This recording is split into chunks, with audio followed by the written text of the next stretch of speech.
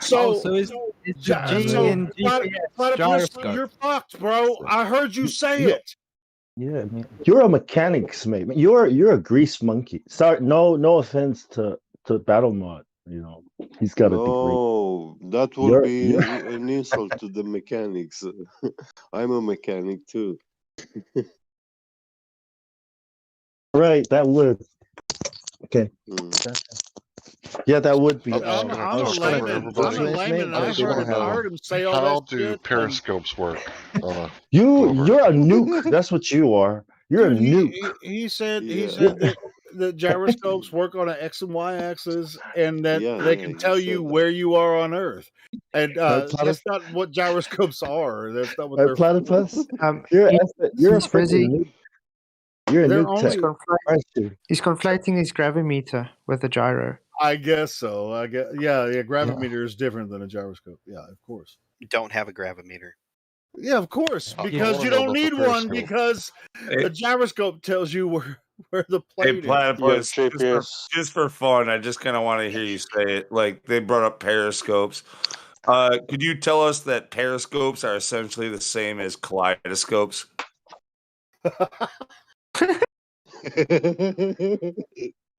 Yeah, this is or they're exactly the same as a sextant. Here's another one. Here's another one. Platypus, state your purpose.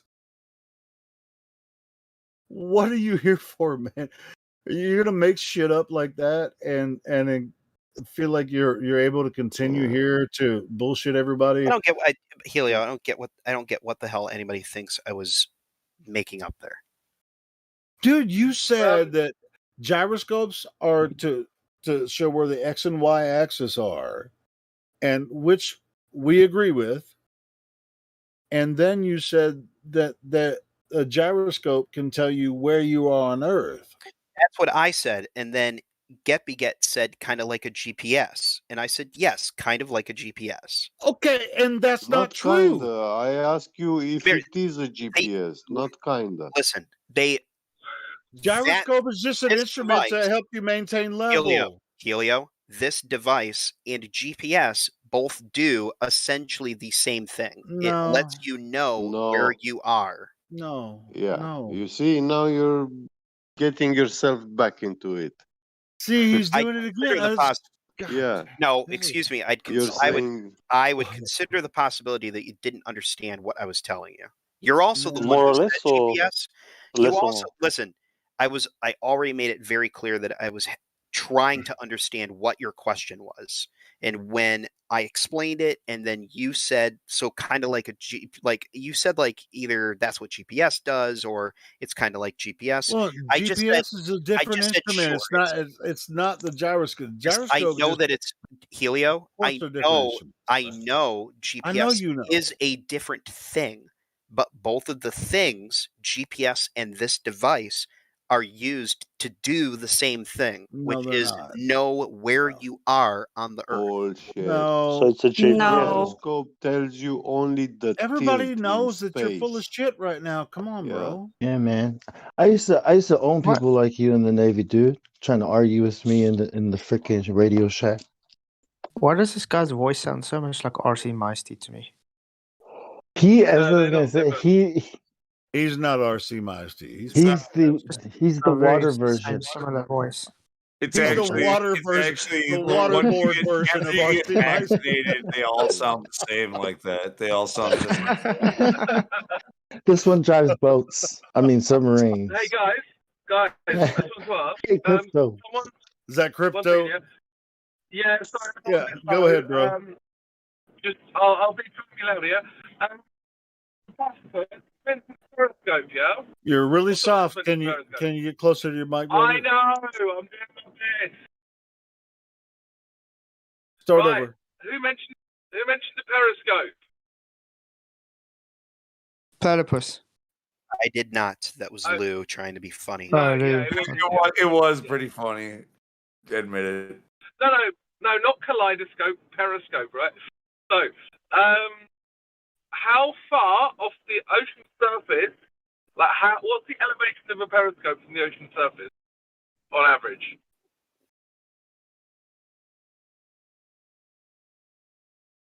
Come on, Submariner Platypus. You should know this. I do know it. Because you used to manage one. I've heard you say that. Oh, I've heard you say that you managed the Periscope before. And I have absolutely nothing to gain from saying what I am about to say at all, because I know it's going to get me crucified for about the next 30 seconds. I can't tell you that. Oh, bullshit. Blah, blah, blah, blah, blah, blah, blah. Just like I can't tell you. Just like I can't tell you. Okay, notice we were talking about sonar and depth. Notice I never gave you the depth number. It's top secret information. Dude, yeah, you've talked to me for hours about how you manage the Periscope. We've talked about this before. Yeah, but what if I never? Remember the last time we tried to talk about the Periscope? When did everybody start getting pissy with me? Such information is not known to man because of classified. Every time that you come on here, I mean, eventually it ends up like this because everybody gets right. And the one thing everybody gets pissy about is when they start trying to ask me how high out of the water the Periscope comes. I always shy away from talking about that. Okay, well, do you know? Okay, so, you know what? It's a national security. Let Crypto take it. Yeah, one second, guys. Yeah. So basically, obviously, I think everyone knows where I'm going with this. The elevation of the periscope would define how far the periscope can see, because you've got curved water on a ball, right? Mm-hmm. So it's my assertion that the periscope would be useless on a globe, because in order to actually see very far, it would have to be so high up the water that it would be obvious where you were. You actually can't see very far with it, believe it or not. Well, then they're not very useful, are they? Oh my god! Yes, and submarines don't go underwater. They have it then. You cannot. If it's useless, you can't. If you can't see far away with it, how the hell can they see ships? Everything. Miles. Nearly everything that is done on a submarine tactically is done with sonar. Nearly everything. So you're a submariner, right? You're a submariner. You're supposed to be a spy of the ocean, right? You're supposed to be the ninjas of the seas, right? Like, and you don't know how far you can see, or if it even matters how far we can see with the periscope. It doesn't even matter. Out of my mouth, dude. Bong.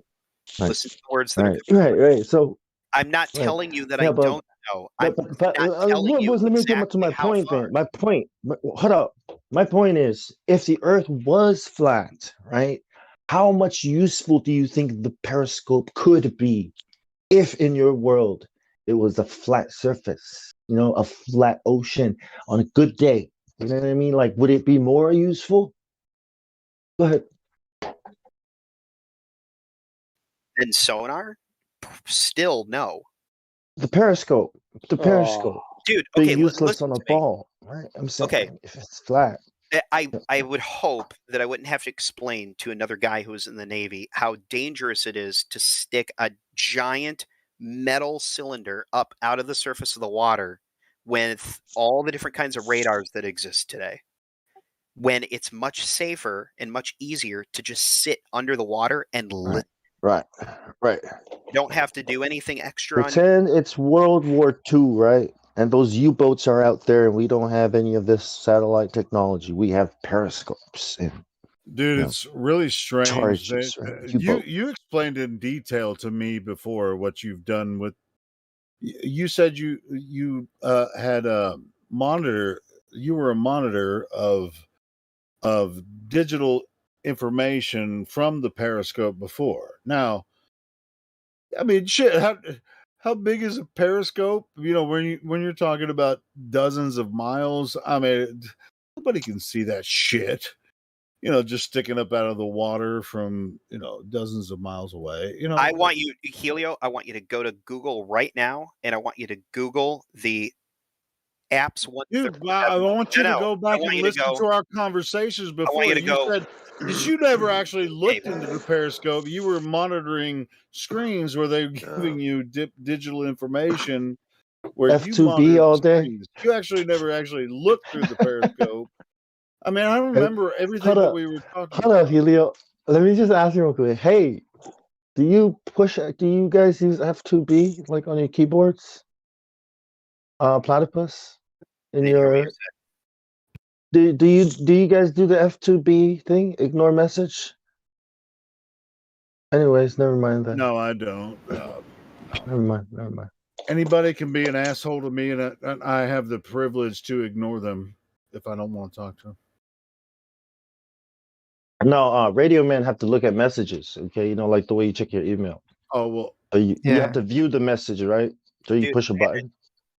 I had to read. I had to read, in some cases, everything that came on and off that ship, including personal email. Well, Hey, like Platypus, after a I have while, a you get hypothetical good at question to reading ask you email. real fast. Oh, well, that's military stuff. I just use Outlook, bro.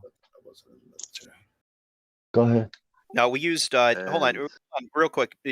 Bong might know what I'm referencing, because I don't think it's sub-specific. We used Sailor Mail, which is really old, but it's still the thing that we use. Oh yeah, yep. Oh yeah. I don't know. Can I tell you something? I had a cousin who finished the military academy with A+, straight A+. Then he finished the cybernetics university, straight A+. And he was working in the military. He did not have a high rank, but his function was very important.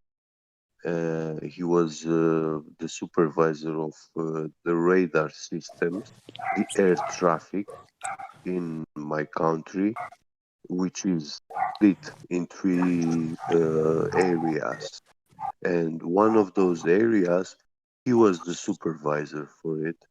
So he was communicating all this information directly to the generals. And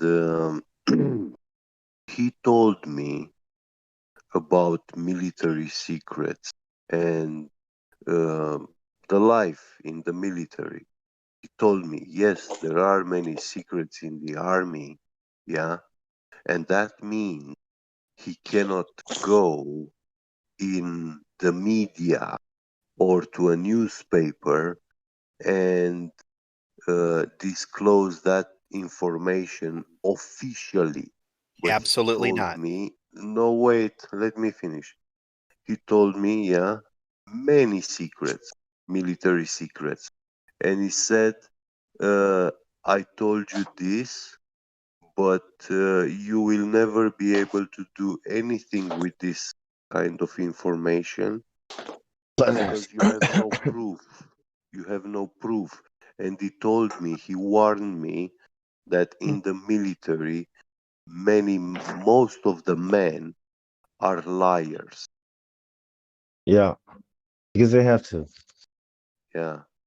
I mean, see, that's what exactly how he explained it to you is exactly what flat Earth is. Yeah. It's one of those. It's one of those information that no matter how much you try to tell people, no one's really gonna ever believe what you say because it's classified as such. So He told and me, there are for example, actually they put out operations against it. Yeah. Yeah, they put out disinformation to distract everyone while the Right. real information is misinformation. Yeah. Yeah.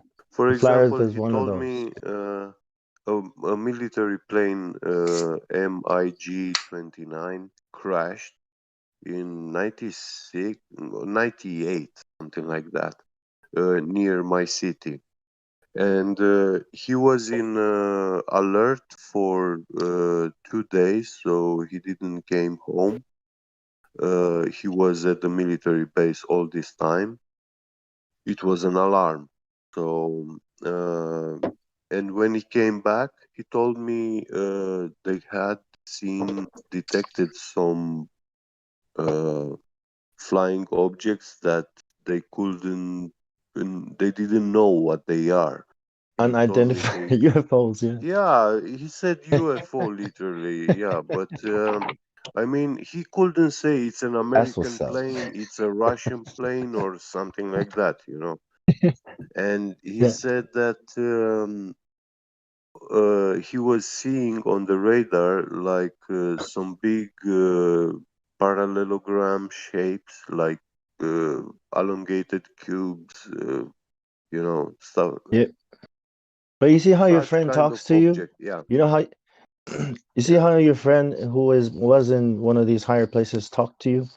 So we have to assume Yeah. that they know Yeah. that even the Yeah. people in these very high places who've taken these oaths and know better than to even Yeah. talk to their neighbor about it, right? That they would Yeah. talk about it. So even they have to be misinformed about the whole thing. Yeah. So there has to be layers and Yeah. layers of Yeah. reasons, you know, the real reason Yeah. versus the reason we tell the public, And even you our know, he leaders. told me he was the one who gave the order to these airplanes to take off and intercept that object.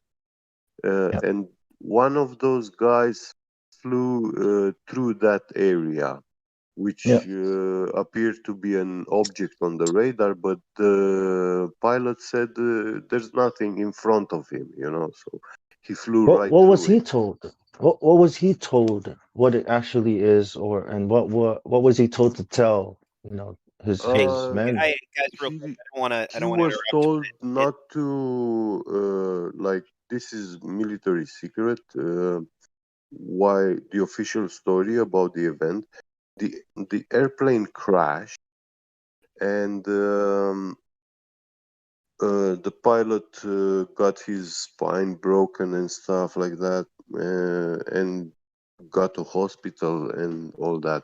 And he told me that the official story in the newspaper, they will say it was a mechanical issue with the engine, so that's why the airplane crashed.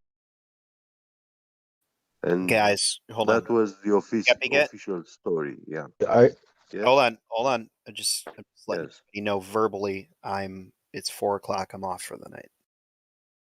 Yeah. all right, Okay. platypus. Yeah, well, take it easy, man. We'll talk to you next time, man. Yep. So. Yeah, have a good one, bro. Yeah, take care. Thanks for stopping by, bro. Yeah. Do Yeah. come back. So can we talk to Frakon? Because he showed us a cartoon of a periscope. Frakon, are you there? Frakon. Oh, he jumped. Hmm. Wow. Scared him.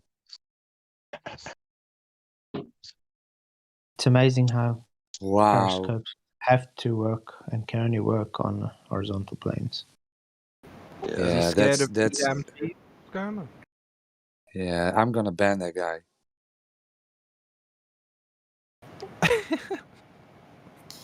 Yeah, I think they're getting. I think they're bringing that back into the media. You know, UFOs for whatever reason. I'm not keep. Sorry. Yeah, it's a good distraction. Like people want to see it to all this, so they know they can fool people very easily with UFOs. What if these people are just from outside lands on a flat Earth? What if it's just all bullshit? What do you mean by outside Could be. lands? What do you know? We don't know anything past our boundaries. Could be more land. You never know. You know, everybody. Speculation.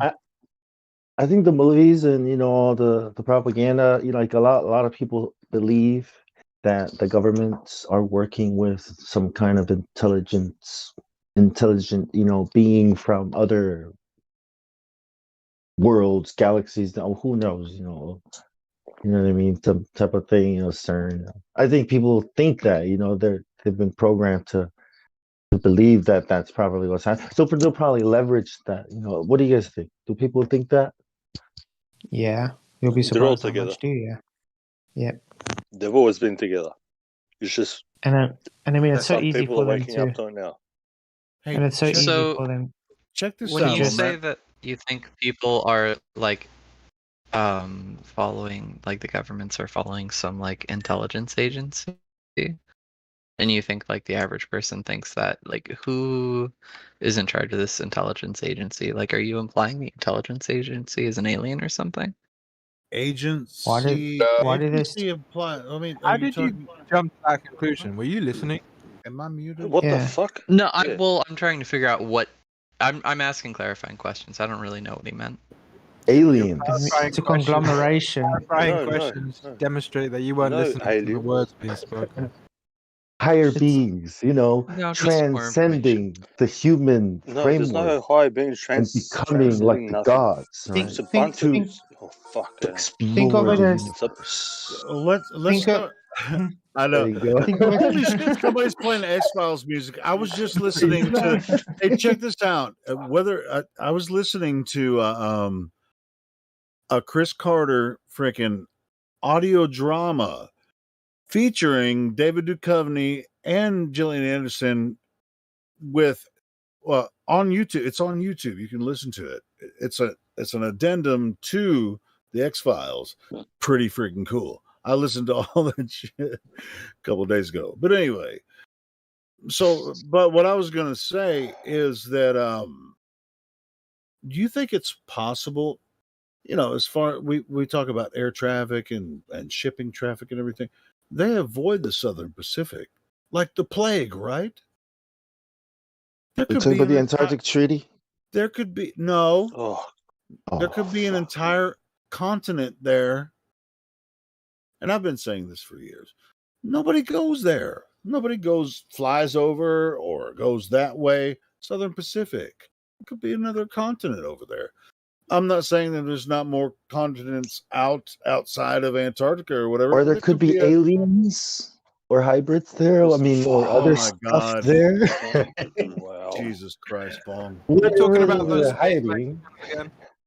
I'm talking about whatever it is they're doing, or making people believe they're doing. They're manipulating the population. They talk to rocks. Many different ways. Whatever. Look, I would say things like Nephilim hybrids, right? But people think they're aliens, so that's why I say aliens. Because people don't know what I mean. You're electro-biological entity. The rocks are your cousins, bro. Exactly. You get it, D-Mark, right? You know what that means? It could be a crystal. Exactly. It could be, whatever it is. It might be the Horton Hears a Who. Might be the dark True life. A smartphone. Hey, it could be a lemon with legs.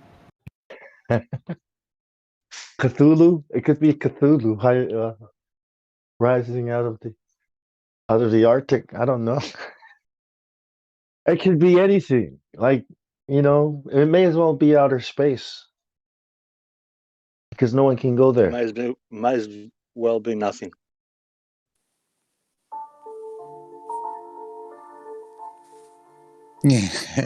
What do we really know about we our have. world? Sorry, we have a few new members. We have Raccoon Dad. Hasn't got a role, but I'm willing to unmute. Raccoon Dad, are you there? Yeah. What's up? Sup, I guess. How you doing, man? I don't know. I'm just home alone, and I wanted to check out what was going on. Okay. And so, how did you find the server? A funny story, actually. I left the server like 8 months ago because some people here decided to teach me how, the Earth was flat for 40 minutes straight, and I just didn't want to listen to it. Oh. And now you're back. Yeah, and now I'm back because I'm bored, Something and I happened? really don't know what to do. What happened? Did something come to your mind? No, it's just that I'm bored. I literally don't have anything. Oh, you're on bored. mind. Okay, let me blow your mind real quick. What if all the stars in the sky, right?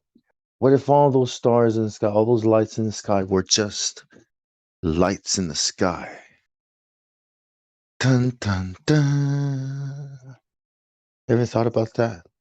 My mind is blown. What if the sun didn't rise tomorrow? What would happen? What if the sun was just a light? Yeah, I mean, what if it was just a local light just moving around in this perfect clockwork, cycle it does that we use to measure time with and build our clocks with and synchronize our clock with and all these crazy things called seasons and foods and animals and stuff. What if it was just the sun, right? It was just a light in the sky. Dun, dun, dun. And what if... You know what what I if never there is no understood stardust? like about this entire flat earth thing? Like, you guys are making good arguments. I'm not gonna lie. Like, the last But time here's I the joined biggest here, one. Sorry, let me finish with the biggest one. What if what we are observing and measuring to be flat and using to navigate our planes, boats, build our houses with to be level and straight and flat to be flat? What if that is actually is what it is and not what they tell us it is? yeah, that's Dun, exactly dun, what I was gonna say. Like, you guys are making good arguments. I'm not gonna lie. The last time I joined here, like when I was talking for 40 minutes, or they were talking to me for 40 minutes, I was like constantly trying to like come up with new arguments back. But like, you guys are just like sitting in this voice chat for like hours on end, not doing it like anything other than just like introducing new people to this community. But what if you What just do like, you mean? try to go out there? I work 10 hours a day and also Well, spend time in here. I mean, Like Work too, 24. man. So. no, like I'm gonna say Yeah. a lot of people here, or like probably everyone here, thinks that like the physics or like science taught in school is not even like true. It's just downright horrible. If you think that, why are you just staying in this voice No, chat no and not one doing said anything that. about it? Check this out. It's the understanding of science. If you go out Right. there and try to find this, you're gonna find. If you go out across Earth, you're gonna find the same thing that we found.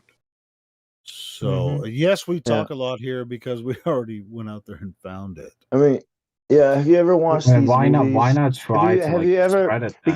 because you have to understand. Like, have you ever seen these movies where the protagonist, the hero, right, discovers the truth, but then the bad guy tells him nobody will ever believe you anyways because it's so incredibly, unbelievable, right? Like, and then you're cheering, right? You're like, oh man, those stupid people, can't they see? You're cheering for the protagonist. You're thinking that, right? So that's how it is. The world has been staged and set up so that when you come with this information, you're going to be treated like you're crazy, right? And that's why people won't listen to you, right? At least we're not a cult. You know what I mean? The way the globe is. If you look at how globe people behave, Raccoon, that's why. Raccoon, if you have a viewpoint on something and you find found out that there's many flaws to that viewpoint, would you still consider it being honest to carry on believing in that viewpoint? It has flaws and it's not perfect, then it's not even worth like spreading in the first place. Dude, it's so not what I simple, asked. man. Flat Earth is so simple. It's actually fun. Like for me, and I'm pretty sure for all of us here, it's not even hard to sit here and to talk to somebody like an astrophysicist and debate. The smartest person on Earth can come here and debate us, and we would probably be eating lunch, and checking our email. And if it's important, if he's important enough, we'll probably, take advantage of the opportunity to get questions. But we're not going to stress over. Because you know See the why? problem, John? Yeah. So did you come back? True. Go ahead. So did you come back just to tell us what we're doing wrong? Hey, Paige. It's because it's true. Wait, was that? Wait. Was that? No, Was that? I'm saying you see the problem that astrophysicists won't come here is because they know we'll pull them apart with their own rhetoric. Because we know your guys' religion more than you know yours. It's easy as that. Because Yeah, you've it's actually like you looked figured into it. out the magician's trick, right? And the magician is not going to risk getting exposed, by debating us, So if you can figure out the trick or listen to us telling you how it's done, then you won't be fooled by it. But yeah, the difference is we actually use demonstration to back up what we want to talk about. Where all you guys have for you is belief and consensus. Literally, that's all. So it's a war. It's an information war, and it's a battle for the control of the minds of men. So if we can cause people to start questioning and like wake them up, and if they can just start questioning things and think for themselves, then that's all it takes. It's that simple. All they have to do is just start questioning, because it's something, you know, once you start questioning it and you look and you do your own observations and look for yourself, you see the truth. There is no curvature. The Earth is not a sphere. You ever wondered why a it's scammer, a scammer doesn't fear the police. A scammer fears those who know the scam. Yeah. Because those can catch them. And astrophysicists are running away from us like plague. Like we are the plague for them. So Yes, since you've been gone, have you done any observations of your own to determine to yourself what the truth is? I know, I just went on and didn't do anything about it, honestly. Why not? Like, the Are only you reason why mad? I left the server was because, like, you know, I didn't want to listen to the arguments, honestly. And not that they were bad, I was just bored. Like, I didn't want to just sit here for 40 minutes and listening to people explaining, like, everything that I learned in school was just downright, Yep. like, See, false. the problem I is don't know. you think it's our arguments. The arguments are not our arguments. The arguments are also your arguments, because so once you see that it's not ours, it's yours too. It is, you know, there are senses and there are logic, common sense, and Just let me put it this way. own it. Let me put it this way. When people argue or even discuss something or even debate, doesn't matter what they do, they interact. No matter what you say about people's proof points or something like evidences, it's all about interactions. Because in all cases, it takes two to tango.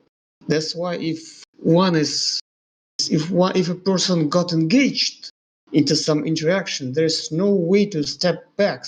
I mean, if you know what I mean, that is how it works. And if you deny being engaged in this part, that means you don't matter. You don't make any difference, you know? Yeah. And You can't affect the world if you don't interact with it. And how do you interact with the world? Well, first with your senses. And through your senses, we transmit you see that information to each other. it's like a People plague react- that's spread out to people people these days, because you interact get to without the learn. world. Because you get to learn how not to think logically for yourself. Exactly. And because you don't have purpose, it doesn't matter. Yeah, that's what people are taught. What if I tell you there's no logic? Logic is given to us not to make decisions. Logic is given to us to explain exactly what we already did. Things what we've already done. We explain it using logic. In most cases, the logic is not the main key or tool, whatever it says. The first comes the flow. Flow comes first. Only if people do not understand exactly what we're trying to explain to them, logic helps out. Your opinion about it? What do you think about this? What comes before logic? Did he say? Flow. Flow. Yeah, flow. Yeah, he said flow Yeah, comes before flow. logic. Yeah. I mean, I'm not arguing about How- that. That is completely true. Yeah. It's Like not the like you're gonna like. algorithm, you know, input here. So your input comes from your eyes. That was a, you know, a sensor. If you think about the sensors we use, that's input from the world. Algorithms can't interact with the real world without these sensors. Like your brain is an algorithm, and your eyes, ears, skin, you know, Oh, smell sure. are the inputs. So here they come. You know, here comes the horizon. What are you gonna make of it? And since we have various Since we have various range of inventories we possess, therefore even horizons vary for each of us. Horizons vary, vary. What varies? As it depends on perspective. Depends on your yeah. Yeah, because they're apparent. They're not geometric. Because the Earth isn't a sphere. It's not curving. It's flat and level. So why are you here this time, Raccoon Dad? I mean, I already said this when I joined the voice chat. I'm just bored. I didn't want to like start an argument. I'm literally just here because I'm bored. Did something come up Yeah, but that made you think twice about what your original reaction was? Something specific that you caught your... No, not really. I'm home alone. I was looking for VCs to join so that I could pass time. And I was like, I was in this server once and I just joined it again. That's how it went. So did you reconsider the idea that you're not on a spinning ball? I'm not trying to argue with anyone. Sir Raccoon, No, would I know, you but want to believe that? Raccoon, I would like to ask a question. Are you aware only boring people get bored? Wait. Are you aware of that? You're saying bored people are boring. Okay. Well, bored. There's never a boring day on Flat Earth. Let's just... Yeah, but No. wouldn't he rather I want to said do something constructive? only boring people get bored. Only boring people get bored. Well yes, said. facts. And the thing is, only boring people get bored. Exactly. Part of the globe deception is to make you bored. Facts. Yeah. Yeah. You know what boredom? Why you're bored? Raccoon. Because entertainment is like a drug. Once you get addicted to it, you need more of it to not be bored, right? Well, you're bored. Raccoon, Okay. would you like to be? Would you Right, be Mom, like to be finish constructive? Go ahead. I don't think you were Thinking that finished. everything's Well, I was just... all figured out already makes you bored because everyone's... Yeah, that's exactly what I was getting ready to say. The reason you're bored is because they give you all these stories, and they've told you that they know everything, and there are things that you can't know, that you can't find out. You have to trust them. So you're just bored twiddling your thumbs. I'll tell you. Yeah. I don't understand how the entire the point of the source argument of is going boredom. on here. So, This is not I'll about tell you flat Earth or like the most the Earth exciting being a globe at this point. So, like if I was even a flat Earth believer or something, I would still be bored. Like I'm just bored. It's No, you not wouldn't. something. No, you wouldn't. See, that's what we're trying to say. How would that affect my entertainment level? That's what I'm trying to explain to you. Let me explain that, okay? On a globe model, let me explain to you why you're bored, because you think you've got all this knowledge, right? On a globe model, where you end up is a big bang, and we don't know, and you're insignificant. Enjoy your life before you die. Pay your taxes. Have fun, right? That's it. That's why you're bored. But if the earth is not that, okay, and if there is a God and a creator, and he is unlimited in his knowledge and happiness and all the perfection is actually something you can actually look forward to, right? It's unlimited and eternal, then there is no such thing as boredom, because there's always learning, and there's a reason to learn, and there's hope to learn, because it's something to look forward to. See, that's why I don't know how else to fulfill my life before I die, because I know, it's all for nothing. You know what I mean? Go ahead. We can be Guys, constructive. I will tell you We can be something. constructive, and we can be I will tell you constructive. something. Guys, I want you to listen to the source of boredom. We can be constructive and break his boredom. If anybody's bored, watch this We can be video. constructive and break his boredom. Guys, every now and then. I will tell you something. Guys, boredom. Let's divide it into two parts. Bore that plus sounds dom. boring. I'm just kidding. Bore is a second form, which means past simple from a word beer. Dom is a special state, like freedom, boredom. Think about this. If it's a freedom, it is something like something empty. A person that is a bored one carries some boredom, which means he born. He bears lots of emptiness. Such a Digging person holes. is empty. Such a person carries lots of emptiness. That's why such a person is a boring one. Plus, think what it causes, what it It comes from the leads. word bore, which is to make a hole. Here, I'll post the thing, right? No, Emptiness. talk You're for right. like You're 5 right. minutes. You're right. Empty. Yeah. Empty space. Yes. Hole in your head. Bore means to A vacuum. bear something. People carry to bear something like, heavy things. People carry, they bear emptiness. That is number one. Second part, why is it boring? Something else. Because boring, it is not only an adjective, it's also a verb. People that are boring, they're not only carrying their own emptiness, they share their emptiness and they infect others with their emptiness. That's why they are boring the others. It is like an illness. They are like zombies biting one another to turn others into boring people. That is how this infection works. Like And a done. virus. I like to So unbore I just people. wanna, I just want to talk for like 5 minutes. Then I'm gonna shut up for like 10 minutes, probably. I'm not sure, but so depending on what you guys are saying, you guys are never bored. Like you guys never get bored in your entire life. Plus, I just want to like say something. You guys were talking about like learning and stuff, like probably a couple minutes ago. So does that mean like when I stop learning or when I like stop wanting to learn something, does that mean that I get bored instantly? And then on top of that, and like the last thing I'm gonna say, by the way, I'm gonna shut up after that. Like if I'm gonna, let's say, watch Netflix because I'm like I'm looking for something else, something to entertain me.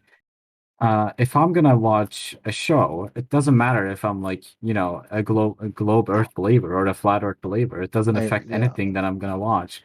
It's just that I want to watch the show because I want to watch it for the sake of it. First of all, how old are you? Are you in your 20s? 16. No, 16. 16. Man, okay, so I think you're too young, right? To appreciate that that life is short. That's why I think all teenagers, like most teenagers who are bored are probably because of school. School is the reason why most kids are bored.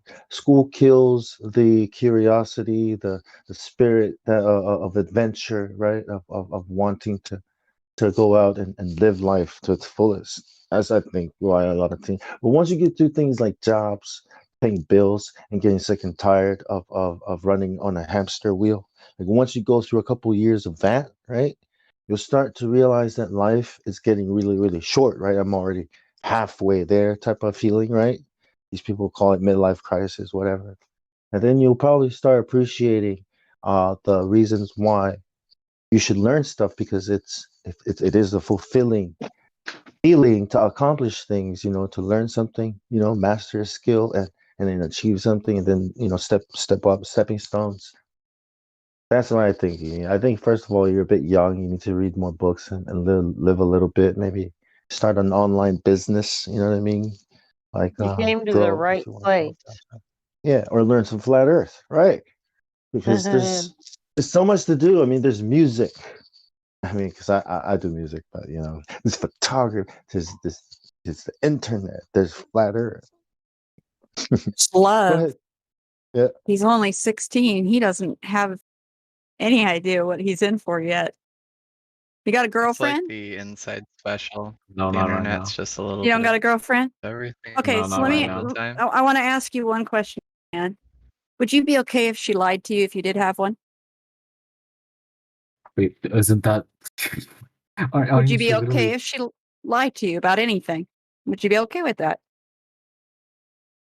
I don't even understand what you're properly asking. Are you asking me if she likes me? I mean, if she likes me, No, then if yeah, that's if she lied to you, if she told you an lied. untruth, would you be okay with a girlfriend that lied to you about anything? If you saw her kissing some dude, like full law in French kissing. Well, if you're gonna you know, compare that squeezing to and like stuff, someone right? else, something else, that's definitely not the correct answer I'm gonna give. And then she I'm gonna said say no. it depends on what what the situation is. If it's something that Yeah. involves me, or if it's something that I care about, then yeah, sure. But if it's something So that I you don't would trust. So you would trust somebody that was willing to lie to you about whatever you think relative in their mind was okay to lie to you about. So you're a relativist. So it's If okay they're to lie lying when to- it's good in your mind. Okay, let me try everybody this one. tells lies. There's What- no what- one what- in the entire earth that Hold up. doesn't lie to people. Didn't say that. Didn't say that. I was talking about would you be okay with it? And you made a relative argument. That's As your long as it doesn't position. affect How me. does it As long not as the affect outcome, you? as long as the outcome doesn't affect me, then I don't care about it. Raccoon, not- I would like to ask a question. What if the outcome does affect you? If the outcome does affect me, then yeah, I would Oh, there literally you go. dump her Let's right go there there and then, there. because it does affect you. It affects you in every area of your life. So yeah. The reason I would like to asked. ask a question. Hey, I'm not finished, guys. The reason I asked was because you were bored with this whole thing, but that's kind of funny because you were telling us that you didn't like the fact that you were having to be confronted with the issue of that everything you've been told has been a lie. No, I was just saying that I didn't want to stay in the voice chat for 40 minutes. Like I legit stay in the voice chat for 40 minutes. Like everyone was just like speaking at the same time, and I just wanted to leave. But that's not what you She's said. talking about. She's talking about when If you that's said not- that. if that's that the what you arguments. understood, then She's sorry. talking about the arguments. She's saying that when you were talking about the arguments, that you didn't were really making have any sense. arguments against it. Yeah. Yeah, Like they that's were what she's good. asking about. Yeah. And then you said, and you know, I didn't say the arguments were bad. I complimented the No, arguments. I said that's what you the arguments said. were good. I said that too, that's but what I we're said saying. that what you said, and you dropped this when you kind of moved on from it because nobody really said anything about it. But you said, I don't really want to be confronted with knowing that I've been told untruth this whole time. Why is that? Why does that? I really don't know if you heard me like talk after that. No, because I there were, like, heard a lot you. of I people- heard you really closely. I was listening very closely. I say I heard the whole time listening very closely. Said because I was I impressed. complimented the arguments. I said they were good. Yeah, That's no, why but that's why I asked you guys were just staying in this voice chat and not saying yeah, anything but I'm about it. That's what I confronting said. you. I'm confronting you with what you said because you did drop this. I wouldn't have brought it up if you hadn't said it. Because why would I? Why would If I said confront it, you that's with my what this? stupidity then. No, it's not your stupidity. It means you were thinking something. Okay, because you actually gave reason for why it was bothering you. That we were making good sense because you didn't want to get confronted with a lie. And you need to think about what that really means. That is a painful thing to go to. And I know because we've all had to do it. Every one of these people here has had to deal with the fact that you have to then confront that everything you thought was true and the people that you trusted didn't tell you the truth. And not that because they didn't, not even because they wanted to lie, but because they carried on a lie that was told to them. And you think lies don't matter. So I want you to think about that, brother. Wait, I want wait you a to second think then. about If that. anyone in your like if any of your relatives don't believe in flat Earth, does that mean that you literally just don't care about them because No, I didn't say believing that. in You're lies? misconstruing what I'm saying. Now listen carefully what I said. They No, you didn't guys know that gave me they were this carrying. exact same example. No. You guys gave me the exact No, same it's example. No, listen carefully. No, it's not. I said they didn't even know that they were carrying on a lie that had been given to them. But you're confronting that, and you're still trying to deny that you're confronting that you have been lied to, just like us. We've all been lied to. And this is the big lie because it changes your outlook on the world. The reason we are passionate is because it did change our world. It really changed it because then we had to confront other bigger questions like if it's flat and there's a dome over us, there's something else going on here besides just you came walking out of some slime and developed from a monkey and became somehow a human. There means there's a purpose to you that you were planned here. There's a reason and you have a purpose. You were made for something. That's what these questions lead to when you end up dealing with this lie. And that's the reason the lie was told to you, so you wouldn't ask those questions. You need to think about that. I just want you to think about it since you were taken off here soon. since you dropped that hint, because I heard that pain, whether you wanted to say it or not, or think it was stupid, you'll remember what I said someday, maybe. And hopefully, maybe you'll deal with that pain and realize, yeah, lying, it hurts, no matter who does it, or for what reason. Especially if it's for a big reason, just like you said. Anyway, have a good night. Whoever does think about it, it will affect them all. Everybody will be affected if they know. Someday you're going to have kids yourself, and you're going to have to tell them the truth or a lie.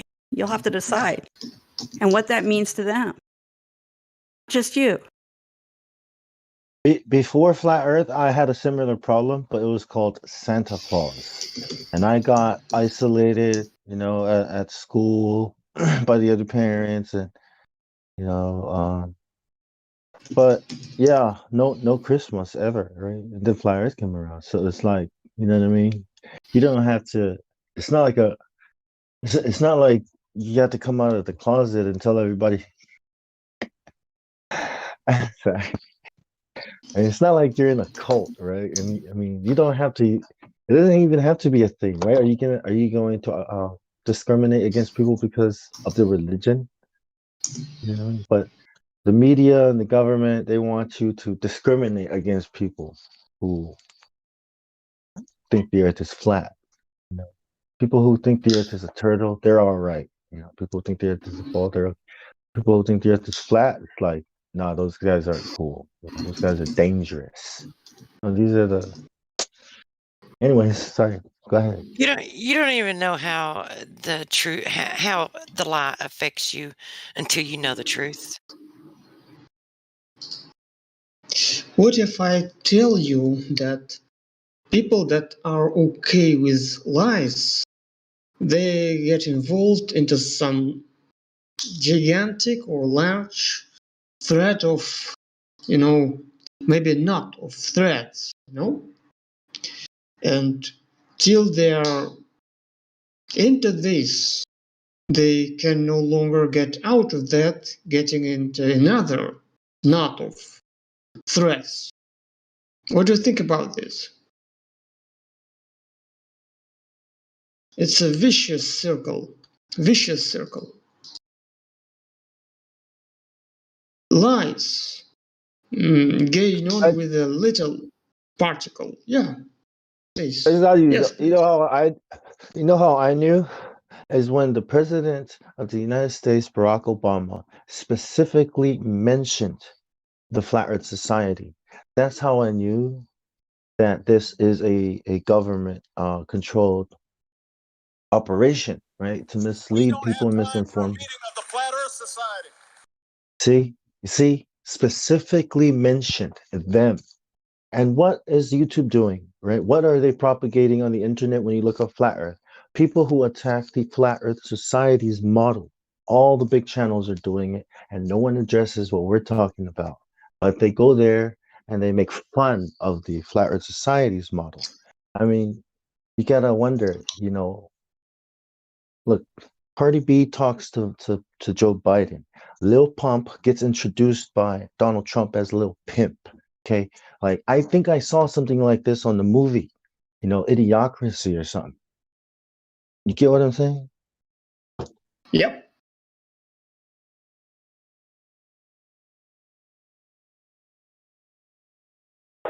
Bruce Jenner was Woman of the Year on Newsweek magazine, I think.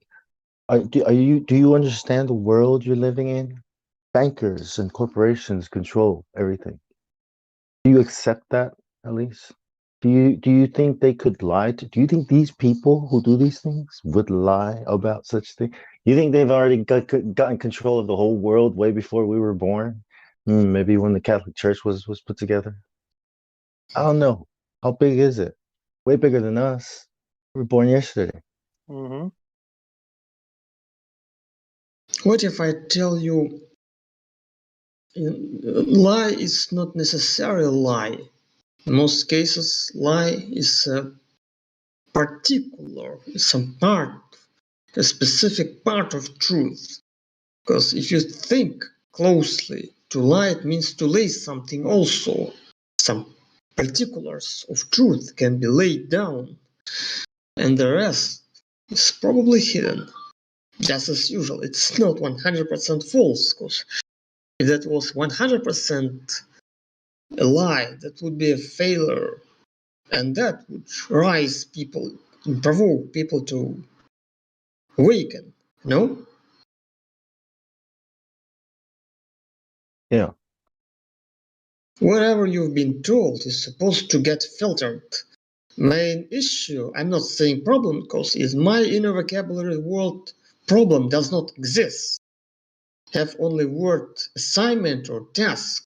We are assigned to filter whatever comes into our mind. And main issue or main assignment is to raise the level of our inner filter. And that is the main issue. And think about this.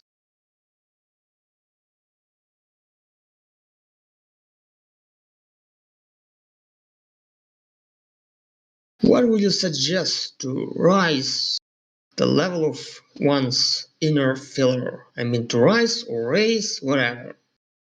Probably raise. How do we raise it? To raise our filler?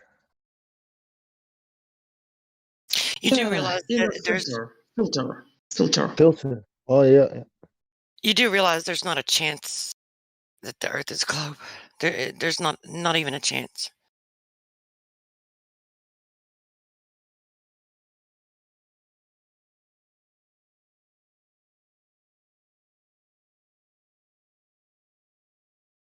Main issue is Not one possibility. Yeah, please carry on. When I first heard it, I was just agreeing. yeah, It's not a possibility. yeah. Instead of believing it immediately when I first heard it, I was like, all right, 1 + 1 is 2. Okay. But I can't believe it yet. You know, I don't even know if this is real. Is this real? I had to go to sleep, wake up, go to sleep, wake up, you know, just to like, this is still happening. You know, the cognitive dissonance, you know, it's like everything is right before me. Why won't I believe it? Because that would mean they lied about this and that and that and that and that and you know what I mean? It was overwhelming.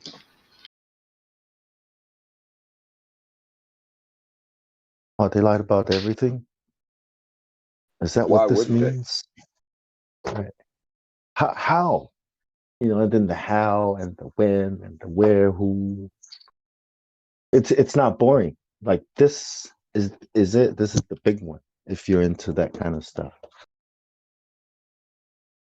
Let us think about the word lie itself. To lie something, it means to also to lie down. Where do animals lie down? In a layer, you know, layer. It's a special hole or layer where animals, especially predators, where they hide for an amount of time or whatever. Let us put it this way. Lies something that gets laid somewhere in a layer, in a safety place. What if there's a layer where the truth is hidden, meanwhile some particular parts of it, insignificant parts of it, get extracted to the light to make sure people see it, and they do not get deeper inside one's cave or layer, whatever it's called. I say layer because it's relative to lie down. Your ideas about it?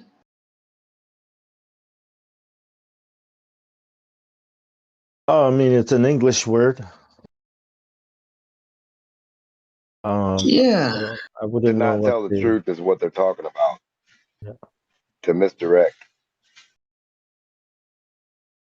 I figured this out just analyzing words. Yeah, I've never thought about the Right. word lie though like that. Yeah, like deeply like that. I always thought of lie as something you do. You know, that's against It's all truth. have been designated this way on purpose. You know how it works exactly. If the intention is to deceive and confuse, that's what I consider a lie. You know what I mean? Well, if we're going to talk about the word lie, let's talk about every use of the word lie, as in LYE. It just totally destroys any living biological thing. It destroys it. Yeah, acid. Just think of a word lie. One meets this word everywhere. Aliens, L-I-N-S. Also aliens. Think of this. Lies everywhere.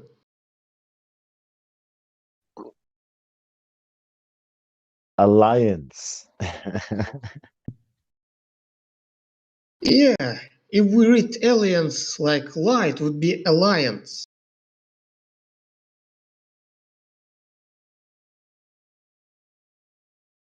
Aliens also consists of lie. We have lots of words with a lie inside of it. Damn, lies everywhere.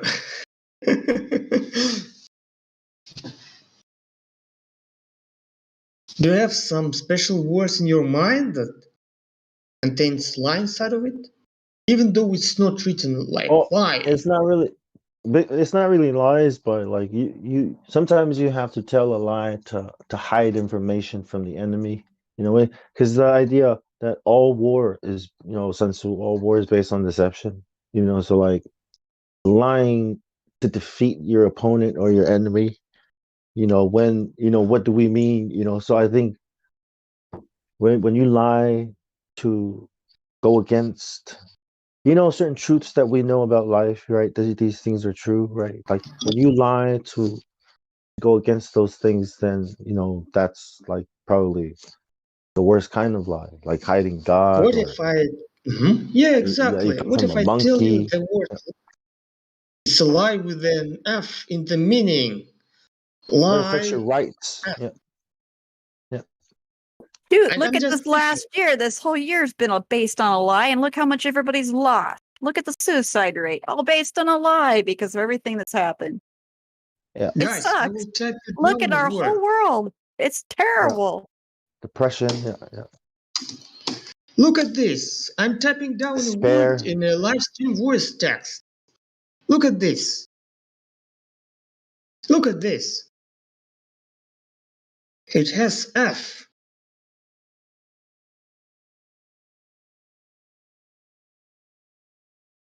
Do you know what that means?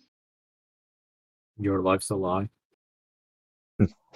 It's not about my life. It's not about my life. I'm not talking I was about trying to myself. generalize it. It's only a lie if you believe the lie, right? Like have you seen The Matrix, the movie The Matrix? There's this guy in there. Look at that.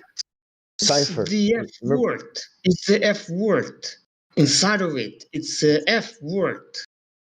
Because F helps. F helps continue the life. F helps life to be continued among following descendants. F helps life carry on, keep going up and Okay. forth. You got cool riddles, but let's stick on to some kind of pointer sometime. Yes, please. Yeah, like That's giving me a headache, Violet.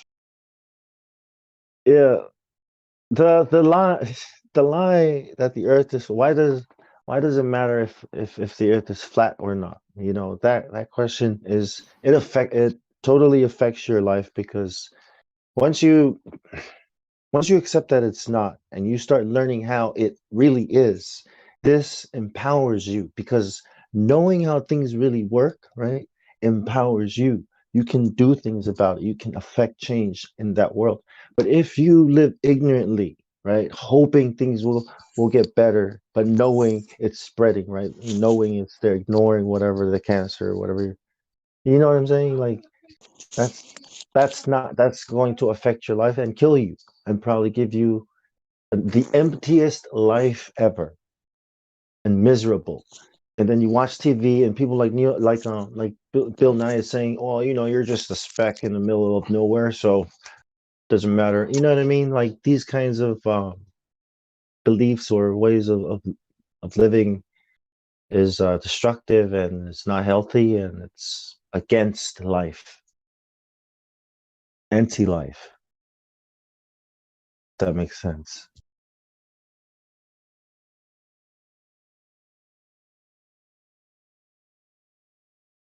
Is that a word yet? Can I say that? Can I say anti-life?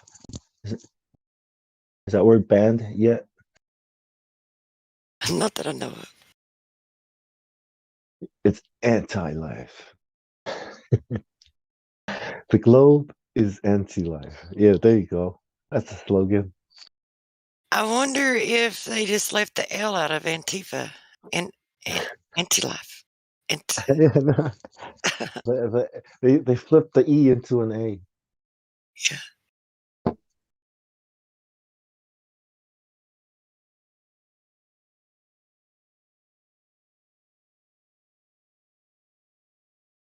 So if there's a bunch of lies out there and you're trying to discern like which ones are lies and which ones are truths, and and you think to yourself, you have like this logical thought process where you're like, well, that's not really, it wouldn't really be that hard to lie about that. So there's a good probability that one could actually be a lie, because it would be easy perpetrated, amongst the people.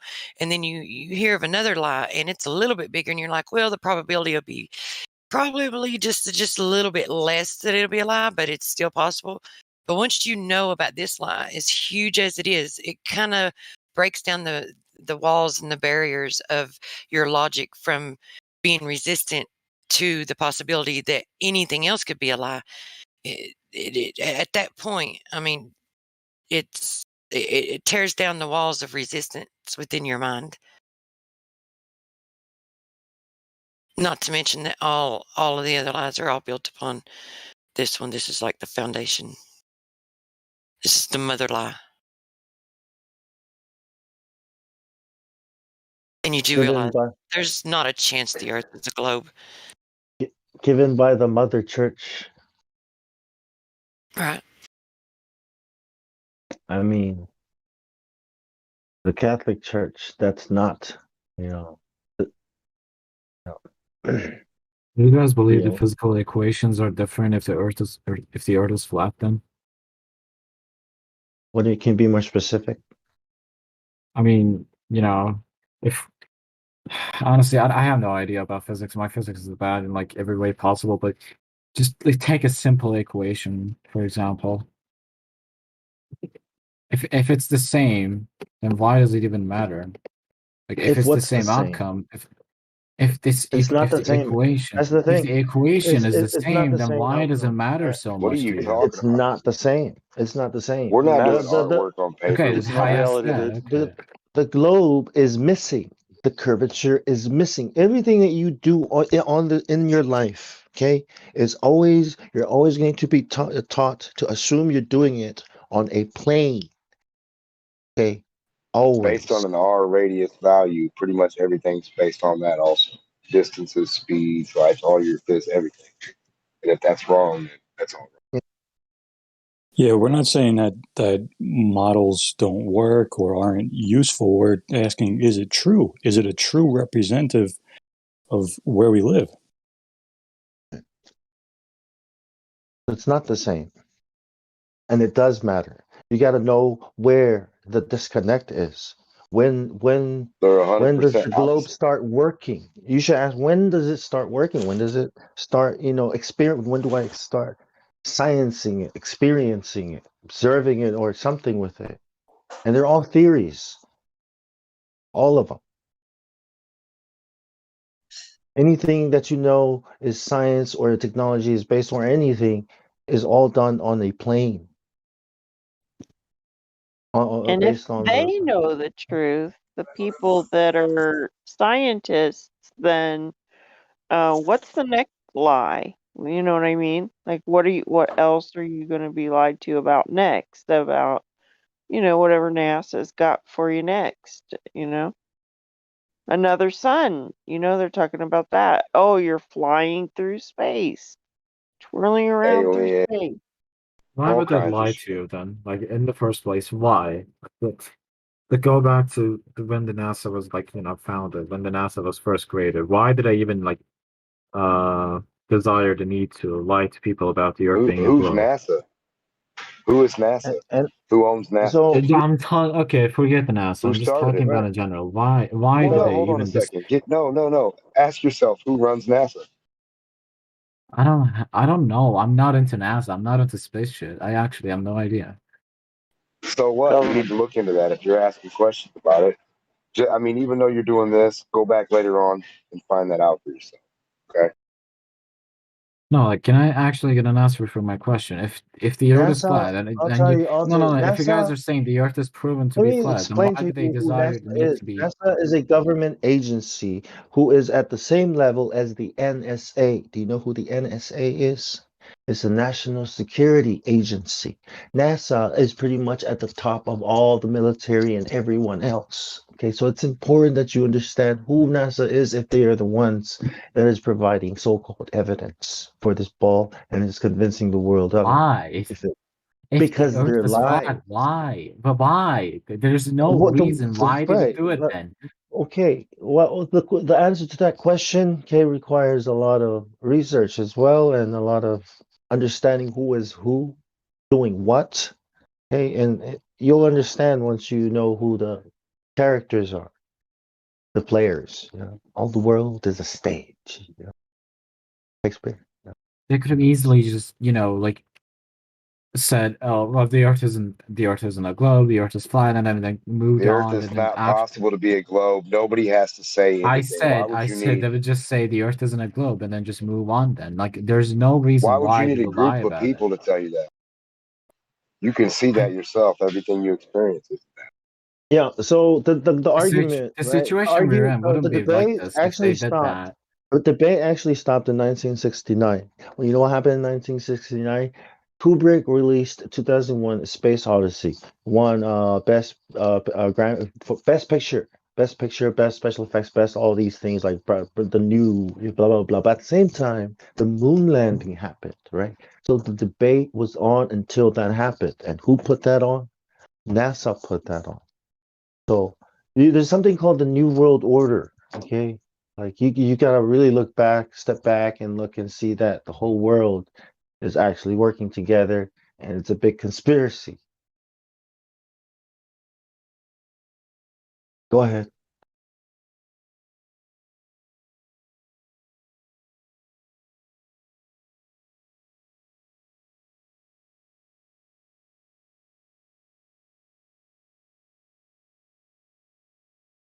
Everybody start talking at once. I just wanted to say, na na na na na na na na na na na na na na na Batman. To the Batcave, Robin. What's up, Christy? Good to see you. See, man. Just talking about some NWO stuff. Question level. Why? The question of why. How could they? But that's impossible. The New World Order. Yeah, any answer that we give as to why they would lie is going to sound nuts unless you first discover the lie.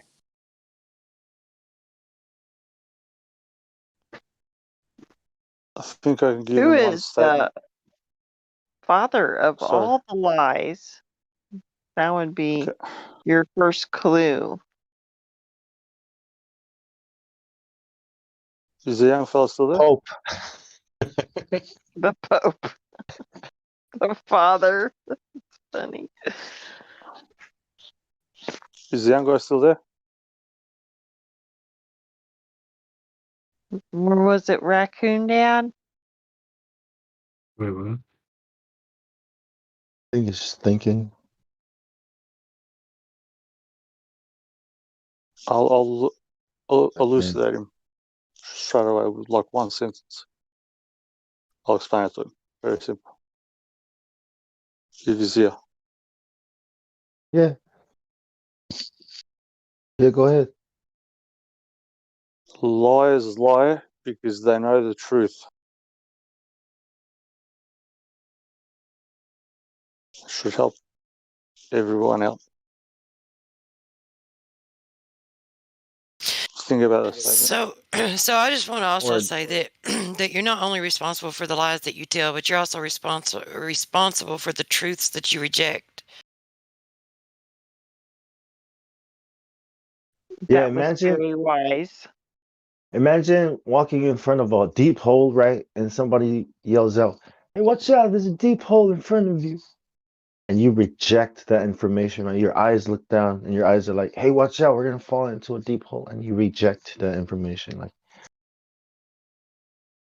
Like, hey, look, the horizon is flat and level, and you reject that information. And that's the Whoopsie. whole. Yeah. Who's responsible? Is it That's the not government? free. Yeah. Is the government responsible?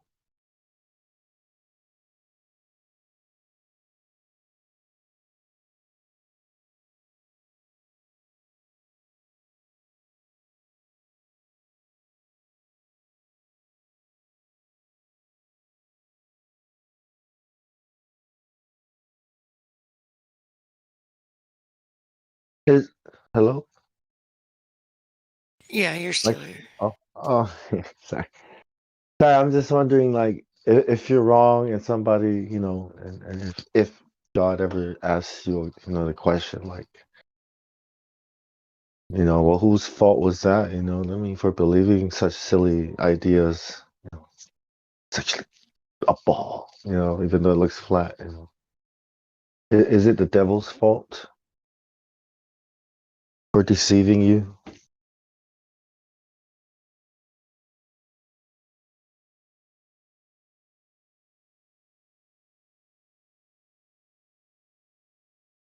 Yeah, I so want to get into that conversation. But it's like 5 a.m. and I'm about to go to sleep. But Christy, would you want to have a conversation with these fellas about morality and why it's important to stick to the truth? Or Oh, I mean, I love your name. do what? I love your name. Truth prevails. Yeah, well, it's not like a reflection on me. It's just a proclamation, and it's everyone, if they don't realize it now, they'll eventually come to the realization that it does prevail in the end. May as well get on the right side of it when you're learning about it. We want to win. Yeah, get on the winning side. You out, True? It's like this. If you've got do what? No, you go ahead. Is it well? Oh shit! Did I just forget what I was going to say? Oh, it's like with the more you have, the more responsibility is required for what you have, and the more you like respect the more you use what you have, and the more you honor the truth. It's like the more you will get of it, right? So if you take care of the little that you receive, then you will be given more. So if you're presented with truth and you adhere to it and you accept it and you walk in it, and then that's what you share, then you're going to find more truth on down the road. And the more truth that you honor, the more truth that you walk in, then the more truth you'll receive. But if you reject truth and and you don't speak truth and you don't walk in truth, then you're not going to be able to even discern what truth is. It's like this only if you want to be able to discern the difference between truth and lies, you need to walk in truth, and the things you speak need to be truth. So that went over better in my mind than it did trying to say it. I think I'm just too tired. But maybe you can explain it a little bit better, Bong. I don't know, You're but right. You're right. Yeah, and I'm gonna call it it'll tonight. keep you from getting bored. You'll never be bored with the truth.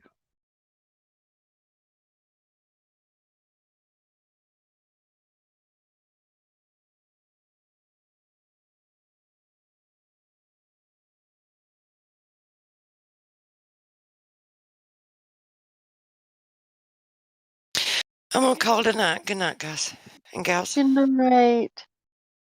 There is a actual scripture for that. It says that that God will turn people over to a lie, and they'll be deceived. They'll be greatly deceived, and because they refuse to love the truth that would save them.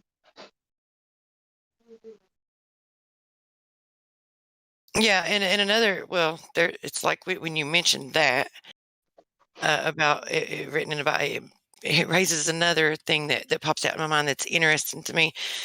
That I don't know if a lot of people even realize it. They probably read over it and brush over it, because I did many times. But the lion spirit actually came from heaven.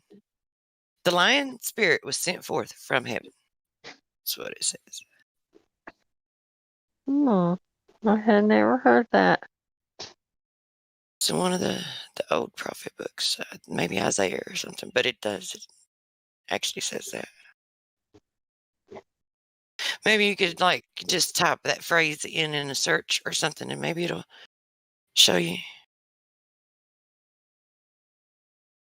That a lie came from heaven? The lion spirit was sent forth. And then the like where it talks about it, that's what it says.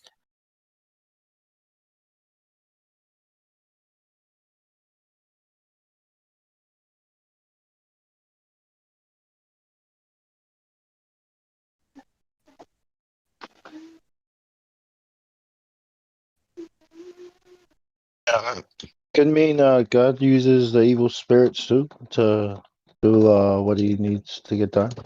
Would you? I wouldn't think that an evil spirit would come from heaven. What does it say? It came from heaven, or It was a conversation that was going on in heaven, and God asked, who will said he was going to send a great deception. He was going to send a deception, and he was like, who will go? And the lion spirit was sent forth. There's a spirit that stepped forward and said, I will. And the lion spirit went forth. Second Chronicles 18. Well, that's the same thing that I mentioned earlier. Sometimes, like in war, like you sometimes you have to cause, like in Enoch, God sent Gabriel to cause like war amongst the giants so that they kill each other.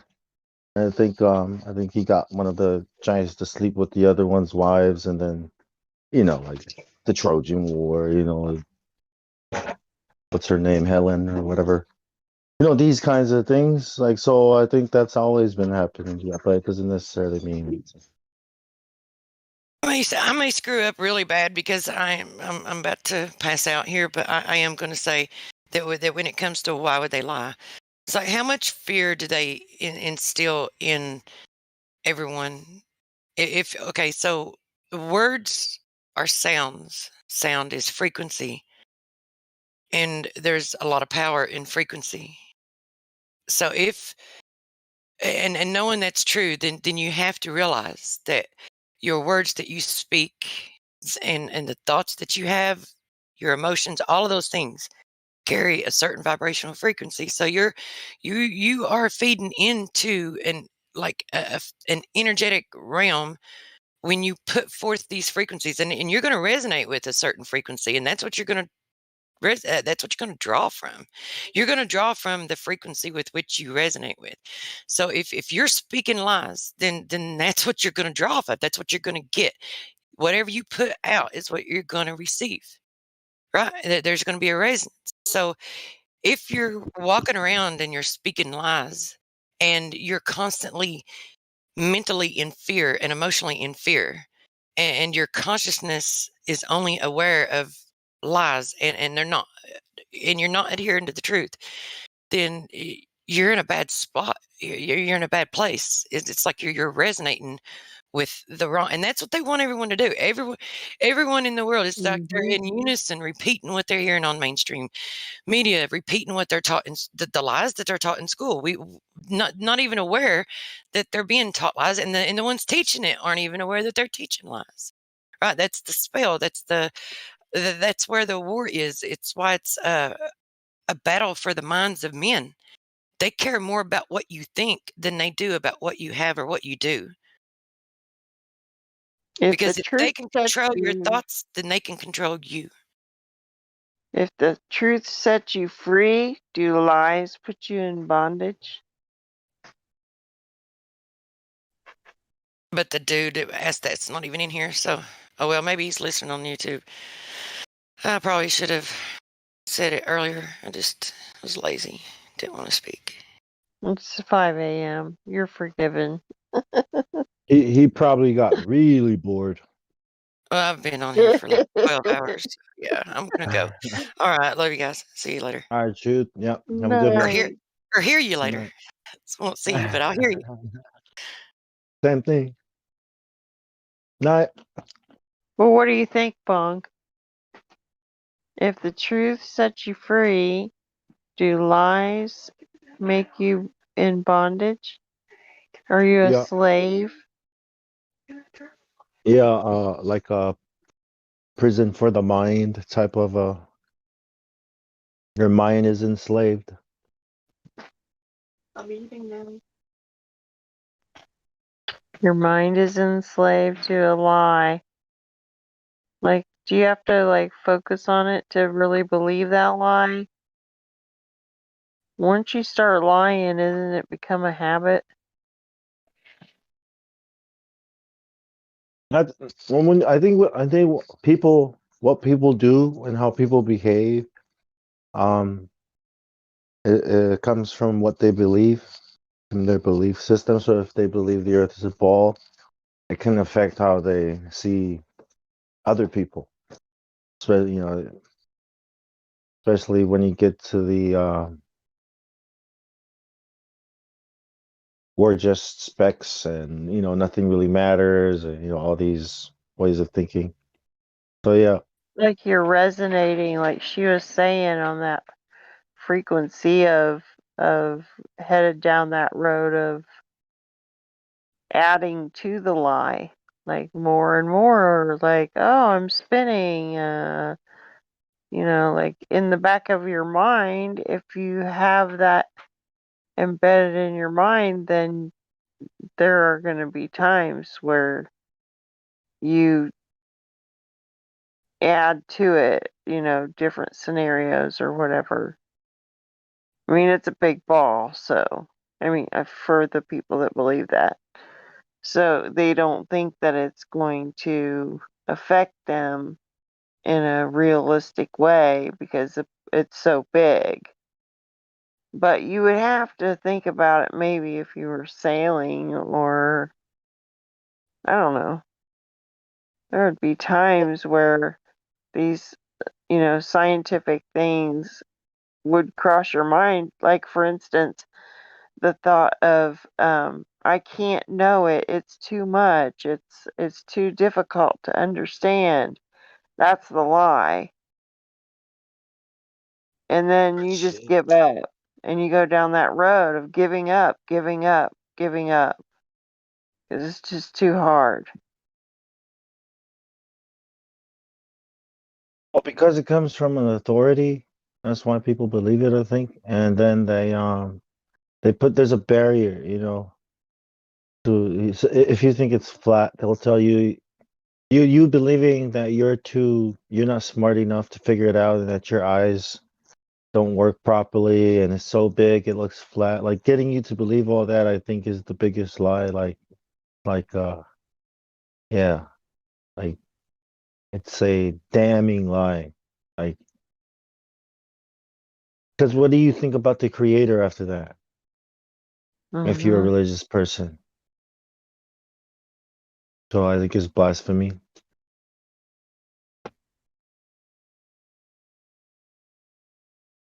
I wonder who made the globes, and if they knew when they made them that they would be, handing them to children, and, I think the teachers are oblivious.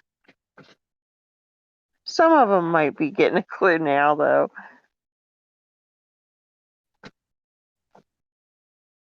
Then they replaced God with aliens, Anunnaki. And then they bring, back the old gods. Yeah. Did you see the giant statue? There's a giant statue that they want to build in 21 cities. It's called the Giant, and you can go and sit on its shoulder, and yeah, and you can get scanned Why? so that your the pixels and the LEDs and everything will make you the giant, and it's like 10 stories high, and it's gonna be a great thing for humanity. They're saying, Like a hologram? it moves, the head moves, the arms move, and it can speak and sing, and it'll And have the cause fire heroes. and cause fire to come down from heaven. Yeah, you're getting it. In the sight of people. And cause everyone to worship. It will. They want to put the heroes. Like Spider-Man and superheroes. They want to, like, it can look like anybody, even yourself. So you go in a booth, you get scanned, and then you become, the giant.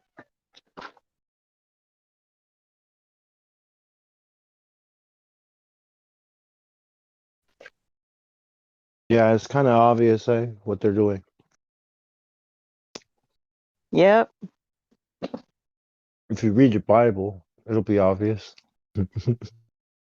Mm-hmm.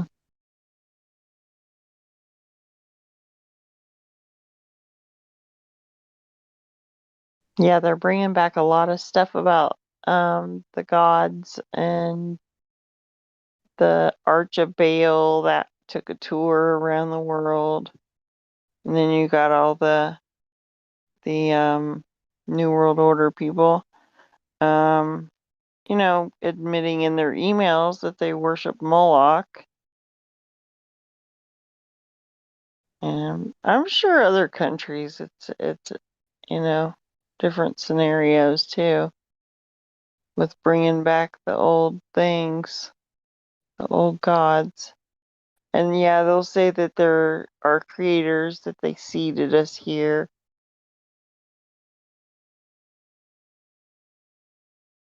There are creators, and we should worship them. That's the big lie. I just posted the video of the giant advertisement. Pretty wild. You guys should watch it. Mm-hmm.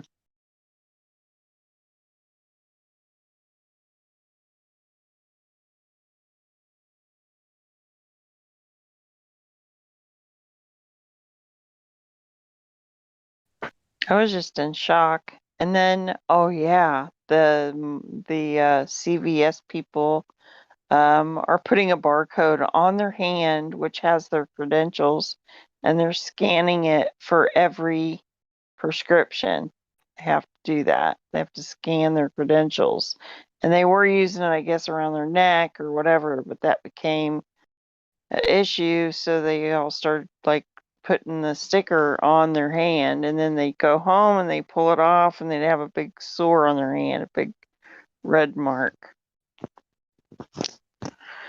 Won't be long till they, switch that one over. I'm sure it'll only take a donut or a beer or a doobie.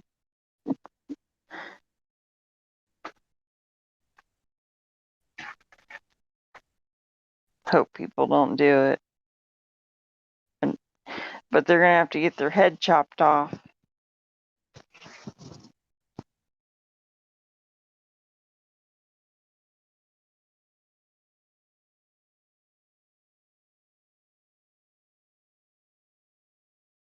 It's interesting. The people that are doing it first, or, it's not the actual mark of the beast yet, but Just incredible. The pharmacies are the first ones that'll kind of push it out there. The whole medical system bringing in the crown. Won't be long now.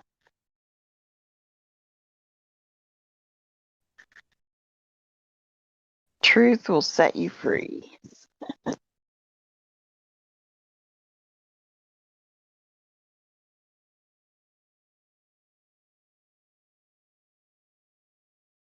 I'm gonna hit the sack too, guys. I'm real tired. Bye, Christy. Yep. Night. Have a good evening. Yep. I'm just having dinner. Yep. Oh, okay. Guys. I'll catch you again sometime soon. Yep. Have a good night. You too. Good God night, bless. everybody. Night.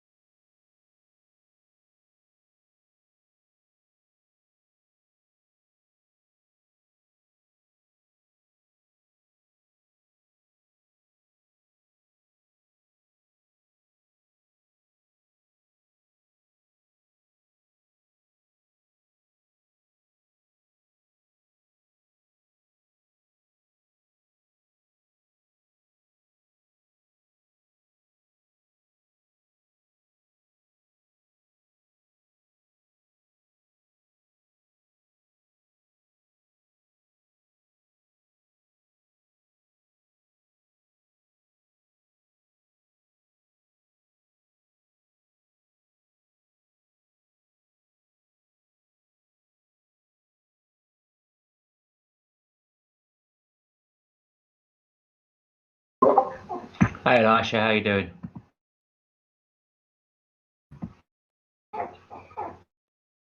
Hello, hello, Elisha.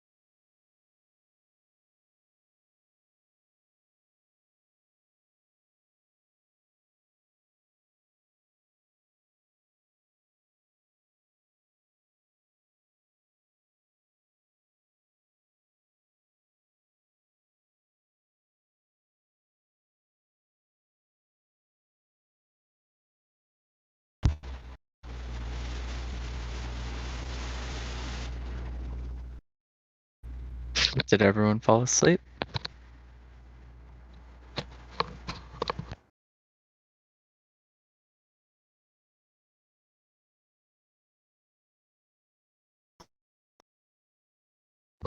Hey, Mark. Well, hello there. Nice to chat with you. Yeah, you too, man. I was just thinking, like, dude, everyone fell asleep. Crazy. Oh, is everyone sleeping? Yeah, it looks like it. Man. Yeah, it was a shame. I was in here earlier just trying to have like a simple conversation, and there's like 8 people yelling. You can't say anything. It's like, well, I don't That want to can deal with happen. this shit. I mean, Yeah, when there's a yeah, lot of people, absolutely. and when you got a lot of people that are, quick to talk, it's gonna happen. And Yeah, especially if they're, under the influence, it's gonna happen. yeah. Seriously, I swear, like half the people here are drunk. I mean, it was Friday, so it's kind of to be expected. Yeah, that's fair.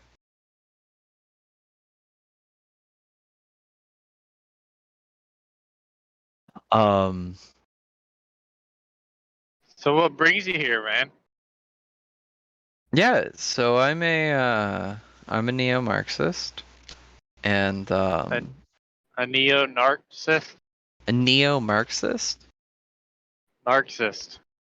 Yeah, What is a yeah. neo-narcissist? Do you know who Karl Marx is? I do It know sounds who like that you're is, saying yeah. narc. Yeah. It's Mark. I thought you were Yeah. saying narcissist. No, Marxist, okay, sorry. Marxist. Yeah. No, you're fine. You're fine. Um. And anyways, I feel like I have a lot of thoughts and similar thinking to some of you guys sometimes, and I find that interesting. And I'm curious to know what sent you guys down your path and what sent me down mine. I feel like maybe by learning more about you guys, I can learn more about myself.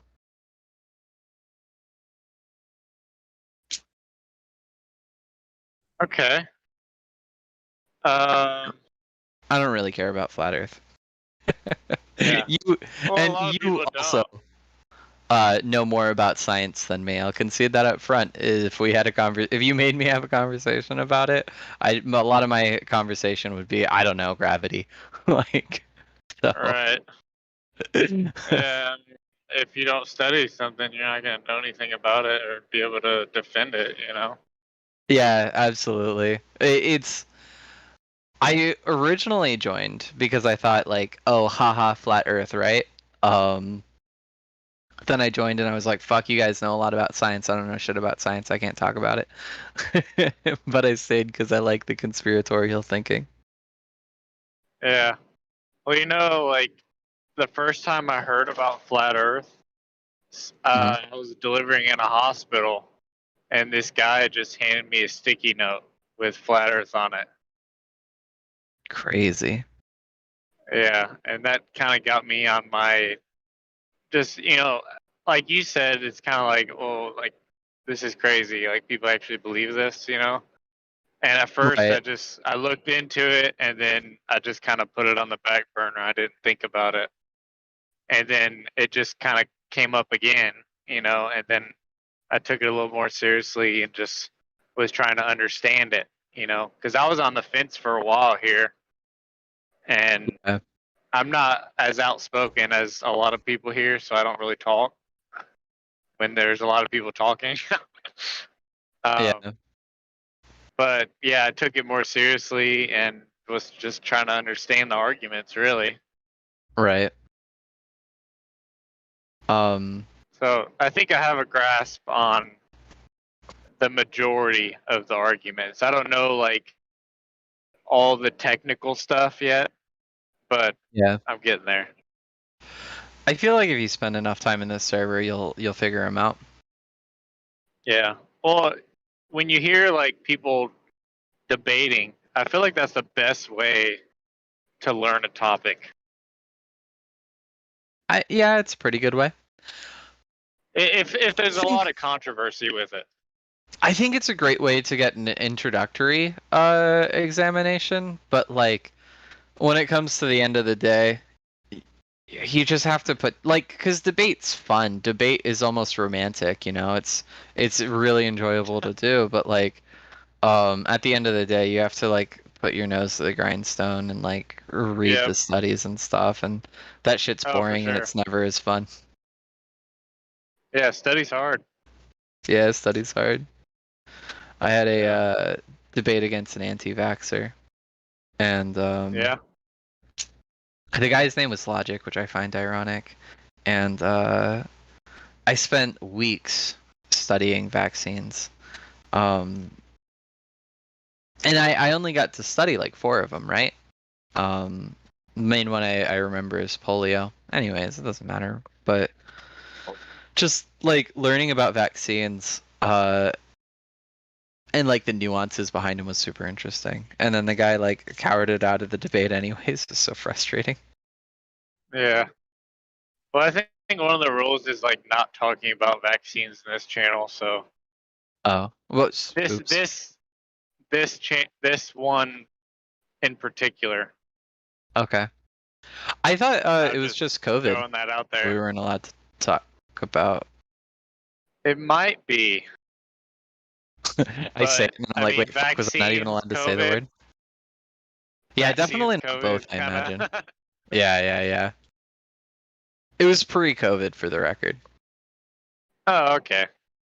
When I think anti-vax, I don't think COVID because I think of like I don't know. Like baby We should switch the shots and topic stuff. probably. Yeah. Baby shots is what I think of. Yeah. I mean, I think we can talk about anything. I mean, it's not like if you want to talk about flat Earth, you can. No, absolutely not. But everything else behind flat Earth is super fascinating. I guess so many questions to ask. What do you think are some of the biggest lies they taught you in school?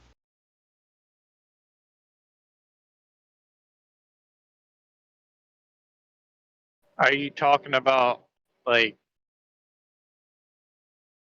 the globe in particular? No, just more general, right? Because again, I think that there's a lot of lies taught about history in our class, and maybe not lies, but so much there's a ton of fucking propaganda anytime we open a history book. Hmm. I mean, when you say lies, like you don't mean like the teacher is like literally lying. You just mean like the idea is a lie, right? It could be either. It's a little bit intentionally vague. Earlier, I was arguing about lying here, so I feel like I have to. There was somebody. What was the guy's username? Something. Truth Prevails was saying that he thinks it's lying even if you intend on telling the truth. So. It's lying even though you intend on telling the truth. If you, like, for instance, if I were to tell you that there's $20 in my wallet, take it and go buy a pizza. And actually my daughter stole my $20 and put in a $5 bill thinking I wouldn't notice. And then you take my wallet and you're like, fuck, I only have $5. I have to spend the other half of the money on my pizza, right? I didn't lie to you because when I handed you the wallet, my perception was that there was $20 in the wallet. But Truth Prevails would say that I did lie to you. Okay, what I said is because I was listening on the YouTube channel while I'm getting ready for bed. But what I said was, a lie is still a lie. It's still not the truth, right? Right. You can just because you think it's the truth doesn't make it true. It's still a lie. If you repeat a lie and you can remove the intent. You can remove the intent from the equation, but it doesn't change the fact that what you're speaking is still not true. It's still a lie. Okay, sure. Yeah. I think the belief of the person that was giving the $20 was that, or the lie would have to be in him believing it's there. Yeah. Truth, do you so I mean if we add intent into it, do you feel like they're morally culpable though? Well, I think there's two sides to the morality, right? I think that if you are presented with the truth and you reject it, I believe you're responsible for that and you're held accountable for that. And there's consequences for it. Where, what you resonate on, what you put forth into the world, and what you get back from the world, karma, all that stuff. But I also believe that there's another side to it, that there's a moral aspect to the intent that you put forth as well, because you can have a good intent, but still be speaking a lie. So you have a responsibility to you're accountable for rejecting the truth just as well as you're accountable for the lies that you tell. Right. But I think if that's there's really no cool. I like that standard, idea. Doesn't matter. What do you mean, Mark? I said, There's no but if standard, there's it no doesn't matter? standard, then it doesn't matter. What's the standard? But thanks for moving it off that other topic, and I appreciate it. And try to stay away from those. And for the record, I hope you didn't think that I don't know if someone added you or something. I wasn't talking shit or anything. No, I just I was listening on the YouTube while I'm getting ready for bed. Okay. Yeah. So, Okay. and I was still awake, so I thought I'd at least respond because it was partially right, but not a true representation of what I said. So, yeah. Okay. Yeah, I didn't want to. Thanks for coming in and clarifying. I definitely wouldn't have wanted to misconstrued. Later, guys. Yeah. Good night. Bye. That was interesting. She wanted to defend what she said. Dude, based. If someone was in here and talking, I was scared someone was like, "Man, this Avia guy's talking a bunch of shit." No, that's not. I just. It's a I very. didn't realize anybody was listening. It's definitely, I think, a very fun point that she brings up about truth in general. It was fun how just someone was in chat would you dump a girl if she lied to you? And the guy was like, I don't know, probably not. It's just a lie. And then they were like, well, what if she was cheating on you? And I was like, whoa, these two things are hugely different. I think the intent of the lie really matters. We're always listening. She's funny. Yeah. Yeah, So I mean, I could go a lot of ways with, either of those. Yeah. But I don't know. There's just so many fun things to talk about as far as because your lot is just so interesting as far as morality and politics. All of it I find interesting. Wait, you said my what? Just people's morality. Because this would be an example of is it good to always be honest? I mean, honesty is good, but I think if someone throws a surprise for you, they're gonna have to lie to you and stuff, right? But they intend on giving you a wonderful day. They want you to have a really memorable birthday. But they lie to you and stuff. Then the problem is not that they lied. I think it's not a bad thing, but they did lie to you. So it's fun to hear in this case, is lying always bad?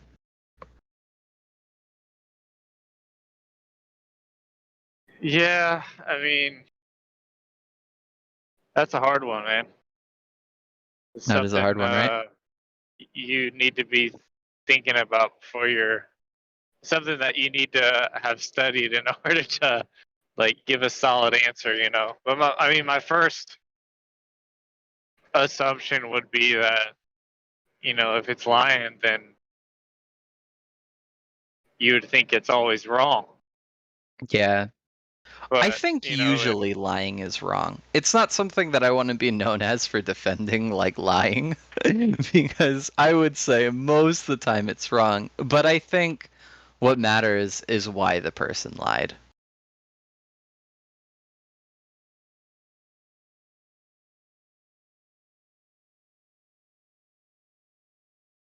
Because, let's say you ask your girl, like, where are you going? And she lies to you. She says, I'm going to the store. And she's not going to the store. This could be really, really bad, right? Like, she could be cheating on you. That could be awful. Or she could be throwing you a surprise birthday. And then it becomes more not that she lied about going to the store, but like where she was going and what she was doing. The intent there. Yeah. Yeah. I mean, you even have like the reflex lies.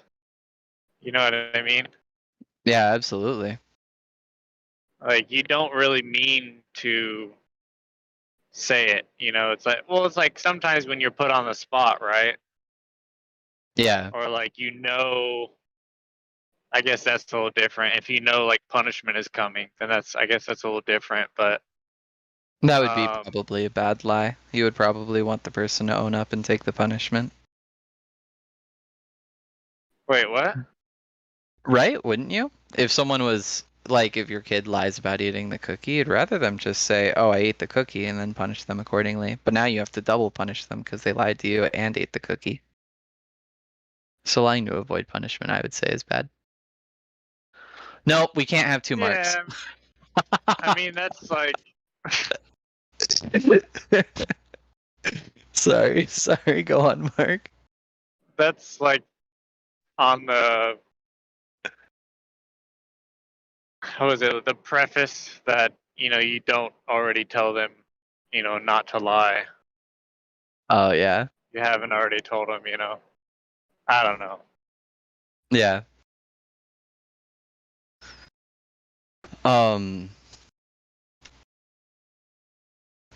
Well, what sort of things do you like, Mark? Time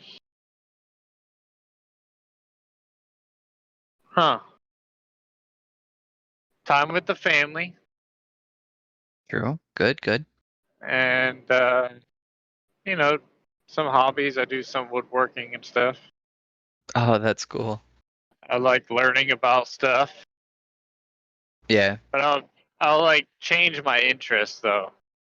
And I'll come back to stuff.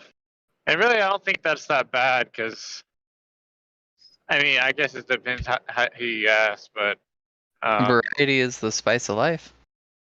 Yeah, and I also think about, when it comes to memorizing stuff and learning stuff, like taking a break and come back to it, like helps with your memory. Yeah. So yeah, I do a little bit of everything. What about you? I feel that.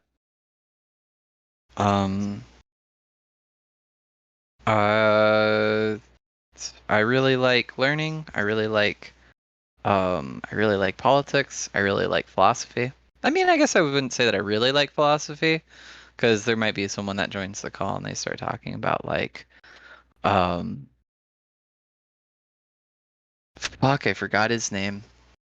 Wittgenstein. I don't like talking about Wittgenstein. He's boring. I don't like talking about another German philosopher. I don't know him. Never heard of him.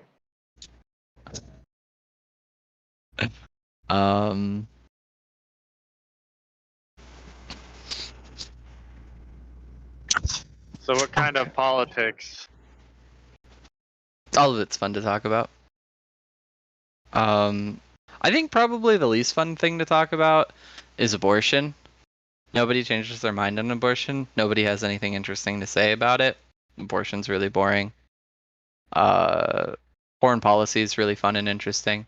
Anytime you talk about foreign policy, you can learn a ton about it, You think abortion's boring? Yeah, maybe it's because I've had the conversation too many times. You know what I mean? Oh, okay. So are you for or against? I am pro-choice. Okay.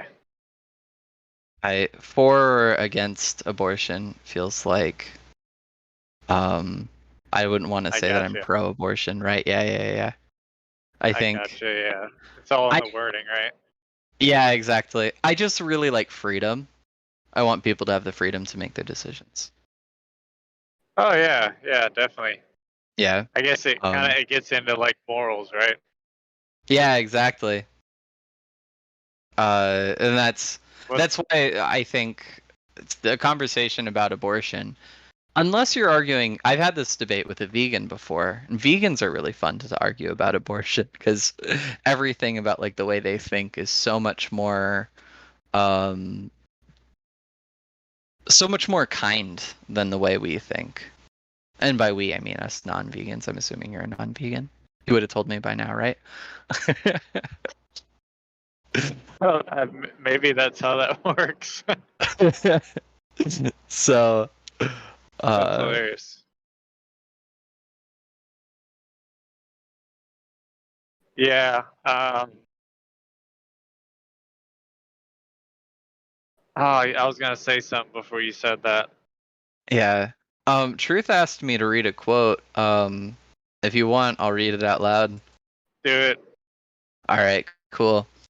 So, I believe this is the quote she told me to. She posted a link in chat. It said, "If you like politics, read this quote out loud. Tell me what you think about politics." And it said, "Capital must protect itself in every way, both by combination and legislation. Debts must be collected, mortgages foreclosed as rapidly as possible. When, through the process of law, the common people lose their homes, they will become more docile and more easily governed through the strong arm of the government applied by a central power of wealth under leading financiers.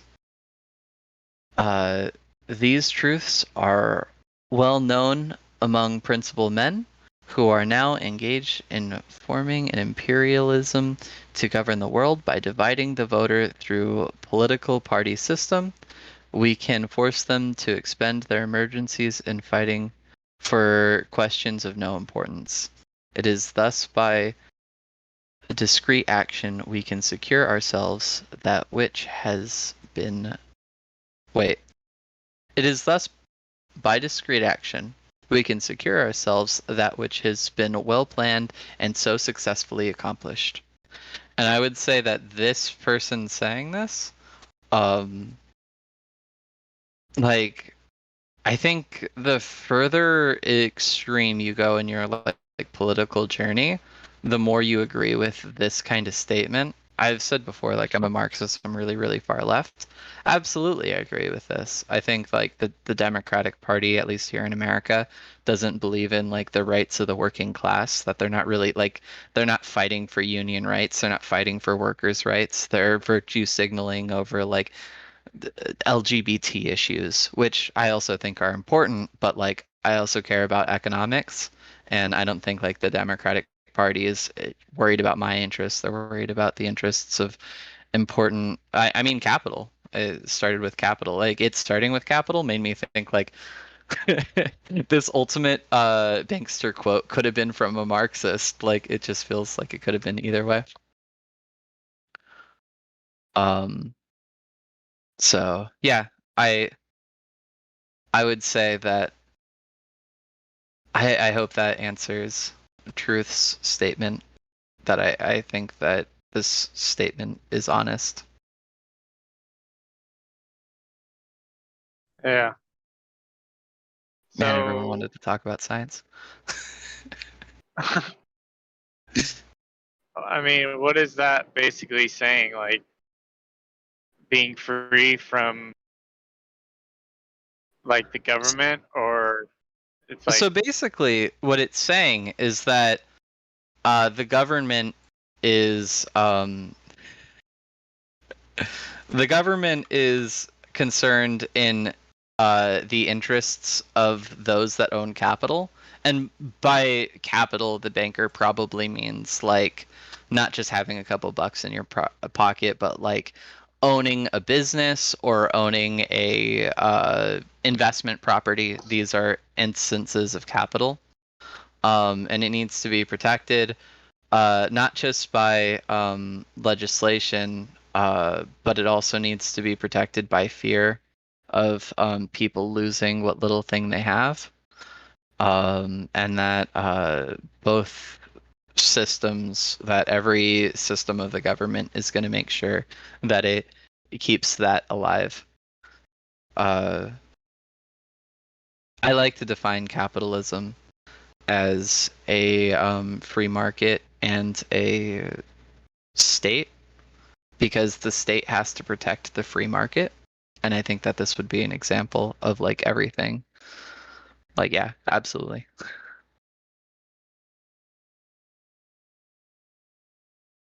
Oh, so do you believe in capitalism? Like we should have capitalism? No, I think capitalism's bad. Why is that? Mainly because I think it takes away people's interest in where they work and how they work. Back in the day, people... Now, I'm not advocating, first off, I'm not advocating and saying this system is better, but like when people were like just on a farm. Or you said what is better? No, I'm not saying anything is better. I'm just not advocating for anything right now. I'm explaining capitalism and like what I don't like about it. But I was using a historical example of like in the past people did X. Give me 1 second. I'm breaking. Ah, bummer. Mark left. He died.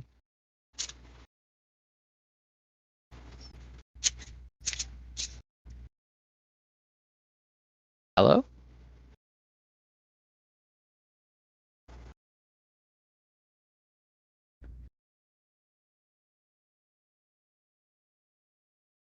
Hey, welcome back, Mark.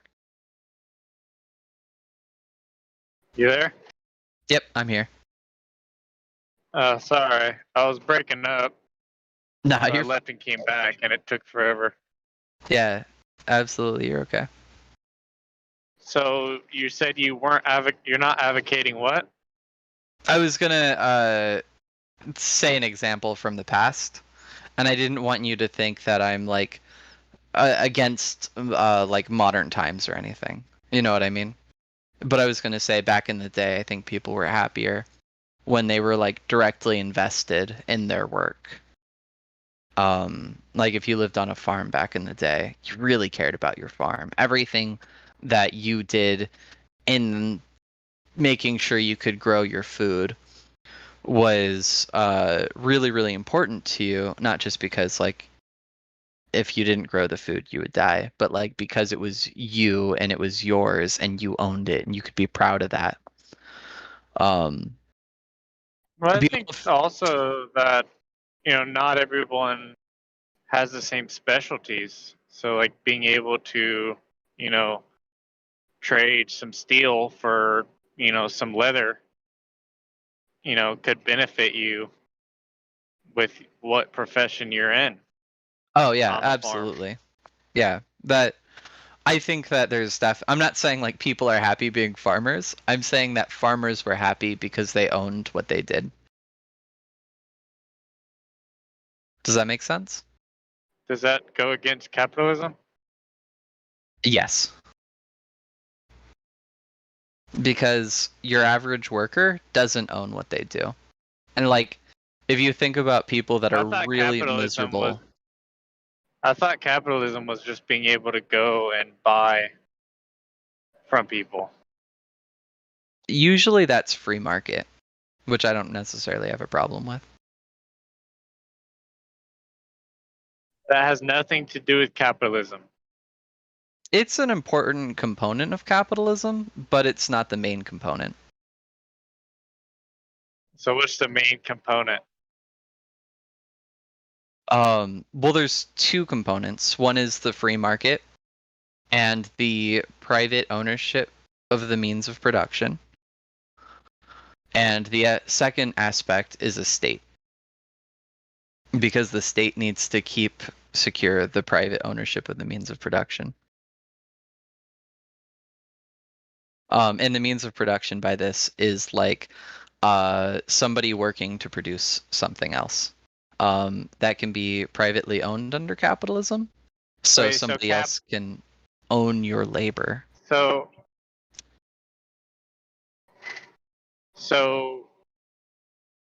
you're saying that capitalism is the state controlling all the what was the word you said? Means of production? Yeah, controlling all the production. It's not when the state does it, it's when the state protects it. And that people work for someone else is like the main part here. It's just like you work for someone else and you're not invested in it because you don't own it. And I think that's not good. It's not ideal. And the reason why it's not ideal is because I think that it makes people not care about it as much.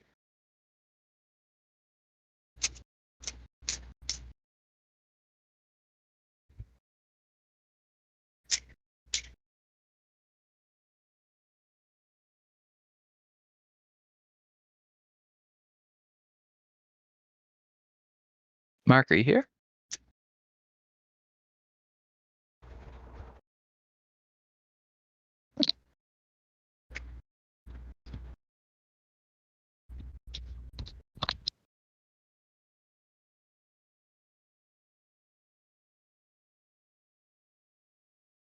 Free market though? Oh, the only thing I heard there was market.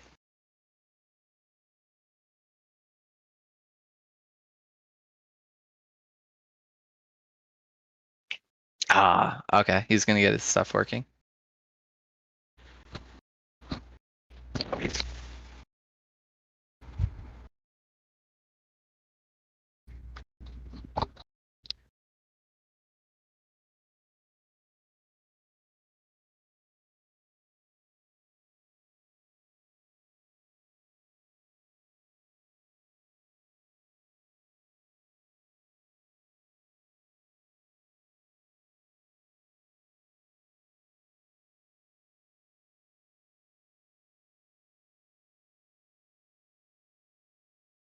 Hello?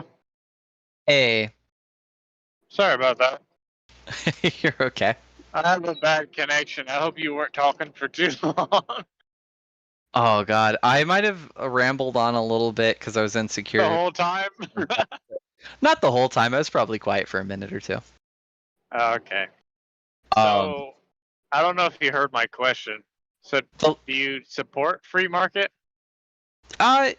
Generally, I think free market's pretty good. I don't know how you could say it's bad. How you could say the free market's bad? Yeah.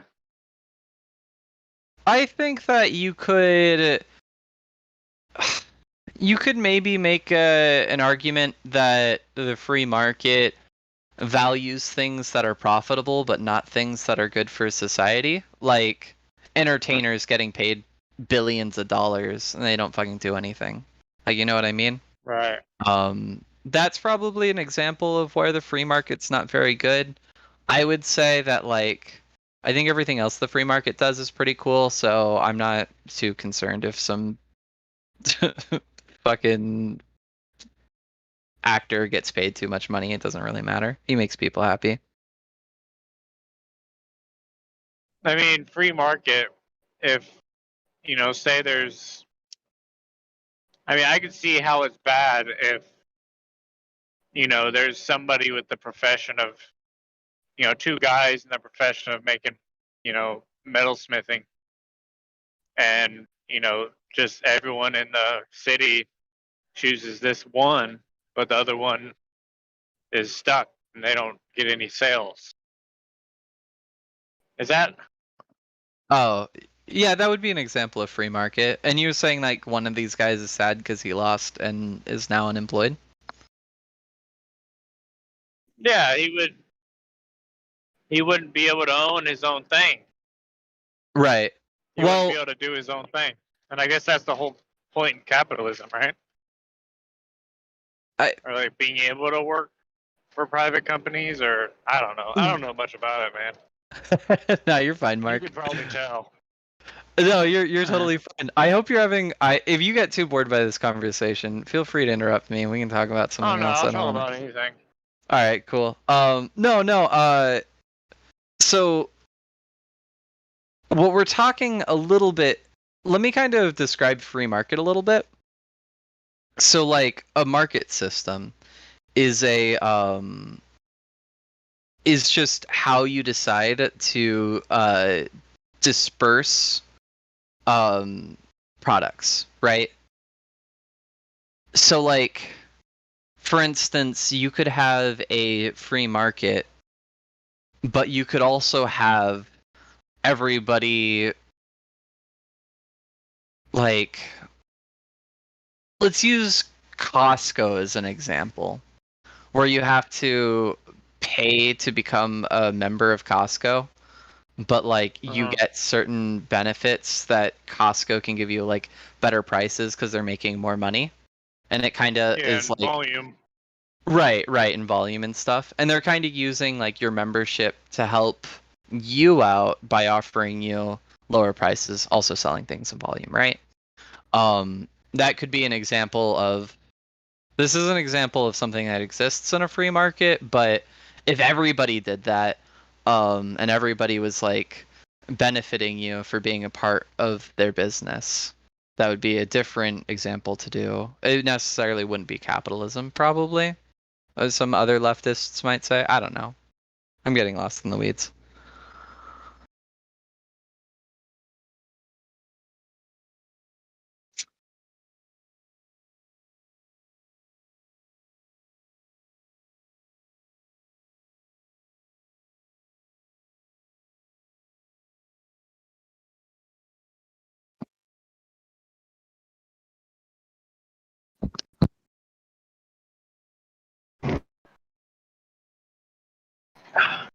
Dude, I'm so sorry.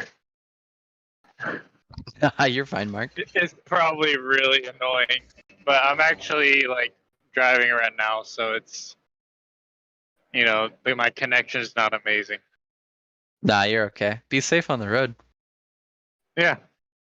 Yeah. So you were talking about Costco, and I said, you know, with, you know, you buy into it, and you know, because of the volume, whatnot, you get more benefits. Right. I'm trying to talk about like the membership aspect of it a little bit, and I'm trying to say like if everybody did a system, if every business was like you became a benefit or like a member of that system, and becoming like a member of a store benefited you because if they make more money, they can give you better discounts and stuff.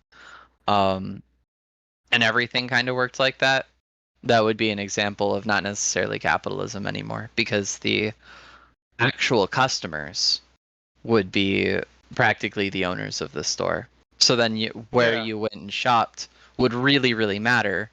But that's not the way it like matters under capitalism, which would also be a free market, right? But like we don't care. We just want to get cheap goods. Yeah. Okay. So this is something my dad would say, just as a joke, right? Okay. And I want you to tell me like the flaws in it, if there are any. Okay, I'll go for it. It's a joke. It's a joke, though, mind you. It's a joke. It's okay. So like, have you heard of like Ace Hardware, like hardware stores? So yeah.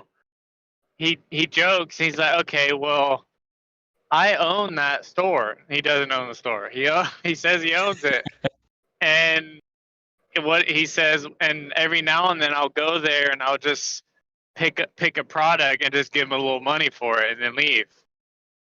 What do you think about that? What do I think about that? He thinks he owns the store because he can shop from it? I guess. I don't know. Well, he says I don't pay them to like hold it, you know. I just like they hold it for me for free, and they do everything with the logistics and whatnot, and I just go there and pick what I want, give them a little money, and that's that. Yeah. I always thought that was kind of funny that he made that joke. I think it's funny. I mean, like, if the business went out of business, and that hardware store closed down, and it instead of it being an Ace, it was now like a Lowe's or anything, he could still make the same joke and be like, "Oh, I'm the owner," but a lot of stuff would have changed hands. It's maybe a good philosophy to hold. It sounds very carefree. I don't know. I don't have a strong opinion of it. I would just say that he wouldn't care if the business failed, as long as he could buy the goods, right? And I think that he would care a lot more about it, being an owner, in some sort of capacity, being it he paid money for a membership and that membership gave him some sort of benefit, like gyms and stuff. I don't know. Yeah. Oh, I mean, I think the whole membership thing is probably a great thing, Yeah. I think they're just a cool idea. Well, if you're it's basically an investment, right? If you're a member there, you're investing in the company, and they have more money to do better things. But are they gonna do better things? Is the real question. Right. But that, why, right? Pay a membership for being my friend. I'll give you good company. Yeah. Hey, that's a good idea. Who was that? You have a good company and a Gemsy. benefit of being my friend. Thank you, Jim. It's only $99.99 a year. I can be your friend for $99.99 a year? Yeah. It's not too bad. Yeah, only $100 and I get a friend? Do you just need my credit card and we're good to go? I'll take Cash App. So you said that you get to be my friend for $99.99 a year. What are the benefits to this? Wink. Talking to me in Discord. Good company. Sure. But I want to know, if I give you $100 to be my friend, what are the benefits? Okay, I'm done with this bit.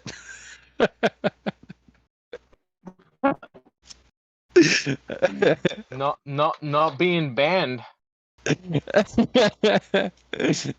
it, ban me.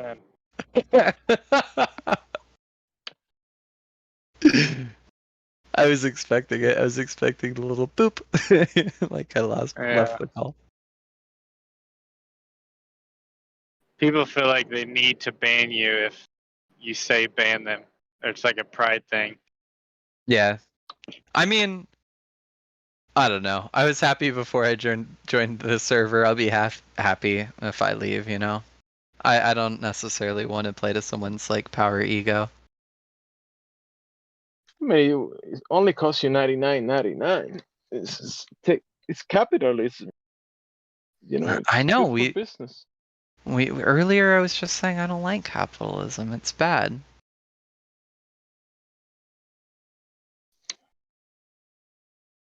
The price just went up. Price went up. Only $149.99. Oh shoot! I'll wait till the Black Friday special. And if you sign up, you get $20. Can I buy in bulk? You were talking about Costco and these places. You know how many times I've been in this place, and I'll make it to pay my stuff, and people making the line will be like, "Hey, can I borrow your card?" And I'm like, "Sure."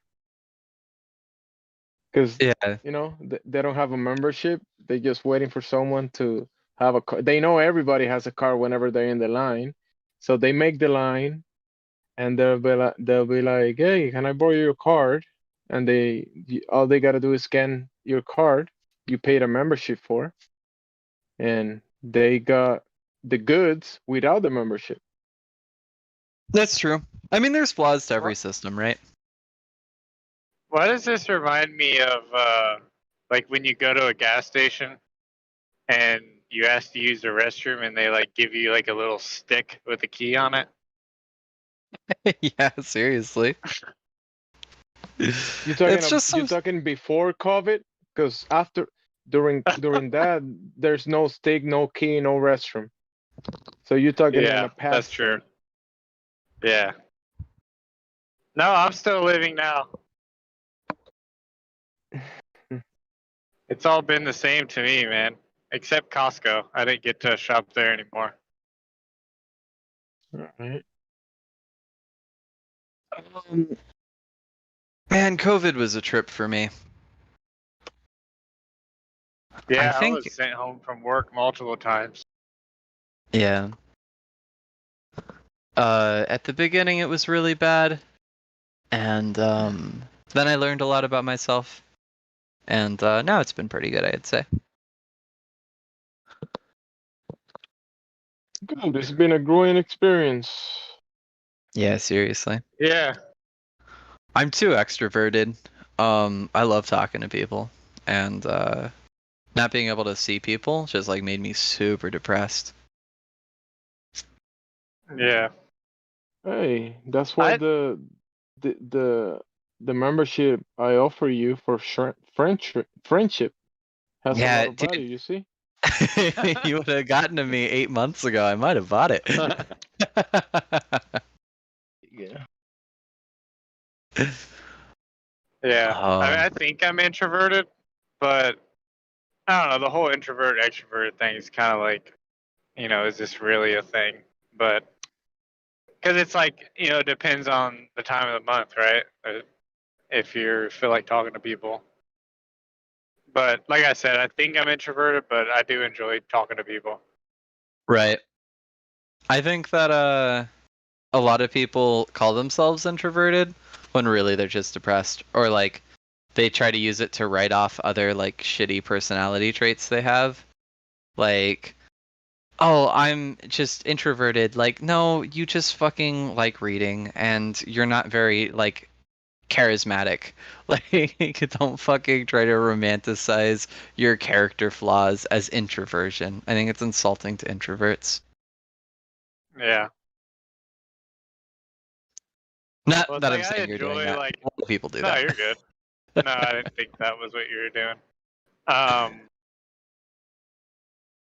mean, maybe you could be telling me something, like trying to help me. You know, I don't know. But I enjoy the one-on-one talking. You know, because it's easier to just keep it going. You know, it's easier to stay on the topic, I think. Yeah, absolutely. Because Have you heard? No, go on. What?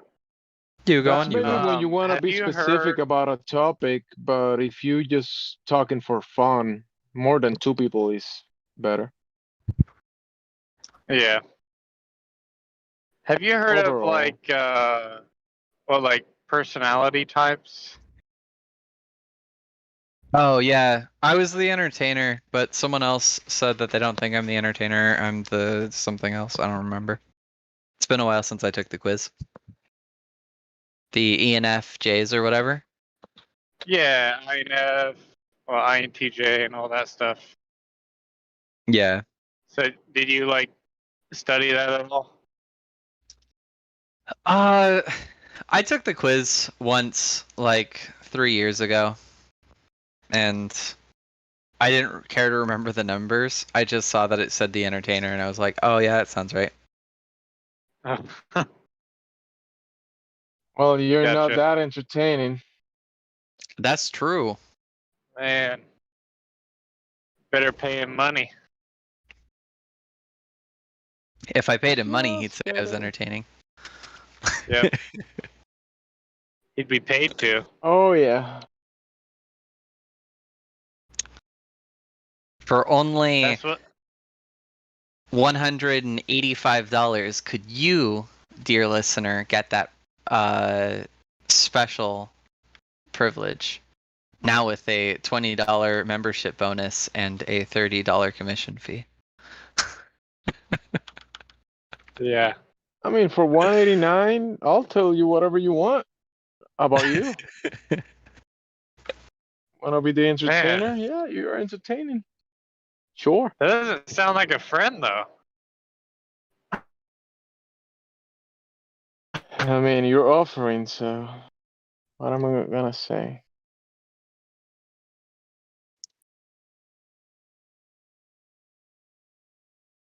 The entertainer. I would just like you to treat me like you treat everyone else. Except your wife. Wait, but how much more do I have to pay you to treat me like her? Hey, that's a tough question.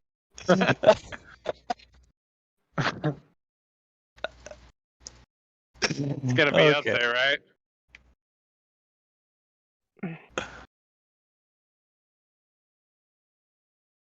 Oh man, if it's too pricey, I could find someone on the street to do it for cheaper.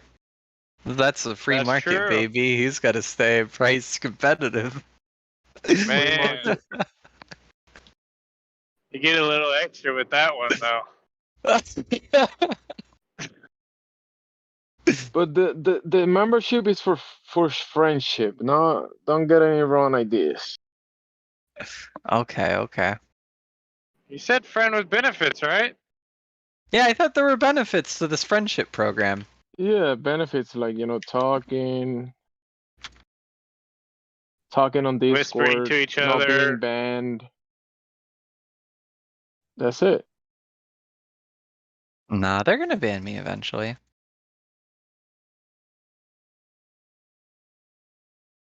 Just kidding. The truth comes out.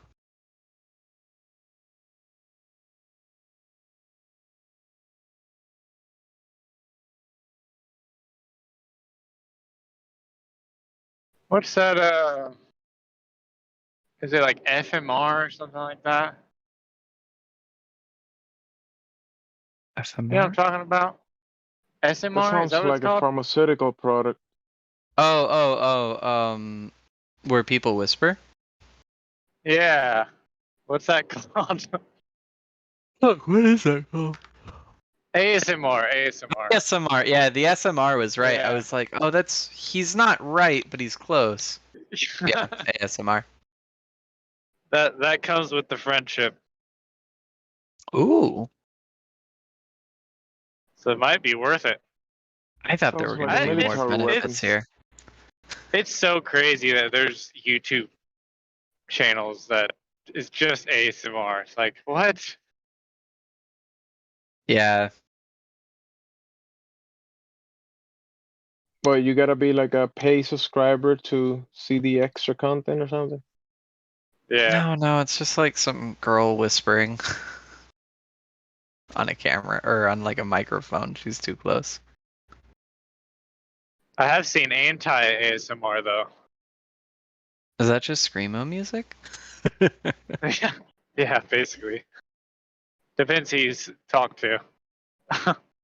That's true. Oh man, I be like, oh, I really like screamo music. Avenged Sevenfold's great, and then someone be like, oh, actually, there's not near enough screaming for it to be considered screamo. Yeah. Yeah. Man, It was music like he was people. everything you could think of that was just horrible, you know.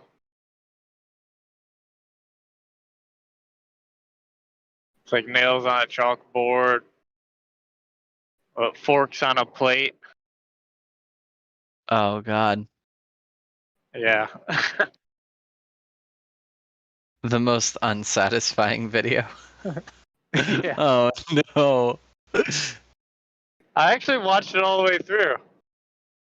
It's pretty good. Oh god, this is awful. I shouldn't have Googled it. Are you listening What to a it right nice now? cake and it's utterly ruined. I'm watching this bad boy. Because I Googled anti-ASMR. And that was like the third video that popped up and it looked interesting. Wait, did you post it somewhere? Oh, I posted it in Livestream voice text. Oh, okay. It's a video I watched. Or I'm 15 seconds in.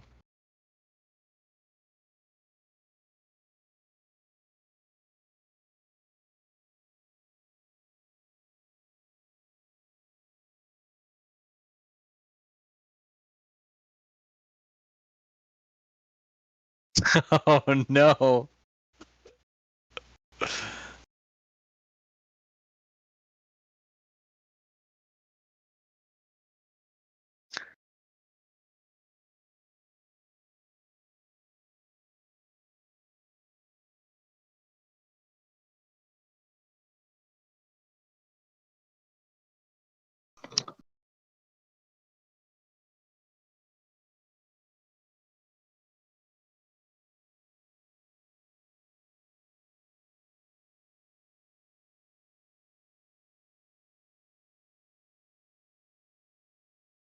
Oh, this is gonna give me anxiety. I'm done with this.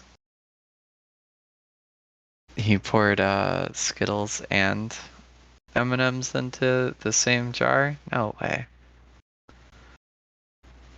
This mad lad. He needs to be stopped. Oh, that's good.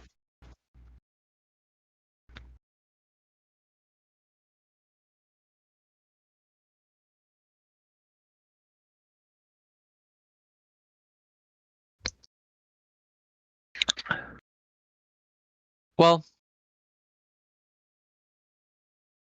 I'm gonna try to take a little nap. My insomnia is all over the place tonight. All right, man. Yeah, I hope you guys have a great time. It was fun being part of the dark side of the 24-hour special tonight. So we got to talk Yeah. about. So dark, man. Yeah. Absolutely. Major. Well, watch this one before you go. Oh no. He put that fork on that plate.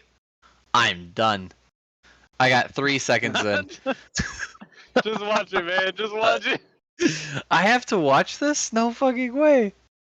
Yeah, dude, all the way through, man. You're learning, man. You're learning. Take it as a learning experience. The toys on the the toys on the hardwood isn't too bad. He's ruining his pan. That's dedication. Yeah, he does everything. Some of these sounds are kind of nice.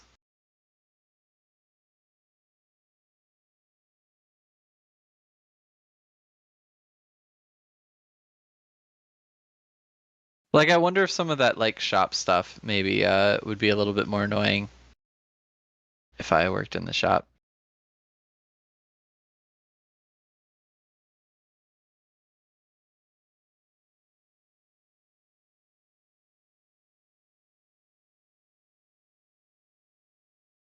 That guy's hilarious. He does like little like mouse experiments and like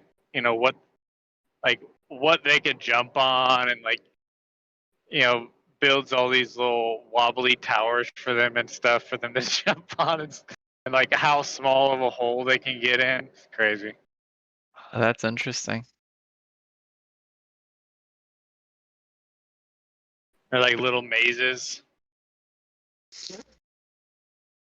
Man, what was that experiment? Shit, there was a mouse experiment about a city. About like a city limit.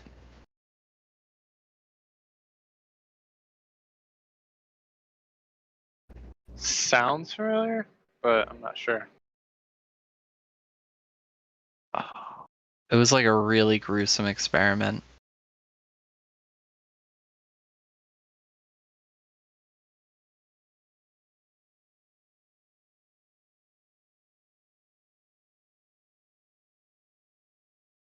Okay, I'm going to bed. Instead of trying to think No. about that man. mouse experiment. Bye. No. See you, man. No. You can't tell me to leave. That's gonna cost you $8.95. Price competitive. No. All right. Man, that backfired.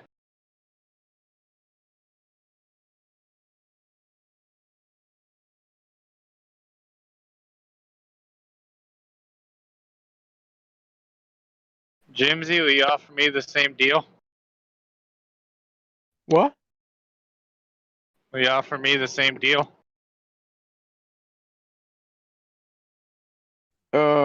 Possibly. Posible? Posiblemente. Might give you a discount.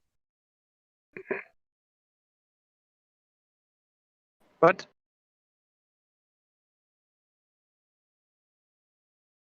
What'd you say? I might give you a discount. Oh, okay. I watched the whole video that you shared. Oh yeah, was it good? Yeah, the noise. I You learn didn't notice anything? that. I've heard most of this noise before. Yeah.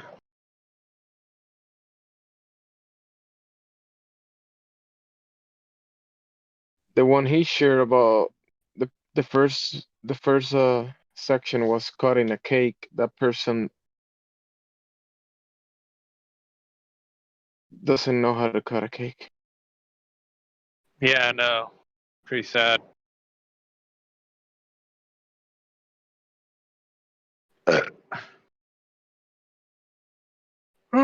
What time is it for you?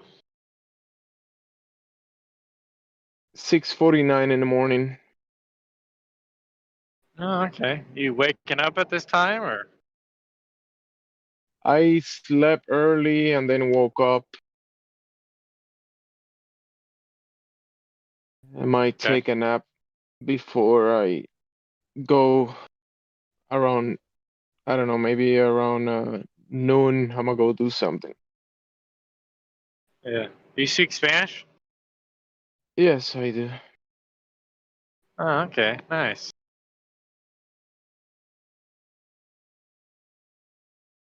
Do Is that your speak native language? Yes. Okay. I mean that's the language I'm a. of the conquistadores. Oh, okay. I'm 'Cause trying to learn Spanish, but I'm still like a beginner. it's practice. It's all practice. Yeah. You know, Duolingo? Duolingo is an app on Android, I think. Yeah. Yeah. You've heard of it? Yeah, I've seen it. I've been using it for a while now.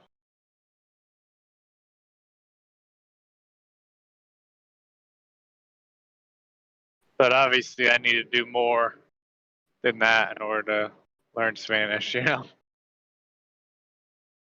I think that you need like some sort of trifecta. You need sound, spelling, and imagery. Like let's say you have a car, right? You want to learn how to say car in Spanish. You could say vehicle or vehículo or carro. You want to read the Yeah. way it's spelled. Listen to how it's Leer. supposed to be said, and look at a photograph of a car. You know, Mm-hmm. all at the same time. You get what I'm saying? Yeah. So look at a photograph, read the way it's supposed to be spelled, and listen to how it's supposed to be said. That helps a Yeah. lot. So you just know Spanish and English? Yeah, Spanish, English, and I can communicate with Portuguese people too. Oh, okay. So, like when you were learning English, at first, when you started speaking English, you would, translate, right? But would you say now you don't do that? I think in English now. Okay. Yeah, And you before I still will think have in to. Spanish? I do think in Spanish as well when I'm speaking in Spanish with people, but if I'm speaking in English, I'm thinking in English. Interesting. Okay. So, So yeah. did you go to school for it? For English? In Spanish schools, where I'm from, I did had an English class, but it was the basic stuff. And then Yeah. I mostly learn English just by curiosity and I will say like young person research, like looking into things like technology, looking into watching, I could say watching movies with English uh subtitles. That helped kinda. But reading and looking at the definition of words and looking into that stuff did help a lot. That that helped you the most, like looking into definitions and vocabulary, obviously. Yeah, that did help with the understanding of certain things, but mostly it was uh reading and talking at the same time. Like Okay. I would say like getting kind of the flow of the language. I would say movies and reading the subtitles in English did help for me Yeah. because I could follow the person talking and also reading what he was saying, the person is saying. That did help to a certain extent. But obviously, Yeah. looking at the definition of words is important too. Yeah. Did you ever like use music? Like you would find a song that you really like and then just memorize it in English so that you have that vocabulary? Was that something you would do? That yeah, that's something I will do as well. Like music does help a little bit as well. It's also grabbing a book and actually reading the book, going through the whole thing. Even in it, I remember reading the book in English, and if I didn't understand a word, like I said, grabbing that word and searching for the definition of it and reading and understanding what it meant. So, Yeah. because that's important if you want to get it. In Spanish, it's tricky because Spanish, there's so many countries that speak Spanish, and one word in Yeah. Spanish can have so many meanings. But if you go to Spanish from Spain, I will say that's probably the way to go. Oh, I was studying like Mexican Spanish. That's okay. It all comes from Spain, Well, but in Spain they say what gracias, right? With the th, it sounds like gracias instead yeah, of gracias. yeah, yes. It sounds a little funnier, but the literature of it is it's more how do you say it's more specific to the language, more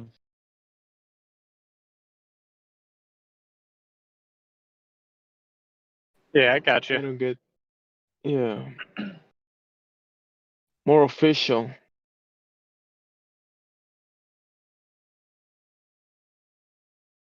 Because like I'm telling you, like if you go to, let's say, Cuba or Puerto Rico or Dominican Republic, you're gonna learn the English from the streets or the Spanish from the streets.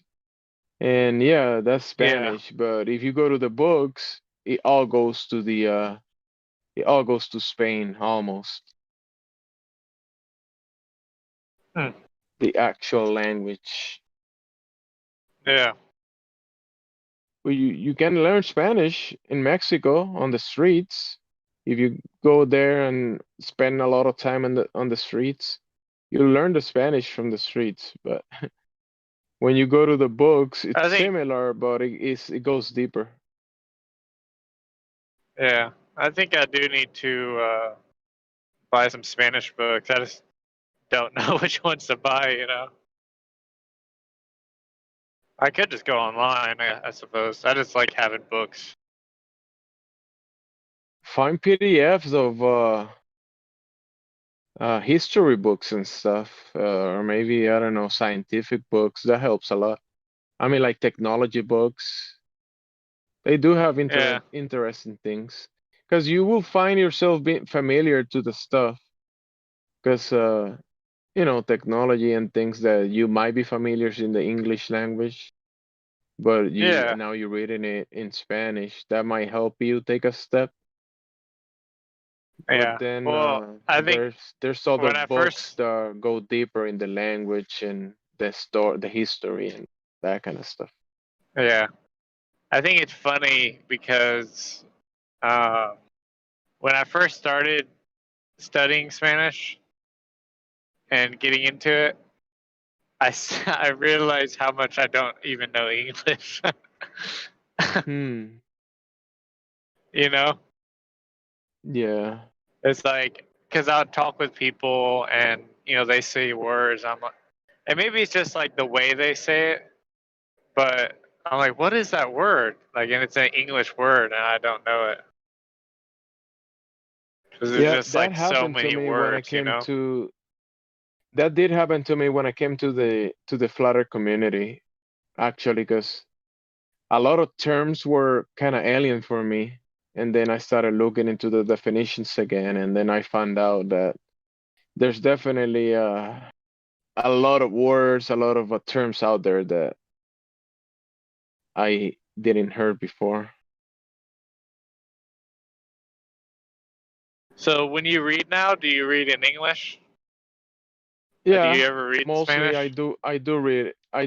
I rather read in English mostly. I I like the Okay. Spanish, but since mostly what I do on my day-to-days is mostly in English, so I rather Have you found that speak. you've kind of sorry, I don't mean to interrupt you. No, I'm done. Oh, okay. Do you find that you've kind of lost a little um, memory when it comes to Spanish? Like you forget some words because you don't speak it as much? I think, yeah, there's something to that. If I've been surrounded by mostly English things, like, and then I'm looking for some type of translation into Spanish, it might be difficult to find the word in my mind, even though I probably said it before, or I just don't remember it correctly. Yeah. But if I try enough, I'll definitely remember it. Yeah. It's just that if let's say I'm trying to explain something flattered, or maybe something about something to someone that if I'm into a topic and I learn this topic in English, and then I'm trying to explain this to someone in Spanish, it's a bit difficult because I learned it in English. Everything that I know about, let's say, Yeah. Flutter, I know it in English, and then I'm trying to explain all this stuff to someone in Spanish. Uh, I will have to maybe go through it in Spanish and find the terms and the definitions and all that stuff in Spanish to be able to explain it correctly. But I can still Yeah. try it and I can translate pretty well, but it could be a little difficult to do it practically. And many people in Spanish, some words they don't even understand them, so it's Yeah. just practice. And words are there in the books, so you just gotta look up the words. And I have Spanish to English dictionaries and stuff, and it's just about doing it and practicing it. But you're right. You could definitely forget some words if you don't practice. Yeah, that does happen. Yeah, I think that's kind of like a basic uh thing that happens with anything, I guess.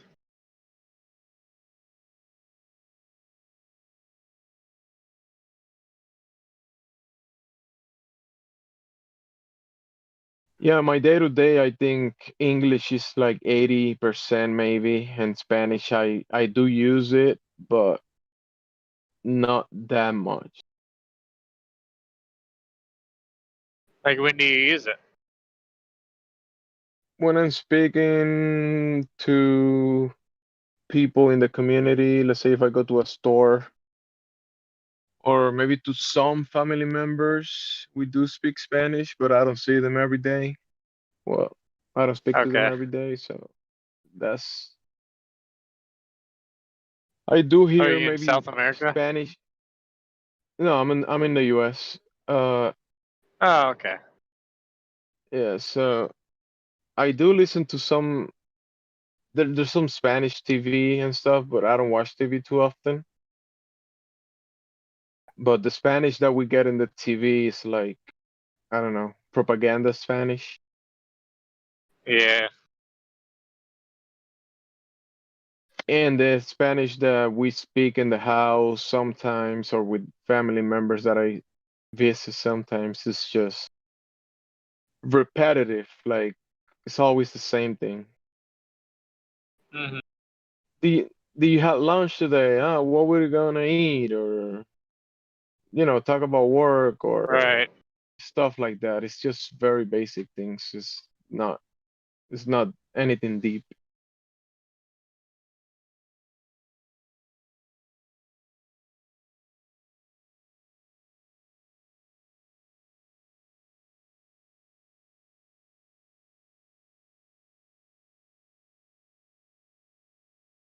Or joke things.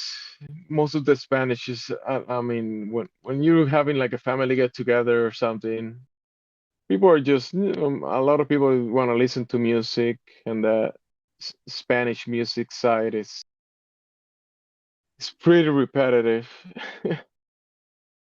Yeah. Well, Uh, I've tried. I mean, a lot of the mainstream Spanish music, man, when I started learning like what it's actually saying, I'm like, I can't listen to this. But I mean, that's kind of how no, it goes with like a lot of rap, right? Like, it's just kind of, I see it as pretty vulgar, but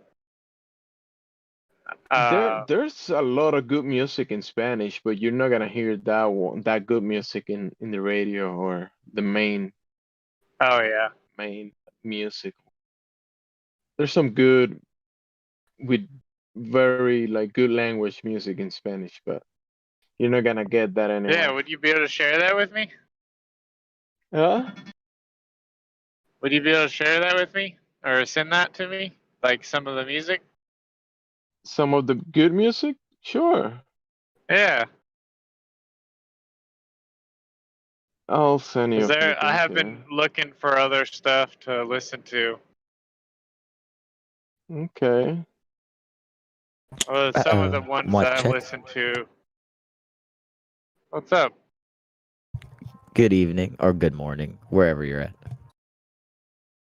Yeah. Good Morning. morning.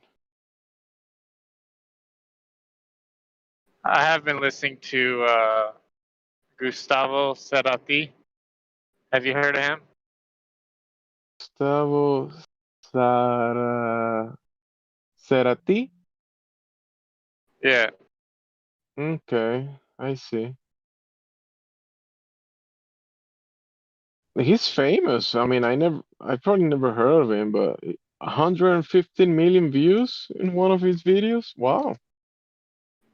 Yeah. I like his was it Desastre? Something like that.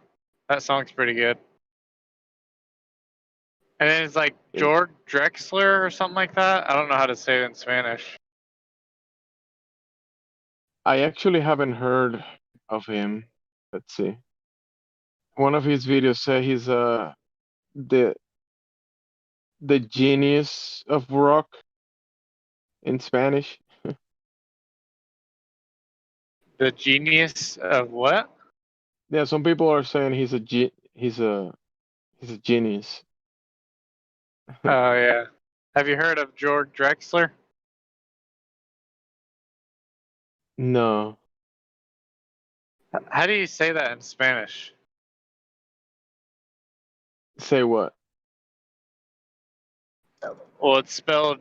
His first name is Jorge.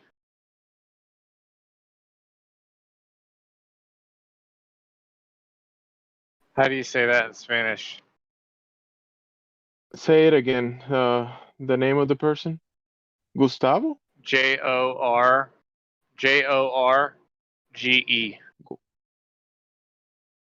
George? Jorge? Oh, is that Jorge? Yeah, Jorge. Oh, okay. Is it? George. What about Drexler? DRE. I know it's like different letters in Spanish. I don't know how to say them, but That's a new one for me. DREXLER. Say that name again. The first one? The one that you just said. DREXLER.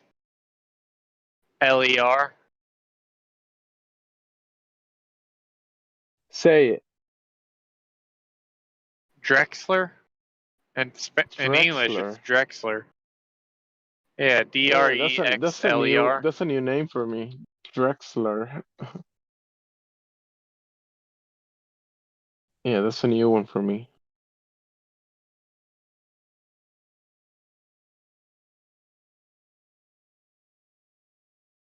So how would you say that in Spanish, though? Drexler. Drexler? Drexler? Drexler. I don't know. Drexler. It's kind of tricky, that one. That's like a new one for me. Anyway, he has pretty good music too. That's the kind of stuff that I'll just go on Spotify and just find random stuff. Yeah.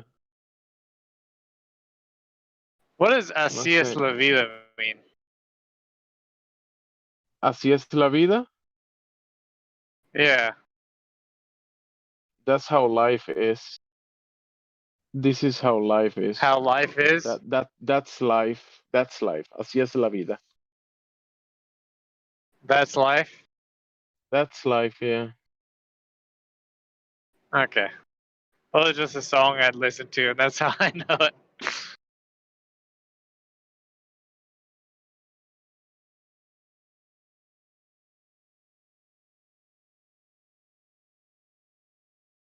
You should listen to it. It's pretty good.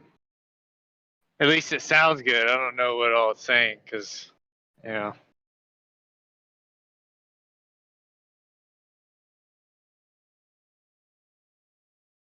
I send you an album, and the last song I don't really like. Go ahead. Sorry. The last one I sent you, it has English translation, so some good lyrics. The music is it has some. It's very original. I mean, they make their own music, Yeah. so you don't really listen What's to it what? called? What's it called? Buchata? Cultura No, this is not Bashet. This is Okay.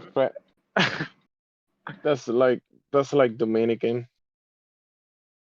Okay, because there's a guy I used to game with, and I was asking him for stuff, and he sent me that, and I'm like, oh, I'm not a fan.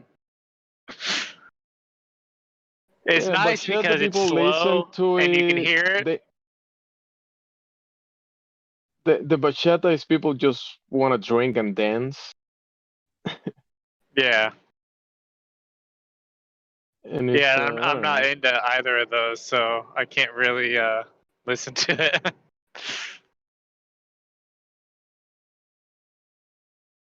This one I sent you is actually, if you listen to the lyrics, it's actually meaningful stuff. It's like Okay, cool. The lyrics, the songs actually mean something.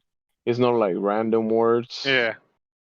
They put Cool. the music, the instrumental aspect of the song with the lyrics of it, and they actually making an actual, I don't know, no, music construct, I guess. Yeah. But yeah, they're pretty good.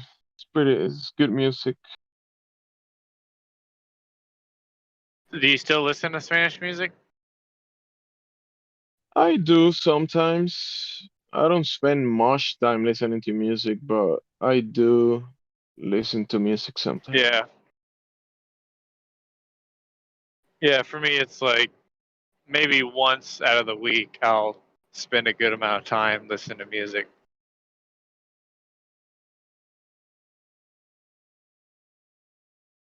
Yeah, that's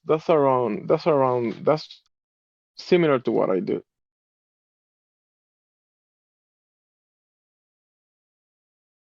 But also, since other people do play music sometimes, so I listen to whatever other people are playing. But if I don't like it or if I'm tired of it, I'll just move away from it. Yeah. I don't like listening. There's some people that want to listen to music all the time. I'm not into that. Yeah.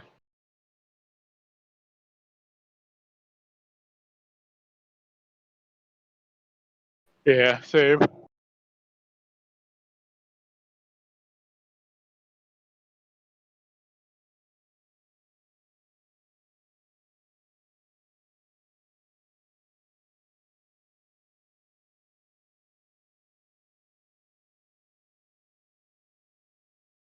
For me, sometimes I like throughout the year, I'll go through moods. You know, where you listen to more music or you do more study or whatever. I don't know if it probably has a lot to do with diet or like how much sunlight you're getting, but I don't know. Depending on your mood, yeah. Definitely, diet will definitely have an effect on your mood, and getting sunlight, I think it does as well. Yeah. And when you combine both things, yeah, that will have an effect on your mood.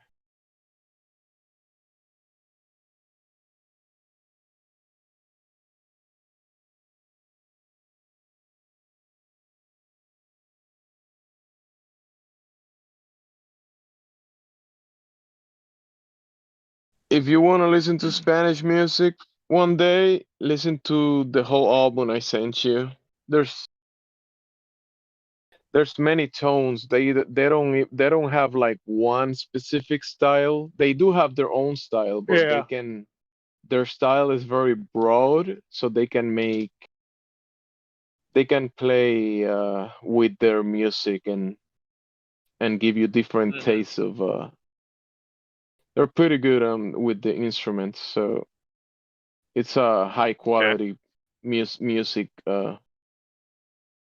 players, music makers. They know what they're doing with the instruments and the vocals and the end product.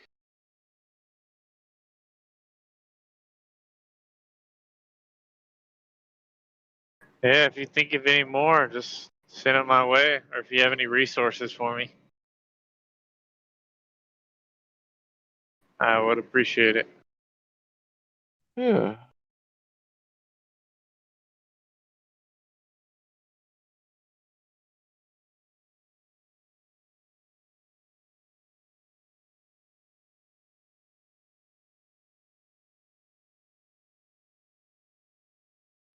I got there's this guy from the UK. He doesn't speak Spanish, but I saw him listening to the music that I sent you, and he reacting to it. Uh huh.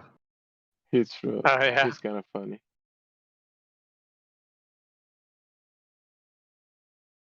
There's people on YouTube reacting to things. So he's funny the way he reacts to this song. I send it to you in your DMs. All right. Probably look at it His a reaction little is bit kind of. later.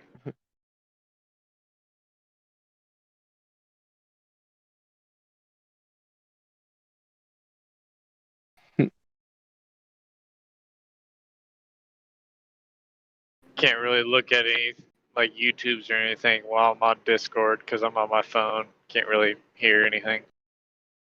Oh yeah.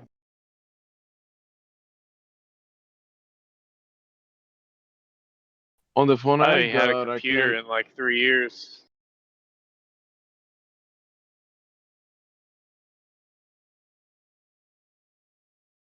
What'd you say? The phone that you got doesn't allow you to listen to multiple things. Well, it does, but my headset makes like one or the other like muffled. Yeah. Like you can't turn one down and one up. It's so like they play over each other and you can't hear one of them. Does that make sense? Yeah. Yeah, it does.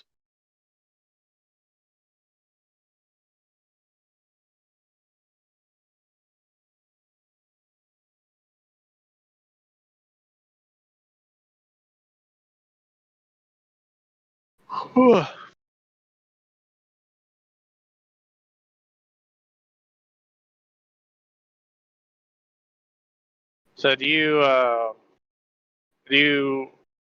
trying to think here. So are both your parents Mexican or? No. We're from the Caribbean. Oh, okay. From the Caribe. El Caribe.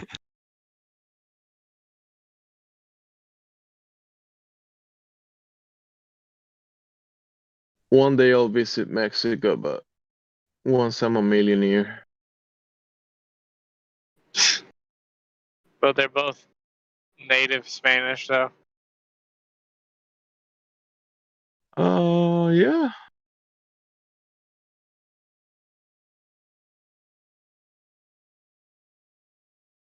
Natives of the Caribbean islands with a Spaniard background.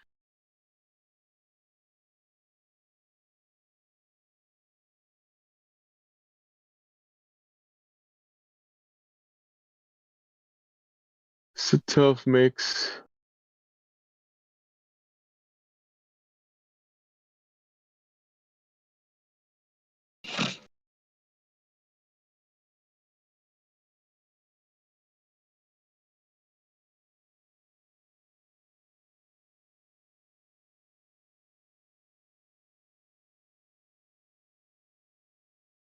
So are you still actively learning Portuguese?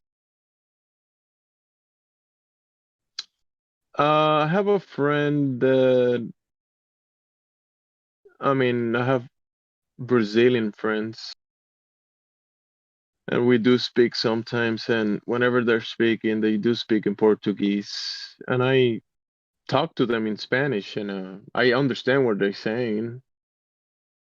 So we kind of like find a middle ground between us. Yeah. And we That's understand each interesting. other. Yeah.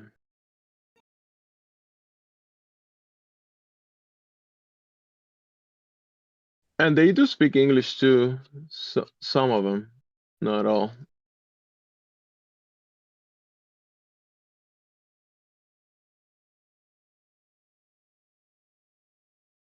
But yeah, the Portuguese, I mean Brazilian Portuguese speakers kinda can talk to people that speak Spanish. We kinda understand each other.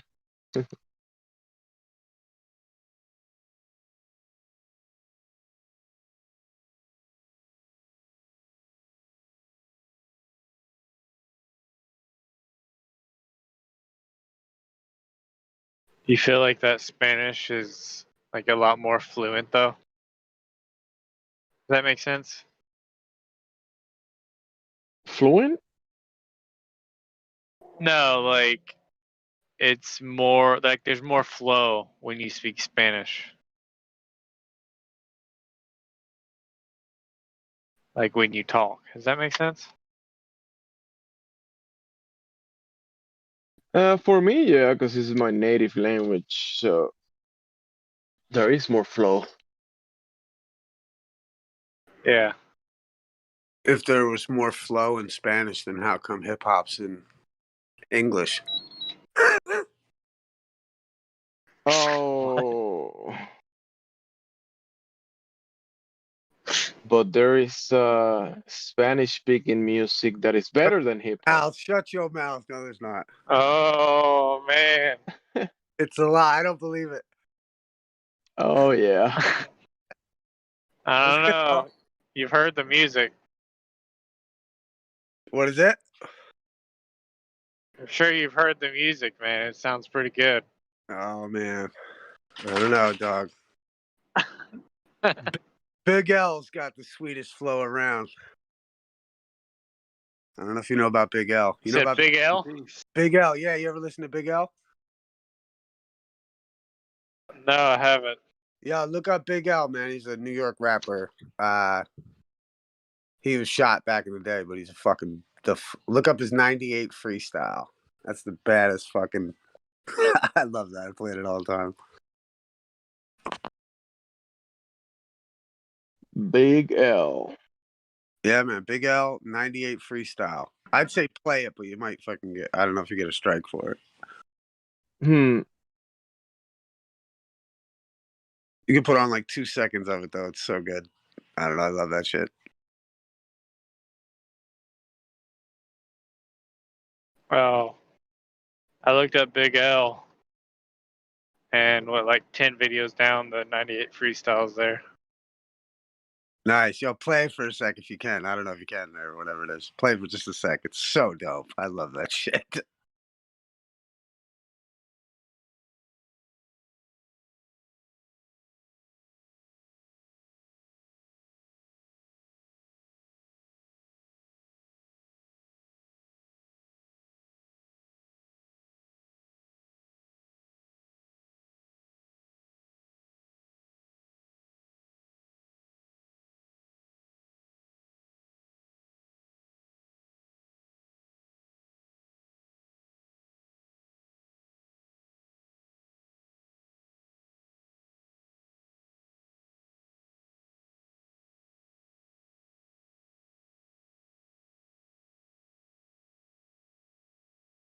Where is Big L playing any music instrument? Nah, Only he's his just mouth? yeah. Only his mouth? Only a rapper. That's right. In English, by the way. Come on. In fucking English. Can he even play? Can he play a guitar? I don't know, but he can rap Yeah, he can rap. Yeah, he can rap. for sure. Yeah, 98 Yeah, freestyle. Your voice is an instrument, so you're good to go. That's right. Yeah, baby. Yeah. So how y'all been, man? It's been a while since I checked in on the flat Earth. How's everybody doing? Good, Mr. Isimovsky. How you been, man? Doing okay. Chilling, brother. Chilling. Yeah, man. What do you guys think? Trump's in office soon or what? Trump's in office. Yeah, man. I told you guys a year ago even.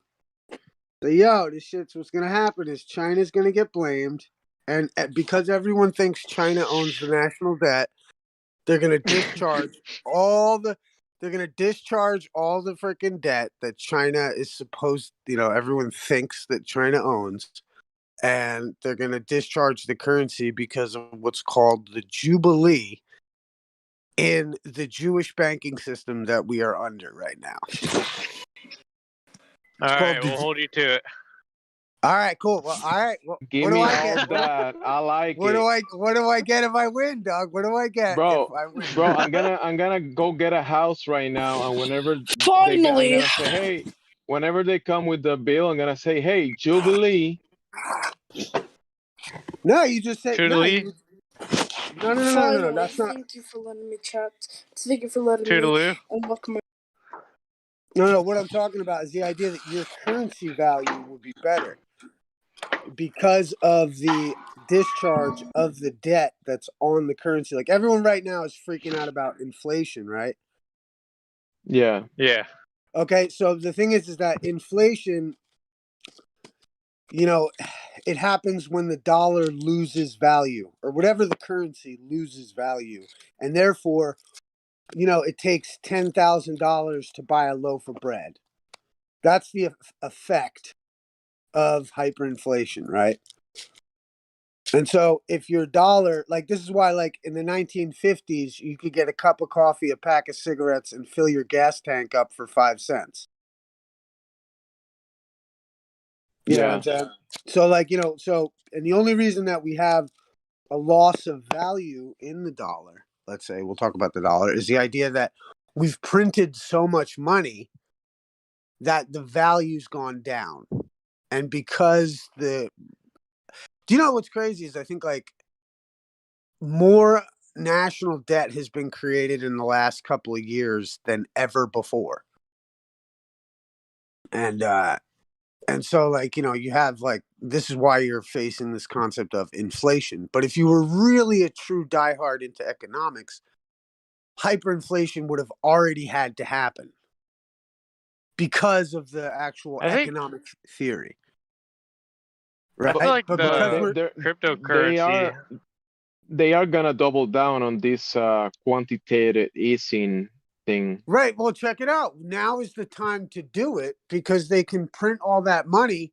And then, like I just said, China's going to be held accountable for the Rona and fucking they're going to discharge all that debt that was created by printing all that money. So if the more money, like now's the time to do it because in a couple of years, they won't have that opportunity again. I feel like the cryptocurrency kind of helped like balance it out though with the inflation.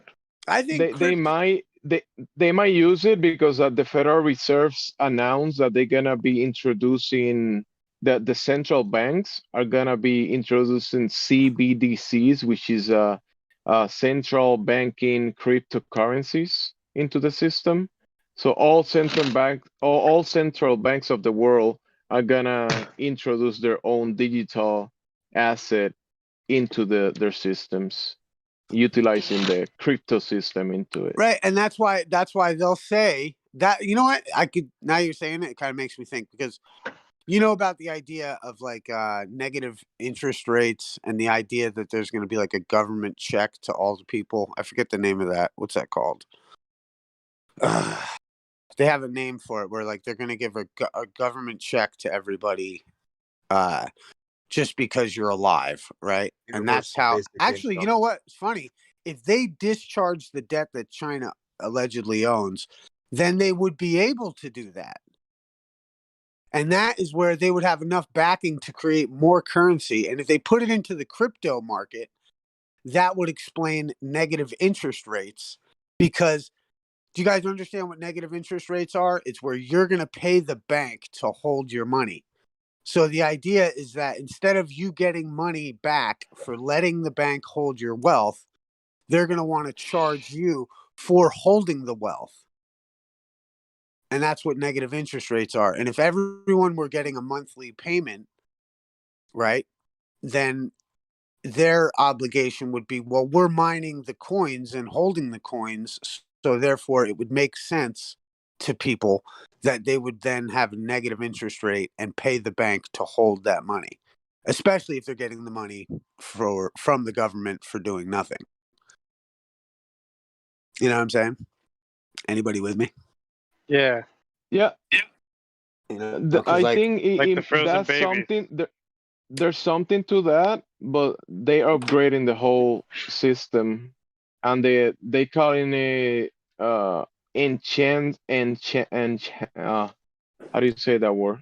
Enhanced quantitative easing, and they're right. gonna use the digital system to open liquidity, access to the money, They and I already use the think digital system. yeah, they already use it, but they're kind of upgrading it into a new system that they're been implementing for some time. Well, I think, you know, what's Because sad. What's sad is that they've made these romantic anarchists think that Bitcoin is somehow not a globalist fucking tactic. oh no, that's crazy. That's what I think. Like, you know what I mean? Like, because I mean, I love all the anarcho-capitalism and shit, but it's like, dude, I don't think we understand what our money system is enough to really ever escape it. You know what I'm saying? But I think they'll restructure it on the back of discharging the debt when they fricking go after China. They are restructuring it, but people are thinking that we're gonna move away from the bankers. I don't think so. I think I know that's that what I mean. It's idea, romantic. that we're not gonna use the banking systems anymore, blah blah blah. That's just crazy. No, I know. That's like, it's romantic. Like, it's like, you know, romantic, anarchistic, wet dreams. It's never gonna happen. Like, you know what I mean? You know why? Because they don't know how much control they're under. It's like when they actually have what they lie. It's like, well, like you have no idea the reach that this thing has. Like, so, like, how the hell do you think that we're, not going to be going through the bank when, I mean, your education is set up to do exactly that, to put you in a mindset where there is a hierarchy and you're a part of the game. And if not, kick rocks. Like, so you're always going to be a part of the value system. And that value system, these bankers and whoever else seem to have the jump on everybody. So, Yeah, and they can make it more convenient and more accessible and easier to use, and people are gonna enjoy using the new system, but it doesn't mean that we're gonna be off it, like some people are actually dreaming, no, we're gonna get away from that system. No, it's an upgraded system from the old one. Right. And I think what we're up against now is the idea of who's going to control it. That's what all these internationalists are fighting over. Yeah, they're definitely trying to set up who's gonna run it, but I think they're gonna compete in a way, and it's a big pie, and a lot of them are gonna, share the pie, and also we're gonna eat from the pie in a way. Well, no, I But got two who's words. gonna I got two words for you: Antarctic Treaty. Yo, did you guys see that they labeled a fifth ocean? The what? National Geographic has labeled that there is now a fifth ocean that surrounds the Antarctic. Oh, okay, yeah. Like they labeled. Oh, what's that called? They labeled. Well, they're called. I forget what the name was. But they're labeling. I forget the name of it. The southern. I think they're calling it the Southern Ocean or something like that because it's the. They say it's what we used to refer to as would have been in the Pacific is now going to be considered to be the Southern Ocean. If I'm not mistaken, I believe. Let me look something up. But I believe I read that right.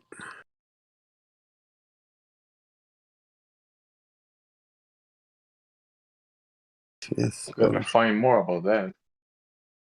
Ocean. Yeah. Let's see. National Geographic. There's a new ocean now. Can you name all 5? Yep. Adds 5th ocean to the world map.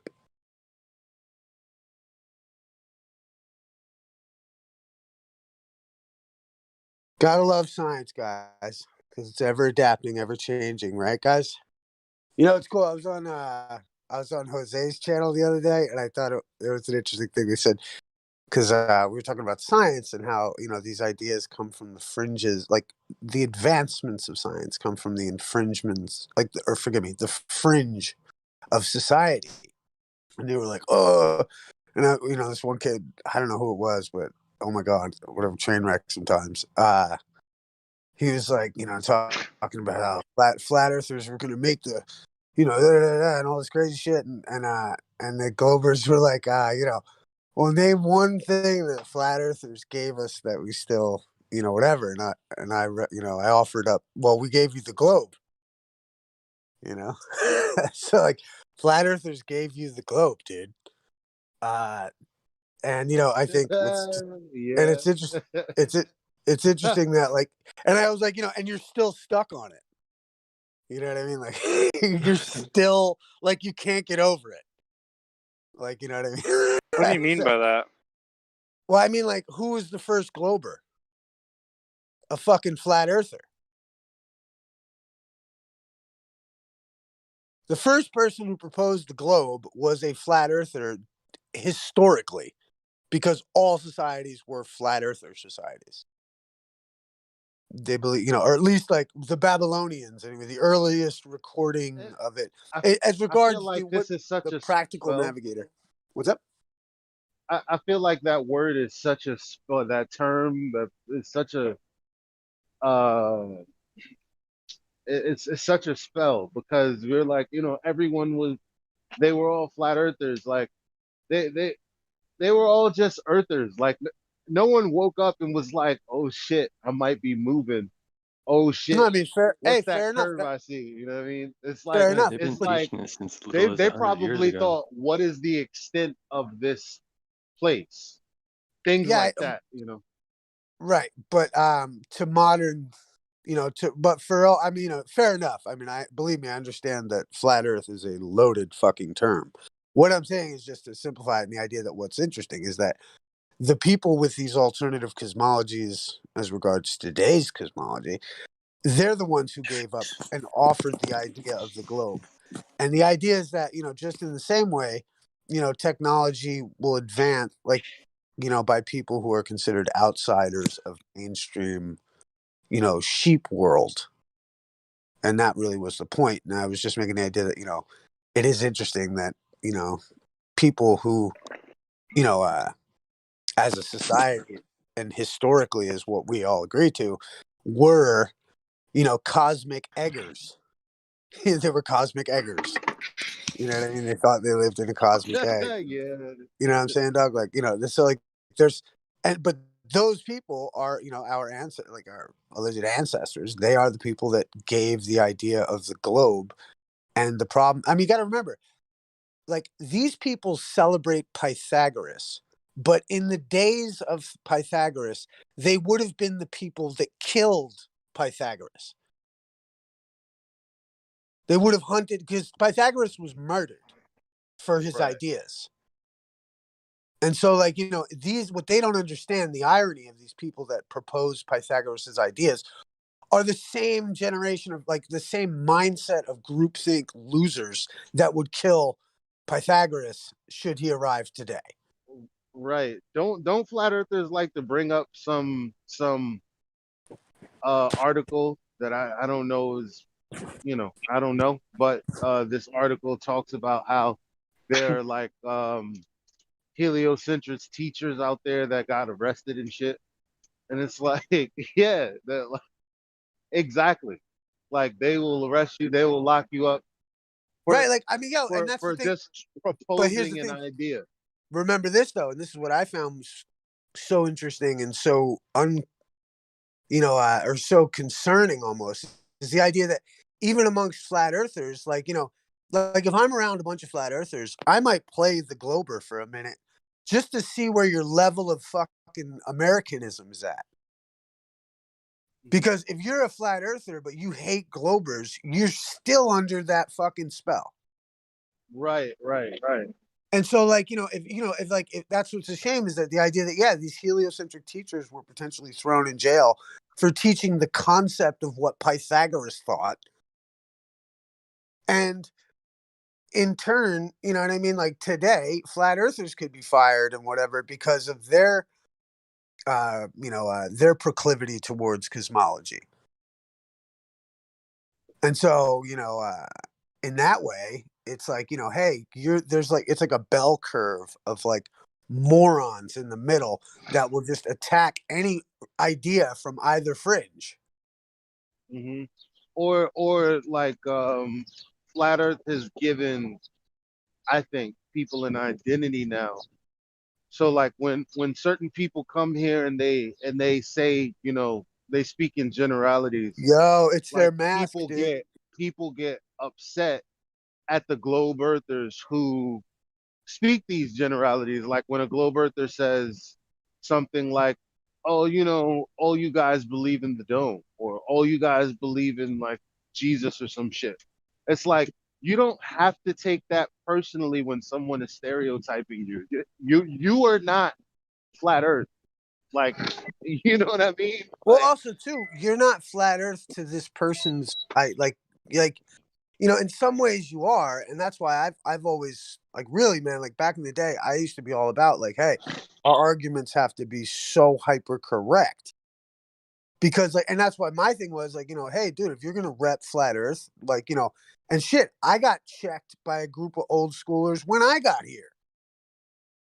Like, you know what I mean? Because they were like, yo, do you even know about, like, you got to learn the globe so fucking well. Learn that model, heliocentrism, if you're going to debate this topic.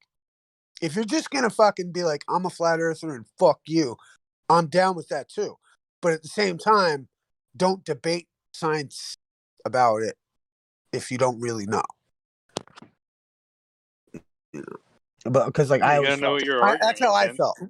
That's how I always felt. I was just like, dude, I cannot be lacking in any fucking area because I know what I'm saying espouses to me, a high degree of fucking truth. You know what I mean? A high degree of potential reality, as opposed to like, the meanderings of fucking dark matter. So, but I better know about it. You know what I mean? And, you gotta be able to like say something and cite something in context of what you were trying to portray. And not get flustered by them coming at you. Right. That's like what I mean. That's like getting flustered, and I hate characterizing them like this, but it's like getting flustered because there's like 5 kids asking you 5 different questions. It's like, what are you gonna knock this kid out now? Like, what? Relax, chill out. Like, yeah, it's like, and then also too, some people just wear their hearts on their sleeve, Right. yeah. Oh wait, Lisa, by the way, before I forget, you're in New York City, right? Yeah. I don't know what you're doing tonight, but I'm meeting up with Whitsitt, so no shit, Whitsitt. Or just to let you know, Whitsitt's in town, so if there's a time that you want to try to figure out how to link with him, Hey, but I'm meeting up with him tonight. Good to know, and thank you for the heads up, sir. No doubt. I'm busy all the time. I got this little bit of time right here, actually. That's why I figured I'd come right in and chill. But yeah, I will. Thank you very much. I appreciate that. That's so awesome. Thank you. Yeah, tell the brother I said what up. I love Whitsitt, man. He's fucking just like, but I don't know. You know, Elijah, I know you know this. It's like, you know, it's not what, like, it's like, I always think of you know, I always love the Rasta dudes, man. Rasta people are my fucking people, dude. So, there's an idea of like, you know, it's not what you do, it's how you do it. Yeah. And, you know, and, you know, I just love, I don't know, man, I love all of us, but I've seen Witsit get a little flustered, and I think he's too cool to get flustered by these fools. You know what I mean? Yeah, I told him. He's so cool, dude. That I told him motherfucker don't hang out is too so much cool. because Just be him. But he's definitely he's mad cool. He's on point. I like the kid. I mean, I don't know him personally, but I have nothing but respect for him. I think he's, you know, I just hyper intelligent. Fucking love it. Like listening to him rap on dudes. I like listening Have to you him. You know seen what I mean? his latest And he's so friendly and nice too. Like he has I mean, I know a lot of people, the ballers don't think that because they see a war side of that dude. But at the same time, I could tell from being in here what a gentleman and what a, like, you know, a freedom loving motherfucking American I feel that kid is.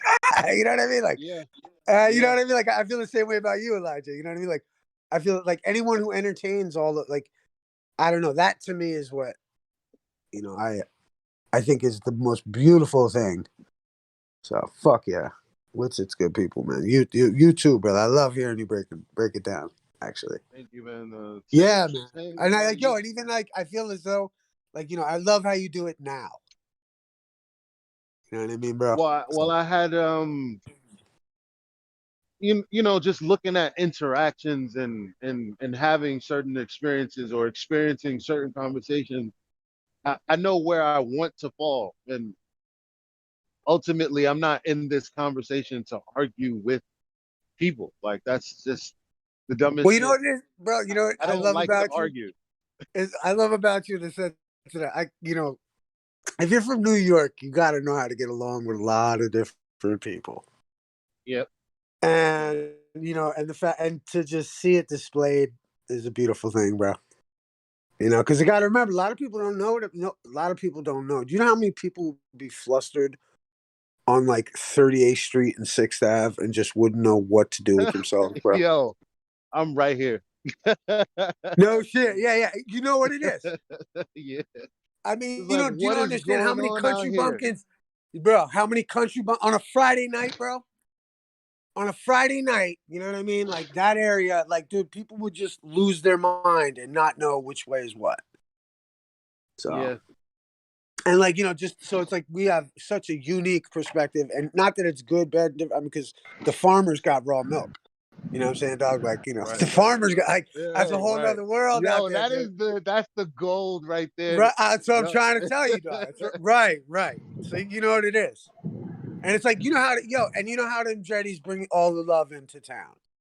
It's like, you know, like, and that's what I love about the city is like, if you're in New York City and you know the right fucking people, you could probably get yourself some raw milk, local honey, and fucking like, you know, a fat slab of grass-fed beef. You know what I mean? And just proper. And like, you know, That's and what just, it's all about, man. It's dude, the more like unlocked and unplugged I am from the system, the more I know better, and the more guilty I feel. You know, because it's like, well, yeah, sure, a lot of these things are harder to get, but they're definitely there's a pathway, and it involves you actually interacting with people. Like that's all it is. it makes me think of you know, Dave Chappelle. He's like, yeah, he's like Cambodian breast milk, and he got dinosaur eggs and shit. Yo, fucking oh god, Dave Chappelle, man. oh fucking yeah, the old Chappelle, not that clone motherfucker they brought out though. Fuck that dude. I don't know about all that. I don't like. I mean, that's the one case where I'm like, damn, clones might be legit. They killed Dave. Oh my god. This big buff nigga is Dave, and yeah, and he's not even. Even Oh my though he god. bucked the system, he's coming back to millions of To do a dollars. Netflix special. No, I don't know. It is kind of weird. It is. Bro, I don't. You know what I get? You know what gets me though? Check this. How that works though. is that Comedy Central bought the image and the character of Dave Chappelle. You don't actually got to be that dude. You just got to bring. Yo, it's like fucking the, it's like the Disney princess at fucking at the adventure park. For all intents and purposes, that's fucking Sleeping Beauty. Yeah, right. For all intents and purposes, this is Dave Chappelle. What? We know you guys like Dave Chappelle. You know what I mean? And here's fucking Sleeping Beauty and the Seven Dwarfs too. Like, it's all fucking bullshit, man. Yeah. At least that's what it looks like. I mean, I wouldn't die on that hill, but I'm saying, you know what I mean? I'm not gonna make the case for fucking. It's it might not seem related, but I watch this show now. What's the show called? Damn it! Hold on, let me look it up right now. Ragnarok. This show Ragnarok, and basically it has the giants and gods, right? And so there's this young kid who I guess is a god, and the giants were gods too, but they were the first gods before the Odins and the Hercules and all of them showed up, right? So like the whole thing is everything that they're doing in this show it really is real life, except minus the giants and the gods, or is it? I don't even fucking know. But it's like the shit that they Think about it like this, bro. Think about it like this, man. Think about like Plato and all them dudes, man. They couldn't talk politics about the leader, but they could talk about some random character. That's what authors have always done. Right. That's what's so cool about that shit. You know what I mean? And that's what it feels like. And what's crazy is that on the back end of entertainment, it's like these dickheads are telling you what they're gonna do. Mm-hmm. Oh, they're polluting the water. They're right, a and what powerful family. Powerful family polluting the town. The town that like everybody's trying to stick up, and they're like, "Oh, you're gonna write a fucking paper about us in high school, you little prick? Oh, okay, expelled." Like it's like how more real could it get? You know, it's like.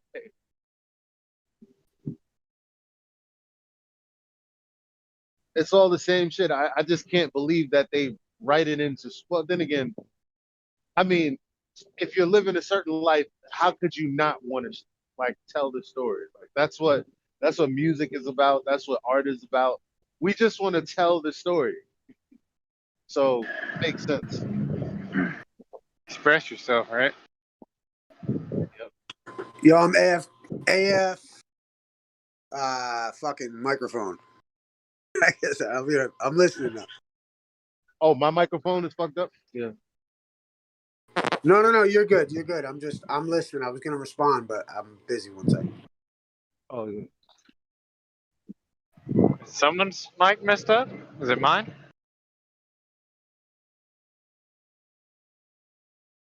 No, it sounds good to me. Okay. Yeah, you're fine. He's just having issues.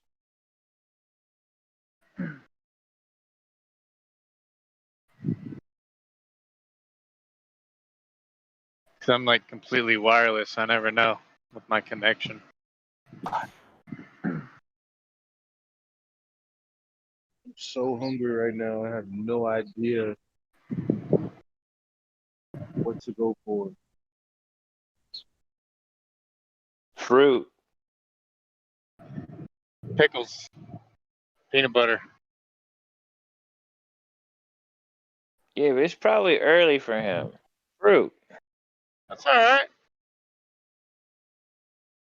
Fruit makes sense. Fruit makes tons of sense. Acidic shit first thing in the morning, not so much.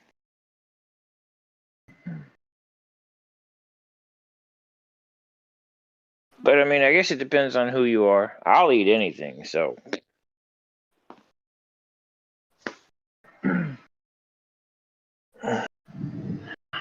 How about a giant monster? How does that sound?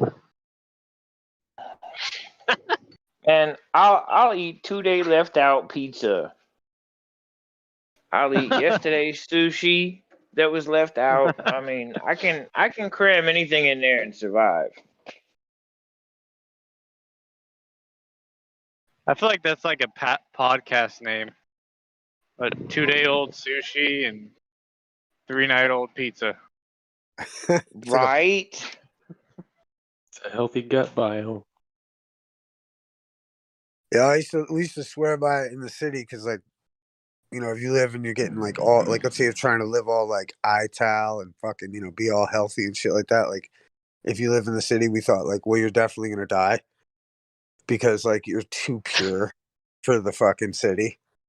So like we had to do like a weekly vaccination trip to McDonald's, or you know what I mean, or some like just grimy fucking, you know, corporate fuck, just to stay like immune. You know what I mean? Like you gotta like, you know, be like immunized against like, you know, the fucking grime. You gotta go eat the dirt. If I go to McDonald's now, I feel so guilty. Fuck that! I love McDonald's. And I always look at that sign, you know, it's like millions served. I'm like, oh. Bro, do you know? Yo, think about that though, man. They've fed so many people. You know how many people are? Yeah, tell you what, check this out. Do you know how many fucking people are hungry right now, dude? Like, yo, motherfucker, they're open right now. You can go get something to eat. Dude. That's pretty fucking dope. That's what I'm. That's the only place. Like when I said I was hungry, that's the only place I know is open.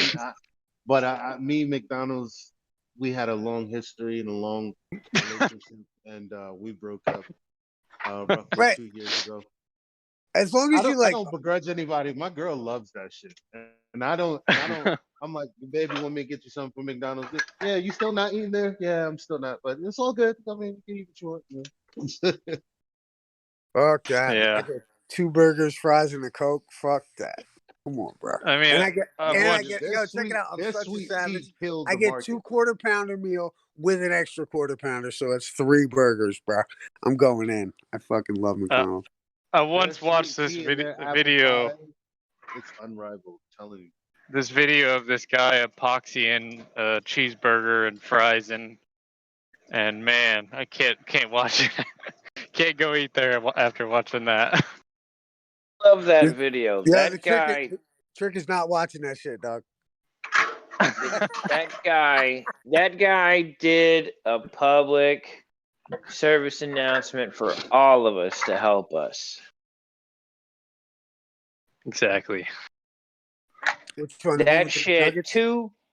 2 weeks later, the burger and the fries looked exactly the same. Are you fucking kidding me? Yeah, and he cut it open. He said it smelled like McDonald's. Yo, how dope is that? Like, dude, you could just leave it in the fridge for a week, come back, and it's all good. You don't even need a fridge. No, my friend. That doesn't mean it's food. It's not all good. It's all I mean, there's toxic waste. Right. Bro, they took shit out of the EPA sewer. Have you ever left a fucking apple out for a week? Yes, and I won't eat it because it's decomposing like it's supposed to. They found the cure, dog. They found the cure at McDonald's, bro. No. There's a better way to take care of my decomposing fruit. I take a little bit of the food grade hydrogen peroxide, mix it into some water, and if I have fruit that's left over, I just spray it, and then I come back later. That's too sciencey for me, dog. I need that McDonald's shit. It's too simple. This is a flat earth server, man.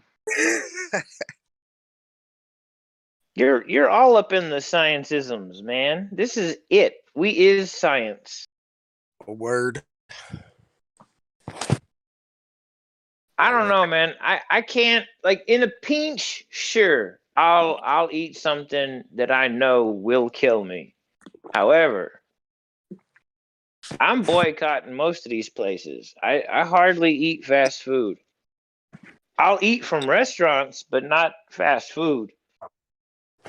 Fair enough, man. Shit, actually, to be honest with you, I usually eat grass-fed beef and fucking, you know, high-fat cheese and great shit, bro.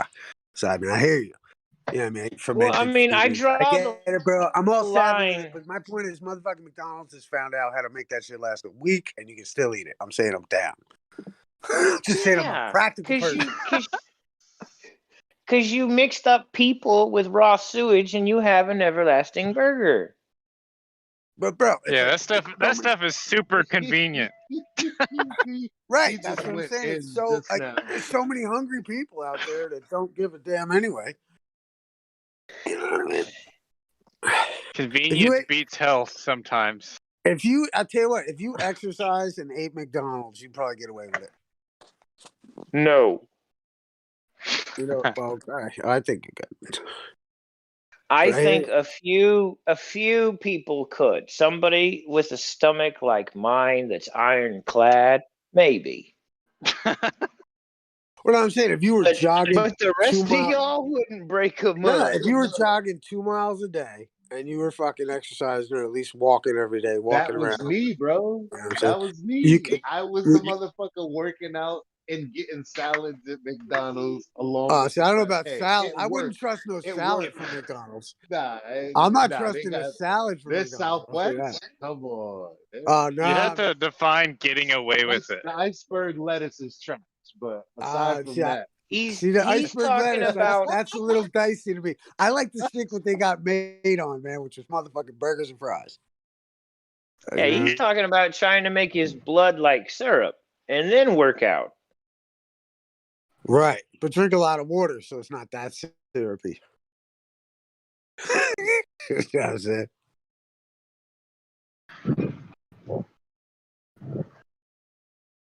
Good hello, everybody. Good hello. Well, hello there. What's up, bro? Are you a fifth oceaner? A what? A fifth oceaner. Do you believe in the fifth? Do you believe in the fifth ocean? I believe so. Even though, can you call it a separate? What's the difference between a sea and an ocean? Because I know we got 7 seas. I have no idea what the fuck the difference is. The size. That's what they told us in school. It was the size. But question: Oceans aren't level. If they're all attached, how the hell is there more than one? Just location. I don't know. Yeah, but it's still attached. It's still the same noodle from the spaghetti bowl. You keep going and you're pulling the same noodle. It's not a different noodle. It's the same noodle. So how is there more than one? I don't know.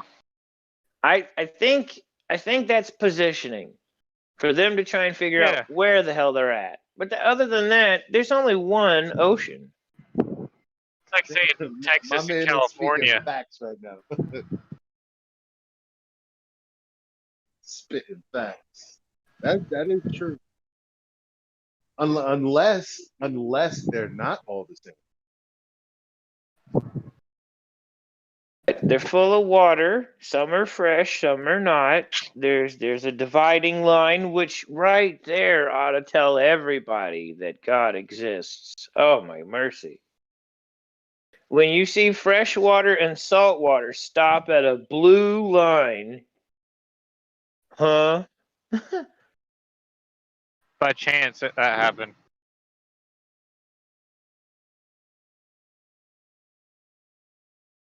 There's stuff all in bodies of water that we couldn't even try to explain.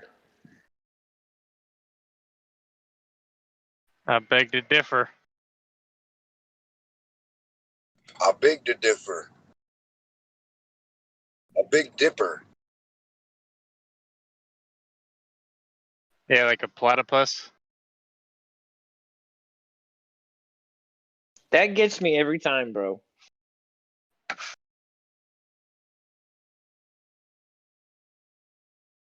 Or a woodpecker. Or a bombardier beetle. How about a non-truth teller? How about the crab spider? How'd that happen? Crab spider. Yeah, where you been hiding? Fuck, I don't know. Bro, we got the platypus. Do you think that was the weirdest thing that we had on this planet? It's up there. It's up there. Oh hell no, that's not the weirdest thing. No, It's up there. it's pretty odd, but I think somebody made that in the lab. Dude, it's a mammal. The with duck-billed eggs. platypus. So basically, It's got claws on it too, man. It's got claws and poison. So Yeah, it's a Psyduck. that fucking So it's thing is basically crazy. so platypus is And a basically bill. Psyduck from Pokemon. Yeah. Pokemon. It's the only poisonous mammal, right? I think so. That's crazy. I feel like there's a joke coming. It can't bite you. It can't bite you.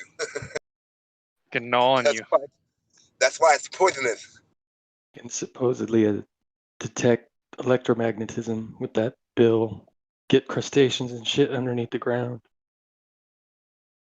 Well, it builds a nest like a beaver, don't it? Like a dam or whatever. I don't know. I'm just making stuff up. No, there are some things that do exactly what you just said, but I don't know. I don't know if they are one of the things. But yeah, there are some things that have like a little bit of electrical property in there, like help them find shit or help them do something or get away from something. What, Like sharks sonar? and everything. Yes, certain types. Yeah. A lot of sharks are able to do that. Well, you heard of the bombardier beetle, right? Bats. I mean, there's different shit that we don't. I mean,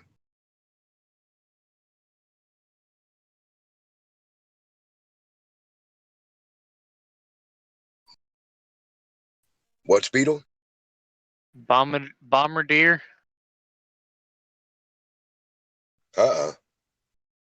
You should look into that, man. That thing's crazy. A bombardier beetle. Yeah. It sounds. It like fires explosives out of its butt. Oh, the pistol shrimp does that too out of its fist. Not Pistol necessarily shrimp? explosives, but yeah. Not necessarily an explosive just because he's in the, the compression of the water, it comes out that way. And it shocks the other fish that's really, really big. Pistol shrimp is really small. So when it punches the other fish, it shocks them and they fall to the bottom. And then the other little pistol shrimp come out and eat the big one.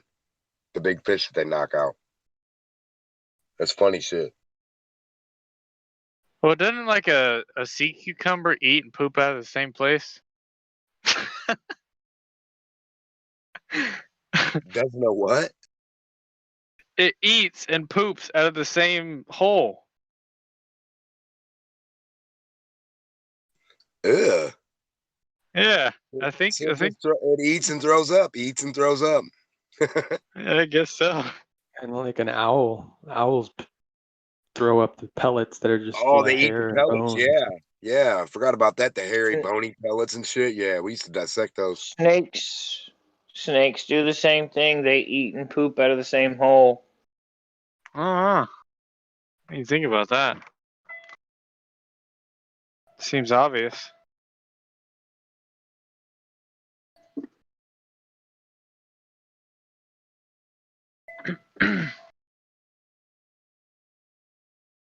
And like worms, they replicate.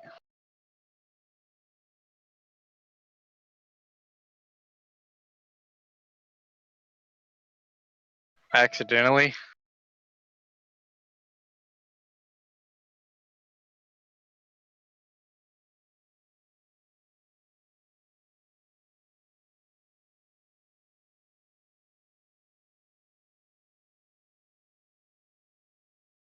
In a world where worms are tired of not having friends, he splits into his own friend.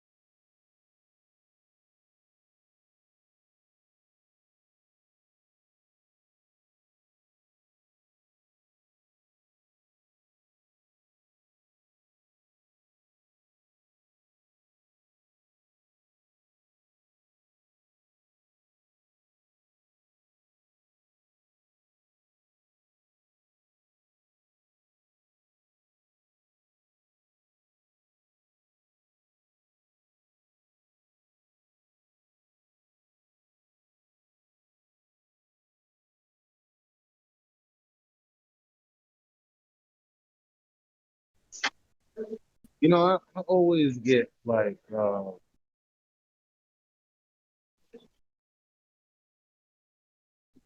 I get breathless when Lil Bertha's asked things like, where was it? I just it says, "What is the size of the sun and moon of the Earth?" And I'm sitting here thinking, if you knew the size, what difference would it make? Who even cares? Like, what practical use would you get out of knowing the size of?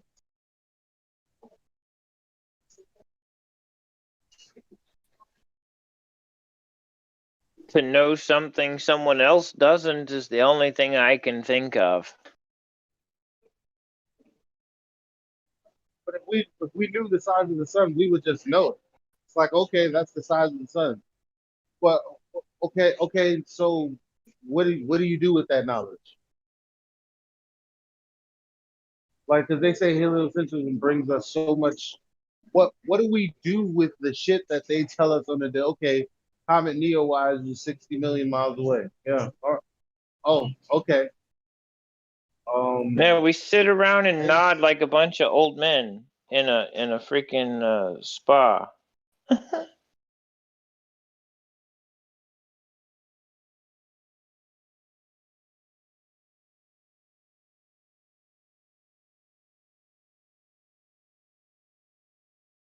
I get where you're coming from because I don't get it either.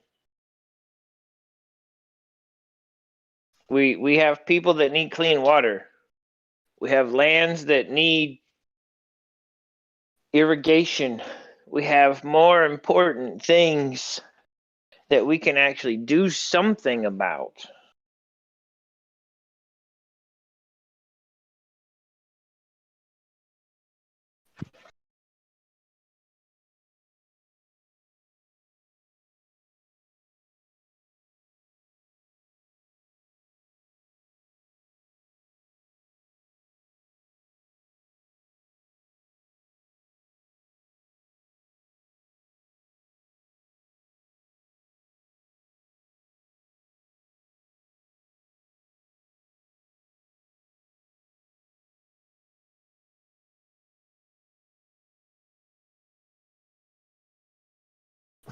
The irony to all of this is if their model was true, they wouldn't let us out of here no how.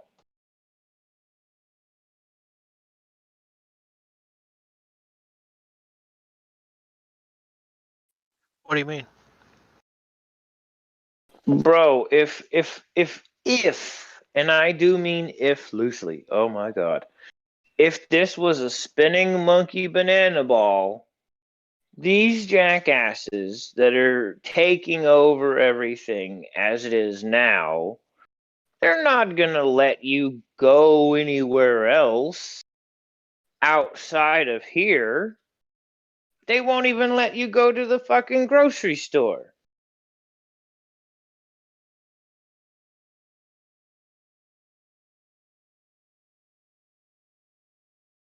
Well, you know, that's what I always thought was interesting about some of the. I used to always talk about some of this legal stuff, and like the idea that you could be able to do all these things outside of the parameters of their rule structure if you understood how to hold them accountable to the rule structure. You know, it's like the idea that you can travel across a border, a country, into a different country using just what's called your lot, like a certified copy of your live record of birth, not a birth certificate, but a certified record of a live copy. Your certified copy of a live birth, a record of live birth, Yeah. or something. And now you could use that to travel across different borders. And a lot of people are under the impression that you would need a passport and that there's no way that that would work. And in reality, that there is ways to do it. There is ways to negotiate, these things in a way that is peaceful and beneficial for everybody involved. And I think like the potential for that is what I see as the remedy to all of these kind of like encroachments on our liberties, you know? Well, I don't have liberties. Didn't nobody tell me I could do what I could do. I'm just doing it. Right, but I do hate how our languages have been twisted. Check this out. There's certain, you know, like, I mean, you know, Yes. like we have. I'm just giving you a hard time. Oh yeah, no, feel free to. You're good. Like if you know, we don't have a choice whether or not we breathe oxygen. You know what I mean? Like, or what do we actually? We're breathing nitrogen and oxygen, right? Mainly, I think, if I'm not mistaken. And you know, we don't have a choice on that. And so, like, there's certain rules to this system that I think we are given liberty within, even just structurally, right from the get go, by the nature of what we are. You know, like we breathe air, we can walk. You know what I mean? You have the liberty to walk anywhere you'd like. You know what I mean? Like these kinds of things. But the more people try to encroach on, you know, man or woman who was given dominion over the earth, and you know, and the better that man or woman understands the system that's attempting to control them, because they're a well-rounded man or woman, they would be able to dominate that. You know, because our system, I think, benefits those who think. And if we understand the processes that they're trying to control us better, we can show them how they might be, you know, by failing to provide a charging instrument, you know, denying equal protection, due process of all, you know, due process, you know what I mean? Like, and we could understand our rights and protections under the system. And I think part of the plot is to get the people to hate the system so that we would tear down the last remnants of a God-fearing system. Because America being that place. No regards. You know why this makes so much sense? Because everyone is always talking about how obvious it is. You know, like, and there's always these questions of like, what do they want us to be flat earthers? Why did they put this information out there? What do they want us to hate the system? Why did they put this out there? Why is this on the news so much? Why, like, it, that actually makes the most sense. It's like, duh, because they want you to think like that.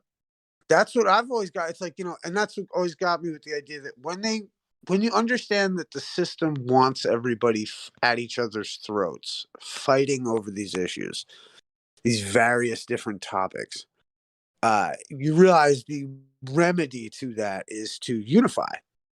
You know what I mean? So you become friends with these people. Like I've always sought to establish bridges of communication to my adversaries and my friends who have adversarial people on the other side, so that nothing ever, you know, is too bad.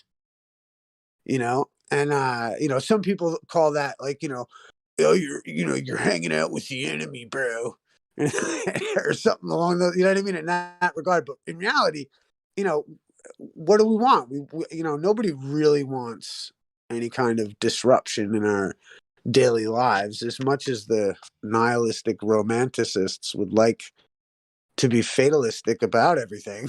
I think in reality, like nobody, you know, everybody wants it so that they can use the bathroom in the morning and have running water, right? You know, it's pretty cool in that regard. You're not running around trying to dig a hole somewhere, fucking, you know what I mean? Like society's answered a lot of questions that we were suffering from. You know what I mean? Like, I like electricity, but I still understand what it means to be off grid. Do you know what I mean? Like, and we have to find a balance. So, and I think that's what we're going through right now. It's like this collective consciousness of mankind is having to face some of these adult issues, and we have to address these issues. You know, otherwise they're going to get their technocracy. I mean, think about it like this. Like, I love that idea that, like, what if, like, you're supposed to die in this life so that you can go to the next life? And here you've got these technocratic dipshits trying to get you to want to live forever. You know what I mean? Like, never to expand, to go on into the other worlds or whatever. God knows what the fuck happens. But, like these ideas that they want to like keep you in like, I mean, who knows, man? These people are crazy. They're trying to break an international patent that they're not even supposed to be playing with. The human genome is patented. It is. They can't patent something that doesn't belong to them. It's already patented. We exist. Right. But like, it's like, are you, and this is where I used to get into the philosophical side of it. It's like, are you your body? No. Right. So if I were to say to you, where do you live? What might you say? Generally in this body. That's right. So like, seeing as they have a, they may have the DNA code, the social security, they may have all of those things. But in reality, in context, in a system that on its money and in the court system says, in God we trust,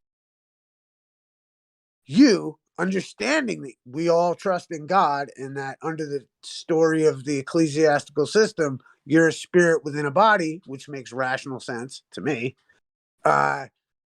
you would be commercially called the priority security interest holder over all of everything to do with your person and your body. Therefore, being that you're the priority security interest holder, anyone seeking to impose any kind of charge on that person or that body would have to present a bill in order to demand you to do something. And you're getting into gray territory. And you're getting into gray spots, though. How? Real quick. And should they fail, real quick, and should they fail to provide, let's say, a bill to the priority security interest holder, over the person, then they would be denying equal protection due process of law in their commercial system, which they set up. So if they're denying equal protection due process of law, then there's a technicality there, isn't there? But my point is that, and then they would be liable for deprivation of rights under the color of law. But you're right, it is a little gray area and there's a lot to it. But the point is that I don't look at it like, I'm looking at it like, we are so free. We're so fucking free. We are terrified of freedom. Therefore, we impose on our minds this idea that there's this existential, quote unquote, government. Like government, I love my government because government just means mind control and I control my mind. Therefore, I love myself. Therefore, I love my government. Because there is no external anything outside of myself because I know how to conduct myself in a various groups, various situations accordingly. Because that's what a man or woman would know how to do. Whereas a human being who wants human rights wouldn't understand such dignified principles. And therefore, that's why the humans are being corralled because they're related to monkeys and they're beast-like and they need to be corralled like sheep. Unfortunately, it seems. That's the thing, though. You really have to purify your mind before you can look at this and see it in a different light. It's not always easy to look at people that have literally shot at you, chased you, beaten you up, and go, you know what? Something I was doing was wrong, was causing them to do something wrong. And it's not that I was breaking the law or anything. There's something I didn't see that was done wrong that I continued with. Well, I think the ultimate question is, can you forgive your adversary? Yeah, that's what hold harmless is for. What's that? There's a so-called legal document. It's holding someone not liable for today till the day I was born. And now, from today forward, the next Joker that touches me or points a gun at me, we're going to Chancery Court. Right, but I guess what I'm saying is like, Phil, like, could you forgive that guy?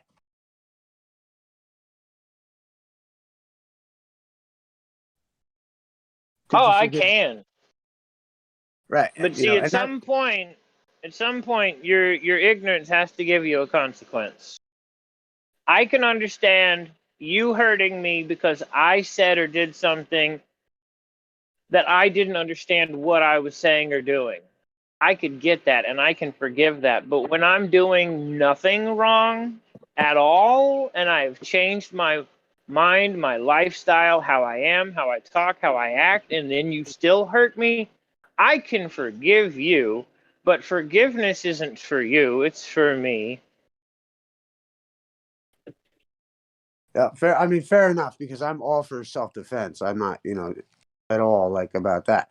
But like I say, like in the legal context, I think, and in the courts, in the legal context, it's like, like if we can forgive, then we can be forgiven, and if we can understand the technicalities of the court and combine that with the concept of forgiveness, I think men and women will always be free, and at liberty. You know what I mean? I'm getting to a new mindset where I see the system for what it is, who it is, and how it is. A lot of the things that they use that get all of us tripped up are so simple, so logical, it's unreal. But they use twisted language to try and explain these things, and that's where everything gets confused.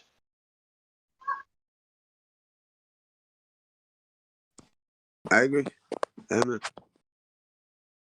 You have various types of systems. Most of them you can do something within those systems, and you can play on the plantation, you can do whatever. But I want the system that is not attached to the plantation. Every other system you see is. There's only one that isn't.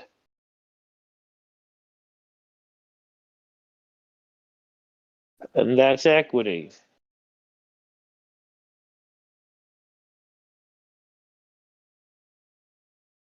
Well, I think they're both. Are you talking about the two branches, like the two kinds of sides? Forgive me, I kind of missed what you'd said at the end there. Well, all right. As far as every so-called government goes, there's two sets of books: private side, public side. Oh, right on. Yes, sir. I 100% agree.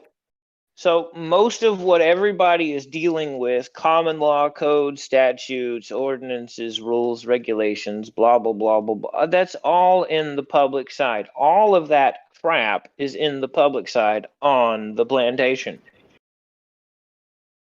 Equity is off of the plantation and not in the public side at all. You can start in the public and go into the private through equity. Oh yeah, no, I mean I agree with you, but I don't know if I necessarily would use that term. But that's just me. Get if you've got a computer, get Gibson's A Treatise of Suits and Chancery, or a treatise on suits in Chancery. Read that book. Treatise on Suits and Chancery. I'll look it up right now. When you go through the first 200-300 pages, everything will make more sense.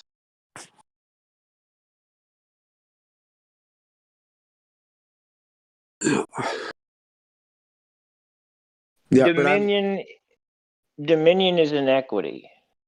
Well, right, and that's why I guess I suppose, and that's why I would use such terms as like the priority security interest holder, like as someone of authority dealing with the discharge of obligations. By Henry Gibson.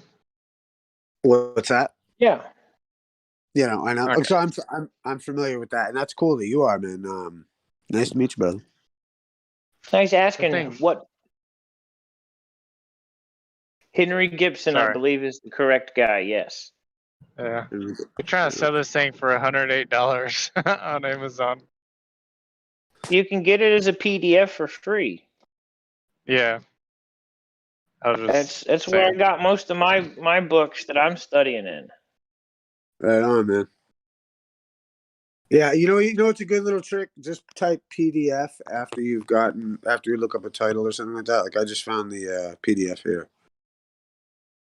The stuff wait. that'll really get I you don't know. are the other books. I have some smaller books than that that'll really get your goat.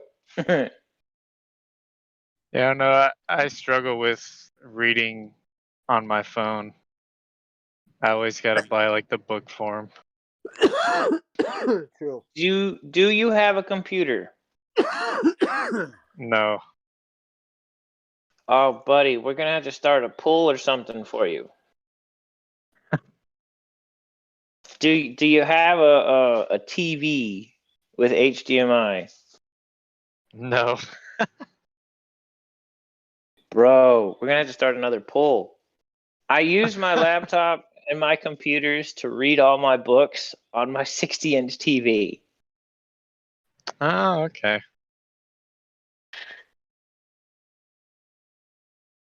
When That's a I'm good idea. done building this computer, which it might take me another 8 months if they keep this crap up with the video cards, I'm going to have 3 TVs hooked up to my PC.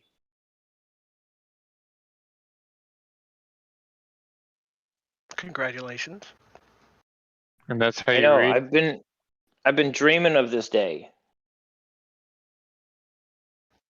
I already have 2 of my TVs. I just need the video cards and another TV. Or you have to take a picture of it once you get there. And put it on your wall.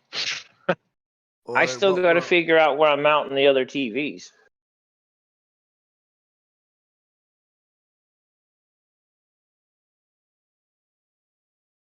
Trying to think of the guy's name without having to go digging. There's a PDF I just put in that book. If you guys want to check it out. Charles A. Weissman.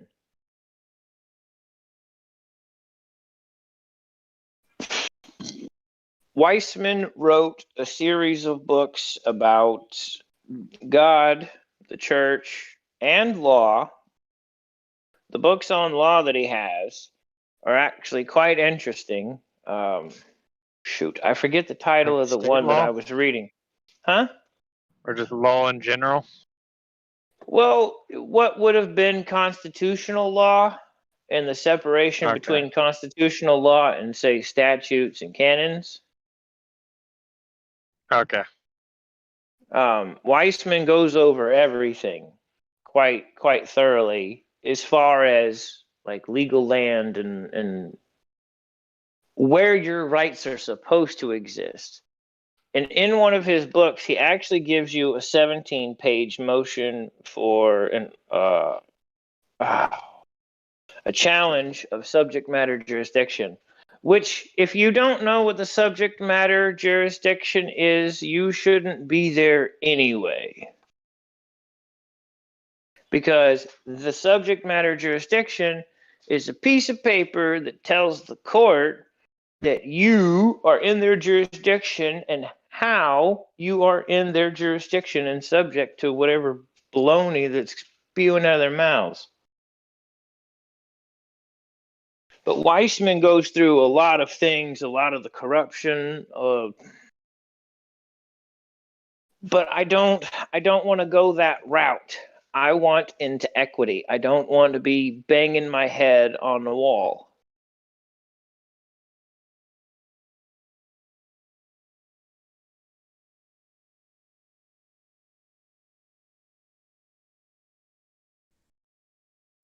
I mean, if you really want to have some fun, I got a quo warranto. What is that? A quo, Quo, warranto. WARRANTO.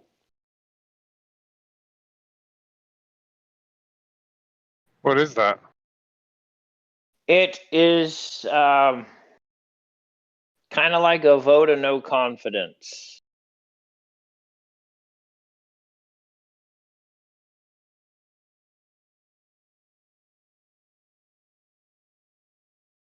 Yeah, It's but basically. why would I was just looking it up. So it's like it's a writ or legal action requiring a person to show by what warrant an office or franchise is held, claimed, or exercised. So if you were in an issue in court, you're going to try to argue inequity. Even you're going to argue. Are you going to go to the jurisdictional claim, or you're just going to go to the equity? In equity only deals with facts. You can't bring in, oh my God, my hair messed up because he was breathing in my general direction. There has to be harm, injury, or loss. Calculatable harm, injury, or Right, but loss. so how would you address, let's say, the statutory charge on the person?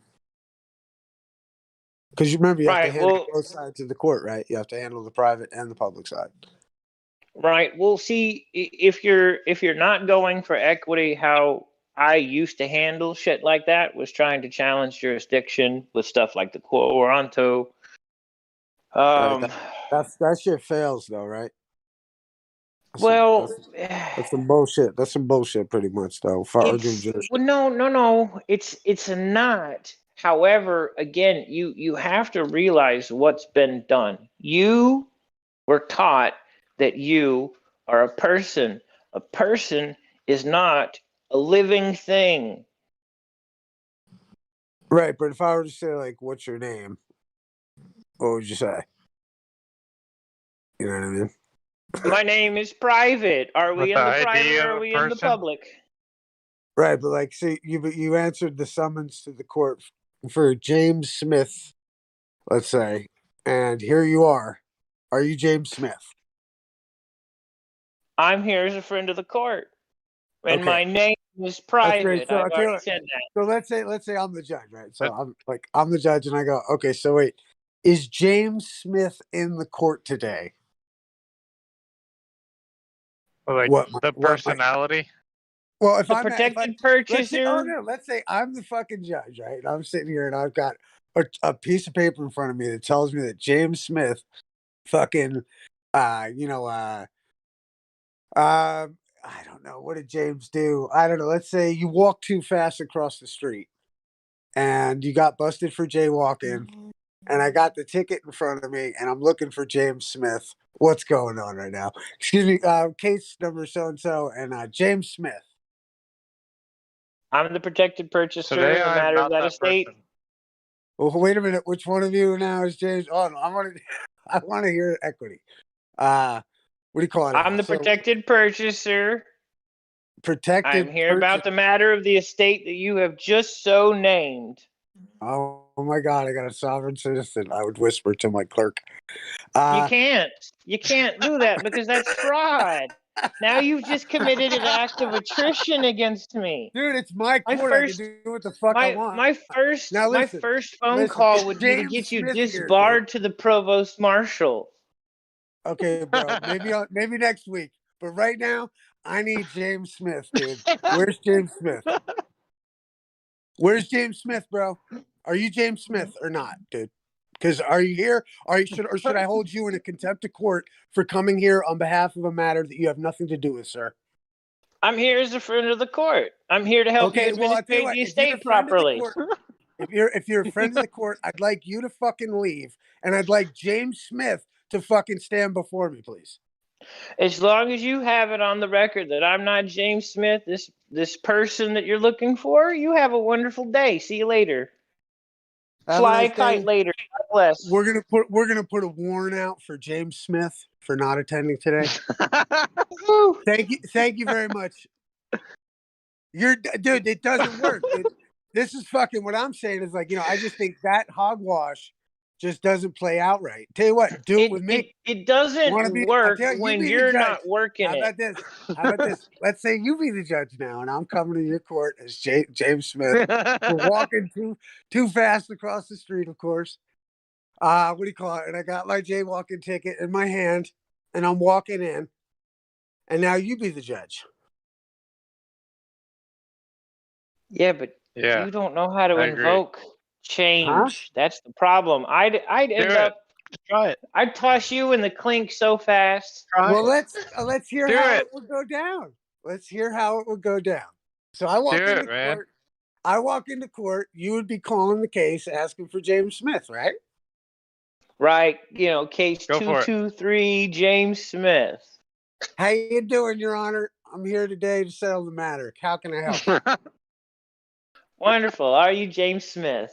Well, Your Honor, I'm the priority security interest holder as evidenced by the paper before you, and I'm here to settle the matter, seeing as the court may not have applied under notary seal penalty of perjury, may have deprived me of equal protection due process of law by failing to state a claim upon which relief may be granted by failing to provide the genuine accusatory charging instrument.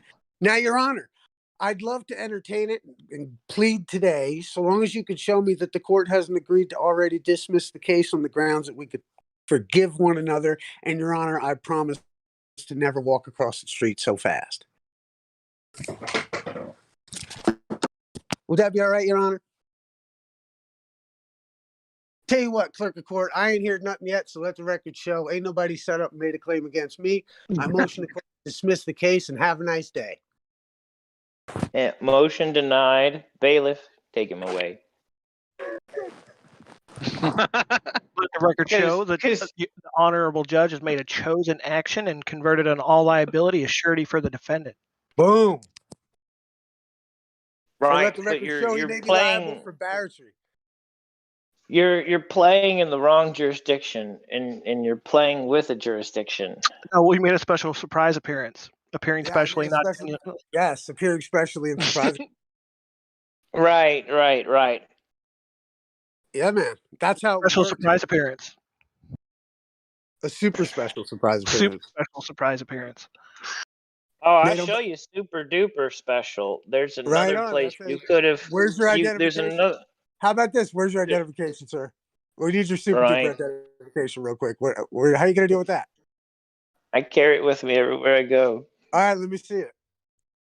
I'm putting my hands up. Well, I'll tell you what, if you ask me where my super duper identification is, I would say, excuse me, is it a crime to have a super duper identification?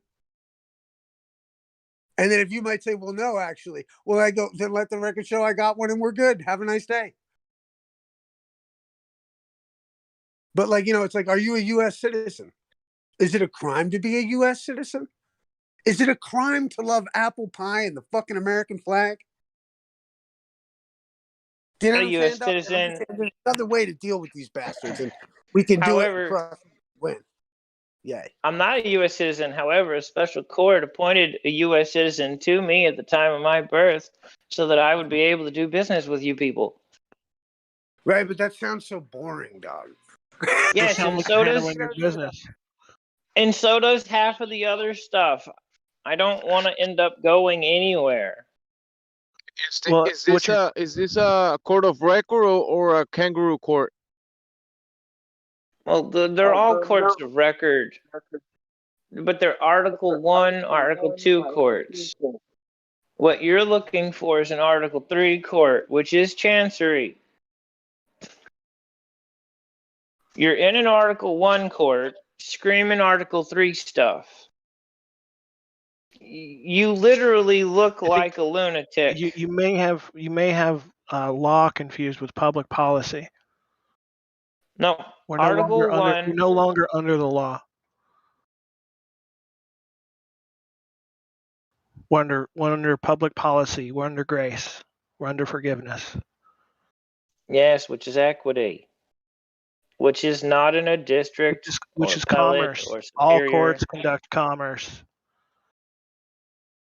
All commercial courts conduct commerce.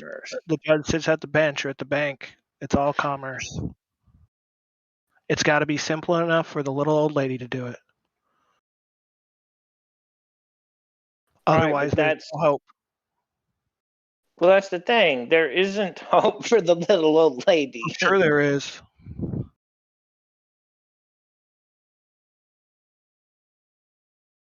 You must unlearn what you have learned. Oh, I know, but I'm saying for most old ladies, I know because I'm helping one out. She don't know. Aren't we all?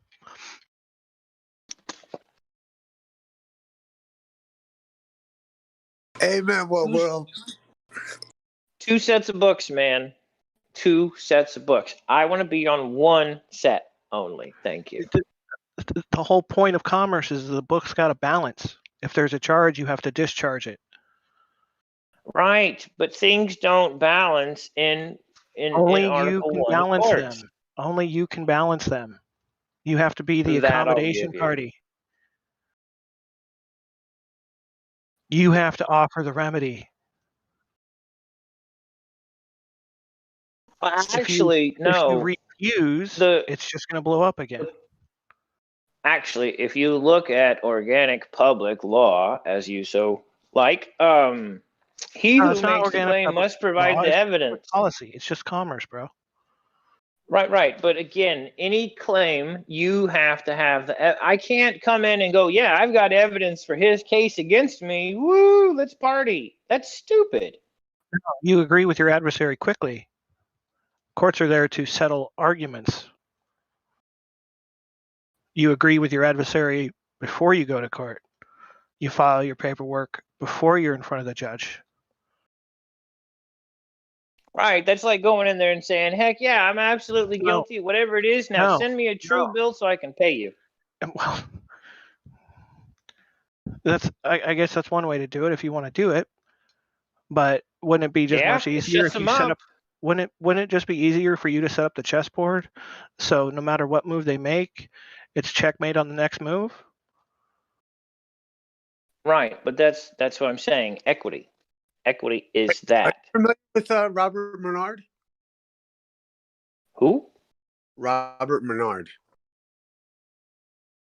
I've probably heard of it. Yeah, no, Robert. I recommend him just for anybody who's listening to the conversation and that chessboard reference. I love you, What World. You're so good because it's comes right from Robert Menard, and I'd recommend you look into Robert Menard. That's all. I'm listening in. Fuck yeah. Right, but what most people haven't read is the Law of Conquering. You mean the law of conquest?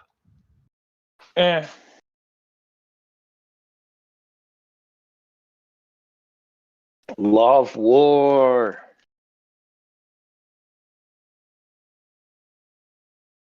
Right, but this is where, check this out. In the Law of Conquest, there was still an offer made, right? Because, like, the idea is that the Law of Conquest was like, this Roman takeover. And by the Law of Conquest, that's how they took everything over. And they used to send the missionaries, and they would make them an offer. And they said, do you accept Jesus? It's your Lord and Savior. And the people that said no got conquered because they said no. And they didn't negotiate under the rules of commerce under our ecclesiastical system.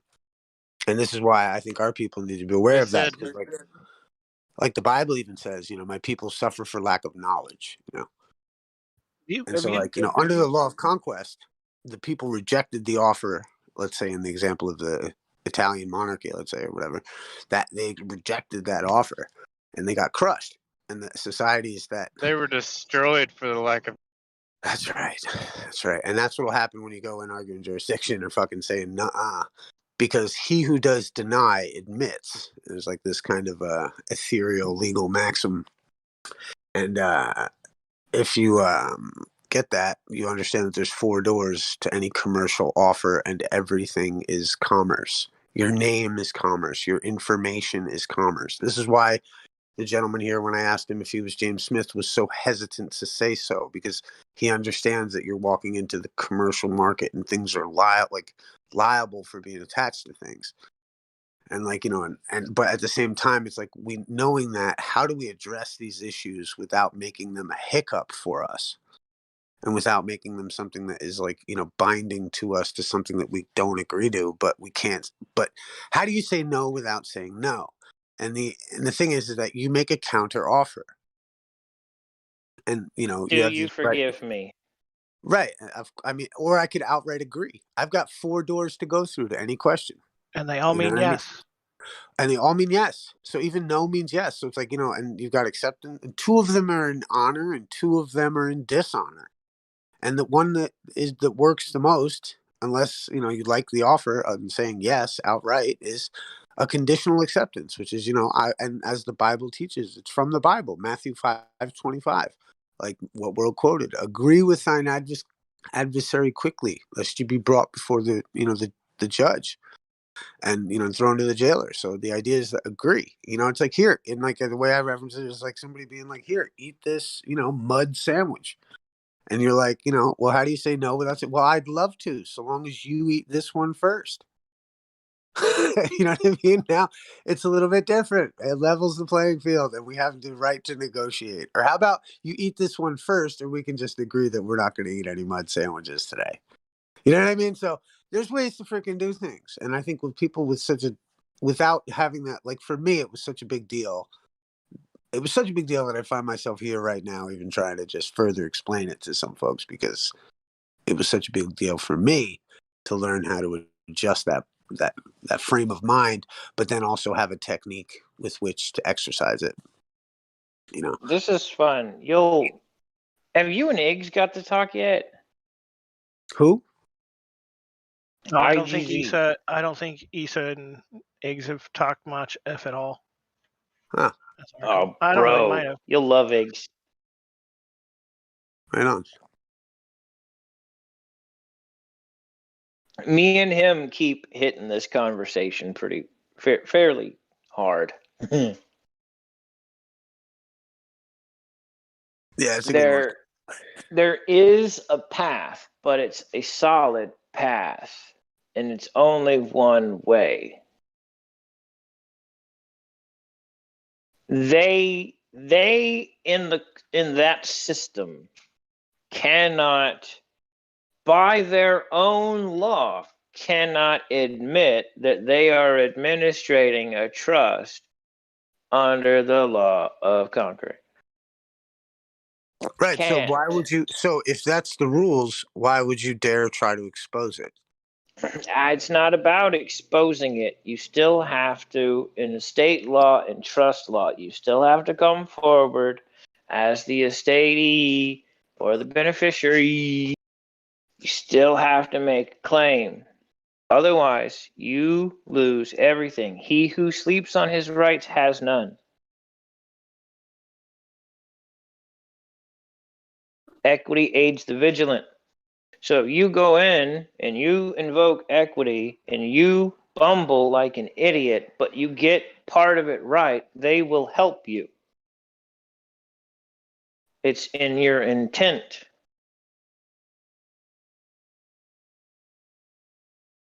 $40,000 idiots come into their court. You think they don't know what the heart of a man looks like standing before him? You lost your marbles.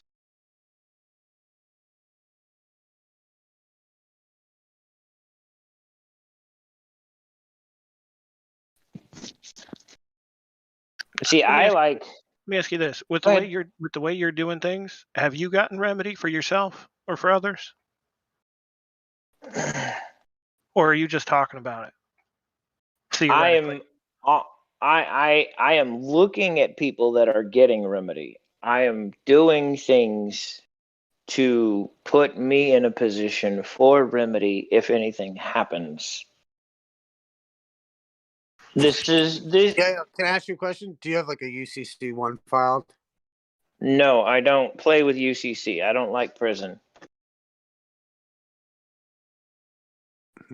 The only way I'll even touch a UCC 1 or a UCC 3 or a UCC 5 is if the damn trustee says, hey, we need you to sign this to make this over here easier for us. Sure, I'll touch it then. But it's not mine. It's copyrighted. And without permission from the agency or the copywriter, use of it is against the law, and it is a felony. and I am not gonna do it. I'm not trying to steal intellectual property from somebody else.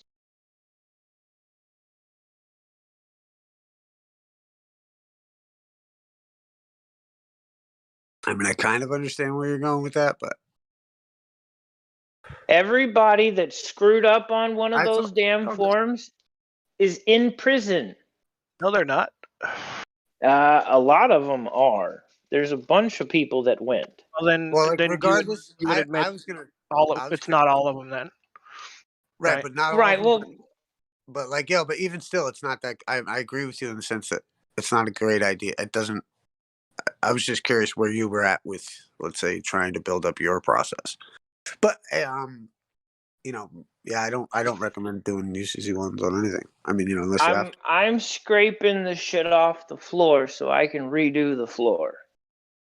So I'm working with IRS forms, which were made for getting off the plantation. It's actually interesting because their mechanism to fix what your parents screwed up and what you screwed up as an adult is there. It's right there. But they don't teach you about it. They don't tell you about it. You have to do your diligence and you have to find it.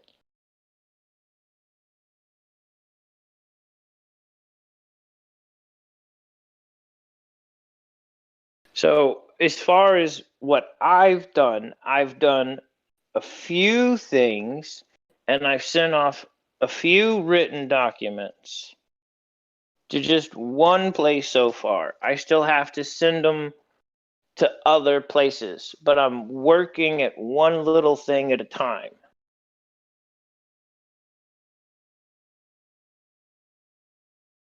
That straw man that they made is not me, but it is there for my benefit. It is a gift. However, I have been using the gift improperly my whole life because I was taught to use it wrong. I don't know, man. That's cool, man. Keep up studies, man. I just say be careful. Well, be careful filing with anything with to do with the IRS or Ogden, Utah, or fucking anywhere. You know what I mean, man? Everything's set. Like in my estimates, and I just was curious because I've heard a lot of different ways of people doing this stuff, and I just think that everything is already in place for you to exercise your rights without having to file any more or anything. You know, if let's say you're a citizen, or you have a citizen, you have a person that is, you know, was authored, you know, it has a social security number, and you know, then like you have everything in place to be able to discharge any debt. In my opinion, I think it's unfortunate that I think in the grand scheme of things, just to put on a total, because this is what I kind of initially came in. This is what interests me really right now is the idea that.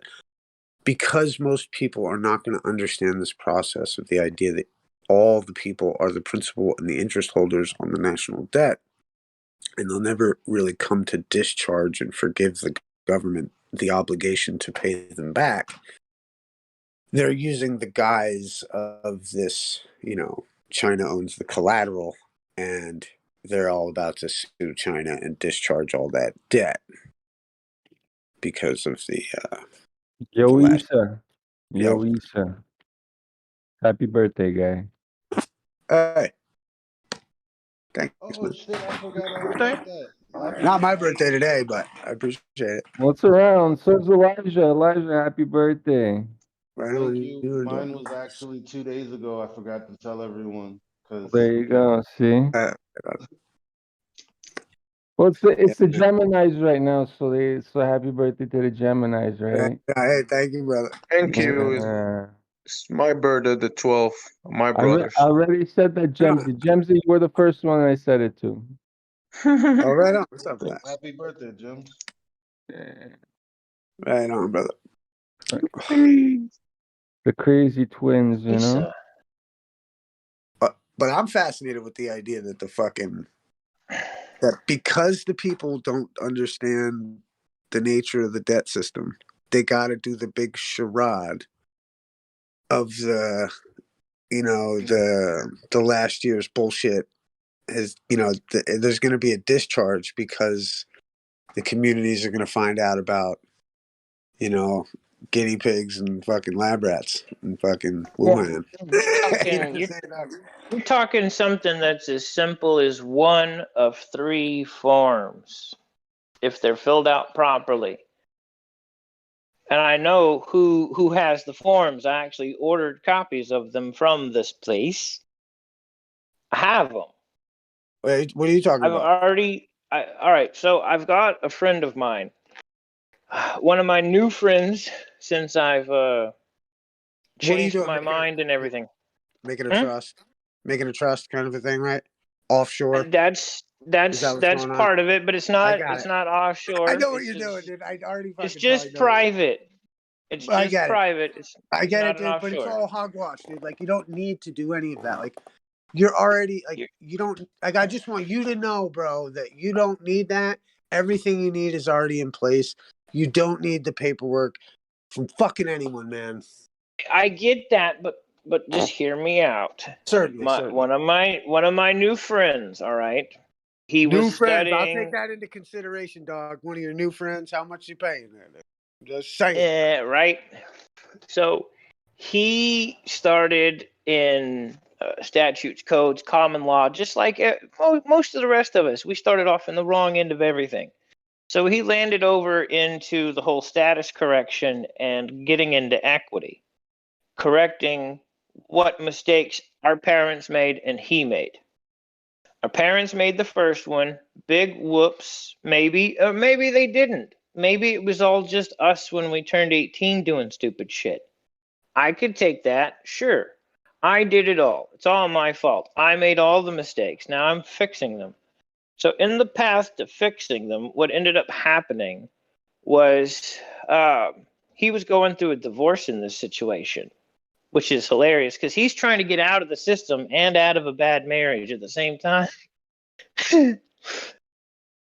Well, he ends up negotiating with the wife in court over the divorce. He said, you know what? If you'll let me keep the house, I'll take all of your medical debt, all of it.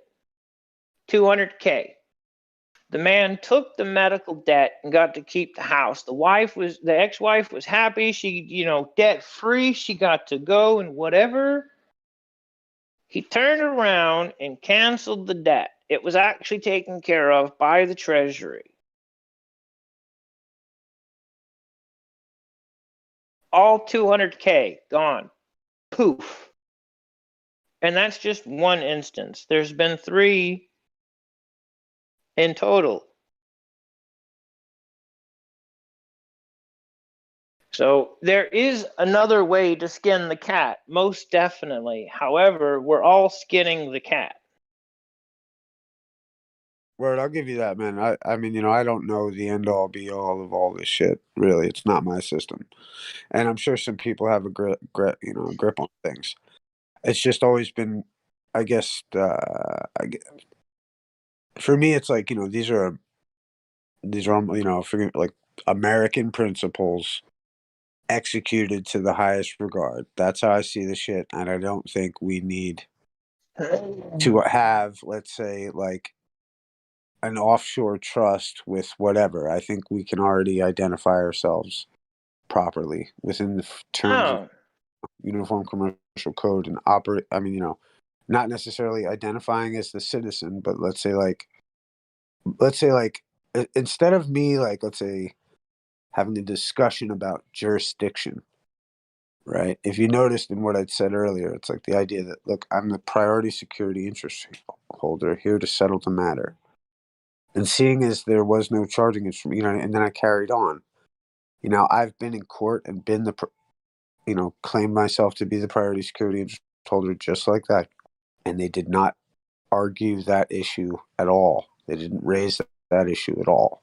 They didn't raise jurisdiction. I already established jurisdiction and moved on from it and carried on with the business of the court, which I think we're all entitled to do. And the better we understand the system of the court, I think the more that the judges are actually quite enamored by those of us who do it correctly. I think they really do wish and hope and pray that the people would wake the fuck up, because they understand the system more than anyone, but they can't give legal advice, right? So it's like, and that's why, like, and just food for thought. Like, I'll never forget one time. Also, they also chose to be trustees. And once you're a trustee, you know things about the trust that the beneficiaries don't know. And the beneficiary won't know. Are you not also the guarantor of that trust?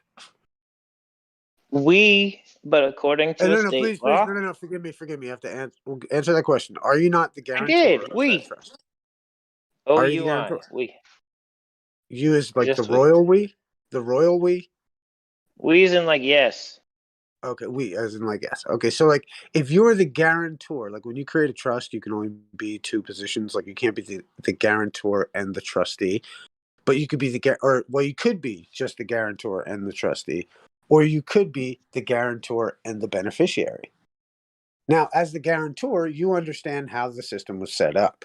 So coming in, discharging anything, accused of as a beneficiary, you know what I mean? You could easily do that as being the position from the guarantor. You're already licensed to be that thing in that way of explaining it, because you're the guarantor of the thing, of the trust anyway. So seeing as you're the author of it, you can discharge the obligations of the beneficiary and understand that you're in that context, let's say under the Uniform Commercial Code, which is the language of the bankruptcy. You'd be the priority security interest holder. Just food for thought, but big food. That's. I mean, dude, we're all skinning the same cat. Me and Iggs have two different methods to skin the same cat. It's the same cat. We're both going to the same location. We just have two different methods, but it's the same path and equity.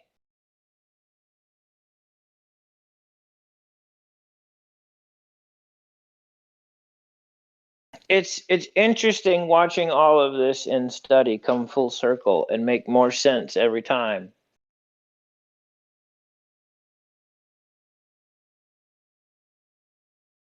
But I mean, dude, friend of the court's a good one. What are they going to do? Tell you to go away and then what? Oh, they issue a warrant and they drag you back. Well, hold on. Are you blah, blah, blah? Well, he says I am, but I told you I was the friend of the court. Like, what am I doing back here? Hey, yo, check this out. What world? Pull up, if you don't mind, the Devil's Dictionary. The poem. Once Law was sitting on the bench, and Mercy came a weeping. Clear out, he cried, disordered wench, nor come before me creeping. Amicus curiae, she replied. Oh, dude, please go fucking find it, please. It's Ambrose Bierce, the Devil's Dictionary, and it's Ambrose Bierce. Once Law was sitting on the bench. It's one of the coolest fucking poems about law, because law means contract. Anytime you hear contract, you can replace it with law. Anytime you hear law, you can replace it with contract. Once Law was sitting on the bench, and Mercy knelt a weeping. Clear out, he cried, disorder, wench, nor come before me creeping. Upon your knees if you appear, 'tis plain you'll have no standing here.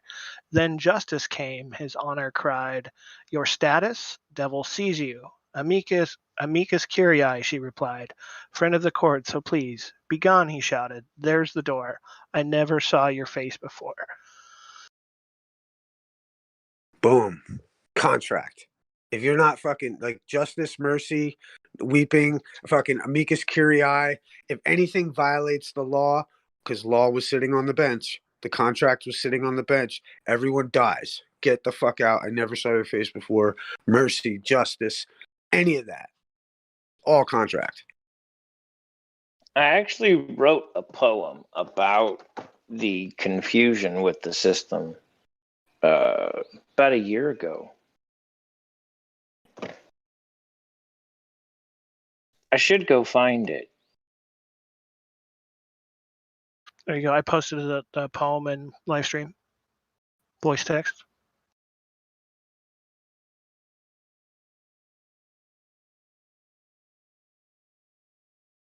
That's a new one. I don't think I've ever read that before. I don't think you've ever mentioned it before. Oh yeah, no, I've mentioned that one before.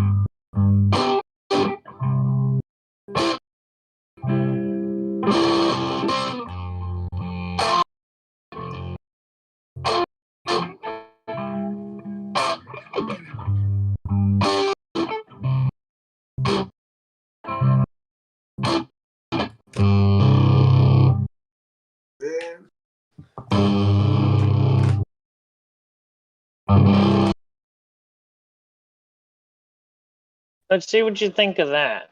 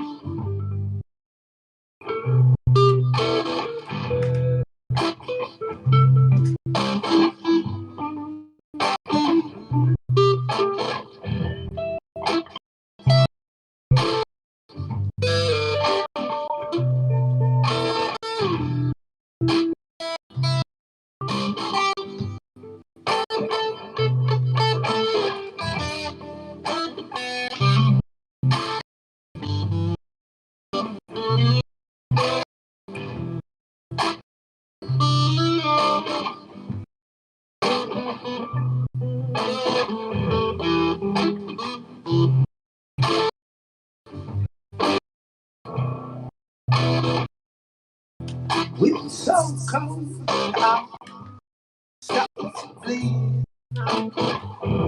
Take your pills and tell me that you're clean by day long. Magazine, but you can't know. No.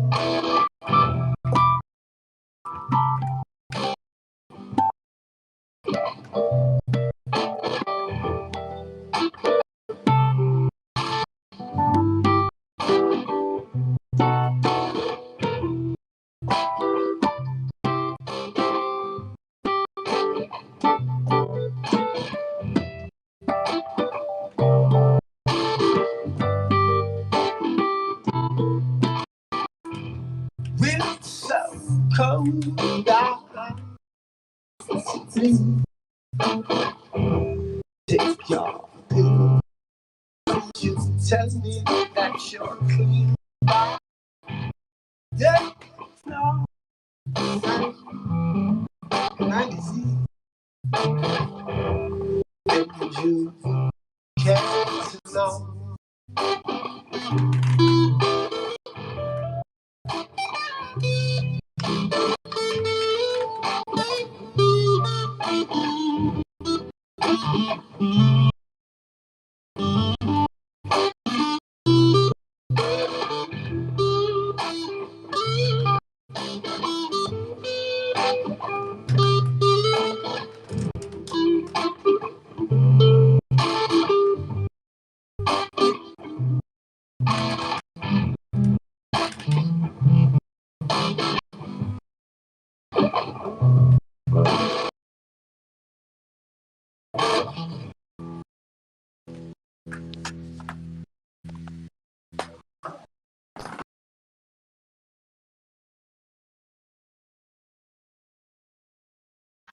Sounded good, man. Yeah, thanks, man. Yeah, it's nice. I haven't really been practicing too much.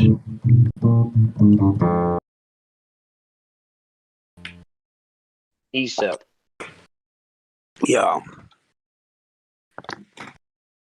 Check the chat. Check the chat.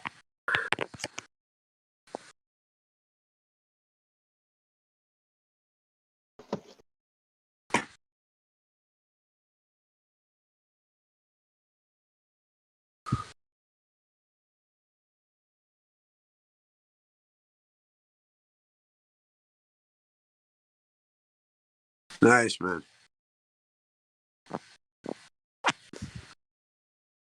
Yeah, it's dope, man.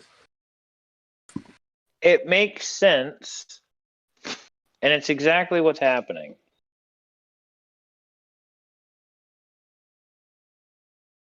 The thing is picking a side of the fence. That's where everybody has the issue.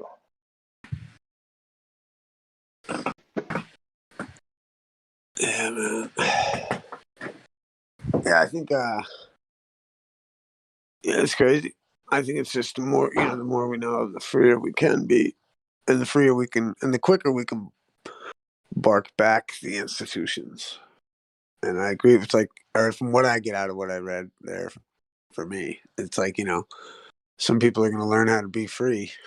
I don't know necessarily what you mean by for me, whether that's like whatever. But to me, it kind of means like it's like the more people that don't like cream cheese, the more cream cheese for me.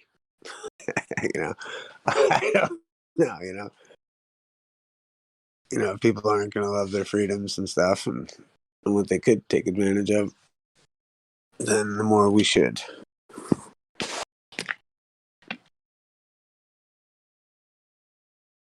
And the richer the reward. Like I always felt like, where was the gold in this endeavor for knowledge? Like, what's that alchemical thing that everyone's looking for? You know what I mean? And I find like, negotiation plays a big part, and I think has a lot to do with what emanates from what is good. And you know what I mean? What is good would know how to negotiate for the best of itself. And I think once we learn those concepts and and we stop this cosmological mutilation, because I think the only logical conclusion to the modern cosmology is fatal rationalism, which is going to lead to nihilism and ultimately just straight up fatalism. And so that's why flat earth I always thought was so intriguing, because it was a glimmer into an alternative cosmology, which in its own right defends the concept of an alternative storyline, and just opens the door to other concepts. Like, I mean, it's just such a beautiful thing because but I think there is gold at the end of the philosophical endeavor. And that gold for me, I think, is learning about the concept that we live in an ecclesiastical system already, that everything's already in place. There's no need to adjust anything really. It's a matter of how we look at it. Like I've always said, like it's like a bunch of people sitting in Ferraris that have, with the keys in the ignition, but it's off. And everyone's running around going vroom, vroom, vroom, vroom, vroom, not going, not going anywhere, just sitting in the car, pretending they're driving. When in reality, we should turn the key, start it up, and be able to use the thing to its full capacity. But apparently, it's better for some people who can't realize that the Lamborghini's not working, for it not to work for them, because they would just make a mess of everything anyway. So it's better that they're just sitting in a Lamborghini going, rum, rum, rum, rum, rum, because it's all the more road there is for those of us who've started our Lamborghinis. I don't know. But I think and anyone has the right to start their own Lamborghini in the commercial, or, in whatever sense of freedom as they may see it. Some people right now, it's a matter of, hey, I mean, even just in a general note to the general public, you don't need to wear a mask. You know what I mean? Like, it's okay now to not need to wear a mask, right? Like, science has vindicated the concept that, especially if you're vaccinated, you don't need to wear a mask. You know what I mean? Like, and like, yet some people cling to the mask, like, as though it identifies them. But anyway, it's like, letting go of the, realizing that it's going to be okay is a big part of life philosophy. But if you think the sun's going to explode and it just doesn't matter anyway, then you got, a potentially flawed morality on the grounds that you don't give a fuck.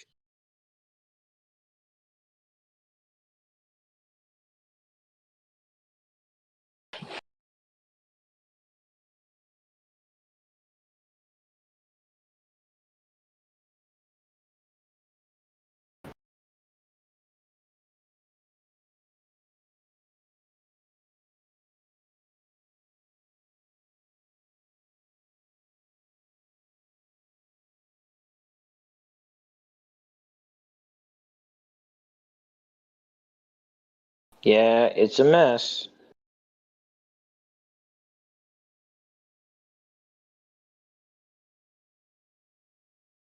Well, I mean, yeah, it's pretty cool that, to see it, the way, to see it even just as a glimmer that there is an opportunity. So I consider, ourselves that do look at this world a little differently is kind of blessed, Trying not to be labeled as touched. Blessed, I think, because we see an alternative, but we're not retarded. That's the trick. That's what I'd like to say.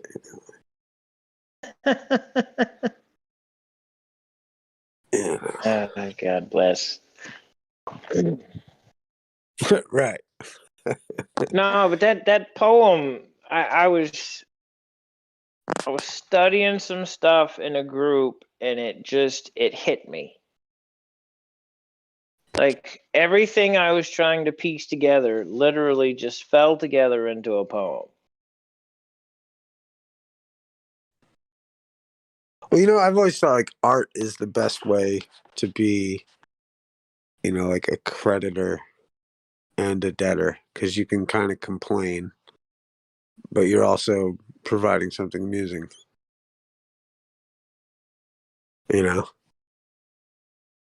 Like art has that capacity where it's like you can complain about anything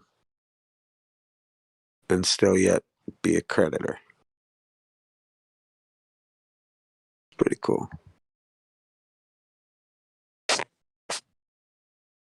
Yeah, that's a cool poem. Yeah, however you can find remedy, get it.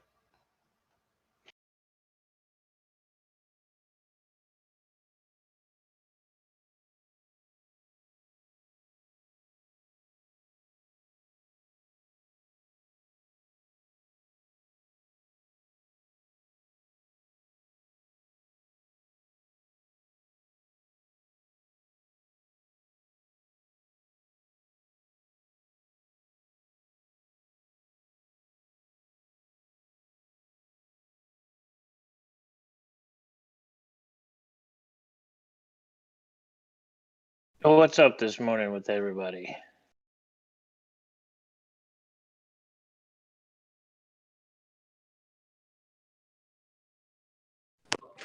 Actually, I have to get along with my morning. What I should be doing. But yeah, it was a good talk, brother. Nice to catch up. Is that Cuddles? Right on, Cuddles. Yeah, I'm new here too. Right on, cool.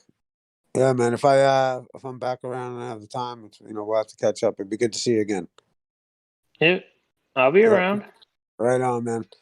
Yeah, good to hear you. Yeah, man. Good to hear you too, brother. Fuck yeah. Everybody in there, peace. I'm gonna get moving. What world? Maybe I'm gonna hit you up later. I'm not too sure, but Yeah, cool. Sounds good, right bro. on. Yo, everybody, have a good one. Peace, man. You.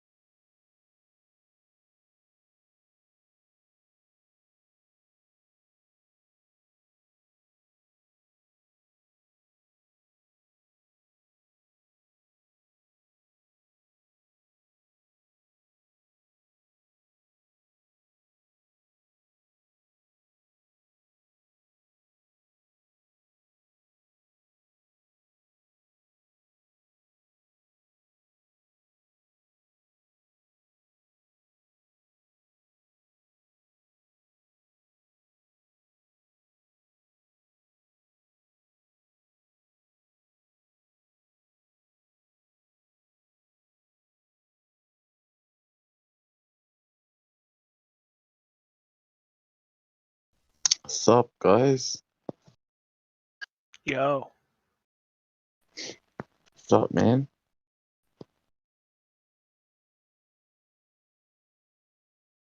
What's going on? Another day in paradise. I'm sorry? I said another day in paradise. Is that by Phil Collins?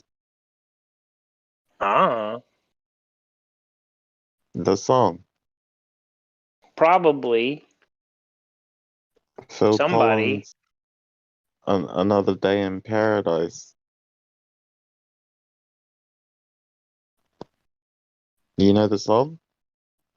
Yes. It's been a very long time. Yep. I usually have a couple drinks to that song.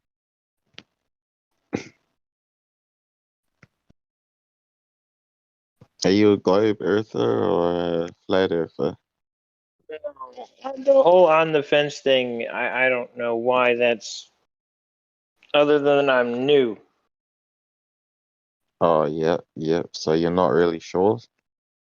No, that's not even the case. I'm completely biblical cosmology. You're completely biblical cosmology. Yes. Oh, I know what biblical means, but what's the second word mean? Cosmology. Yeah, what's that mean?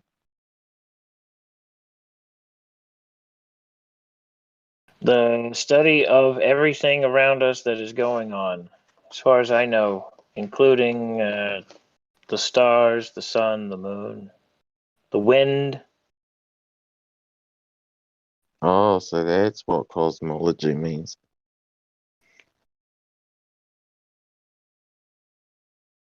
The sun, the sky, the moon, and the wind.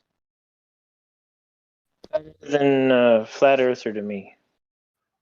It's actually kind of your universal outlook, how you see the universe, whether it's heliocentric, acentric, geocentric. Those are cosmologies, the cosmos, how you think of reality. Oh, yeah, that sounds like a complicated word.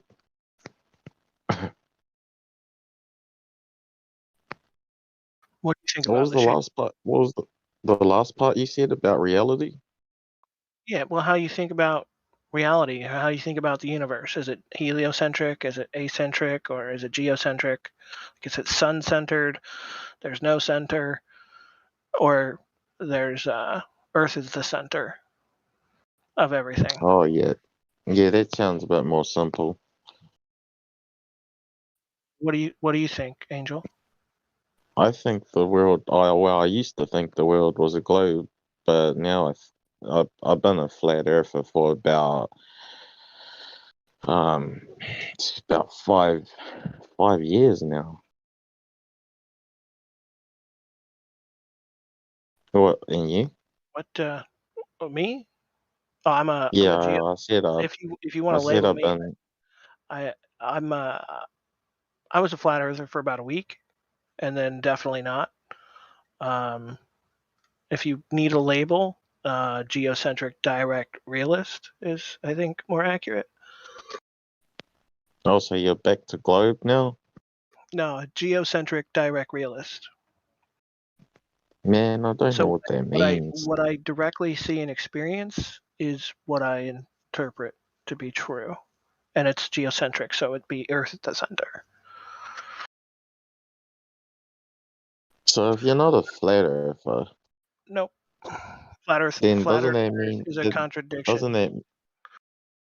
doesn't that mean that you're a globe earther though?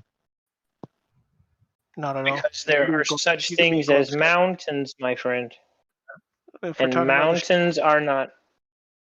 if we're talking about the shape of the Earth, flat and round are not shapes. They're adjectives describing the surface of shapes or the aspects of shapes. Now, a circle, that's a shape. A sphere, that's a shape. But flat and round are not technically shapes. And since we do have topography, the Earth is clearly not flat.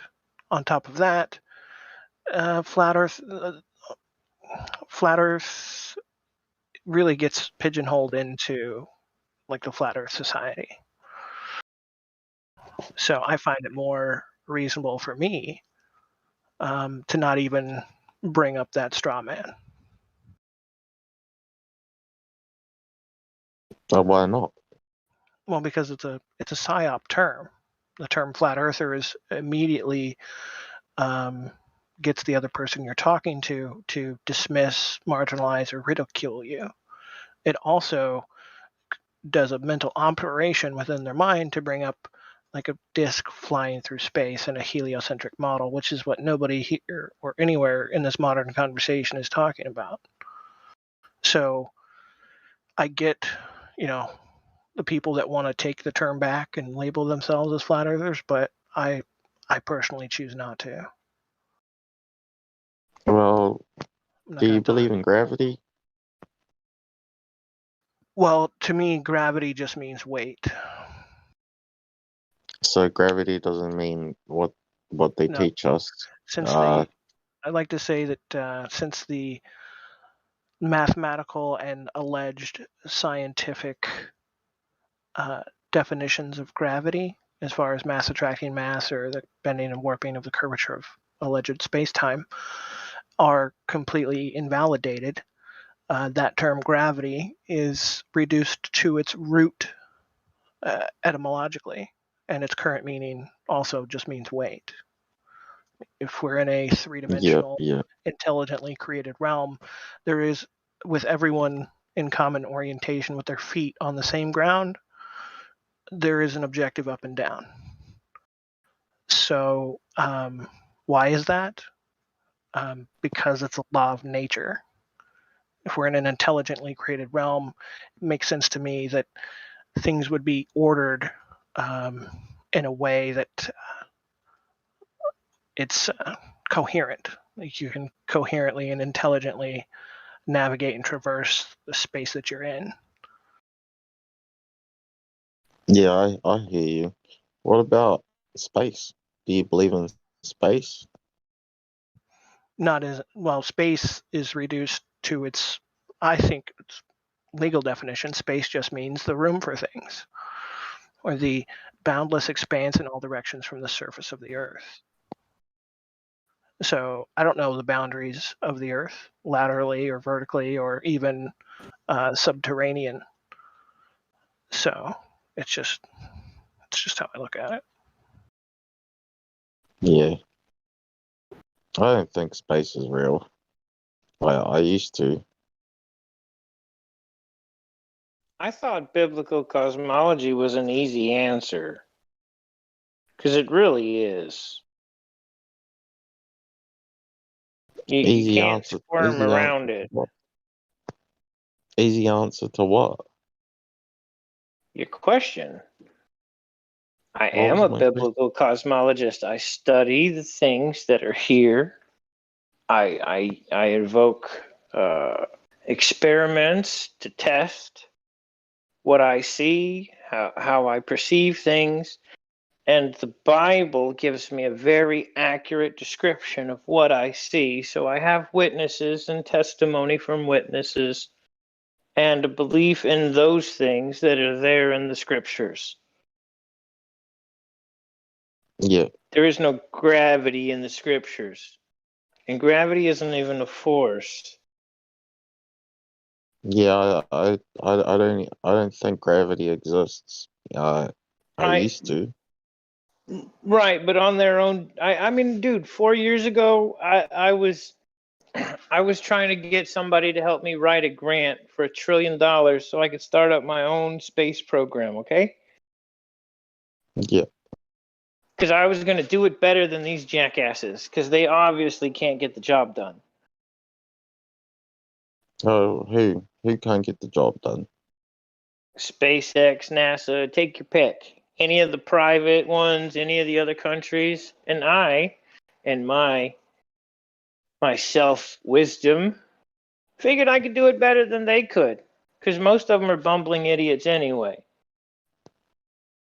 It's sad how they teach us, that all this rubbish at schools growing up that Armstrong landed on the moon.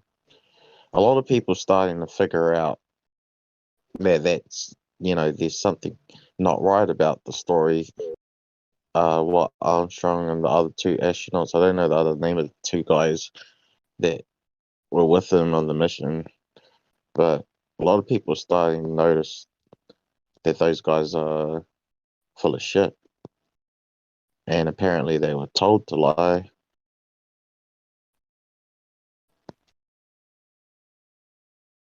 Yeah, it was Aldrin and Collins with the other astronauts. Yeah, it's like one of these things leads to another. Because I didn't become a flat earther until I started looking into gravity and the world, and some things weren't adding up when I was looking into gravity. Like, apparently gravity's keeping oceans on the earth, and keeping us on the floor. And then I thought to myself, what the fuck? So gravity must be pretty strong if it's keeping some things like water in the whole earth, yet it's not strong enough to stop a bird from flying or a man from jumping. Uh, you know, I might have to look into gravity a bit more, but I can't really wrap my head around it.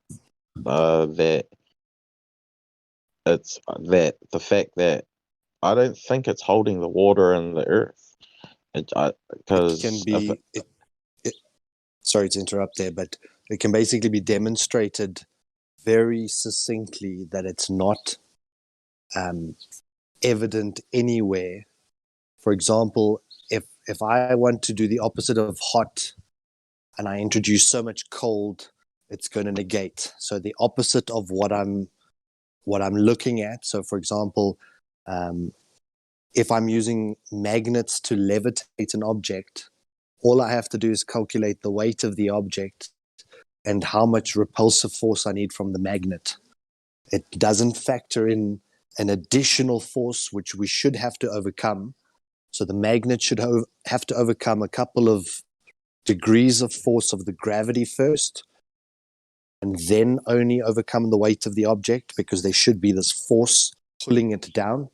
But when we use like electromagnetic, those maglev trains, they're only countering the weight of the object with sufficient magnetism. So in that simple calculation that you don't have to minus gravity when calculating how to levitate an object, that to me was dead in the water. I was like, then it's just an assumed force, but it cannot be calculated for or quantified or measured or manipulated or adjusted or anything. So it might as well be a zero because we carry it across to both sides. So you're a flat earther too? Absolutely. Oh yeah. How long you been a flat earther for? Since about October 2015. A friend of mine said to me, so we've both been flat earther about around the same time. Yeah, it's been a long, lonely journey. It's probably been the longest 7-8 years. The sad part is have you tried talking to your real life, all the family, time? Yeah, family friends about this, and they look at you like you're stupid, eh? Mm. Do they do that to you? Absolutely. Well, they wanted to disown me. They wanted to put me in a mental institution. They were saying, why does this even matter in the first place? Like, why would you fixate to go and learn about a whole new cosmology? Like, in the beginning, I was quite forceful with the knowledge. I think over the years and being knocked down by especially family and friends, you kind of learn to address this topic with very selective people going forward. Yeah, when I brought it up to my IRL friends, they get angry at me, eh? And my family, they kind of get angry at me. Like they start an argument and talk about fucking satellites and all the pictures and on the internet on Google, and they say like, you're an idiot, and they start calling me names and shit, and I'm like, fucking hell, chill out, dude. I think it's flat. I fucking used to think it was a globe too, dude. Fuck now. Now, just because I broke the matrix, don't need to hate on me. Not many people can break the matrix, but I did. When they start Yeah, well done. when they start getting insultive and stuff, you can always say a fool's argument is ridicule and insult. So you're just acting foolish by insulting me right now. That usually stops them in their track from the insulting, at least.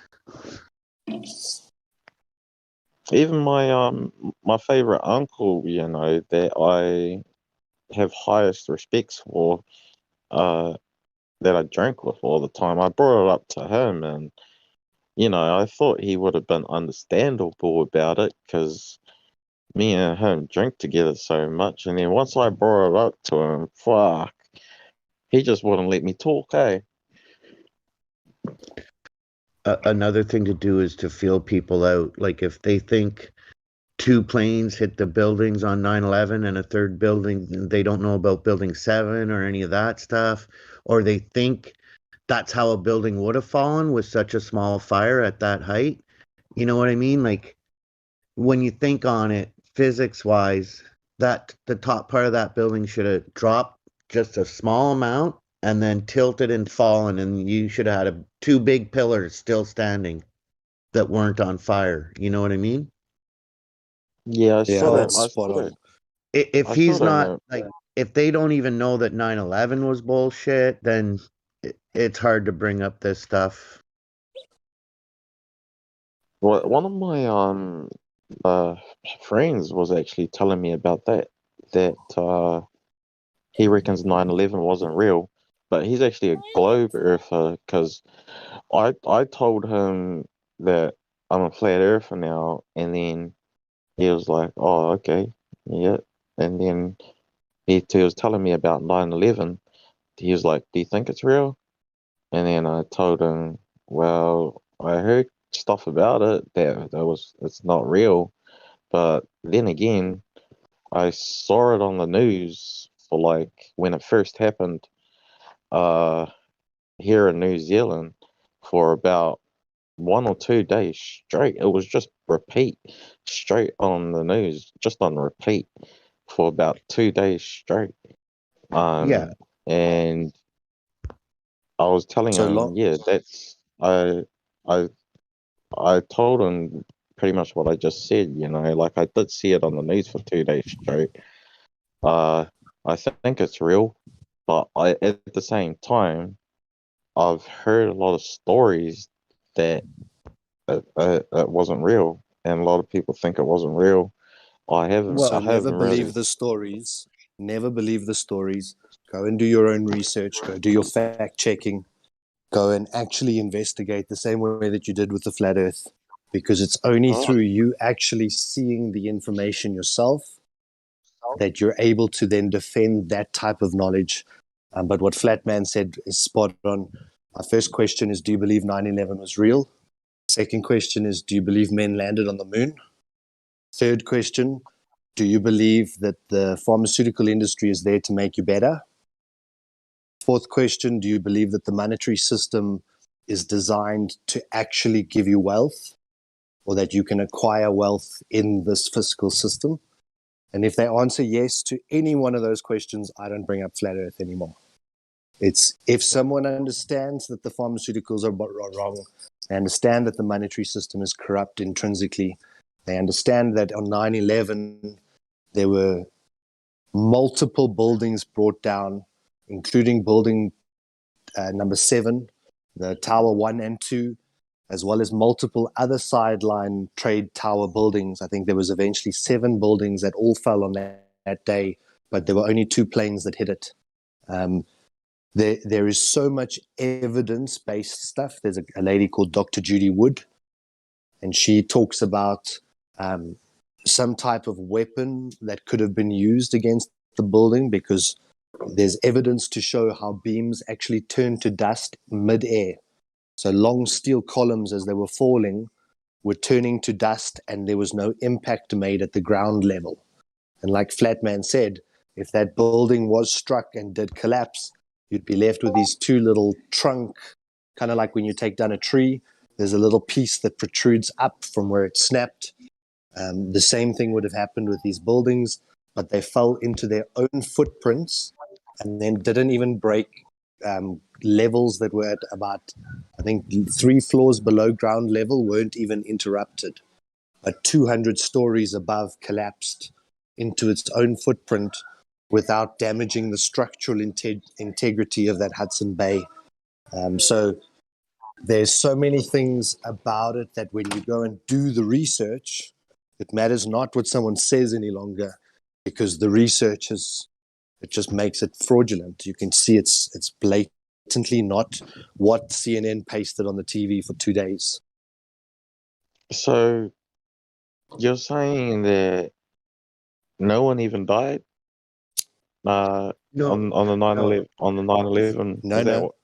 Not No, not at all. The event definitely happened. What we're saying is it didn't happen as it was presented, and it wouldn't have played out the way it did if what we were told actually happened. It would have played out differently. You know what I mean? Like I said, you'd have 2 tall stumps standing, and the tops of those buildings would have dropped a few floors, tilted, and then fallen into the streets. Well, what I was told is that there was terrorists on the plane. Yeah, well, again, you'd have to That's look CNN. at the information, right? So was that real? So how? Okay, so the way that they make that claim that they were terrorists, The terrorists. You remember that there was an ID book that supposedly this plane flew into the side of a steel structure. It incinerated the plane because the jet fuel apparently burnt at whatever 1,000 degrees. It caused so much structural integrity damage to the building, but the guy's passport managed to escape all of that. So remember, it was inside the aeroplane with the guy. It's now incinerated steel columns, but that passport made it all the way to the ground, and they found the passport and they said, that's how we know this guy was on that plane, is because we found his paper passport when it was so hot to... I think you muted yourself. Yeah, They sorry, found my his daughter. passport in the rubble, like on the sidewalk. Yeah, I'm actually interested about this because my mate, a close mate of mine, was the one that brought this up to me. Because I brought up flat Earth, and then he brought up 9/11 that it was fake, and I didn't really know much about it, so I didn't want to talk shit. I told him I saw it on the news, and whether it was real or not, I don't know, but I saw it on the news. And My that's all I take could say. on my personal take on 9/11 is that it was a move by the government to control drugs. See, I have this. The way I see it, the DEA, the drug war, it's all bullshit. The United States government, they're putting more dope on the streets and into the prisons than any other gang that you know of. Osama bin Laden supposedly was tossed into a sea, but the heroin trade has done nothing but grow since 9/11. So, you know what I mean? This is only my personal opinion. Maybe there will be a bullet with my name on it because of my opinion that I'm sharing here, but that's how I feel about it. If I woke up tomorrow morning and all the newspapers said all drugs were now legal, I wouldn't run out and start smoking meth or shooting heroin. You know, every time you see them take down a big drug person, do you think all those kilos are really being incinerated? Somehow the streets get the dope and the addicts get the drugs.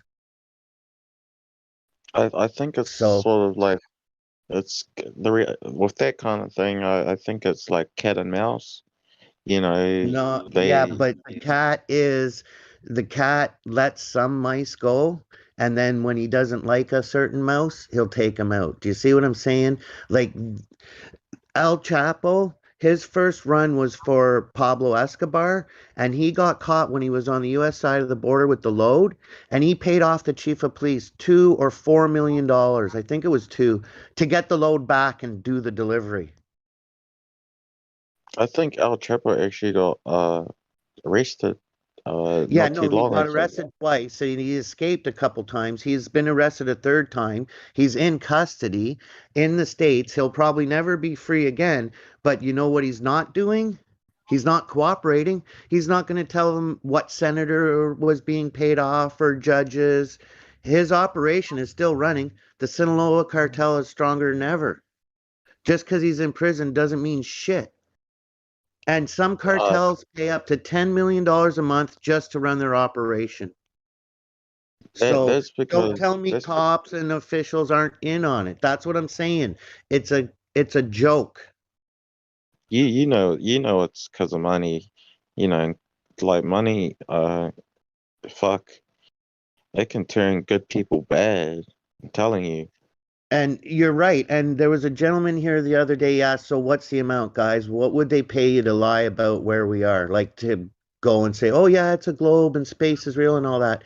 And he even got up to 200 million. And I was like, no, it wouldn't matter how much they pay me, because my point, and I didn't get to finish making it that day, was if they could pay me any amount to lie about that, that means they could pay me to lie about you or Yeah. someone else. And I'm not that person, man. I'm not going to bear false witness. I don't care how much money you offer me. Yeah, man, they would be breaking one of the commandments, if you were bearing false witness.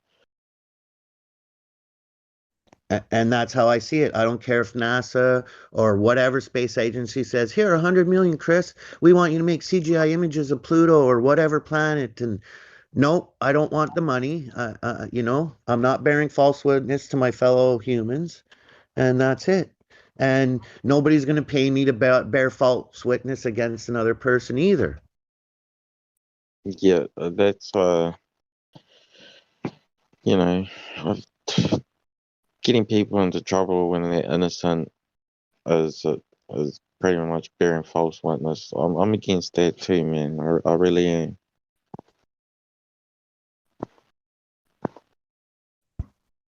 So that's kind of how I see it. I don't know if I was being loud there, guys. Sorry. They're bearing false witness to our children, to their children's children, to all the people walking this earth. They're telling us bullshit. They're taking money. They're dropping bombs on people. Then they're saying, sponsor this refugee that we just dropped bombs on and made. Now we made them refugees. Now sponsor them. Kids don't build bombs and make decisions to drop them. Yeah, men do that stuff.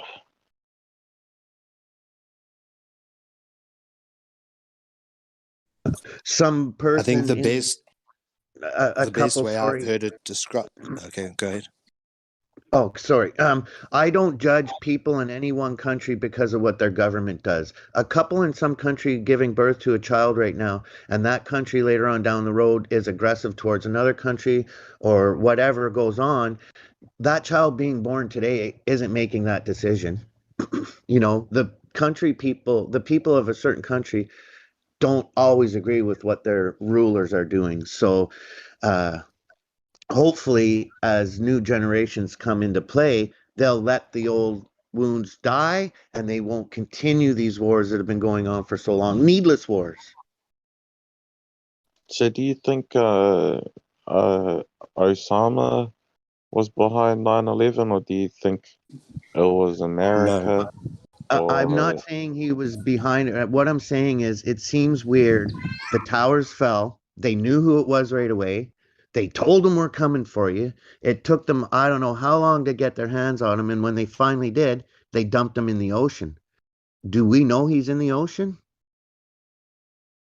We didn't I get to I, see a body. I honestly don't know what happened to him, but I did hear that America did capture him.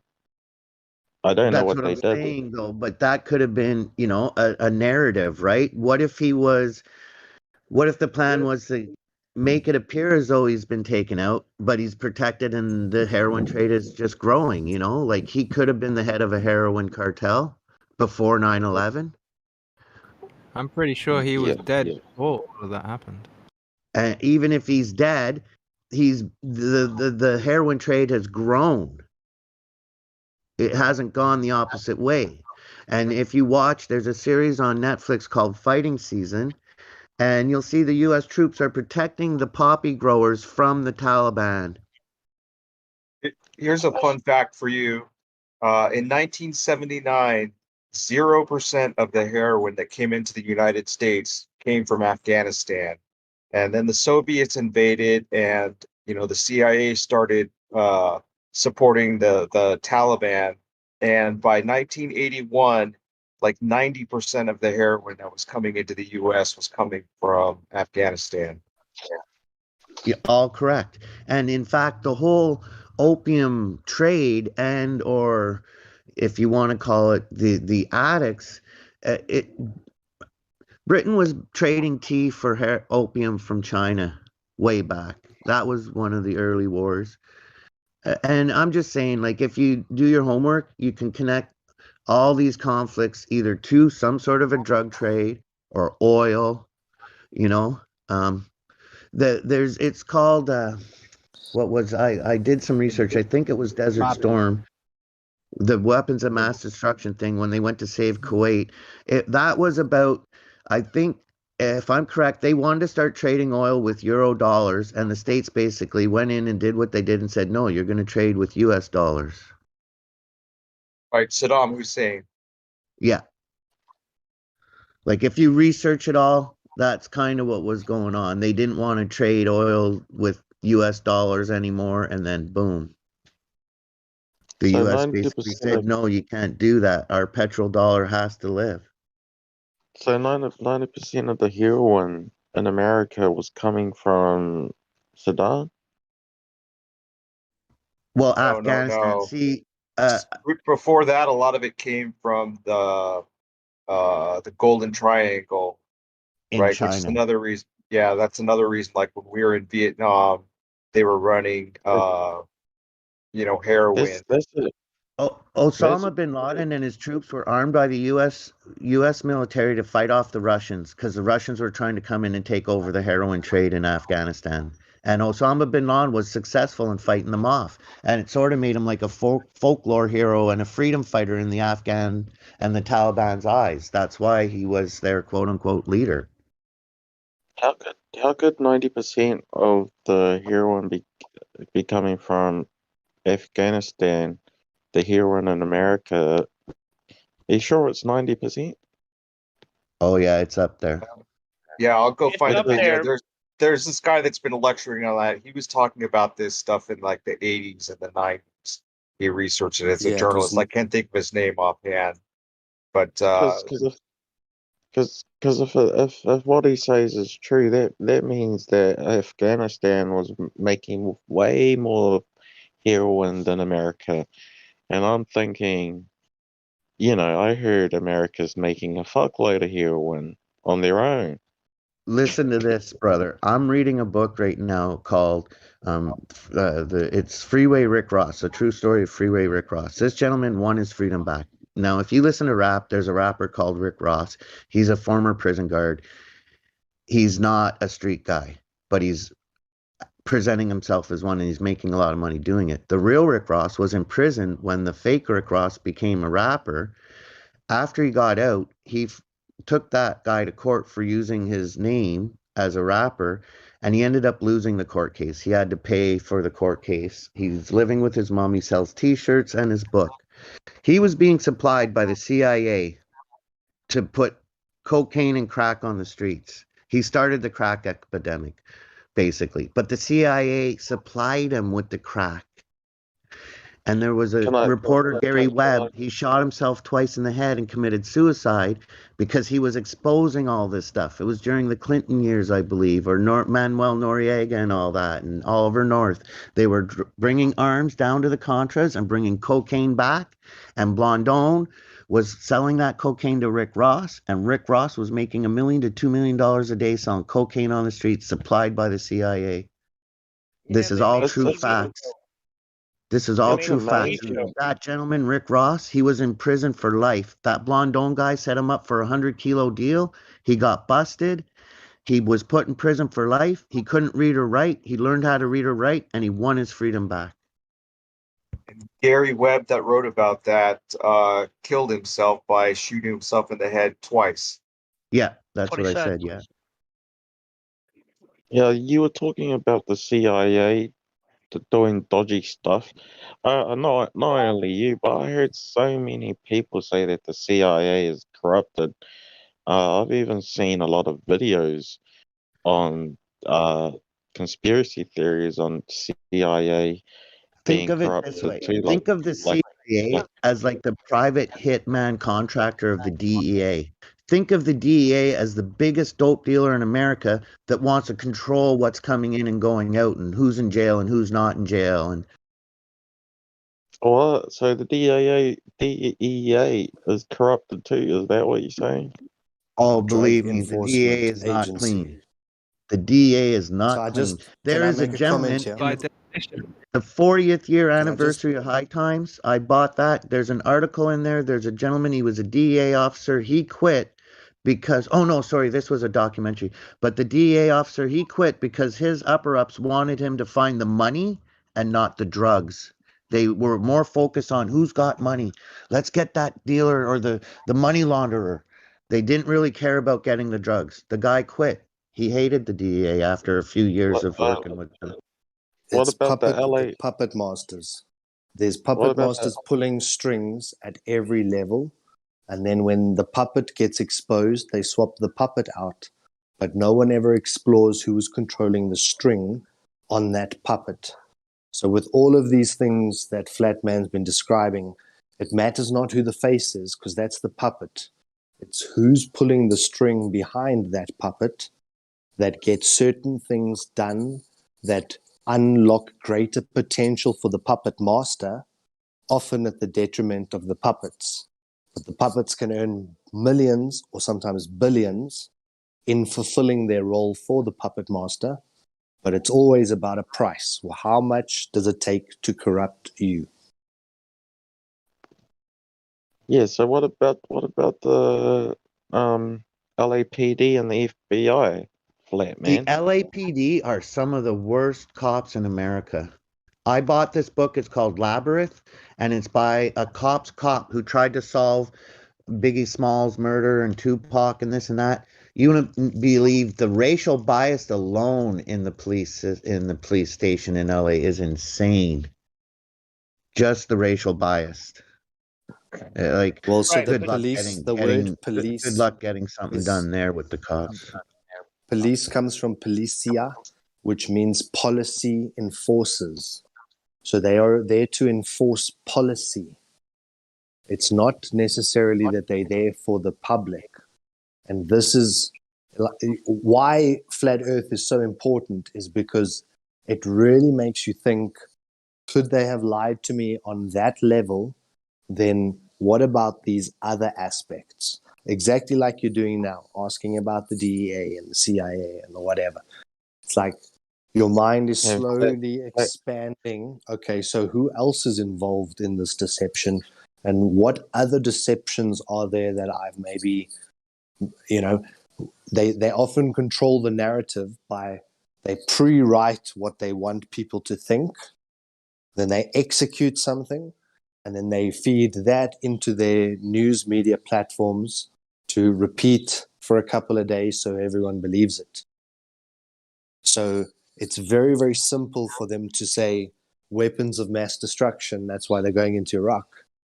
And then it turns out, no, it was actually for like oil security, making sure that the petrodollar is still maintained. There was a lot of other reasons that with or without 9/11, they would have gone in there anyway. They were going in there, and they used this beautiful thing which they set up and then profited from financially to initiate these things. But like I say, it's for a puppet master. The puppet master's playing both sides, making money on both sides, like the banking, the Rothschilds. If you go look into them, you'll see that they've always funded both sides of the war. So both countries are going into debt, trying to kill each other, and both of them are paying the Rothschilds, and they're giving them unlimited credit to buy more rockets and more tanks and more whatever. So at every single tier, every single level, there's deception. And peeling back these layers of deception is normally what leads you to flat Earth. I think you've probably discovered flat Earth, and now you're discovering all the other layers. Well, I first of all, I started with gravity. Once I started questioning gravity, if it was real, that's when I remembered a couple of videos about flat Earth. Didn't take it seriously, the flat Earth videos, because I was a globe earther at the time. But when I found a video about gravity and how gravity works and people trying to debunk gravity, show us that gravity doesn't even exist, you know, they made a few good pointers that made real good sense. And one door leads to another after I found out gravity was, well, I started feeling like it doesn't exist. It opened the door to flat Earth, and then flat Earth opened the door to the firmament, which I never thought was real. I don't know if you know about that, about the firmament. I grew up my whole life ignoring the firmament, and I think the firmament has a strong part to play on a flat Earth, and especially a strong part to play for scientists. I don't even think scientists believe the firmament is real. No, they don't. But those are called pseudoscientists. They're not real scientists. Real science is about experimentation, and it's about isolating an independent variable for something to prove cause and effect. But what we get told now is they look up at the sky and then they tell us that that star is 4,000 light years away, and it's just because. And then 5 years later, they say, wait, we were wrong. It's actually 6,250 light years away, but now we're right. And then we all go, wow, great. And then they say a couple of years later, no, wait, that thing, it was actually 4,000, light years away. We got it wrong. Okay. And it matters not where they place these things, but in science, science is very precise. And if you're out by a margin of 200 or 300 times, you're not doing science. And these guys are allowed to just look at a dot in the sky and then say, that's actually a black hole. And it's warping gravitational lensing, and it's actually bending the light around this enormous mass. And they make up this whole story. And you say, okay, well, show me how you proved that. No, well, it's what it has to be. So do you think the black hole is real? Because I've been questioning that, because apparently scientists can see that black hole absorbing other planets, just anything, even suns, just anything, and then even light. And do you think black holes are real? I just had a very interesting thought on black holes not too long ago, and it was this year. Supposedly it's a vacuum, which is basically the absence of anything, like nothing's there, it's a vacuum. But a black hole is a greater vacuum within the vacuum. Do you think the black hole is inside the firmament or outside the firmament? No. What they tell us about space and black holes is they're basically saying a black hole is a stronger vacuum within the vacuum of space. It just doesn't make fucking sense when you think about it.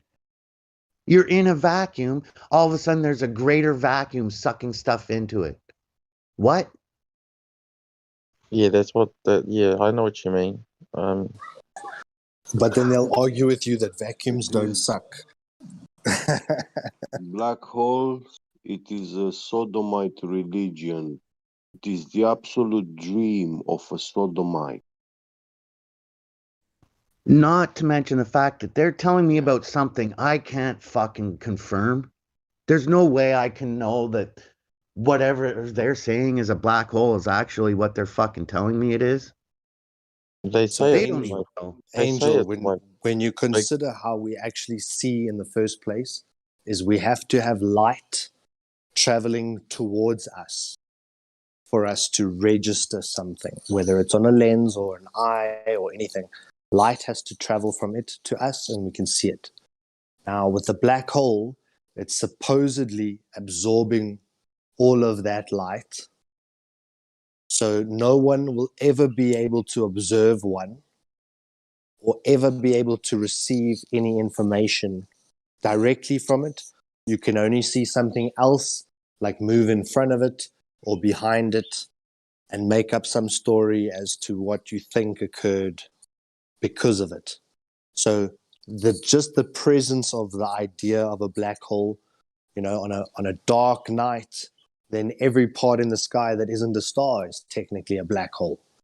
But how do you prove that one is a black hole and that one's not a black hole? And then when you look at what they're actually receiving as evidence, it's usually 1 pixel or 2 pixels of like white against black. And then they convert that into a computer generated image showing like the absorbing of these 2 black holes that spiral one another and then merge into one. And all they've got as real data is like a couple of pixels. They don't have what they've just shown you as an animation. But the yeah, animation sticks in your mind, and then you think that they're like, maybe that was a video. Maybe they just pointed the camera up at the black hole and they just watched 2 black holes spin around each other. But it's not. It's computer generated. and they also say that Earth is getting closer and closer to a black hole. I have a question. It's does to a keep you in hole a get inside oh, of sorry, Get.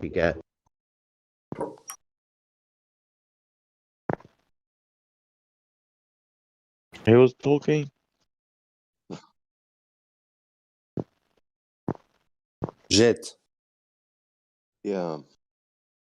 So how does a hole get inside a hole? Because they also show us those CGI that these holes are actually colliding each other. And apparently when the black hole goes into another black hole, it goes Yeah, way but bigger. do you understand the concept? You have a hole in a table, yeah? And a And table? yeah, on one point, yeah? Yeah, okay, so we got a hole in a table. Yeah, and then you make another hole in another point in the opposite side of the table. Okay. How do you put them one inside the other, these 2 holes now? Well, there's a few ways. One way you'd have to, because it's on a table, Yeah, you you could. put the table on fire. You Well, know? that wouldn't be putting the hole into the other hole. It's impossible, yeah. Well, one way you could do it is, fuck. I don't know. I liked Actually, what I don't know Flatman how to. said. I don't know how to do that on a table. If there was one hole on one side and another hole on the other side, and you want to get the hole into the other hole, fuck, I don't know how you could do that. And they are mocking the very idea and definition of the word hole. I was actually thinking about cutting a square piece. And you see, the word hole, which they use to explain these things, is actually a a subtle way to mocking um, the woman's vagina. Are you high, by the way? Me? Yeah. No. I just woke up. You just smoke up? I think he said woke up. Oh, I just woke up because you're talking very slow. Yeah.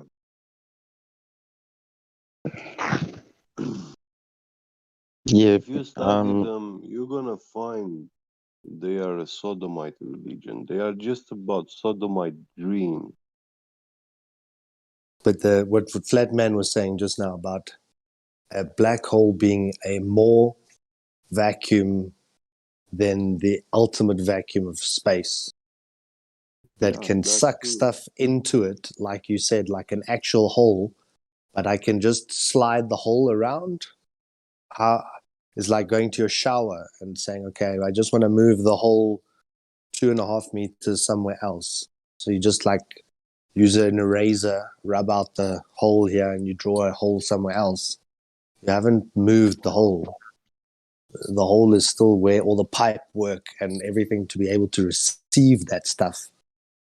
And I've always thought, where does the stuff go in? So if a black hole sucks stuff in, where's the outlet point?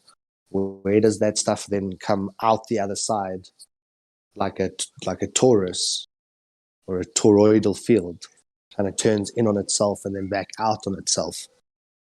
It can't just suck and then there's no storage point. Yeah, another funny thing, they say they have a magnetic north and south pole all around them. Like they are some sort of monopole. Do you guys think black holes are like real massive? How they tell us it is though, like bigger than sun? Bigger than It's a lie. Okay. So sorry, get. I Go have ahead. 3 acronyms for fear.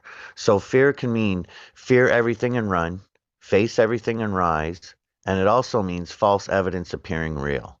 Fear causes you to be anxious, have like anxieties. It causes you to be depressed. It causes bad chemicals to be produced in your body. You'll be susceptible to diseases and viruses, being in constant fear. That's part of what it is.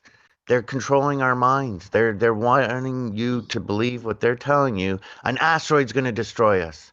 A black hole's going to suck us up. It's part of their narrative. I'm not sure exactly why. Probably because of the pharmakeia to keep us sick, keep us on prescription drugs. Uh, but sorry, in my opinion, it's definitely a fear tactic. It's all lies. It's just fear. Oh yeah, yeah. Because shit. Analyzing the soil on Mars doesn't help me in any fucking way. Doesn't help you. Doesn't help my neighbor. Doesn't help the kid down the block. It's costing a hell of a lot of money. And there's homeless people that need rights and a voice. But we're taking samples of the soil on Mars, right? It's important shit. Man, like the world's been fucked up for a long time, eh? We got so much money for all this other shit, but they don't want to use the money to keep people off the street. It was never so messed up as it is today. They got I would money to love. use on all this war equipment, but what about the fucking people on the streets? and the homeless people. I get where you're coming from, Flatman. That's just flesh. It's just flesh. What? Worthless. Just flesh. Like sand. Yeah, it's like sand on the ocean shore. Yeah. What about sand on the ocean shore? Well, that's how. I mean, if you take a grain of sand, yeah, Yeah. what is it worth for you? A grain of sand. Well, if it can't make me value. money, if it doesn't make me much money, then no, it probably wouldn't mean shit to me. Yeah. But if you have many grains of sand that can make a beach, yeah, a nice beach on a lake or an ocean, then it has a purpose and it's worth that thing there to be the beach, you know. Yeah. And then you can take some of it, burn it, and make a glass window. Yeah, it has utility also. But homeless people, that's what they are. Just one grain of. Oh, I see what you mean now. Yeah. So are you saying they're a grain of sand to me, or grain of sand to the government? Yeah. Oh, yeah. Yeah, that makes sense. That's how they see us. When's the last time yeah. When's the last time do people see cops helping people, homeless people, and giving them food? I never seen a fucking cop do anything like that. I don't even think I seen it on YouTube. Do the research into their history. You won't like it. With the cops. I mean, quite literally. Sorry, go ahead. Anything that you want to study on this subject matter, just say something to me. This is Cuddles. I got every little tool that you'll ever want to find out any of the answers to any of those questions about who they are. About who are? The cops, the government, the systems, the corporations, how they all tie in together, everything. Okay. Well, I don't know if it was the FBI or the CIA that made the darknet. Do you know which one it was? It doesn't matter which one. They're all the same. They're all the same machine. Yeah. The CIA is just a different part. The U.S. military made the dark. Who get beat it? The U.S. military. Oh, that's right. It was the U.S. guys, military. Yeah, That's those guys right. who work on ship carriers, you know, those giant ships. Yeah. I think you're right Yeah. about that. That's what they say on the net. That it was the U.S. military. That's where it's coming from. The dark. Yeah, and apparently the whole world uses the dark web now for Yeah. all sorts of Much illegal. better than .com. You have Oh, sorry. anonymity. You have. It's much better than normal internet. You know. Yeah, apparently it's have, way more interesting. The shit you can see on there and access to. Yeah. It's not hard. And you know what the freaky part is? Apparently, the darknet has. I mean, apparently the normal net that we are using right now, including Google, is only 10%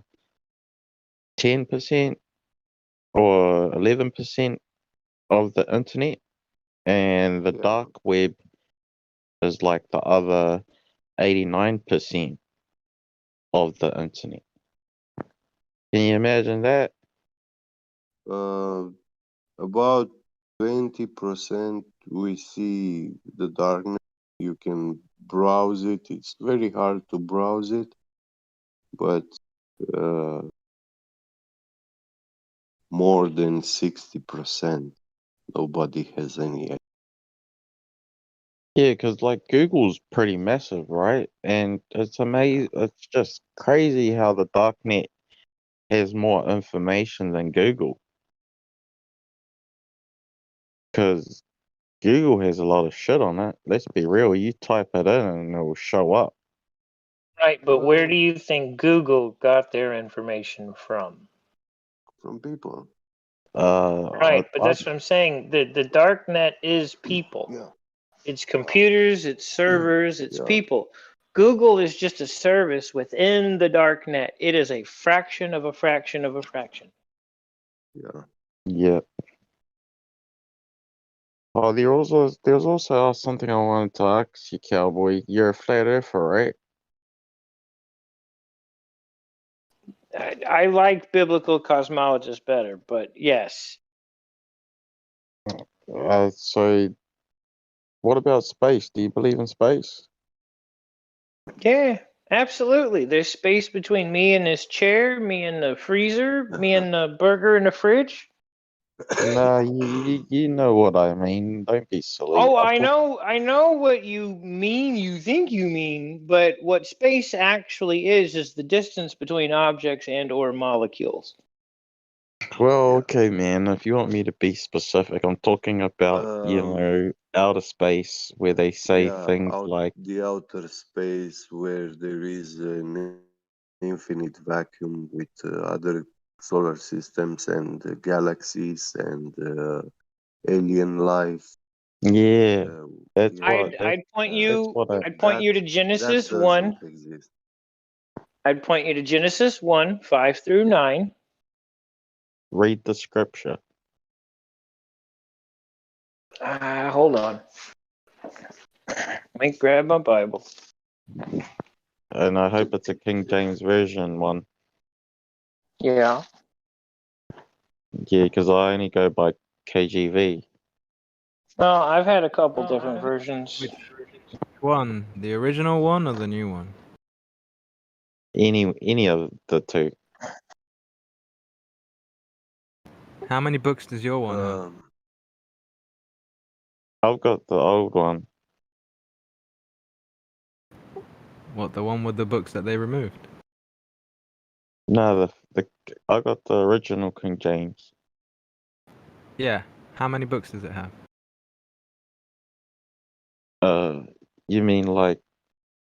Wait, give me a second. I'll have a look at it. You may be calling chapters. No, it would be books, because Bible is a library. You have a bound library in your hand. How many books do you have in your library? Exactly. God called the light day, and the darkness he called night. And in the evening and the morning were the first day. And God said, let there be a firmament in the midst of the waters, and let it divide the waters from the waters. Now, in my other King James, it says, divide the waters above from the waters below.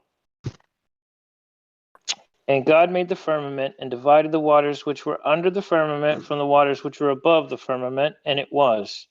And God called the firmament heaven, and the evening and the morning were the second day. And God said, let the waters under heaven be gathered together unto one place, and let the dry land appear. And it was so. That's Genesis 1, 5 through 9. Yeah, I've heard that story so many times. I just didn't know it was Genesis 159. Right, it's the creation story. It's the very beginning. But see, here's the fun thing, all right? When everybody wants to talk about law and how laws are made and how laws are valid, so that's why you brought that scripture up, is because I asked you if space was real. Well, no. There's an enacting clause in sentence 1. It's quite interesting. Yeah. Are you on I some sort mean, of are you on some sort of drug? who? You? What do you mean? Mean drug like beans, rice, corn, potatoes? No, like possibly, meth. Oh, you mean like twacked out of my fucking head, eh? No, like meth. Why are you asking me if I'm on meth? Because I'm just wondering because of your personality. So because my personality isn't like yours, I have to be on meth? No, it's just meth people Someone, like wait. Someone reading you from the Bible means is on math. no, not because of the Bible, just the way he talks. Oh, but because of the what? Because of the way he talks? Yeah. I can ask you the same question. Are you on I have a crack? different question though, man. Out Oh of my the god. blue. I have a Yeah, totally different question, but it'd be you could along the ask. same lines. It'd be something there's no good answer to. Can you repeat Why that? go there when we're having a conversation? Why go to something that there is no answer for? How many dudes did you sleep with last week? There's no answer. And how the fuck does that make any sense to what we're talking about? Even if I was high on drugs, it still wouldn't matter. The point is still the same. Yeah, well, we're two humans having a conversation. In this We, conversation, the cowboy was making sense. He was Right. coherent. Your yeah, he was question making was sense. incoherent. Was incoherent to the subject. He was making sense, and I didn't say he wasn't. I just asked the man, is he, smoking something? Yeah, but your question was incoherent to the subject. Right, What but does it's also do none you of mean? his business. Do you mean irrelevant? Yeah. Okay, is that what incoherent means? Is that the same thing? Well, incoherent, off Irrelevant. topic, off context. It was incoherent. For the context, it made no mother. Yeah, I didn't want to keep talking about drugs. I was just wanted a yes or no, and then we could continue into. Right. But even if I Well, were, it's none of your business. Oh do you yeah, do okay. wait, That's do fair you enough. take any You could say do you that. take any kind of drugs which are actually not drugs? You call them medicine prescription from a psychiatrist or psychologist? I take drugs, but not from psychology or psychiatrist. What kind of drug? I take meth and I take weed and I take synthetics. Well, you take heavy drug. I'm sorry? Okay, I'm not laughing. I mean, you're taking heavy drugs, and Yeah, I'm but not laughing on you. I met people quite extremely intelligent using heavy drugs. Yes, so I'm not mocking you, all right? But you have to give everyone that credit that I'm giving you. Can you say that last bit again? I'm sorry, because your voice is kind of real quiet. You have you ha- you have to give everyone the same credit that I'm giving you. You mean the same respect? Yes. Okay, yeah, that makes sense. Yeah, I agree. Yeah, nobody here asked you if you were on drugs. Yeah, I wasn't doing it to belittle him. Yeah. I was just, curious. Right, but it's etiquette. No problem. We can Besides, easily go over this. besides a handful of magic mushrooms turns a boring Tuesday afternoon into an interesting Friday night. You know what I mean? Is it Friday night for you?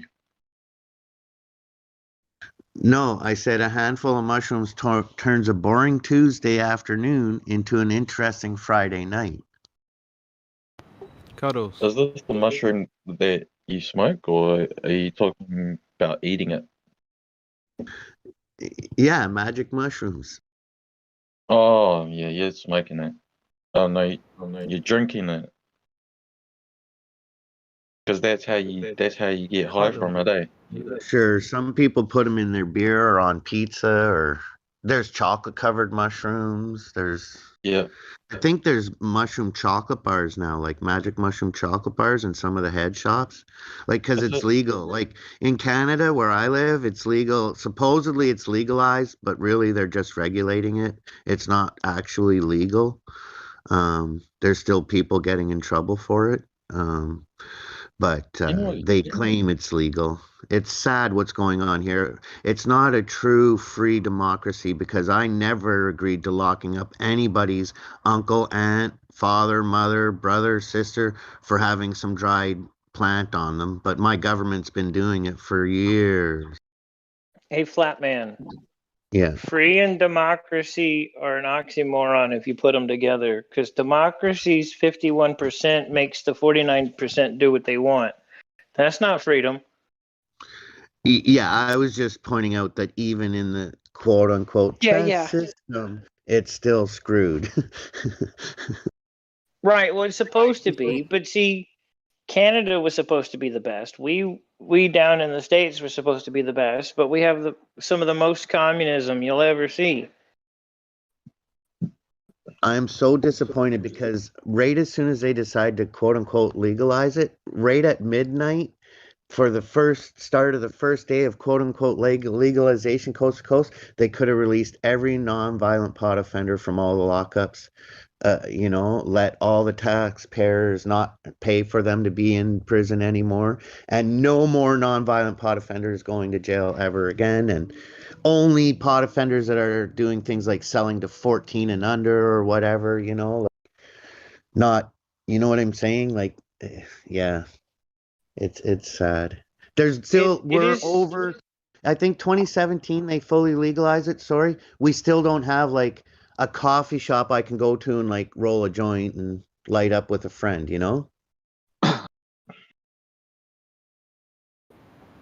This is So, all a Cowboy. deviation from the original conversation. So, Cuddles, if you do if you do me a favor and return to what you were saying before that strange question was spoken. What? Did I come through clearly or not? Oops. Yeah, I lost the context, so that's on me. Nah, it's not exactly anyone's fault except whoever asked such a weird question about drugs. But if you could return to what you were speaking about, making your point from the text, I would appreciate it. About the Bible? Yeah, because that's where we were talking. Everything else after that was a deviation. Well, I mean, that's why I'm into biblical cosmology, because what I experience in the real world, I see right in Scripture. It's that simple for me. I feel the same way. How the scriptures say that this place is evil and humans are evil, but it also says we can change. That's why it was written. But the whole book is equity. If you go from cover to cover and you put your feet to the path of equity that is right there in front of you, there's nothing these idiots can do to you. What does equity? What is equity? Yeah, you said the whole Bible was equity. What's equity mean? Well, to me, it means one thing. To someone else, it may mean another in the situation. But equity is fluid, like air, like the water. Oh, yeah. Equity is forgiveness in law, in motion. Yeah, I hear you. If I shot someone, all right, oh, I'm going to go to prison for this, but all right, that's according to the letter of law. I shot this guy and I'm going to jail, okay? But in equity, it would be, hey, I shot this guy because he was attacking someone else. My duty of care for my fellow man is to protect my fellow man. So on the letter of the code, I would be guilty as sin, and in equity, I would be free from sin.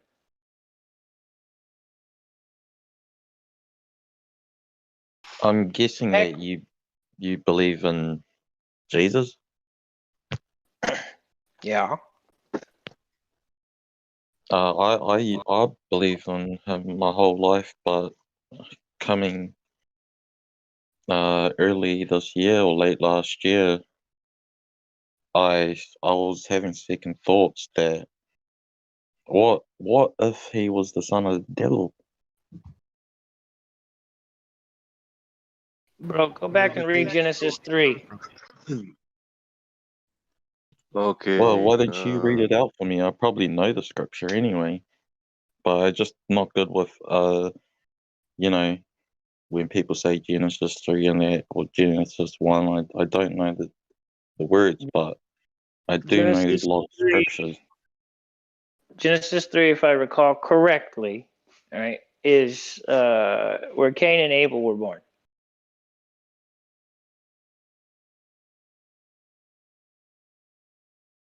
Now, if you see that and you have more questions, there are other books that were not codified, which irritates me the most. Enoch, Jubilees, in the book of Jasher. They explain things that are there going on in the midst of Genesis 1, 2, and 3 from someone else's explanation, someone else's perspective. So you're getting a direct line of sight from somebody that's not involved in a situation going, wow, you know, this guy did that, that girl did that, wow.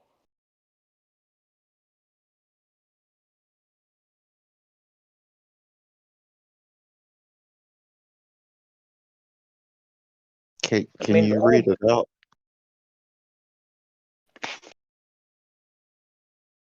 Genesis 3? Oh, like I said, I think it's Genesis 3. I could be wrong. As I told you, what if, you know, I told you I believed in Jesus my whole life, and sounds like you believe in him. But coming late last year, I started having second thoughts. What if it was a trick? What if the New Testament? Where did these thoughts come from? I could tell you, but you probably wouldn't believe me. It's all good. You have to stay strong in who you know you are. Yeah, 3, I was right. 3 starts it. Yeah, you haven't read it out yet. Well, that's because we're still talking. Okay, well, can you get it out? Your book can read it. We're not the only two here, bub. If everyone else doesn't mind. Well, they're not talking. I don't mind, but Yeah, I think go ahead. The the floor guy is yours. The guy should probably answer where these thoughts came from. Okay, who's talking? Who's asking this question? Oh, is it Alicia? Elisha. Okay, so If you don't I address where had these a near thoughts death. came from. Alright, sorry. Okay, I'm trying to explain. The delay, I didn't mean to interrupt. Go ahead. Like I said, you probably wouldn't believe me, but do you want to hear it anyway? Yes.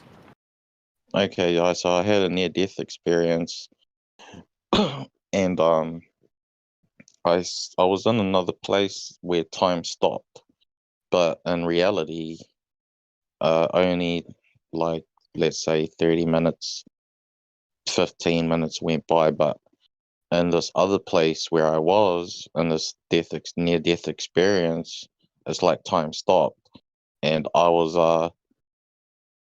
I met these.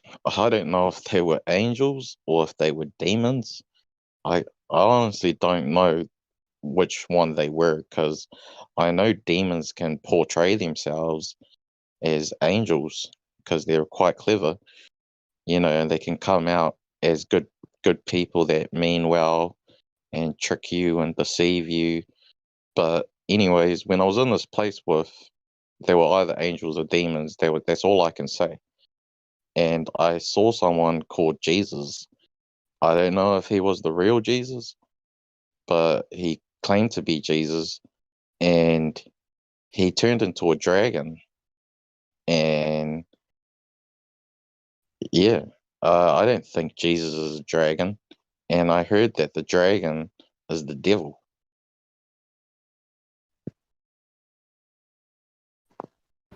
Right, before I ask you the question pertaining to that, I have a question about how did you get into that near-death experience in the first place? Okay, so I was at my sister's wedding, and I had a few beers before I went, and then when I went, after she got married, me and my mate went to uh another mate's house, just had a workmate's house, having a few drinks there. And while we were over there at the mate's house having a few drinks there, and I was smoking weed too, I got to a point where I told my mate, "Oh shit," and he was like, "What's wrong?"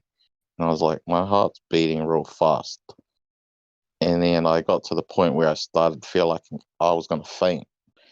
And then I told him, "Fuck, I think I'm gonna die." And then he's like, "Are you being serious?" And it's like, my heart's never beaten so fast before, man. And then after that, I just, passed out. I don't know what happened. And then that's how I ended up in this other place. And let me tell you, man, these demons or these angels, it's like they can make Sorry to anything, interrupt. anything. No, I'm don't sorry. interrupt him. Please let him finish. Okay. But Go yeah, whether they were demons or angels, let me tell you, man, in this place I was with them, it's like they can make, how you have an imagination, right? So whatever's going on in your imagination, they can make it a reality. Like, I'm talking about anything. And I kind of miss being at that place. And actually, I had a choice if I could stay at that place. It looked like a heavenly place. But because there was this girl there, I've actually seen that girl in real life. Because when I went to that place, it was last year. And when I went to this place, I actually thought, when I woke up, I thought I was going crazy, like that all that shit that I saw, I thought it wasn't real. But here's what changed my mind. There was this girl at that place that she would like be by my side nearly everywhere I go. And I'll fast forward a bit. That girl that I was with in that place, I think it might be called the astral realm or the spirit realm or possibly heaven. It's got to be one of the three. And when about not 2 or 3 months ago, I actually saw that girl in real life. And to tell you the truth, I didn't know if she was an angel or a demon. So I was like, fuck, I better keep my distance, eh? Because I was a little bit scared, not gonna lie. And I was like, fuck, so it was real. All that shit that I saw must have been real, because what the fuck is she doing here? And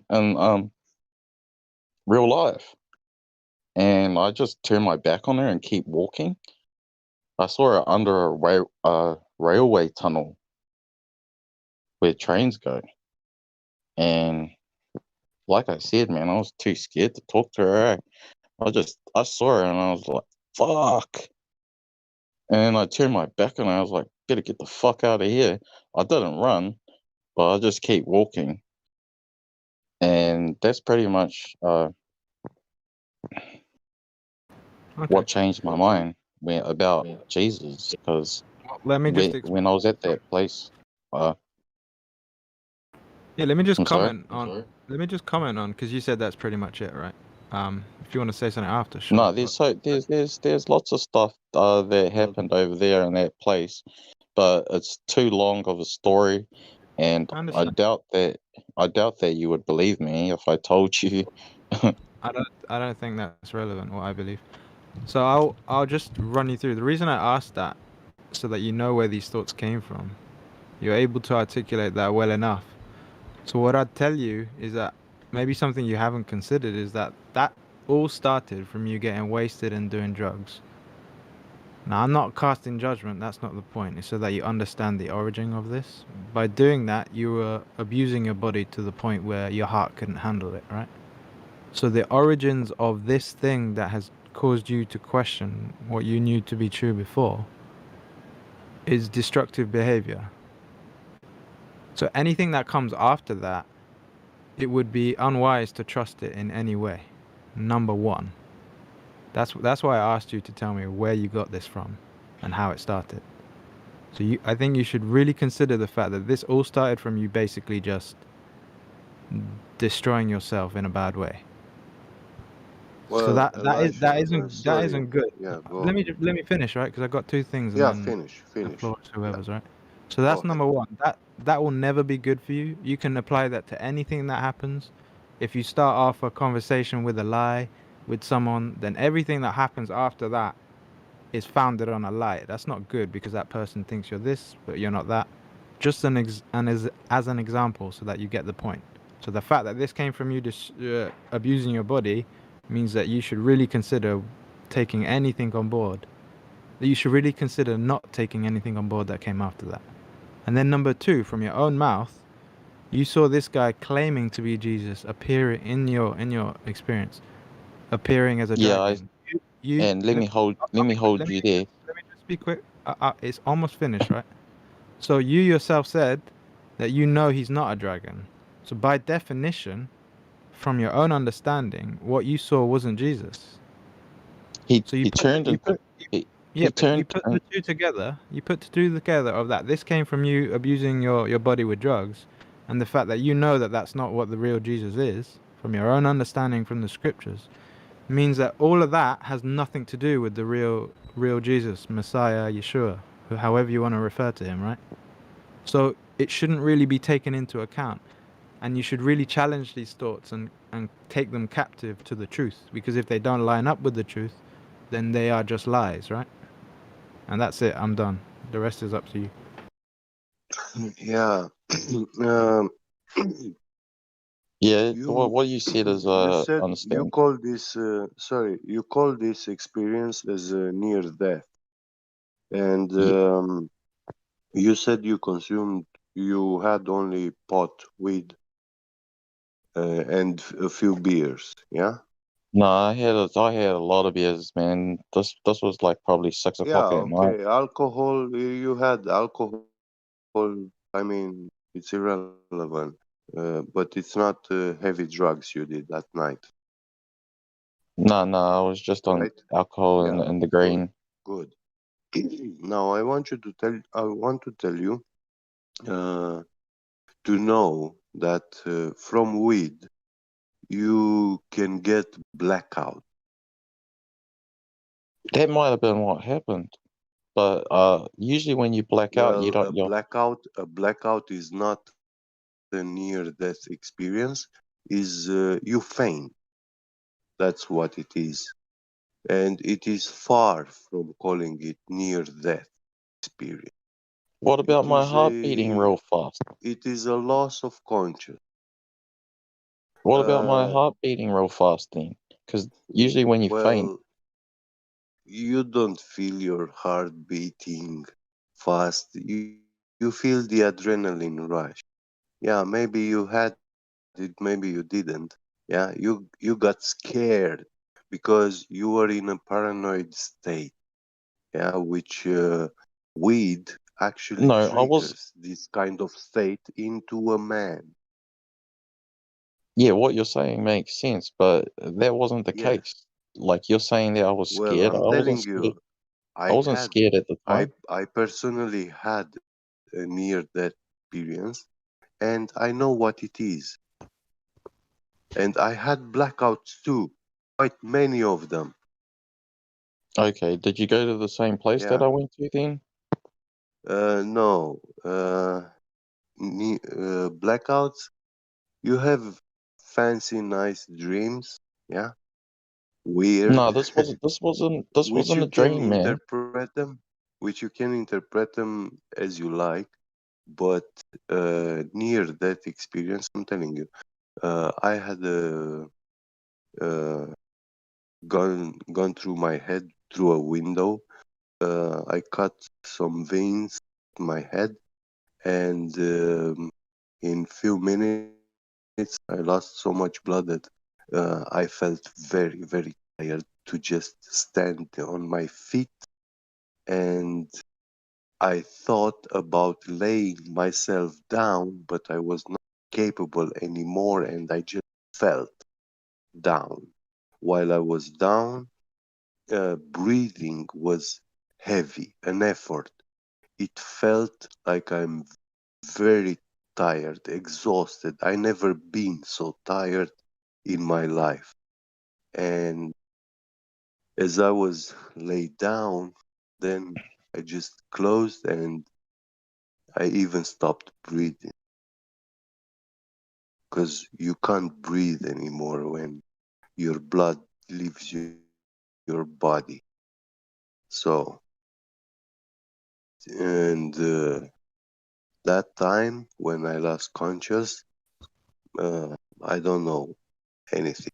Well, Taken to the did you hospital, yeah, and did you see given any? Did you see perfusion. anything? Did you Uh, go to any I place? didn't, I didn't see anything. I didn't went to any place.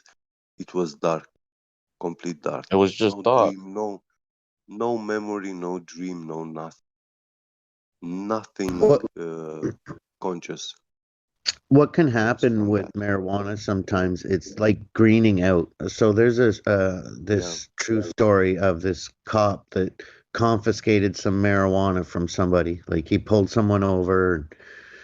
I don't know if he did a smell and search or what, but he confiscated some marijuana from somebody, and he went home and decided to try it out. Him and his wife. I think they made brownies or something, and he thought time stopped and everything slowed down and stopped, and he thought he was dying and everything. He ended up calling 911 on himself.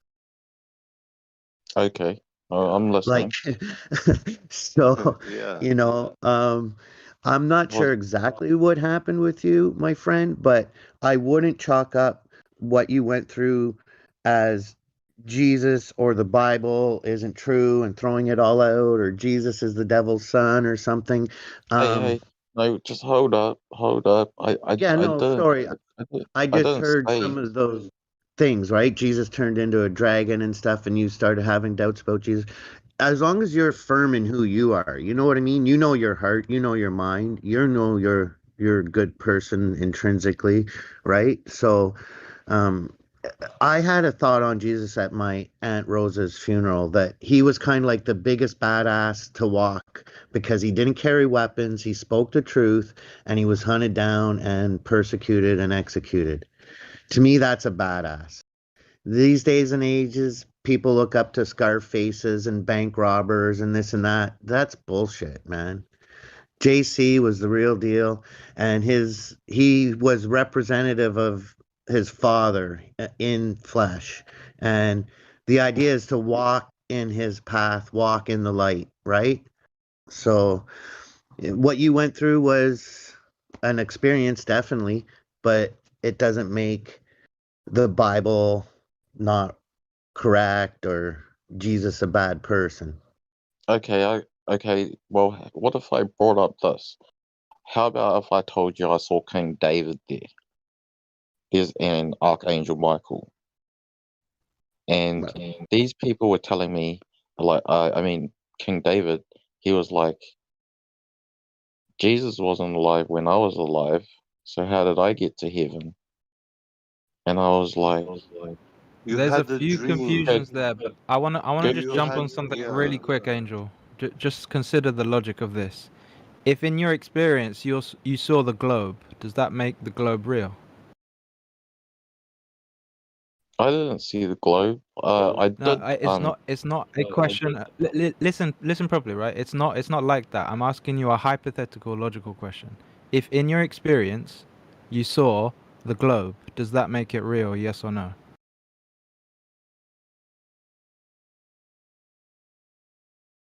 It could have been an illusion. Yeah, but Like, before you say that, just answer please answer the question because it's very simple. Does it make it real? Yes or no? yes, it would have made it real, but you have to let No, me finish. okay, that's the problem. You're making a statement that goes contrary to what we know to be true, right? That's why I said you have to let me. An experience like that does not change reality. Yeah. So You didn't let anything me you finish, see, though, because however convincing, however what, it does not change the fact that water lies flat, all the rest of it, right? So you have to test all these things. Experiences, as powerful as they may be, if they don't hold up to the truth, especially the truth of the scriptures, then they are nothing but lies and deception. Because the reason I said this is because you're coming out with things that are based on misunderstandings of scripture as well. People don't go to heaven when they die. Heaven is a physical place, like the guy was reading from. In the beginning, he created the heavens and the earth. Heaven is a physical structure. Firmament is a physical structure. People don't go there when they die. When you die, you're buried. And your soul goes to Sheol. So okay, there's multiple things in your understanding that are confused. If whatever you've been told or whatever you've heard or experienced, if it doesn't line up with the actual truth, it should be dismissed as a lie. I don't think it was a lie, but I do know this. We're talking about two different realms here. I wasn't in this. What do you mean we're two talking different about realms? human Where does condition. where does the scripture talk about two different realms? Well, I wasn't in this reality where we are now. Where did you go? You didn't go anywhere. You were You were inside your there. mind. When you return to control of your faculties, where were you? You were either in your friend's house or in the hospital, I would assume, right? Your body Well, in the didn't go reality, anywhere. I was in a chair and I wasn't conscious and I was out. Okay. So when I your dream, friend's does my body go anywhere? Does my soul go anywhere? Your soul can. When you I have think. when you have a memory of something, when you have a memory of something that happened before, do you suddenly transport in time to that memory? No. So this idea of realms Not in this is reality. No. Not in our reality. Like This is this what I'm one. pointing. This is what I'm pointing to, right? This idea of realms and other dimensions like that. There's no backing for it in the physical understanding of the world or the scriptural and the spiritual understanding of the world. It doesn't work like that. So it sounds to me like you're saying. I mean, you do sound like a reasonable person. Like everything you're saying is making sense. I'll give you that. But are you trying to say that you think this was not real? The experience happened. I'm not denying Okay. that. It's not my business to judge whether you're telling me the truth or not. But it doesn't make it true. Because if I have a dream that I'm a billionaire, cool. In my dream I was a billionaire, but right now I'm not. So it doesn't affect reality like that. And this is a thing that's happened to lots of people in the belief and everything. that the spiritual is somehow some other dimension, and that heaven somehow some other dimension, not It connected is. to not connected to this reality, not It connected to is. this creation. It isn't, because No, that's not what actually, Scripture says. wait. Heaven is the Elijah. top. Heaven is the top floor of creation. We're on the ground Well, floor. This is our domain, and we need Yeah. to manage it, right? Heaven is a But he physical needs. place. You can't go there right now because you don't have the equipment necessary. But it's We a don't physical even need to place. talk about these things, Everything else that people Elijah. talk about, these He was in multiple a dimensions. REM state. He was in a state of Yeah, I sleep. know, but I'm trying to get There him to was a understand because brainstorm. There was a yes, I know, brainstorm in I his know, I know, triggered by weed. Yeah. I know, and I So and pointed he to him doesn't. already. He started consuming these drugs, and he has no idea what they do to the body, the psyche, the spiritual state Yes, of the I man. already pointed Yeah. to that. I already suspected that. Yeah. That's why I got him to extract from Yeah. himself what actually happened, so that he can actually work back to the origin of this delusion or this Yeah. confusion. And maybe I shouldn't have And used he's delusion. 'Cause I'm talking not trying to about judge. I'm not trying to lucid judge you like dreams, that. like, you I'm know. trying to get you to Yeah. understand that when these things happen, it doesn't change what is true.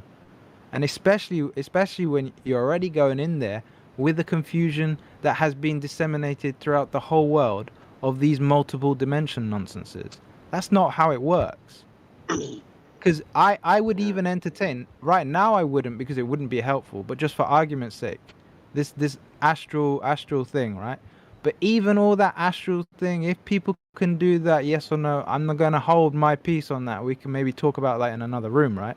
But all that will happen within the creation. Creation is everything. Earth, the subterranean stuff, the sky, the heavens, the firmament, the waters above, all that. If it's not happening within that, it's not happening at all. Any other idea of dimensionality is fundamentally skewed and fundamentally a lie.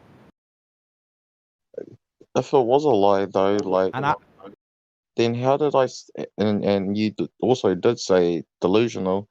If it was those two, even I thought it was crazy. But remember how I told you like 3 months back, that girl that was with me nearly everywhere I went over there, she appeared to me in this realm. It So was a how do you hallucination. explain well, that? I Easy. can explain You that saw pretty her. easily. You saw her at some point at the corner of your eye. You didn't know her, so you didn't make a note of it. And then you had this experience, and you see her again in this experience, and you don't recognize her. Now you see her again after the experience, and you're like, oh no, it's true. But you didn't go talk to her and get the confirmation that she would be like, oh yeah, I was with you there the whole time. But no, she's gonna be like, no, I don't know, I didn't experience any of this. This is all in your head. Yeah. It sounds like, Yeah, Jace, you don't think I saw what I thought I saw. I was looking at Well, her. She I was can about tell you 20. we are something. not we are not arguing that. You Yeah. have to try and pay attention, right? It doesn't make a difference. Yeah. If you already saw her before, then you already have her in your memory. So But what of it? in this Your reality, brain can extract anything that you saw, whether you paid attention. What do you mean? There is only one reality. yeah, and this is where I saw her. This is the real world. Like, how do you explain that? But you're So talking about the brain. yeah, You can go on about that. you have an image of her in your memory. This is all you're allowing yourself to be confused. You're not holding things to test, right?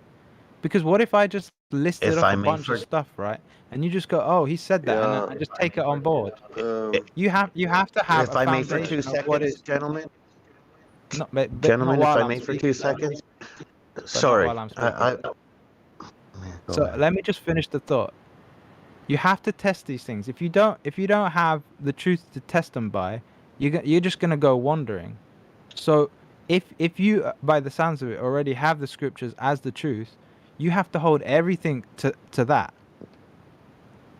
So But I'm instead of saying, entertaining ideas that go contrary to it, hold them to account. So you have for instance, if I was a father and I had a child and I'd given them a bunch of rules and then they go do stuff, I'm gonna go, okay, well, I've given you this rule, you've gone outside of that, so you're gonna get dealt with. The same thing for any ideas that come into your head. If they don't line up with what you have already understood to be the truth, And by the sounds of it, I think you need to go and dig deeper into the scriptures, like what Cuddle was saying. If they don't line up with that, they really should just be thrown in the trash where they belong. That's why I did say I don't know if these were angels or demons. You got to remember that. I'd like to give you I this do. about the lady, if I may. Sorry.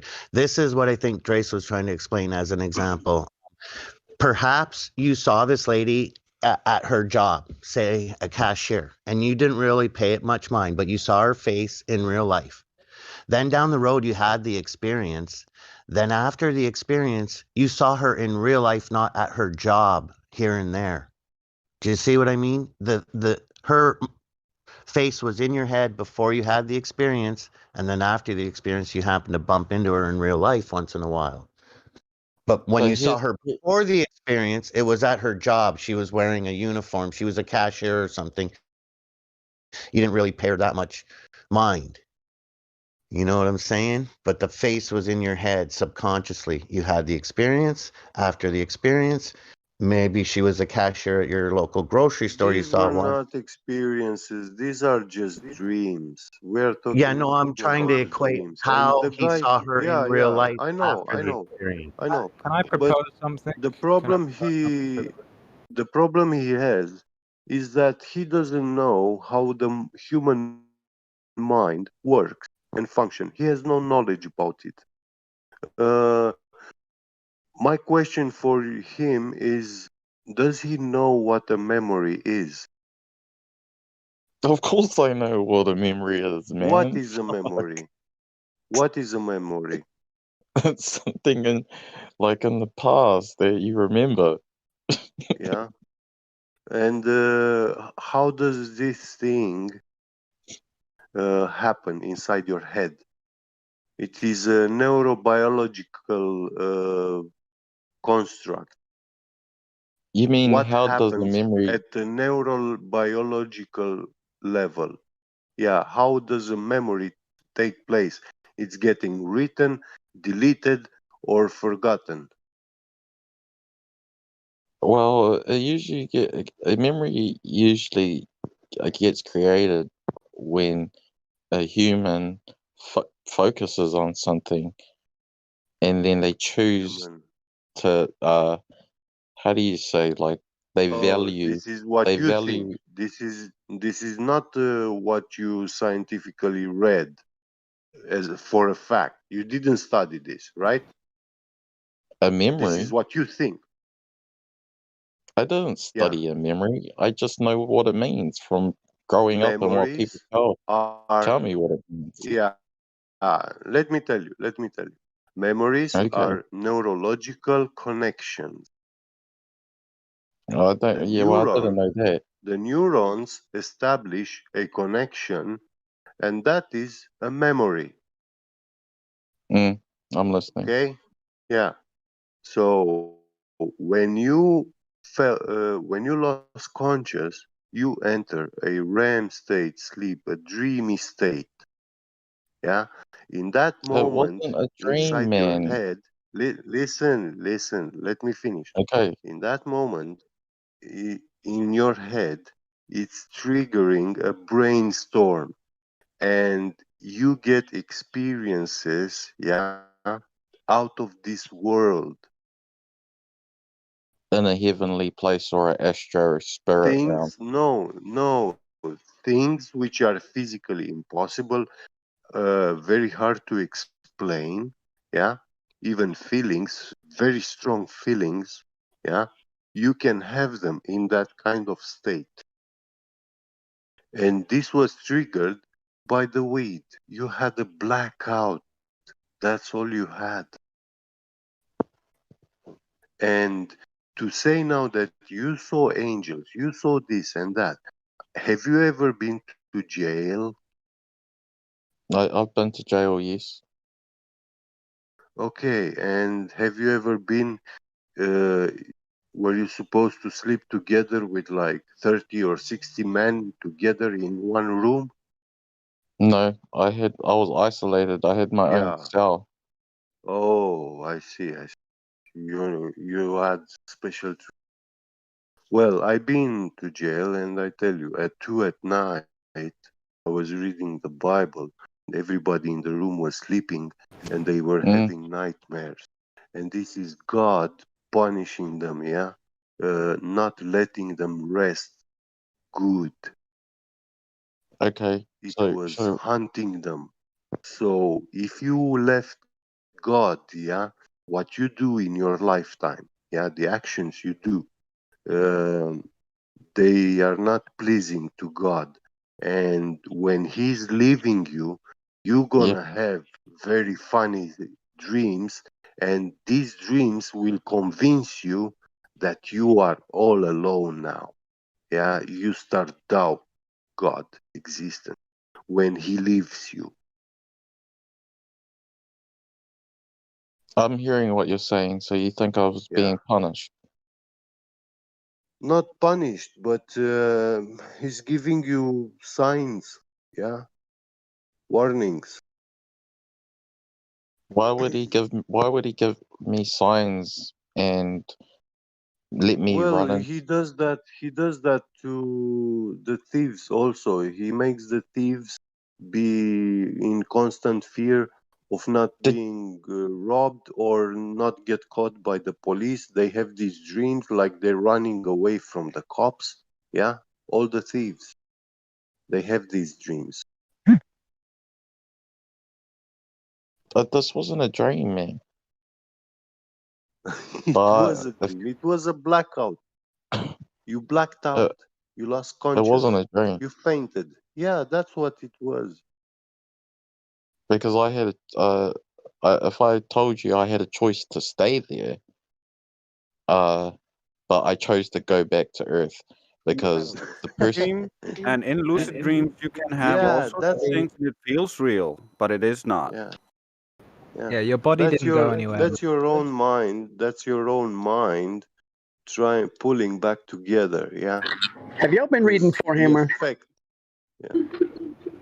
Say again. Y'all been traversing the Sea of Souls?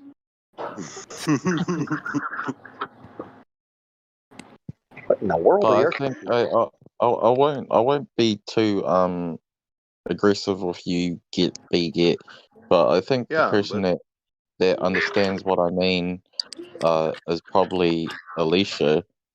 I think he you know has a fair point the way he was talking. I think you're thinking I'm full of shit and I was just dreaming a normal dream. This wasn't a normal dream, and this wasn't even a dream. yeah, because I didn't say it's a normal Let dream. me I just said address it's a dream. dream, vision, whatever it is. It still doesn't make Yeah. it real. You didn't go anywhere. Your body never moved. But I think my spirit. Fundamentally, one moment. what? Let me finish. Fundamentally, from what you were saying, everything in that experience, whatever you want to call it, is a lie and goes against what you already know to be true. So why entertain it? It's just like going to a movie, dude. You went to the movie, you watched the movie, but the movie's fiction. So I'm not going to apply that movie to my life. And as you are addressing to me about dream or super dream or whatever, yeah. It was an out of Actually, body experience. when you enter this state, you didn't do it as normal people do. Yeah, normal people go at 10 o'clock at sleep. Yeah, and by 2 a.m. up to 3 a.m. at night, they have a short time where this kind of REM state gets triggered in the human mind, and you have a brainstorm. The whole brain becomes active neurologically.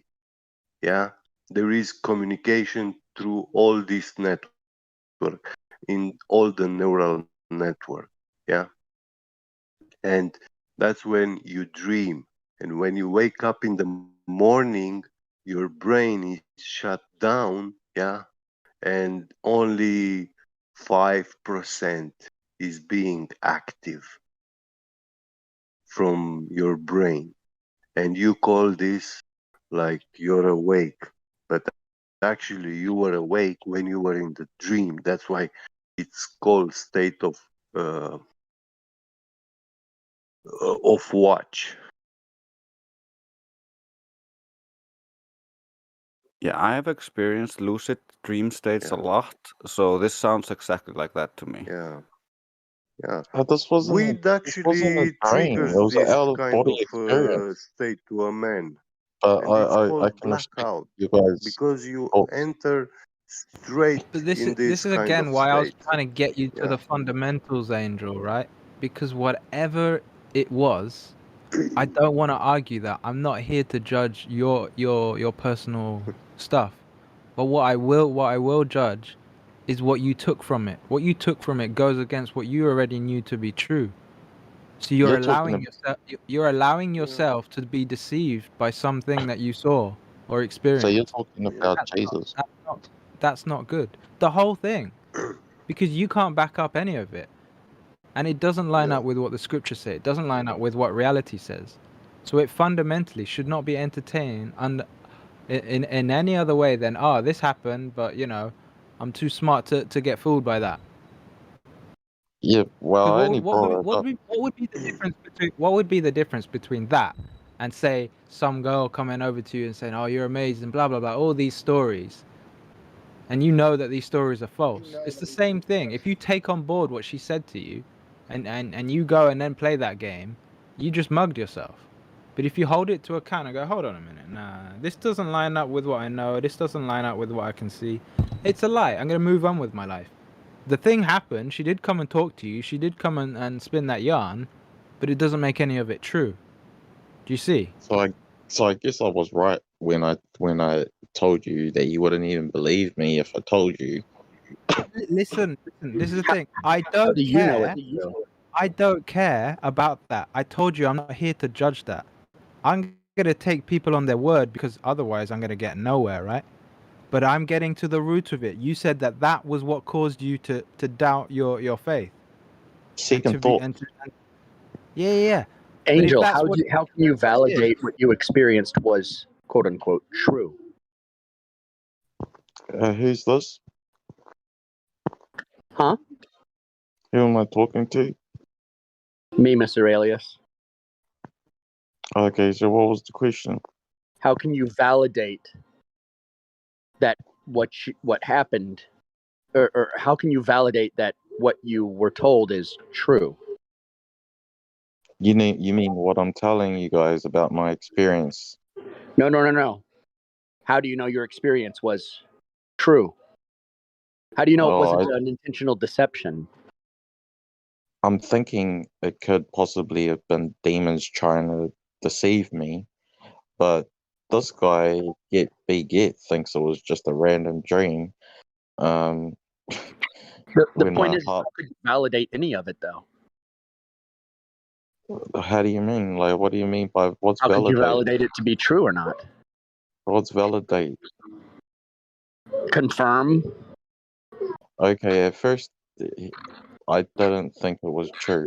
I mean, when I woke up and I was breathing, like I had no air in me, and I awoke, but only like let's say 15 minutes went past. But this place I went to, I don't have enough time to tell you everything that happened. You probably wouldn't believe a quarter of what happened. No. Uh, I will believe that everything that you say you experience. 100%. I'll totally believe that. Question is how do you know that your experience gave you truth and was not a deception? I don't know how to answer your question because I don't know if it was angels or demons that I was dealing with. If you couldn't validate it either way, what would be the wise course? The wise course of what? What would be the wise course if you can't validate it either way? What would be, I guess I would say, if you were to err on the side of caution, what would that be? I don't know. I don't know how to answer this question. Have you asked yourself how you know if what you experienced related truth or a deception? Have you like really asked yourself how you would know that? Oh, I know it was true, but How? I don't know if they were trying to help me or they were trying to deceive me. I mean, And how do you know that what they said was true? well, a lot of them quote the Bible, like they say scriptures like reap what you sow. You know, they even quote 10 commandments. You know, like first commandment, you shall have no other gods before me.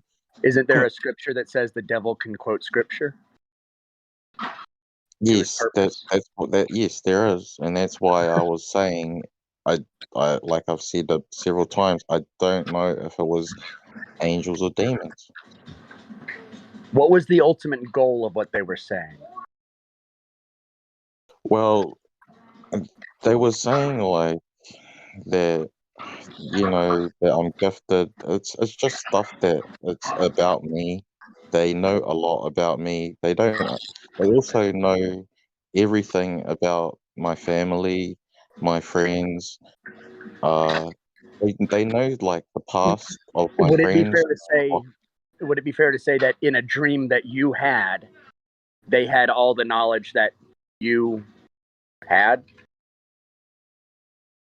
It wasn't a dream. Well, it was during a dream, right? Well, how could you call that a dream when my heart was beating real fast and I was just drinking or smoking weed with my friends? And I was like I even told my friend, I think I'm gonna die. And then he didn't believe me at first. He was like, "Are you serious?" And I was Well, like, isn't that "Well, wouldn't that be pharmakeia then? pharmakeia? Pharmakeia, yeah. I don't know what that means." When you take mind expanding or mind altering drugs, that's when you become susceptible to demonic influence. Yeah, okay, yeah, I could agree with that. Yeah, that I could have been under the influence of demonic demons. Demons. Yeah, I could have been under the influence of demons Especially because alcohol, because that's witchcraft. Yeah, alcohol actually it's called spirits for a reason. well, back to the point.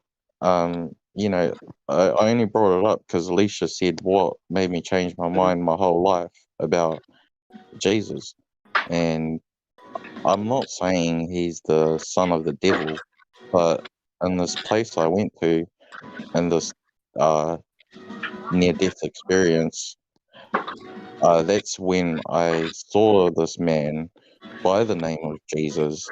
He told me to kneel to him, and I said, "No, I only kneel to God. I go by the first commandment." And then he said, "Call me your God." And then I said, "No, I won't call you my God. I'll call you Jesus by your name, and I'll call your dad my God if your dad is uh, who I think he is, you know, the one that made the 10 commandments." And then after that, he just turned into a dragon, and I was like, "Fuck!" And then I was like, "I fucking knew it that you are the son of the devil." And I don't know if this was all a trick or a deception. What did that make you? What did that make you doubt? Because that would actually solidify. If I experienced that, that would do the reverse for me. So if you experienced what I experienced, that would make you believe in. Yes, even stronger.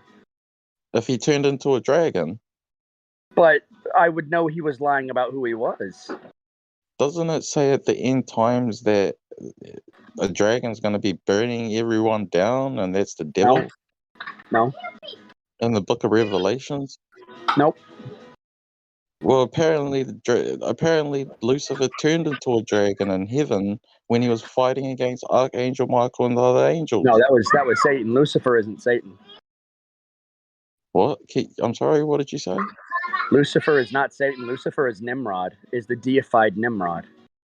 Yeah, I agree with you. That's where I actually learnt what you're talking about now in this place with these people.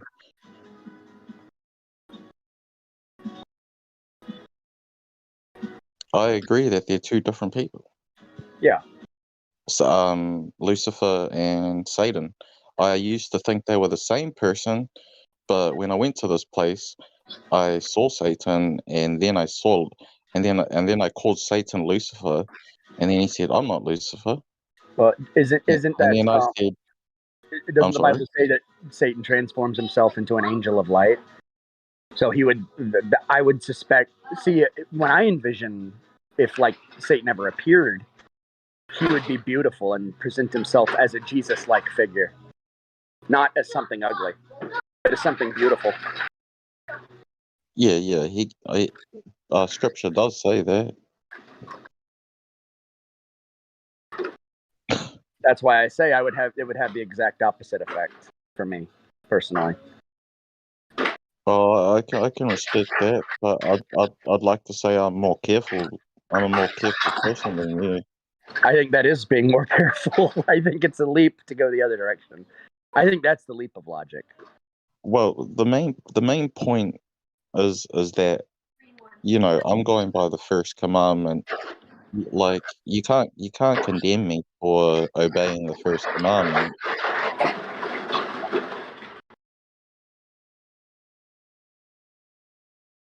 Hold on, I have to take care of a child. So that's right. But like I said, man, I'm just going by the first commandment. That experience I went through helped me remember the first commandment too. And the first commandment is, you're only allowed to worship one God. So I'm not gonna worship God and Jesus at the same time. Like, that vision kind of woke me up.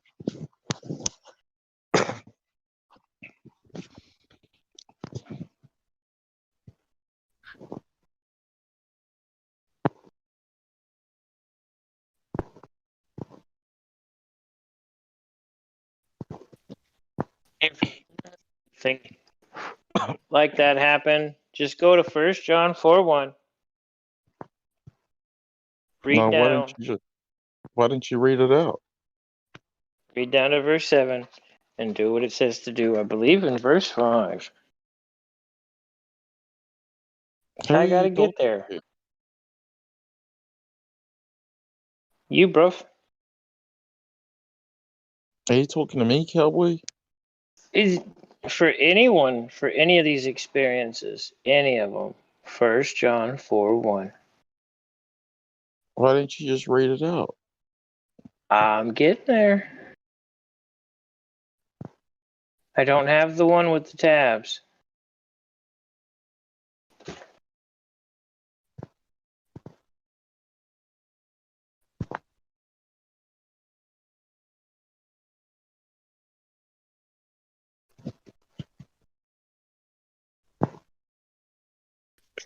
Beloved, believe not every spirit, but try the spirits whether they of God, because many false prophets are gone out into the world. Hereby know ye the Spirit of God.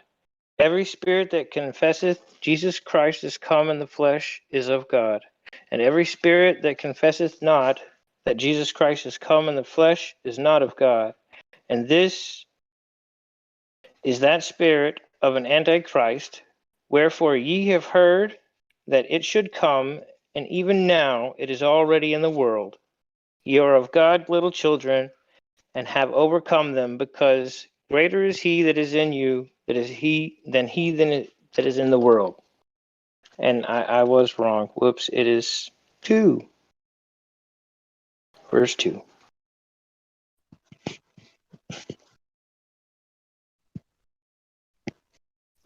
See, that right there also tells you one way ticket to talking to God. To know if it is God talking. How?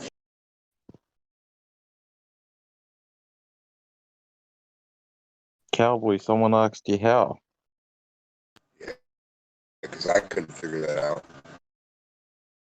I would say it's probably Well, just a good idea to stay away from mind-altering substances. Well, that's First John.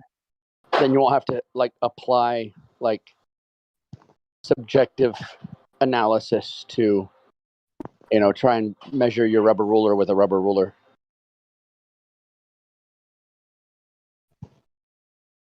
D-Mock. My rubber ruler don't reach your rubber ruler.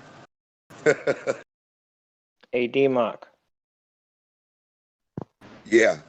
That was a good question. 1 John 4 is after Matthew, Mark, Luke, and John. Have you ever heard First D-Mock 1? Presentation. No presentation without conversation. I mean, God damn it. Conversation without presentation.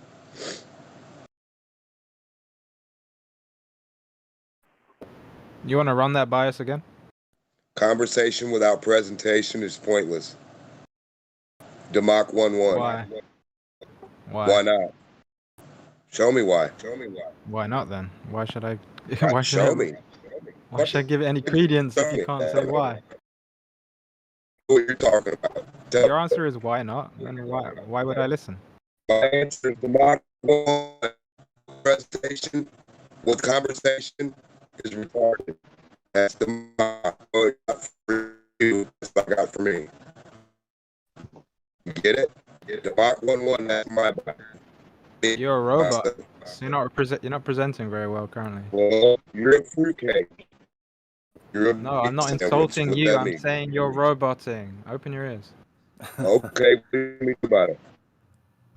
I think it's just this mic. Reset your connection. Your mic is just sounds Would you rather I robotic. just let you robot throughout your whole talk? I'm letting you know that you can't be heard properly. Yeah, it's only the connection. It's not his mic. It's okay. His mic's okay. Your mic's okay, but you're gonna need that speed of light slide ruler. I don't need any ruler. I got the D-Mock ruler. The Mach 1-1, you guys should get that chapter.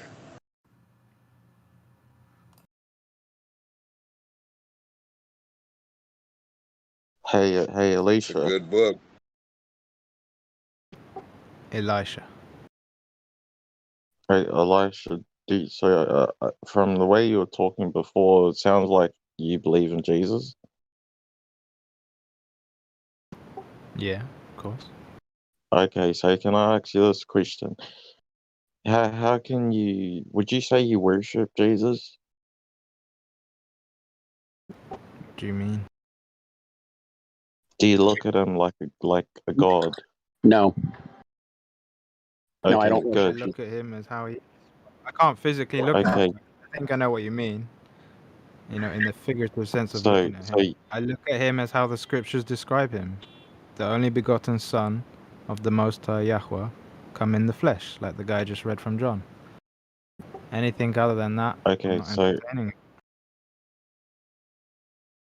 So if, let's say you saw Jesus and you saw someone who claimed to be God, the creator of all things and all angels in heaven and creator of heaven and hell and earth and everything, that God, and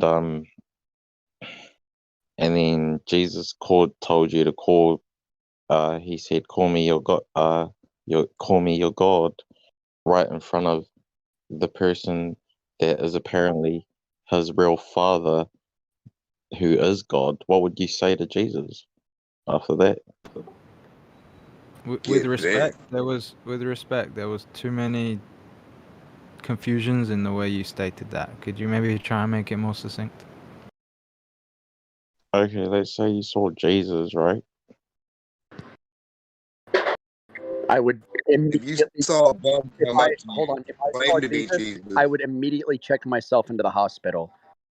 Yeah, how would you know what Jesus would look like in the first Yeah, place? how do I know that's what I'm seeing? I have no way to validate. You wouldn't. The only time I expect to see Jesus is on clouds getting ready to kill everybody. That's it. Outside of that, it's not him. One. Well, it does say that he's coming back as a he's not coming back as a Prince of Peace, but he's coming back with a sword in the second flaming coming. sword. I thought I thought it said in the Bible, nobody has the ability. No one has the ability to tell the future. So everything that we're talking about now is from one day long ago, trying to tell the future past our being, which doesn't make any sense. It's all not true. Thus saith Demok. But we don't live in Demok's world, so we don't have to listen to that, really, do we? But before it goes off track, Yeah, no, 'cause the that's guy just was the way- asking me a question. The guy was asking me a question. Yeah, he's saying, how do you know? Yeah, what Mima said is correct because, and this goes fundamentally back to what I've been trying to point to you, Angel, for a while, right? If you're not lining it up with what you know to be true, especially if we're talking about scriptural stuff, I'm not going to entertain any of this. I can't prove it. We're talking scripture, so it's going to be based on scripture, right? If it doesn't line up with that, Yeah, then that's, do not. yeah, that's why. I am my speaking. scripture out. I am speaking. So, Angel, I'll repeat You're myself. leaving If it out doesn't, scripture. I am speaking. If it doesn't line up with the scripture, then do not entertain it because you're only going to confuse yourself and cause yourself harm. So even these hypothetical questions of seeing Jesus doesn't work because it's purely hypothetical, right? So The again, Mach 1-1. no one asked you to interrupt me. No one asked you Oh, I to thought you were interrupt done. me. No, because I I can't haven't. tell. How can I be done, especially when I'm You not talking paused. to you? I'm not I talking thought to you you. So shut paused. your mouth. Is your name Angel? It's a two-person Shut your mouth. conversation. I thought we could all. Shut your mouth. Shut your mouth, So you whore. yeah. Shut your mouth. I'm talking. So Angel, if it doesn't line You're up with not scripture, saying it doesn't much. work. Yeah, I don't care. You can't even demonstrate self-control. What does that show from you? Neither So can you. Angel Apparently. again. But you Angel repeated. again. yes. Well, if I haven't finished speaking, I will repeat myself. That's just end of. So Angel again. I'll try and make this succinct because I did not want this to go this long anyway. If it doesn't line up with scripture, don't entertain it. So when we're talking about Messiah, like Mimus was saying, he's not here right now. We can't see him. When he returns, it will be a show. Go and read Revelations. Go and read about his return. And if it doesn't line up with that, anyone who says anything else, he's over here, he's over there, he's telling you to worship like this, he's telling you to kill this guy, whatever nonsense, it's all a lie. Don't be fooled by it. My people suffer for lack of knowledge. Don't be one of those people. Go and acquire the knowledge. It's there in the text. If that's what you believe, if that's what you're holding to, hold to it with everything. That's the end of it, and I'm done. Yeah, I agree with you. Go by scripture, but don't you think it's a little bit of a contradiction? How he, when he was in Earth, he tried to be a role model for peace and turn the other cheek, love your enemy. But it seems like from what the Book of Revelation says is that when he comes back, I can answer that real quick. I'll have to pull up the verse later, so you have to bear with me. I'll DM me or whatever. But it says, first he came as a suffering servant, and then he will return as a conquering king. So it's not a contradiction to the text by any means. Yeah, what it is he has a job. So his job is to save as many people as possible first, and then kill the rest, which I'm 100% for. How do you defend all the innocent people? Do you just allow evil people to live? No, you kill them. I hear what you're saying, and that kind of makes sense. But it doesn't kind of make sense. It makes absolute sense. So, like, if I was a father and I was trying to protect my children, and there was an evil man coming into my house, I'd blow him away until my gun was empty, and I would do that out of love for my children. That's the point. A bad father would not. A bad father would have selfish mercy on wicked people. That's what a bad, wicked, stupid God would do. What would a dad do if it was two children going at each other? Break them up. So you wouldn't blow the other kid away if he came in Why with would a I blow a shotgun? child away? Dimok, is that what I said? You just Dimok, did a said you'd priest blow touch someone you? away. Did a priest touch you or something? What if it was a kid? No. Did somebody touch you in your ass, you retard No, motherfucker? why I'm do asking you you a hate? simple question, There is some Riri. reason You you gonna are stay on mad at topic, God, or and you I gonna can't. fucking There say is some stupid reason shit you're like mad at God, and I Narnia? can't figure it out, Are you Devon. mad at your mom and You are dad? mad at God. You Are want you to do mad at your drugs mom and or dad? like do butt stuff. I don't know what it is exactly, Are but you you are mad at mad your at mom and dad? God. You trying You're to shun mad at them? God. Your You're a mom and dad fedora had you, not tipping God, atheist. motherfucker. You're a Your mom and fedora dad had you, tipper. not God, You're a buddy. fedora tipper to Go, the hey, core. go apologize to your mom and dad When for every cursing time so you bad, open your talking mouth about and some other talk about fucking gay any guy. religion, every time you open your You mouth and like talk gay about any guys in religion, cloths it's just coming cringe, down in cringe, rags to cringe, touch you? cringe, cringe. You You want gay talk like guys the in amazing, cloths to amazing touch you atheist. all over your You talk like body? every Where does secularist the preacher idiot. touch you? You won't If even touch you you again. overtalk me one more time, Jamal, Where I does will the preacher permanently touch ban you you? from this server forever. Because you're a little If whore you cunt, overtalk me bitch, one faggot more cunt. time, I will permanently ban you forever. Because this will be the second time I go through this crap with you. And there's nobody who's going to appeal it. And nobody's going to ask for you to come back. Because I'm going to do it. And I'm going to put one out of the 2 people I've ever permanently banned. Ever. And you're going to be one of them. If you overtalk me one more time. Now your cringe, anti-religious gay crap is done around me. Because it's just cringe and stupid and very 2001. I'm done with it. Now, if you got something of substance to say, like a valid criticism and not, I like butt stuff and doing marijuana, so I hate God. Blah. If you don't have anything more than that, shut up. Shut your mouth. Go get sophisticated. Go do some thinking and reading.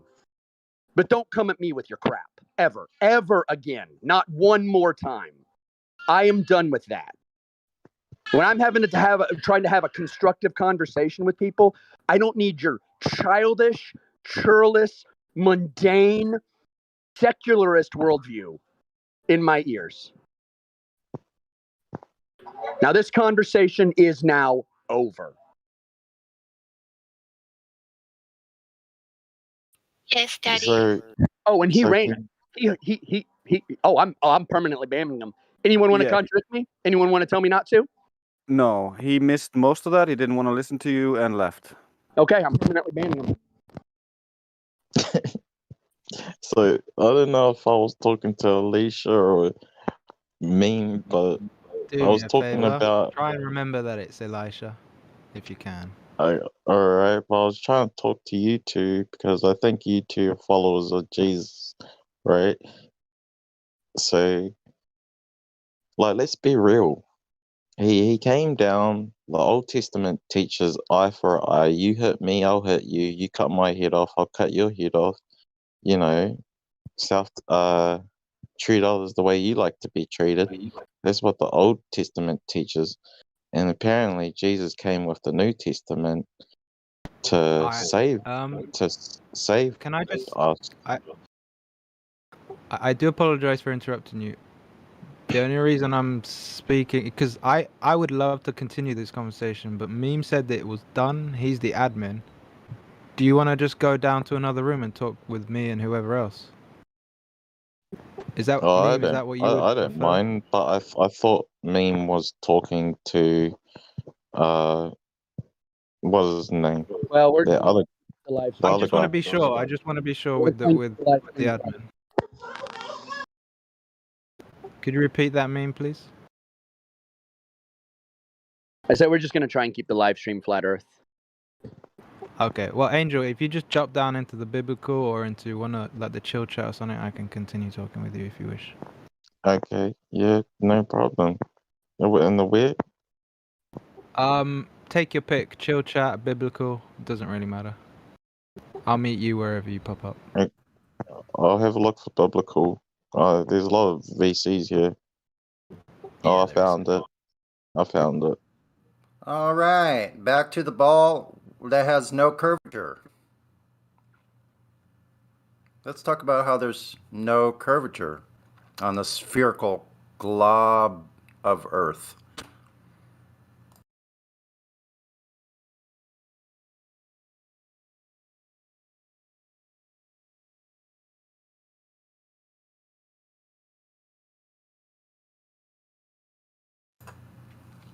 Yep, so you're not going to use anything here at all That includes the R value. So refraction, out. Any presupposition, out. Curvature first. We need that measurement.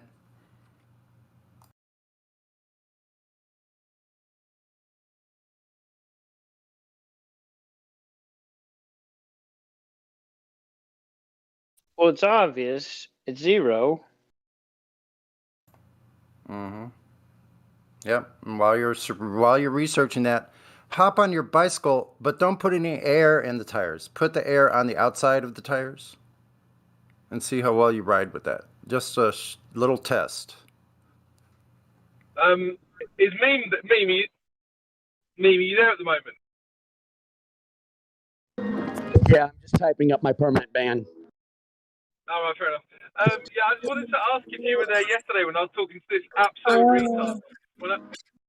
When I said to him that the Earth measures flat, he goes to me, well then how big is the dome? What? I know. How big is the dome? I know. And like, I kept on saying to him, you know that the Earth and the dome aren't the same. Right. He's like, yeah, I know that. And then in the next sentence, he said to me, if the Earth measures flat, how tall is the dome? So is the new tactic to be as retarded as possible? I think so. I guess so. We are, yeah, basically like this. We only dug to 7.8 miles. He goes, so like questions like, well, so how thick is it? Yeah, so how deep is the Earth? We only dug 7.8 miles. Yeah, rinse and repeat. Yeah, there's no way to tell how large the Earth is. Then he's like, well, what's the size of the dome? Yeah. That's classic. One of the dumbest people I've ever spoken to. I think it's Six Spider, wasn't it? Was that his name? Six Spider, I think so. It might have been. That wasn't the first time this year, Crypto. Mm-hmm. No, I know. But that guy was like low intelligent. Wow. Or just pretending to be, which is even more odd. He did not change his attitude at all from the first time he came and spoke here. You know what? I could believe more that somebody's writing these characters than if they're real. It just like for them to be real is so preposterous. You know, it and verges disappointing. it verges on the ludicrous, really. I mean, here we take it pretty easy because we're used to it all day long. Like, but these people are psychotic. Yeah, he's a Middle Eastern guy who lives in Canada. I just think he's got some issues in his head. Yeah. Are there any people in Canada who are originally from Canada anymore? I don't know. I don't think so. I think that's been outlawed. I was born here. Okay, so he's one of the last outlaws. Yeah, you're doing it wrong. He's a real Canadian. Get him. No, just kidding. Don't worry, I'm sure the government's working on getting rid of you somehow. Well, especially after what I said earlier in the live stream.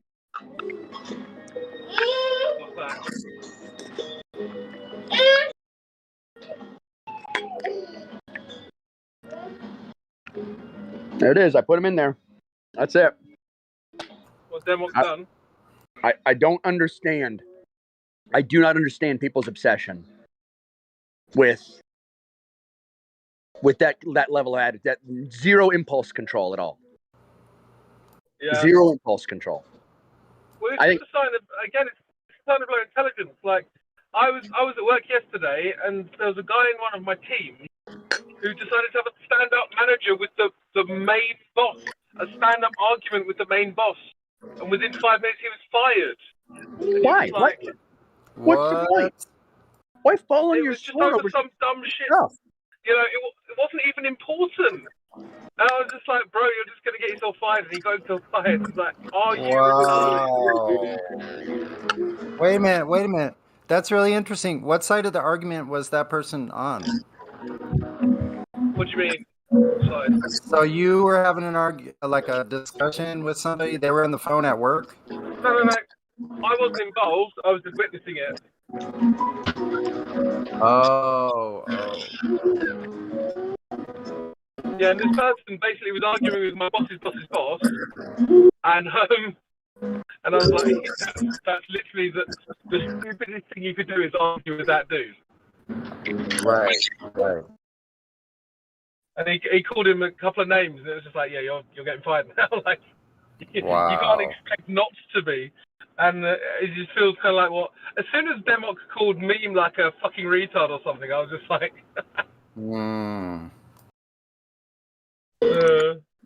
It's, I had that attitude when I was like 14, where I was like, I'm going to stand up for this. And it was stupid. Yeah. Right. But it's like by 15, I had grown out of that. Yeah, like, there's so many. You could stand up for things without calling people names. Do you know what I mean? Yeah. Well, there's so many 32-year-old children walking around. Yeah, my God, that's disturbing. Honestly, they live in a freaking cartoon world. It's like it's hard to talk to them. They think they're living in it. They think they're in a game. I'm sorry. Go ahead. You know what I was thinking about? There's a lot of people walking around in a total state of cockness at the moment because they are aligning themselves with this bullshit that we see all around us. Yes. And it's making them fucking passive aggressive, and then they just start like lashing out at people like randomly because like the stress starts piling up. It's all whack. Yeah, listen, I witnessed this yesterday with somebody I've known for a long time, like over a decade, right? And this person got like outright accused me of saying something when I was saying, like he had some speakers of mine for a long time, so like he's like, okay, well I never thought I would see them again. I pretty much donated them to him, right? And so I went to pick them up, and I said, I bent down and I'm looking inside trying to get the wires out of this cabinet, so forth, whatever. I said, thank you for holding on to them. And he goes, what did you say? He's like, did you say fuck you? I was saying something nice. Like literally, he went sideways. Like he insinuated that I had said something I didn't say when I was saying something nice. These people are possessed. It is. It's seriously possession. Yeah. Yeah, but think about this. A lot of people come here and they can blow off steam, and they can like talk things out. But there's a lot of people out there who are living like weird lives at the moment, where they have to clamp up and shut up and pretend that they are going along with shit. Yeah. So, exactly. Must be horrible. To have gone along with something so wholeheartedly and see it's just a big farce. Which I knew all along, man. I knew this was coming 3 years ago. I knew this was coming. I didn't think it would be, actually, I didn't know it would be in my lifetime, actually. But I think there's a lot of people who have changed their tune, though. I think there's a lot of people who are like, yeah, we've got to get through this together. Like 6 months ago. Now they're like, nah, this is bollocks. Well, there are just as many people, Crypto, that are hanging on to this for dear life, and I cannot make any sense of it. Honestly, people that I once like take away my freedom type. Yeah, hurt me, daddy. Please take away my freedom. I don't like earning money. I don't even like hanging out with my friends. Just take it all away. Yeah. So apparently the police in the United Kingdom will be going around pubs because the big football has started, and people are not allowed to cheer or chat amongst each other or do any of the normal stuff that human people do. So, or else, don't cheer, or else we're gonna beat you up with billy clubs. Yeah. Nice. No, really. Nice. So they'll be emptying out the pubs. They said, if that happens, if the old bull goes around your local and people are cheering and getting all jolly over the football, they will empty the pub out. They will tell everybody, right, off you go home. You know, that's what they scream at people. Go home, go home. Wow. What the fuck could be the reason to that? You're roboting. You're roboting crypto. Crypto. Sorry. Oh, this is bad. Roboting. Yeah, I thought the whole airborne thing was debunked, but apparently not. Well, it's doing things that no other illness has ever done in all of human history. Wow. What an amazing thing that it just popped out of nowhere, huh? It wiped out a very other common illness that used to like come around seasonally. So are you telling me we have a seasonal virus that has all the same flu that's replaced the seasonal virus flu? Everything, yeah. It was like a black hole and sucked everything else Right, in. yeah. Yeah. You know what's funny though is that even in the literature they tell you this. So they'll just say, yeah, basically COVID has come along and just replaced flu. And then the obvious question is, how do you know it isn't just flu and, you know, cricket?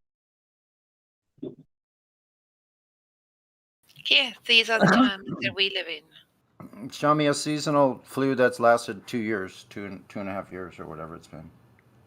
One time. I just need one time.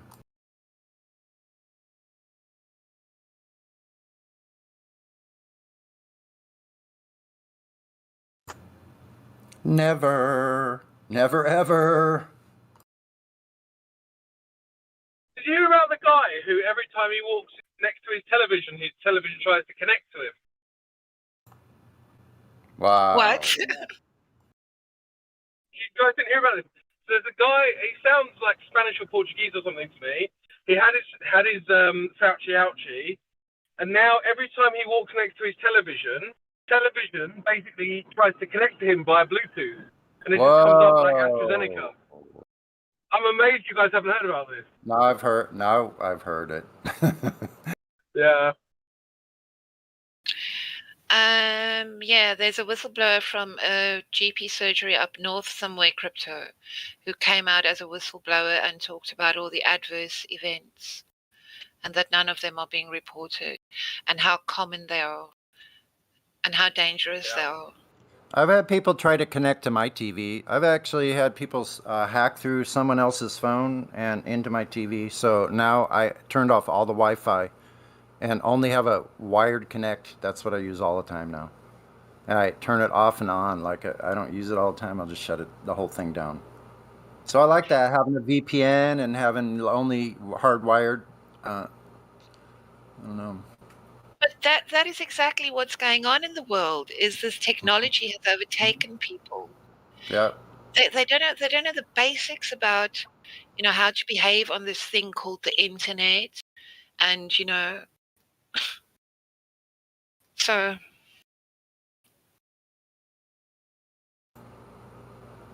Yeah, I guess I don't know how to behave on the internet. I'm on flat earth 24/7. I haven't learned my lesson, I guess, huh?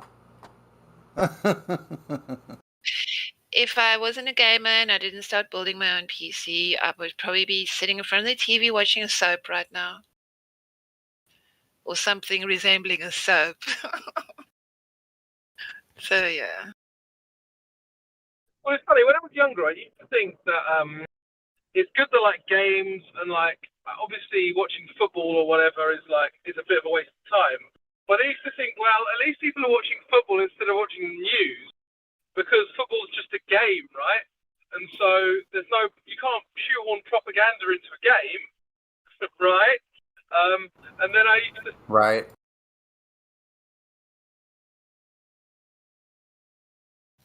Yeah, how ironic, Crypto.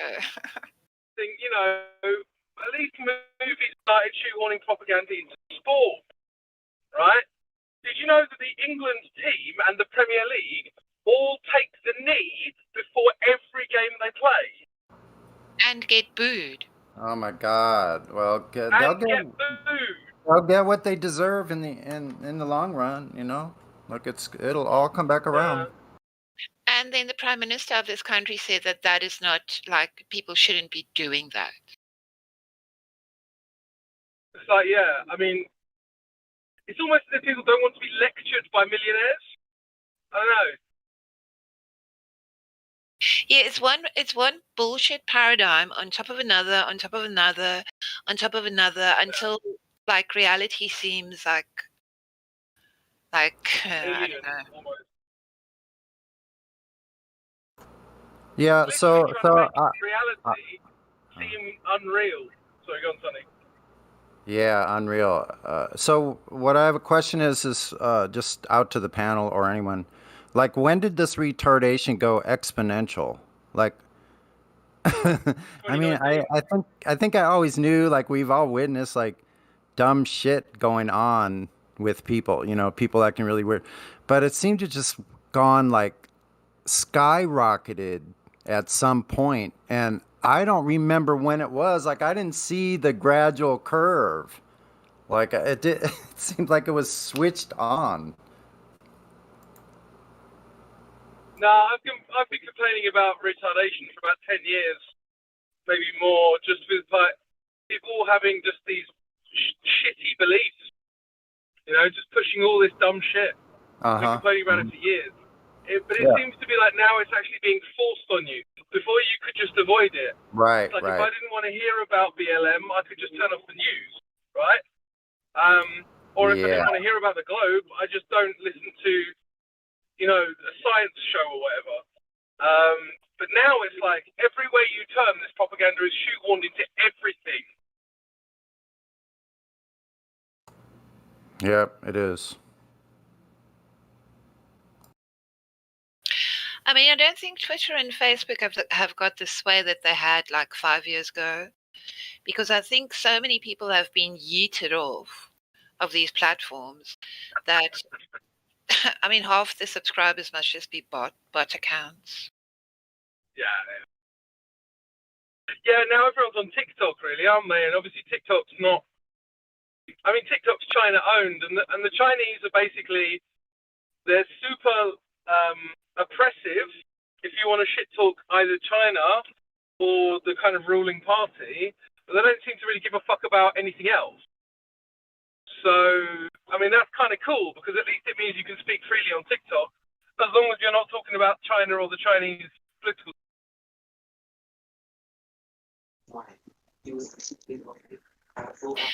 Well, I heard that TikTok are changing its TOS and that they are going to take your biometric data off there, i.e., a voice imprint and a 3D of your image. So that is going on. And nobody even talks about things like that. I just shared a clip in the live stream from my YouTube channel, and I'm not trolling subscribers or anything, but it's simply Stay Awake is the name of the clip, and it was about before the Cerveza bug happened, and it was about a lot of the world events that were happening at the time, and I was like, pay attention, something's about to happen. And then next thing you know, there's Cerveza.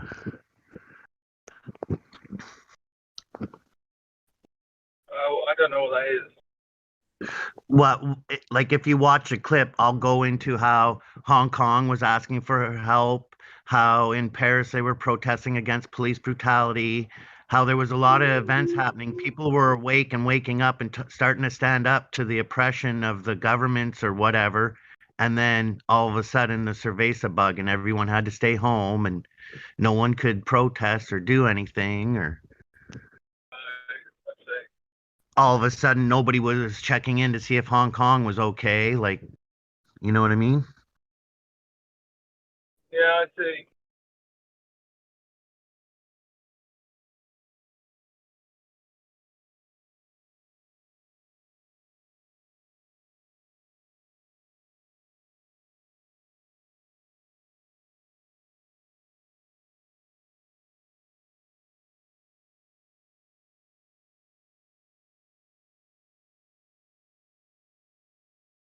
I think everyone should look in the chat and see the discussion we're having.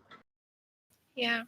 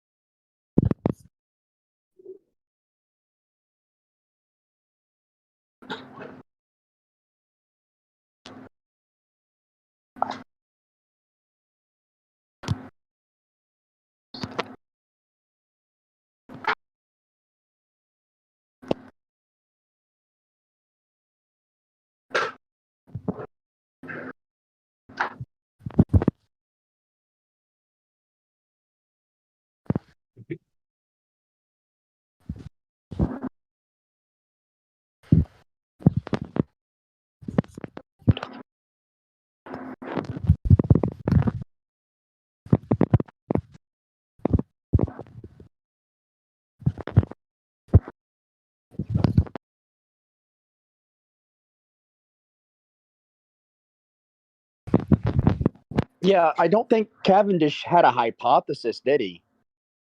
There's nothing to debunk. And so there was Well, he was three. trying to Sorry, wait I the was earth, just. wasn't he? And now I'm sorry. I'm to understand there was three people now: Einstein, Newton, and Cavendish that talked about gravity.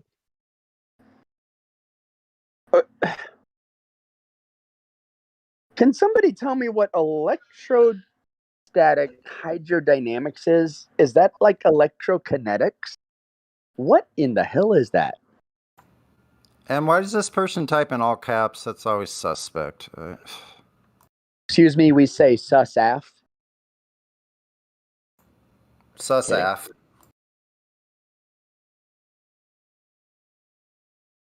Oh, that guy. He was here yesterday. Look, I unbanned him.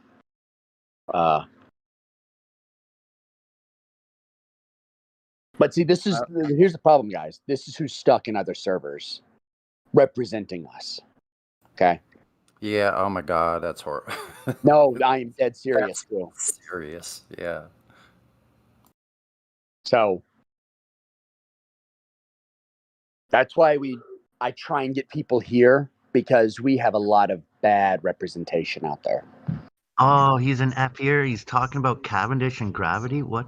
Yes, he says it shows a force. I'm like, fully into the weeds. So forget completely Cavendish. in the weeds.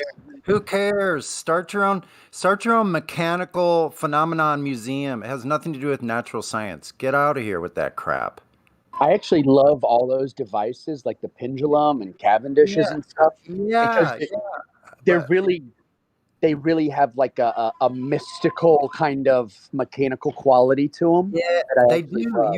You're right. They're like parlor tricks. They are fascinating. Yeah. Did any of you listen? Did any of you guys see these people who go out and there's these guys that do like exploring out in France, like out in these freaking areas where nobody's been, where there's castles and freaking mansions and estates and things. And they went into this one and it had a library. The books are going all the way back to like 1580. Like 1600s, and there was all these devices. I think was it UAP or Autodidactic. One of those people did a program on it. So they followed these guys going into this mansion that's just been abandoned there, and everything looks like it was just left. Like, I mean, it looked like it hadn't been used for maybe like 20 years. But there's things in there that were all these different devices that look like little mini Tesla coil things and all kinds of weird stuff. Technical books written in French, like all kinds of weird stuff in there. Like that when you go play Bing. I don't speak the language of degeneracy, thank you. I know. Parlez-vous sodomy? Old French. But he looked 14.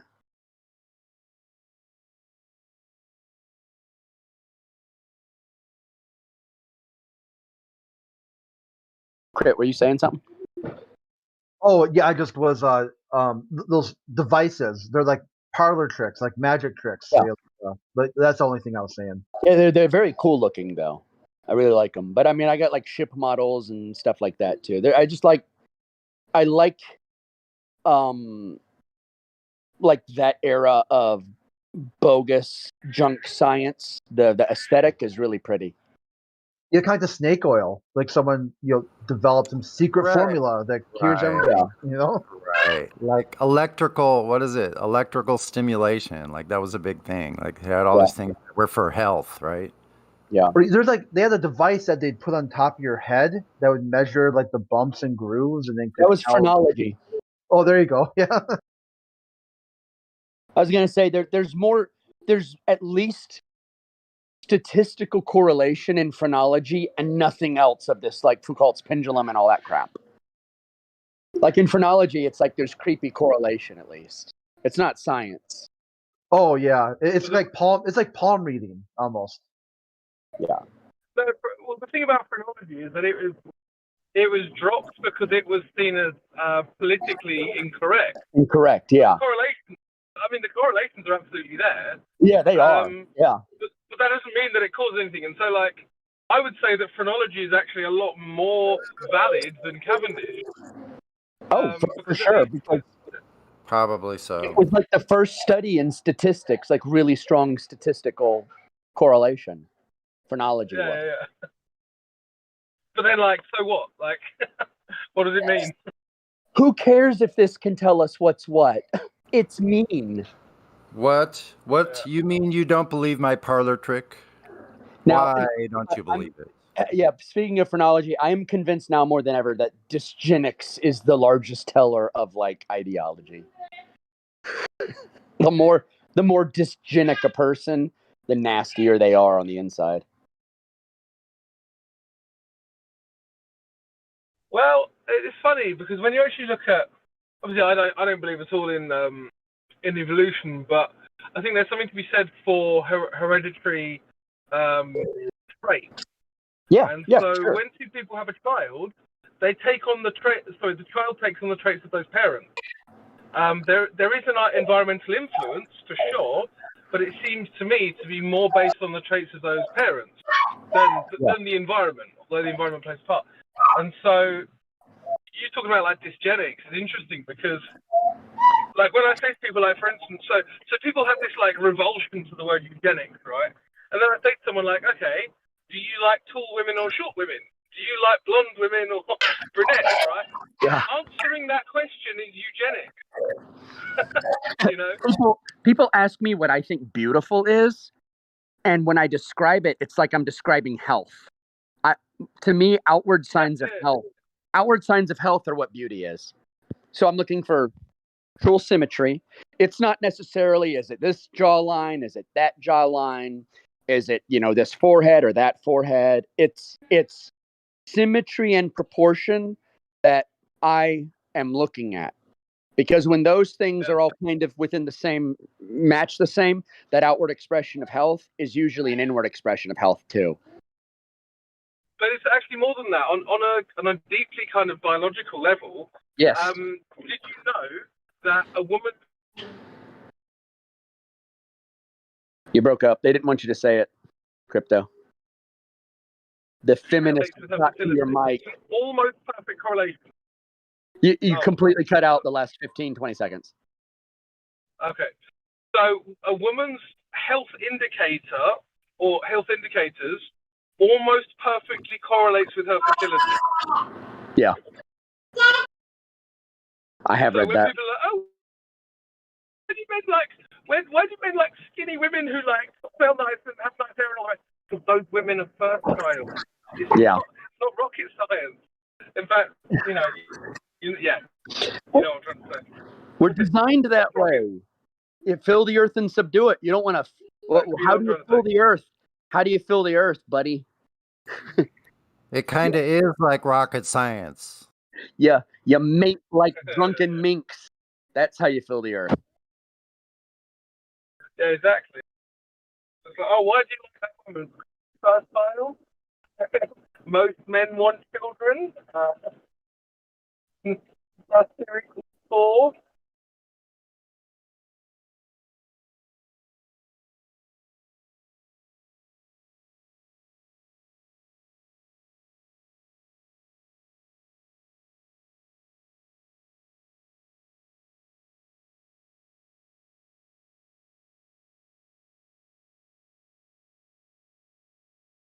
Why do I keep hearing someone way in the distance? Almost.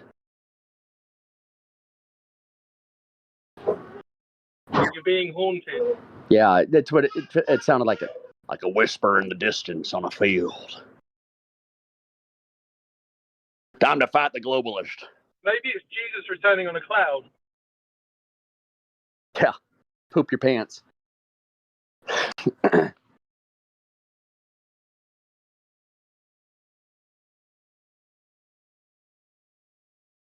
No globers today so far.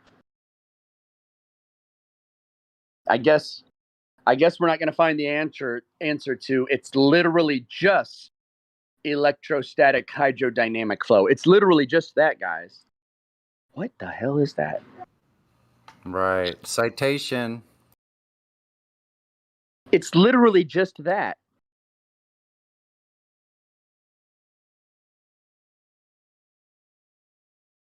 I typed that into Google, and that phrase doesn't exist anywhere that I've seen like a paper on. Yeah, he invented it, so yeah, we're not gonna find anything. Ah. So there you Is go. this like, It's a new invention. It's a new thought experiment. Wow. When I was arguing with Wiggles, by the way, shout out to Roger for recording that.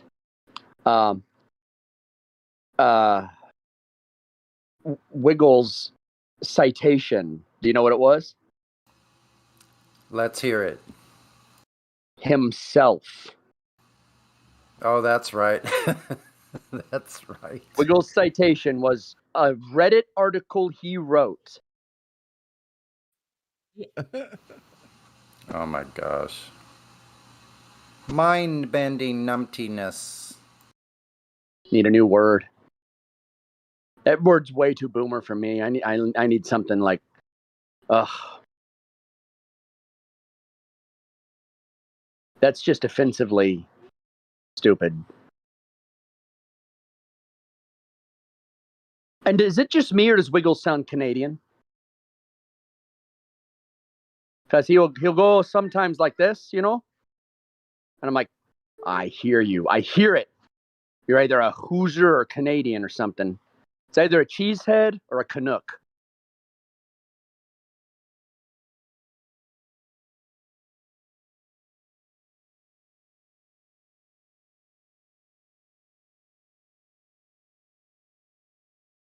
Only some Canadians sound like that.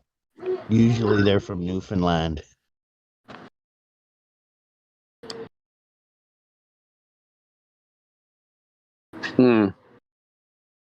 He's definitely. I definitely heard it when he in some of his softer pronunciations. I could definitely hear that like dialect. Yeah, I think for sure we got at least two accents. One's Newfie, one's Quebec. Like for Canadians in general. Don't you mean Quebec? Don't you mean Quebec? Yeah. Obnoxious French people. Just nuke France and Quebec. Quebec! What? He looked a 14. Oui, oui. Cannot. I don't know where my hatred of the French comes from. It's just like instinctual.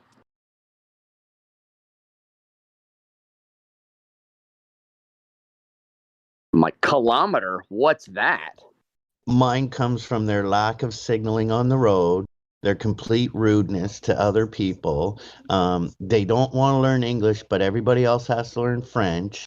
Like, you walk into a store there and they're bonjour, they automatically assume you're French. They won't say hello first, you know? Why do we call France the cradle of civilization? Who does that? I have heard that term. Or what is it? It's something to do with like the age of reason because of Voltaire. Oh yeah, but Voltaire was funny.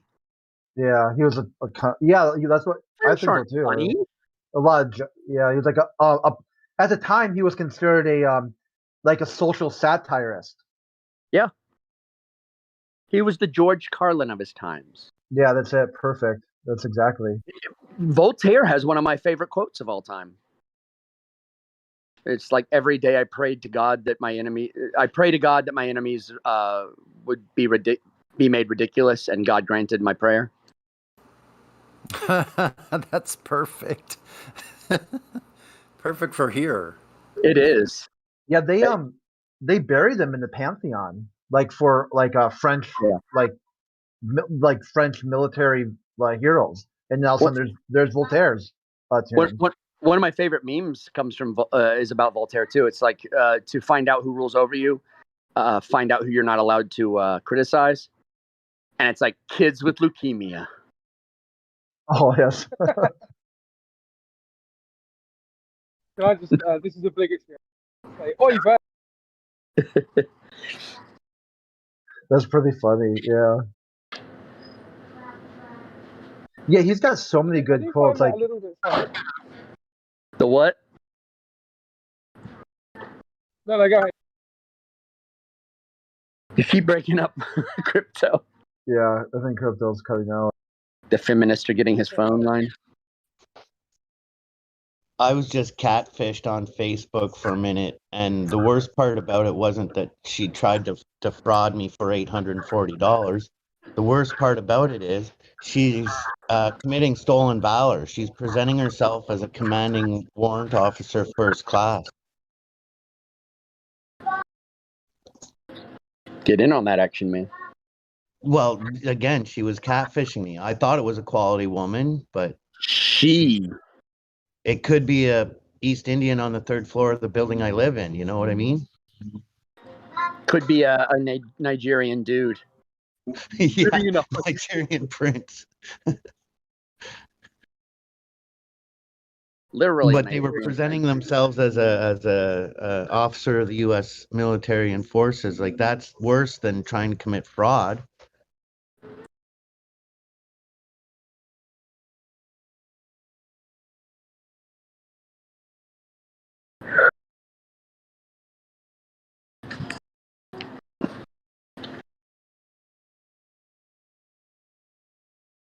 Yeah, a lot of that times those military stuff is people pretending, because military people are always victims of identity theft. It's such easy. All the DoD leak, from like 2006, exposed a lot of people's personal information. So they got it where they'll pretend to be, hey, I need money for leave, or I need this or whatever, and pretend to be someone else online. Oh, I mean, someone pretending to be the service member, because everyone wants to support a service member.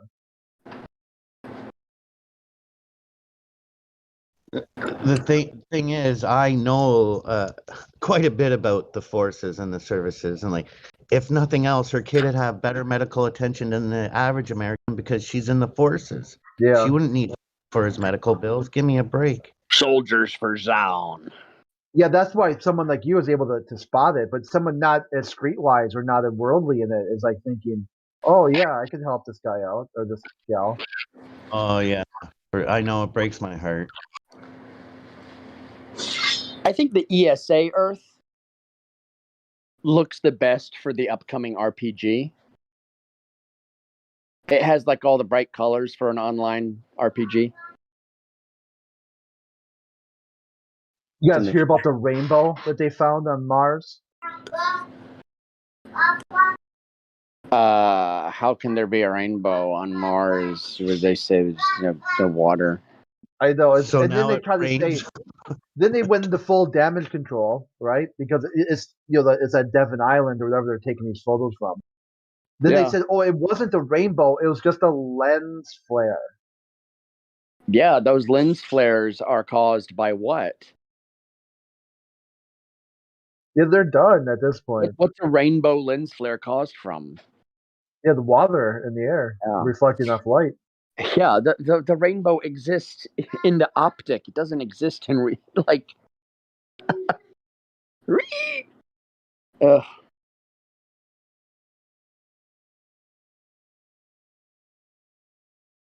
Whale.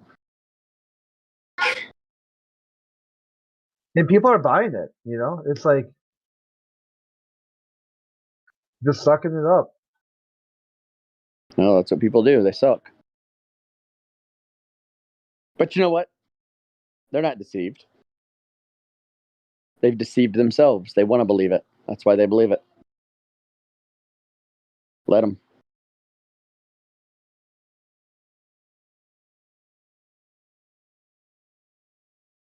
I'm only looking for people who want to leave the Matrix. I'm not trying to change the Matrix.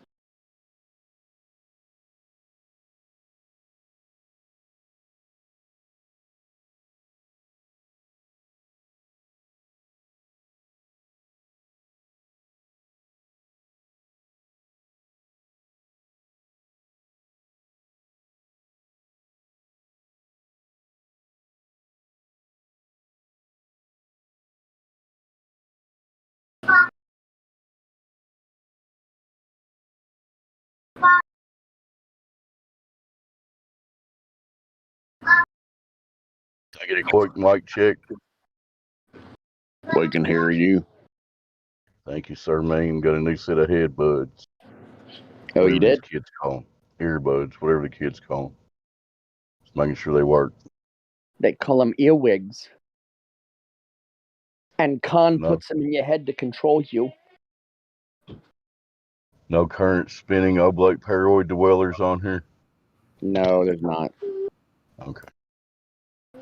Back to whatever y'all were talking about. AI earwigs. That's what we're talking about, I think. AI. Start heading towards that. That's another one of those things I don't believe in is AI. I know, huh? Right. Like, like AI is just like nuclear weapons. Oh, the AI attacked that third world country that didn't have a central bank. Sorry, guys. Oops, it was the AI. Oops. I was going to say, I kind of believe in it. Artificial intelligence kind of makes sense because there's no actual intelligence out there being used. Yeah. No, actually, yeah. Well, not by the public. It's pretty clear the elite are pretty smart. Right? AI is heresy. They're going to get the artificial intelligence people and the life extension technologies. If we don't commence 1776 again. Can you guys hear me? Fighting globalist. I can hear you. Yep, go ahead. I heard you, crypto, go. Do you think the elites are absolutely amazing? Do you think they're just like sitting there going, they believe everything? What? Hey, Mimus, you're hot micing, so when Crypto speaks, you can't hear him.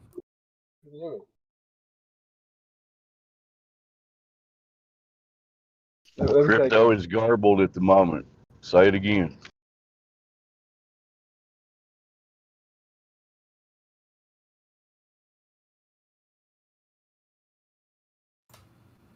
What did you say, Crypto?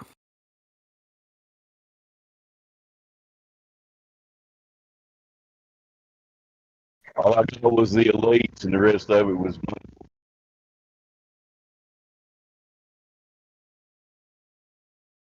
Is he still there? I don't know.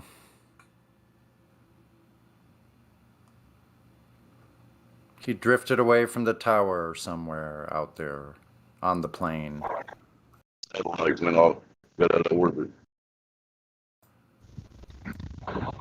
It's a good question. I don't know.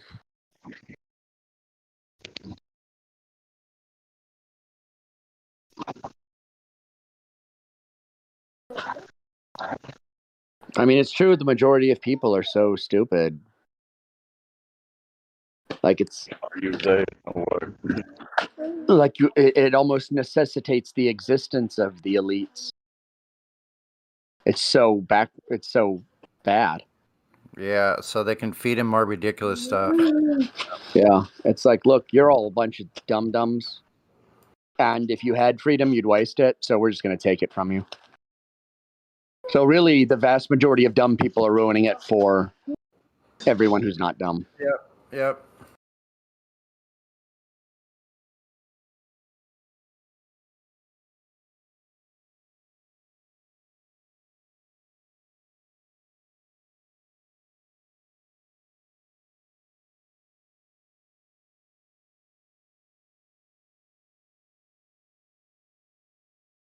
I'm not just talking about IQ either, because I've known people who aren't real smart, who know how to live off the land and everything and be self-sufficient. Yeah, that's more valuable. It's the mid-wit NPC that I have a problem with. That like vast majority of the heaving gross of humanity. Yeah, the ones that have it too good and have never learned like the hard lessons, like the value of things, you know, their own value, like never had to sacrifice anything. But think they know everything, you know, think they have this wealth of knowledge or something.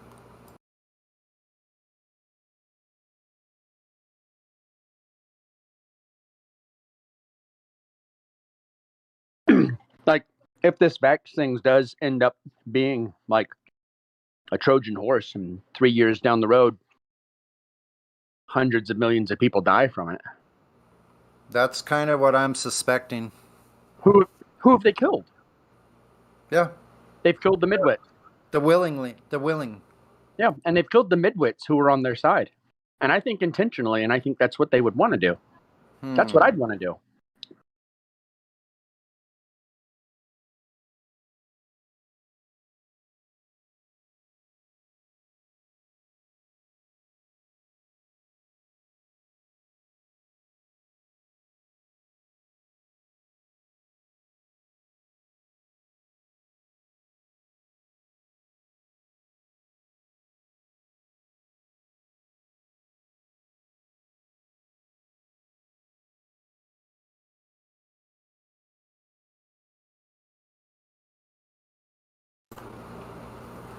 I know. I wonder why they're so mad. That's the part I don't get. Why are you so mad about it? I thought you got everything you wanted. You believed it. It was so true. Yeah. You had to tell everybody else what to fucking do. And now, why are you so sad? You're like looking down in the face now. Isn't it hilarious? It's absolutely so ridiculous. It's like predictable. It's a little off topic. But my wife and I, we like watching shows together at night. And I convinced her to sit down with me and watch The Island season 2. Where they get, I think the first season there were 14 British men they threw onto an island. I've never seen the show before, but I had it recommended to me by someone I really trusted. And the second season is apparently there's an island with 14 British men, and there's another island with 14 British women. And my wife is completely embarrassed watching it with me. These women are making me embarrassed to be a woman. Oh my.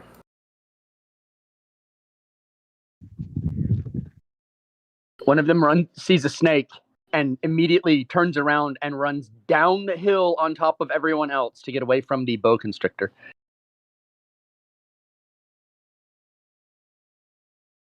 So there. Oh, Dave. The AI's got Dave. We've got to rescue Dave now. There's a lot of good books on foraging, and I recommend to a lot of people, like different mushrooms, which ones look alike, and wild edibles. Yeah, I found this one little place, like it's pretty overgrown, but there's these berries growing all around. I need to identify those because certain times of year, certain things come up, and there's like all these berries, like red and orange berries, and probably a bunch of edible flowers. And it's a lot of fun, man. Especially if you got kids and stuff, go out into the forest. Just start looking for signs of ginseng. Ginseng hunting's always fun, or finding morel mushrooms, which are worth a lot of money. Yeah, And I found. morel you can just eat. Yeah. Right? Yeah. Yeah, they're really highly praised. I found a quince tree out in the wild, like a quince tree growing, like it's bearing a lot of fruit. That stuff is great, man. Tastes Yeah, like a it's sweet good stuff. pear. Yeah, I love foraging and survival. Been into it since I was a little. Hunting, fishing. I got raised by a crazy ex-Green Beret. So that's how I grew up. Yeah. Yeah, my dad was Fun. more. I loved it.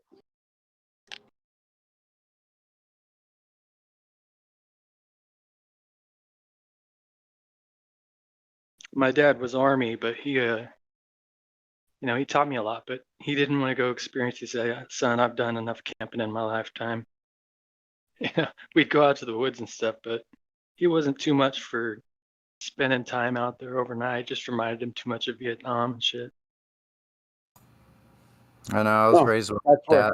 I was raised with a dad like that too. I remember, I was so small he put me in his backpack. What year was your dad Vietnam? Oh, my dad. What? Oh, you, the other guy. My dad was not in Vietnam. He's older than that. Yeah. He was around like during the Korean War. Would have been his era. It probably would have been the early 70s, late 60s. Yeah, probably somewhere around there. Yeah, that was when my dad would have been there. 70, 71. And he was Green Beret. He did some, let's just call it contract work. Said the CIA was crawling all over all the Army bases, just recruiting guys. Very interesting. Yeah. I used to live right across from where they were building the Phantom F4s. Used to see them all the time, rolling them around. Yeah. Yeah, I've seen a lot of Air Force activity out here in the past month or so. Getting a lot of stuff that usually doesn't fly by. It's flying by. I'm still new to the area, so I don't even know what fort's near me. Oh, like where I am, there's a Hunter Army Airfield. There's a Marine base. There's Gulfstream. There's the military branch of Gulfstream.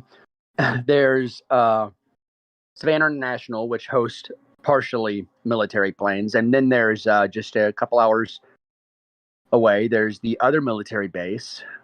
Then there's Parris Island. So I live in like this. You go out anytime and you're going to see military aircraft everywhere. Does it make you feel safe? You know what? I'll be honest with you. I've grown up with it. It's just like you don't even really see it.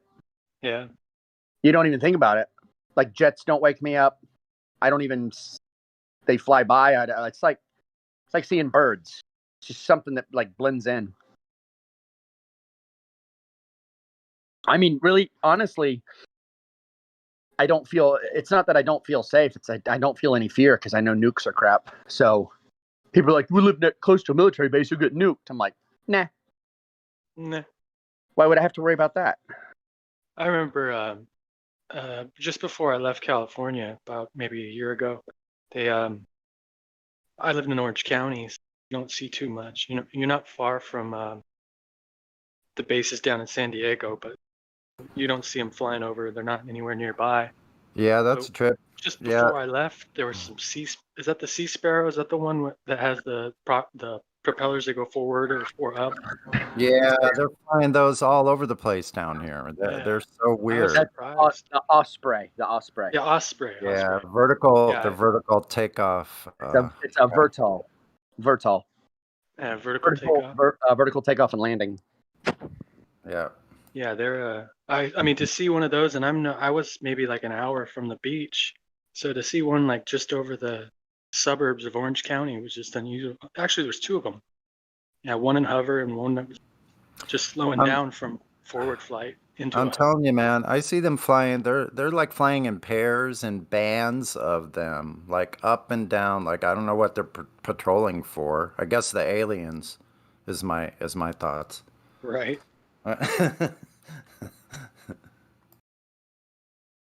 Getting everybody on their heightened alert.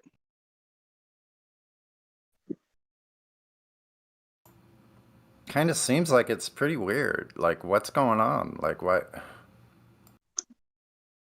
What do you make of this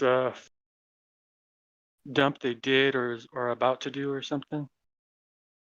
Government, some UFO dump. Oh, I don't know. There's going to be a lot of hype. I think Yeah, it's going to be a lot of I hype think and go a ahead. general letdown for people. Yeah. Yeah, I think we're already seeing the heightened hype. Yeah, exactly. Like they're increasing as far as like that whole Well, they don't scenario talk. what They they're talk putting about them out. so matter of factly anymore. It's not. It's not. Skeptics say, or it's not looked at it like it. I used to be a big UFO nerd, more into it than Tyler from Secure Team 10, dude. And I don't know. It's totally different atmosphere now. You log on to or turn on some news, and they literally sound like they're talking about it like it's an actual thing. It's so matter of factly. People are seeing this. People are seeing that. Yeah, I don't know. Yeah, right. Get It seems ready like for it's the speeding up. alien. Yeah. I don't think they're going to try the alien revelation yet. I think they're going to do the alien inference. Yeah. Like they're going to really heavily infer Yeah. by the Yeah. 25th that aliens are Yeah, I agree. real and that the nature of them we don't yet know. And that's going to give them about a 10-year run up into their full on thing. Because I think we have one generation to be born left. So like everyone getting born right now. So That's scary, man. I got 2 little ones. I know you do. yeah, I got 3 of them. But I've educated them all that aliens are fake and that Yeah. they're just demonic entities. Yeah. Yeah, they don't believe Demonic in entity. outer space. Demonic. Yeah. Demonic entities probably created by the TV like thing. Do you mean like demonic manifestations of mankind? Like memetics? Like the collective conscious manifestation of like what is it? Like if enough people believe in it, everyone starts seeing it, type of thing. Yo, Mimius, got a question. What's that? You tell your kids flat Earth? Yeah. That's Me great, too. man. How did you do? I haven't been blessed with kids yet, man. But when I do, I'm planning on doing the same. But my family around me is like, "Oh, you better not do that because you're gonna confuse the child." And I'm like, "No, it's gonna be worse if they learn it later, right? It's better to do them, let them deal with it Yeah. now." And what do you think about? How did you do it? You just told them straight up, or what? Yeah, I just told them, hey, look, we see this, we see this, we see this. So you make up your own mind. So what it is I think because of what I taught them, they don't even think of the nature of the earth, which is actually the most natural way to be. We're not really supposed to have to think about the nature of the earth. We're just supposed to live our lives. Amen.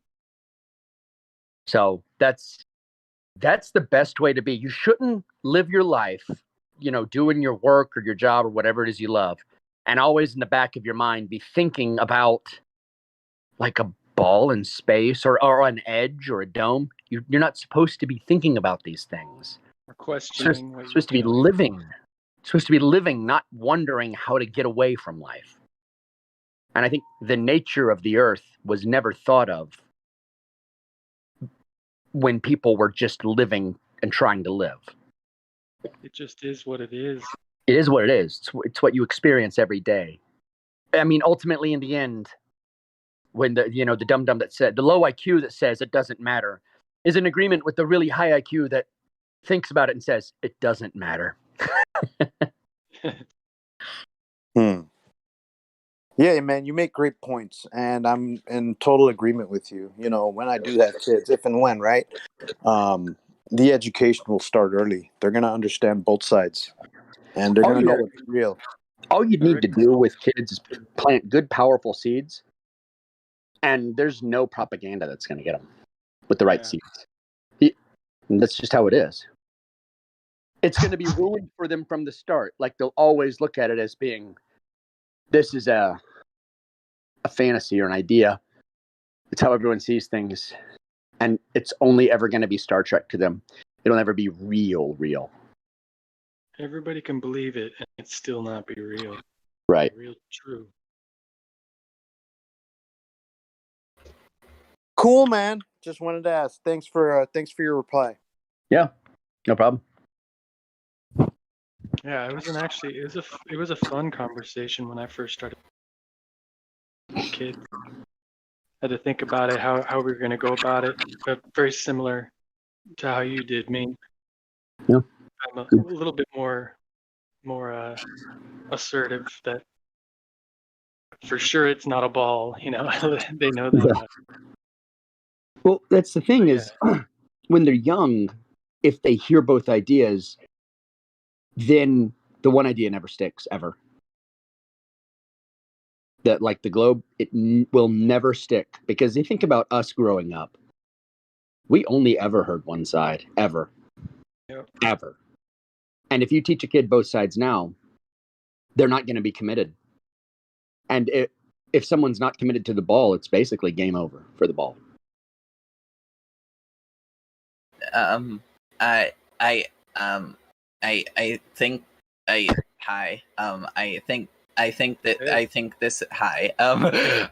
think this is a wonderful conversation, and I've been listening for like the past 10 minutes, but I really don't want to interrupt. I'm sorry. That's fine. Are you ready? You're ready for today, right? Yes, I am finally back to 24/7. I know I got back from my vacation like a week ago, but I needed like a vacation after the vacation. Yes. Yeah, because post-vacation exhaustion. Yeah, something personal happened, so I just needed time off. So I apologize. Oh, it's all right. I had 2 funerals, and my mom had an adverse reaction to her getting the jab. Oh my God. That's horrible. So. Yep. Well, that was her choice. Yeah. I'm dealing with something similar. In the first half. Yeah. Yep. All right, go ahead and take it from me. I'm going to mute. Okay, thank you. And I'm happy to see you again, by the way. I'm happy to see a lot of you guys again, but that was a really good conversation, and I was okay, just letting it happen for a bit, because it's important, you know? These things are very important. But welcome all to the Precious Metals event. I am CI, CI, whatever. I'm finally back to 24/7. It's been a while, and I'm really happy to, return to this event. This is honestly, so you guys know how me and Redford or the host and co-host temporarily talk in the beginning. I'm gonna do that. I hope that's fine, but just because I haven't been here in a while, so I'm sorry, but yeah, life is crazy. Every time we think that life cannot get any more crazy, it never fails to impress us. Everything is constantly changing. It's incredible how often the game is changing. It's incredible how the people we don't think are important are more important than we ever realize. Ever. It's so, for an example, there's so many fields in FE, and my job's to bring positivity to this server. Okay, I want to come back full swing, and I want to make sure that we're getting the most out of this server that we can. And I think we're already pretty close to that, but I think there's so many fields that are untapped that I can't wait to see a lot of our precious metals, silver, gold, including myself, because this is a learning experience for me as well. I'm not like some almighty figure immune to flaws. I made a lot of mistakes, actually. But like, for an example, a lot of times we focus on the debate aspect of the server, but I feel like we could get a lot out of it if we focused on the culture aspect, the community aspect again. And honestly, as much as I love Livestream, I think it's not for everybody. And if we could get, like, I don't know how many people remember when I first joined this server, but like, I was not talkative on the live stream at all. I just did art because that's what I liked. So the thing I like to remind people, and I'll just wrap up this intro because I'm monologuing, I'm sorry. But I'll just wrap up that little intro by saying, don't do what other people are doing in 24/7 unless you really want to. Do what you want to do in 24/7. I haven't really read the Bible, but like, there's a really nice verse I like, Proverbs 4:23, I think. Above all else, guard your heart, for everything you do flows from it. That's like the most applicable Bible verse like ever, I guess. That in Revelations, but you know.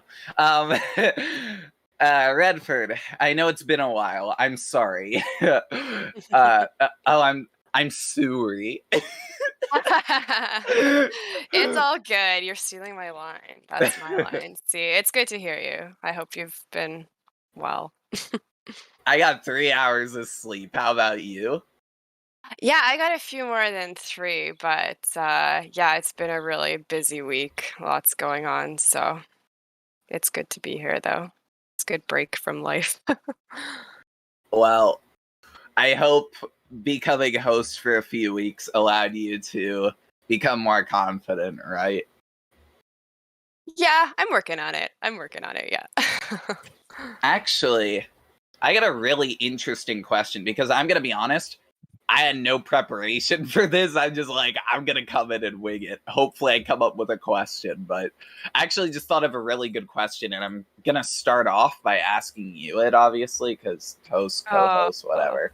Yeah, But on the fly. We'll see how that goes. Okay, continue. I literally just thought of this, and I'm actually kind of impressed. But in the last 2 weeks of being on this server, just last 2 weeks, and honestly, this is a question we can repeat because it's a good question in my opinion. In the last 2 weeks, what's the most important thing you learned? It doesn't even have to be from 24/7, just the most important thing or skill or lesson that you learned. Ah, interesting.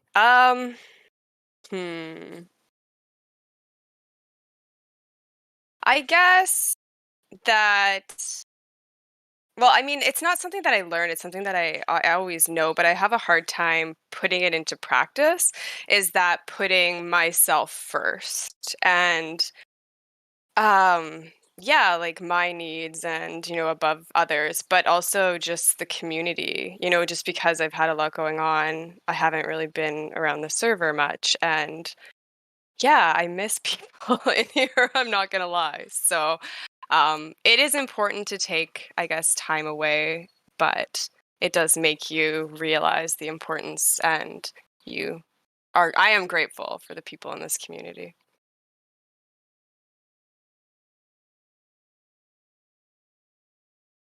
Humble Redford goes quiet. I don't know what else. Like, I'm sure, like, if I had a chance to think maybe a little bit more about it, I'd have a better answer. But Yeah. Why don't I ask you that question? See, I'm going to turn this. We don't usually ask the host, but I want you to answer that question as well, if you wouldn't mind. Well, I'm actually shocked, but well, I'm actually really surprised that you asked me. I feel like I'm taking away the voice of Silvers. No, this isn't what this is meant to do. Okay, you're gold plus. You're fine. You can. I think that. I mean, I feel like sometimes that's okay. You can speak and share with us as well. I'm sure nobody would have any objections to that. But it's up to you if you want to answer it. You don't have to if you don't want to. Well, I actually have two answers to that question. The first one, and this has to deal with the second half. The most important skill I learned how to do is how to be able to control my emotions. What I used to do if I was upset is I'd remove myself from the situation, but there are times where you can't do that. There are people you have to deal with that you will not like. Sometimes they're even on the same team. And while you should try, well, people should, not you, I'm sorry, bad language. While people should try and avoid playing on like bad terms with people, obviously there's some situations where that's unavoidable. Like just conflicts of interest happen naturally. And in those, I was in a situation like that. And it was kind of personal, but basically I had to learn in 5 minutes how to control my emotions and put on a smile in front of someone that I absolutely hated. And I was very good at it. In fact, I was scared how good at it I was. Because I had never done that before. I had to learn that skill in 5 minutes. I'm not going to be dramatic and say my life depended on it. Of course not, but it almost felt like it. And I think that's like, it's interesting how our bodies react to situations, right? When we need them to, and I don't think we give ourselves enough credit for that, and we surprise ourselves a lot when it comes to things like that, in my experience. But that's good. It's just really important to be able to. I'm not saying people have to be fake. If they have a concern, they should voice it in the appropriate area. And I think constructive criticism is an important part of the process of improving. But it needs to be done in the appropriate manner. And but I mean, like, that's not even related to this server completely. Like, when it comes to the server, like, I would say 90% of people, 95% of people are doing the right thing, at least from my experience. But I haven't been here in a few weeks, so what do I know? Also, for anyone curious on joining the Precious Metals team, because this is a question I get a lot. If you want to be host or co-host, or substitute, the number one rule is you have to be able to have friendly banter with the other host or co-host. That's like the deal breaker right there. A boat. Yeah. A boot. A boat. A boat. Like, you know, it's so funny actually, because ever since I've come in here, I get, well, I'm not going to say made fun of, because I think that's a little harsh and I don't feel it like an insult, but guys do make fun of the way that I say things sometimes, right? About and whatnot. But then I started paying attention to like other Canadians that I'm around, and yeah, we do say that, and it does sound ridiculous. So I get it. I mean, someone told me I sounded Asian the other day, and I'm like, what? No, I don't. What are you talking about? Just tell them. Oh my gosh. Anyway, I'm sorry. Sorry. We should probably ask that question to our Silvers. I'm sorry. I'm hogging the mic today. I usually try not to do this. I'm sorry. That's okay. I'm just excited to be back, you know? Like, I love Yeah, this. it's great. It's great that you're back. It's good to hear your voice. Okay. So, I'm gonna have to remember exactly what the question was. Yeah, do you want to repeat it one more time? Yeah, absolutely. I have no problem doing that. So basically, in the last 2 weeks, what is like the most important lesson, thing, or skill that you have learned in the last 2 weeks? It doesn't even have to be related to this server. Because as much as I want to spread positivity, obviously that's not like 100% of the time. We have to learn lessons on how to become positive. Positivity can't just come out of nowhere. We have to have a process to get there, you know? I don't want to promote people being fake. Anyway, I'm going to mute my mic. I'm too talkative. That's okay. That's okay. All right. So instead of starting at the top of the list, I'm going to ask Ariel, are you there? Can you speak?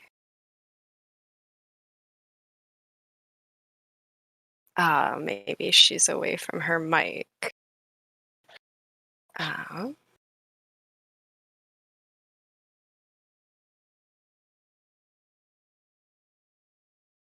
you don't have to apologize. Yeah, there's really nothing to apologize for. It's totally fine.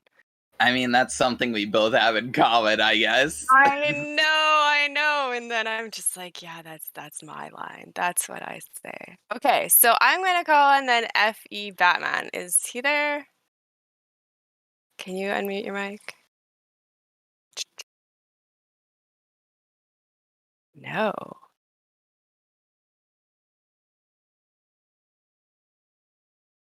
Hey, Sunny.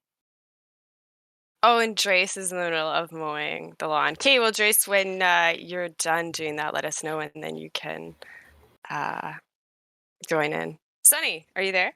Yes. Hey. Hey, Yo. how are you? I'm all right. I'm doing pretty well. How was That's everybody? good.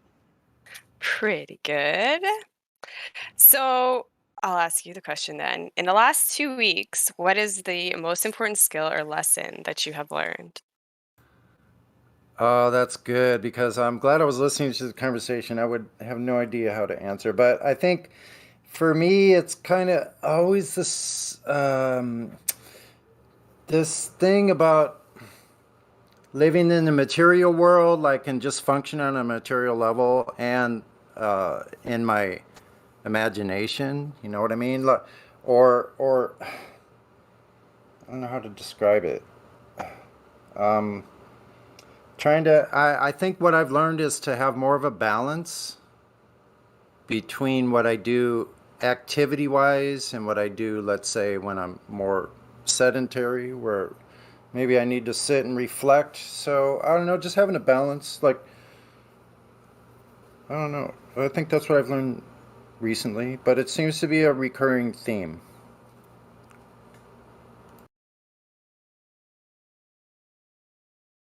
Yeah. If that makes sense. Yes. Yes, it does. Sorry, I was trying to read the tattoo at the same time. I really apologize. No, that's okay. No, it's okay. I think everybody knows what I'm talking about. Like we have to live in this world where like between body and mind, right? So we have all these bodily things going on with us. We have like functioning things going on. We have geometry. We're moving from place to place. There's motion involved in our lives physically, right? There's activities going on. And then there's this inner world, right? That's also going on. And sometimes it's hard to have a balance between the two where I'm living too much in my own head instead of just functioning on a moment to moment, in actual reality at the moment, you know, just existing here in that moment and being okay in the moment. Like wherever I'm at, I feel safe, like where I can slow way the heck down and just be quiet and not have to have a bunch of stimuli going on and still be okay. Do you know what I'm saying? You know what? Yeah, I completely understand where you're coming from, and that I struggle with that sometimes as well. So I can definitely relate because I feel like You know, I remember months and months and months ago, right, when I really started diving into things more and came to the realization that pretty much everything was a lie, right? Everything was inverted. And you're like, how can you go back now? You can't. And even if Yeah. you could, I know. would you? You know? So I think that's kind of what you're referring to. So it's finding that balance. And I think that this community has been helpful for me to find that balance as well, because we have an outlet that we can come and speak to people that think very similar to us and struggle, I think, with the same things. Yes, it's an excellent point. Hmm. Well, thanks so much for sharing that, Sunny. That's awesome. Was there anything else you wanted to add? No, but I might think of something in a few minutes. Yeah, if you do, just join in, or if there's a middle of a conversation, just put it in the text, and we'll definitely get to you Alright. for sure. Awesome, thanks, Sunny. Cool. Okay, somebody just Heathcliff, if you want to go up to VC check-in, somebody can get you voice verified if you want to join into the conversation. Oh, okay, John, are you there, John?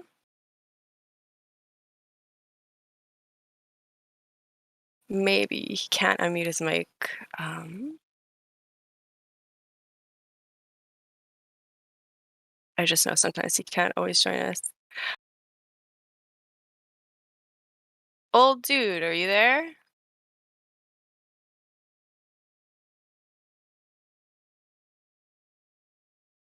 I guess nobody's here. Nobody can actually. Is there anybody that can unmute their mic and wants to have a I can conversation? try, but I was roboting earlier. Am I working now? Yeah, you sound good. Hey, Dave, how are you? What's up? I would have So, unmuted if I had a good answer to that question. I would have unmuted already. But I don't know. yeah, it's last 2 makes weeks for me. I mean, I'm a late generation boomer. I'm 58, so I know we learn all the time. But if I had to think of something I've generally learned in the last couple of weeks, is sadly it's kind of negative. It's just the overall feeling that we're surrounded by clueless people that are never going to get it, and I kind of feel lonely in this sea of madness, I guess. I don't want to bring everybody down, but that's the only thing I think of. So, do you find being in the server does help with that, or? oh yeah, this is like a little island oasis of sanity for me. You know, I mean, for the most part, I'm not some of the people that join here randomly, you know, whatever. But you know what I'm saying? This is a place where I can come and find generally like-minded people that no, we're not on a spinning oblate paroid zipping around through nothing. And that there's a level of comfort in that. So, but I'm trying to learn all the time. You know, whatever time I got left in whatever this is, I'm trying to maximize it. You know, do unto others, all that good stuff. Yes. Yeah, and John says too in the voice text that Oasis of Sanity is a perfect description of this server. So he agrees. Yeah, and it is. That's a very good way to put it. Very good. Yeah, it's just good to get back to down to earth people, like for a better term. I'm kind of accepting reality for what it is. And there's a lot of things we may never figure out, and I'm okay with that. So there it is. Yeah, and I think that that's a good point too, because I've had to learn how to do that. I know I'm monologuing too now, see, I apologize as well. But I think that I struggle with that as well, right? You just yeah. It's interesting. Oh, it's okay. Yeah, it's interesting times. But yeah, the way that you put that, the Oasis of Sanity is a really good way to put it. And as a community, I think that's very, very important to be here for each other. Thanks. I'll copyright that. Maybe make some money. Go for it. Might as well, right? Capitalize. That's what everybody should do. Unless there's another silver who wants to speak up, we got bruh moments sitting here, but So you need to go to VC verified. Oh, perfect. Hey, thanks, Dave. Yeah, bra moment. If you want to join the conversation, please go up to VC check-in, and somebody should be able to follow you up there. Okay. Demok, you don't have any roles either. That's interesting. Denmark has no roles. Yeah, when I click on his name, he has no roles. Will the real Denmark please speak up? Exactly. I'm pretty sure he's a silver, but I could be He's an wrong. OG. He's been around for like 6 years. Oh, maybe he's gold then too. I can't remember. I just know that like I've definitely seen him around. But anyways, okay. Yeah, Denmark got banned by Mimas, so you'll have to take that up with Mimas. Oh, well that's totally fine. That's none of my business. I will just leave that alone then. I apologize. Yeah, we'll leave that as Okay. it is. Yeah. Whatever. Exactly. Yeah, let's move on. So, one thing I liked about what Dave Hinkle said, do I just say Dave? I'm so sorry. I'm used to reading full usernames. Is you said it right? Go ahead.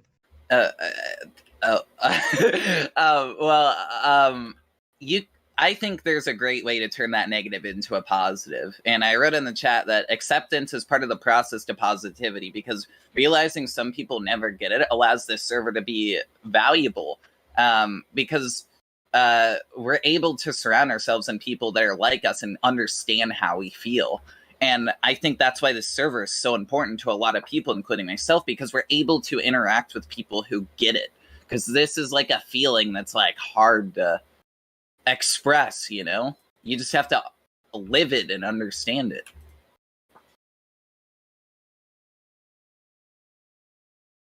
Yeah, I hear you. See, it's a good point. It's like I try to put the positive spin. You know, keep looking at the glass half full, and it's just my job right now. I see general strangers, humanity, like in grocery stores and stuff every day. Some of them they're just hopeless, you know. But what you just said is I echo that, because It having might the get worse. like-minded people are going to go ahead, son. I was going to say, Dave, I was listening to what you're saying. Yeah, I agree with you on it. Sometimes it can look pretty bleak out there, you know, but the conversation we had earlier here, the point was brought up, like, and this is, I think, more of a personal, subjective thing for each of us. We're going to have to determine that on our own between ourselves and our creator. You know, that there's all these people that may never get it, and it could actually get worse before it gets better. And I know that it's sad to see that, but I have no business being in the job. Like, it's not my job description as a human being to like be involved with the natural order of things that are happening. And that's what I believe this is. Whatever it is I don't think anything happens by accident here. So I think like what I like to take away from it is that yes, there's a lot of crazy people, and it's really insane to think about like all these people believing these fantasies. But we're not alone here, and I think that's the best thing about the server. Like, we have a place where we can congregate, and yeah, we're not alone. There's a bunch of us, and it's growing every day. I think this whole truth thing is growing exponentially, actually.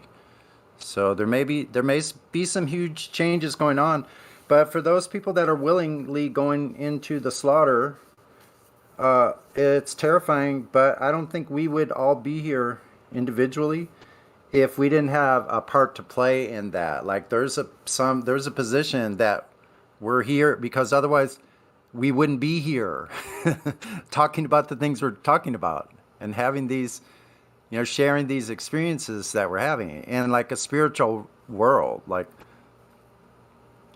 I don't know if that makes any sense. It makes sense. I mean, I forget who I heard it from, but there was a analogy like, like the lemmings running off the cliff, and we're like standing like 20 feet in front of the cliff saying, Wake Don't up, go. listen, don't go, listen to us, and they're just running on by. What are you gonna do? I mean, Yeah, exactly. And I'm okay with being that person. Sometimes probably we've all wondered this, like, why did I have to be the one to like learn all of this stuff? Now what the F am I gonna do? Like, you know what I mean? Like, I don't know if any of the rest of you have experienced that, probably in your own way, I suppose, but Yes. like Yes. like I'm like, why me? Honestly, haven't you like got on your knees? Why me? Like, why did I have to be the one to know this stuff? And then I'm like, I realized that there couldn't be any other way for me. I had to know because I just did. It's part of my nature. I needed to know everything. Like, I asked millions of questions to adults that they couldn't answer when I was a child. I keep asking the questions. I wanted to know, like, everything about it. And they were like, probably like, shut up, kid. You bother me. So now look where we're at. Like, I've discovered so much because of that curiosity that I've always had, you know? Yeah. So, I agree with that. And I think that's a very interesting point because growing up too, and even just like it seems like every job I've had, right? I'm very like inquisitive. Like I need to, if you're going to teach me something, like I want to know why am I doing it, how it works, like what's the point of it, right? And to the point that like I felt like I was just a nuisance and then they're just like just do it, nobody because nobody else cares, right? Like nobody else has that thought process. So I found it super comforting to come in here and to find finally people that think that like their brain works the same way that mine works. So yeah, I think that's a good point too, Sunny.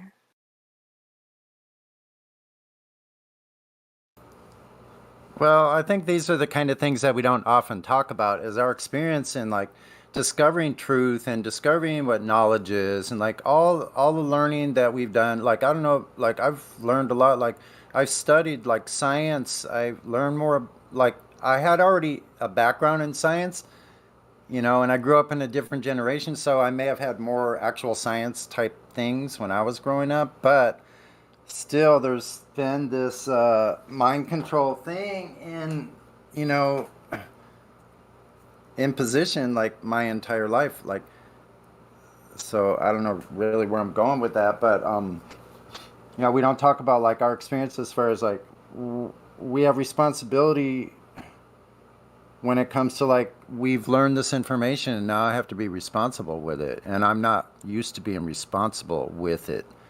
With everything, you know what I'm saying? Because Yeah. I'm human, and so I wrestle with, okay, the knowledge, okay, and where does that put me? And then I just honestly I think what I'm trying to say is, for me personally, I have to become right sized. Like, I got to know what my limits are, and like I have a greater sense now after learning the truth about so many things of this earth we live on. You know, I don't know.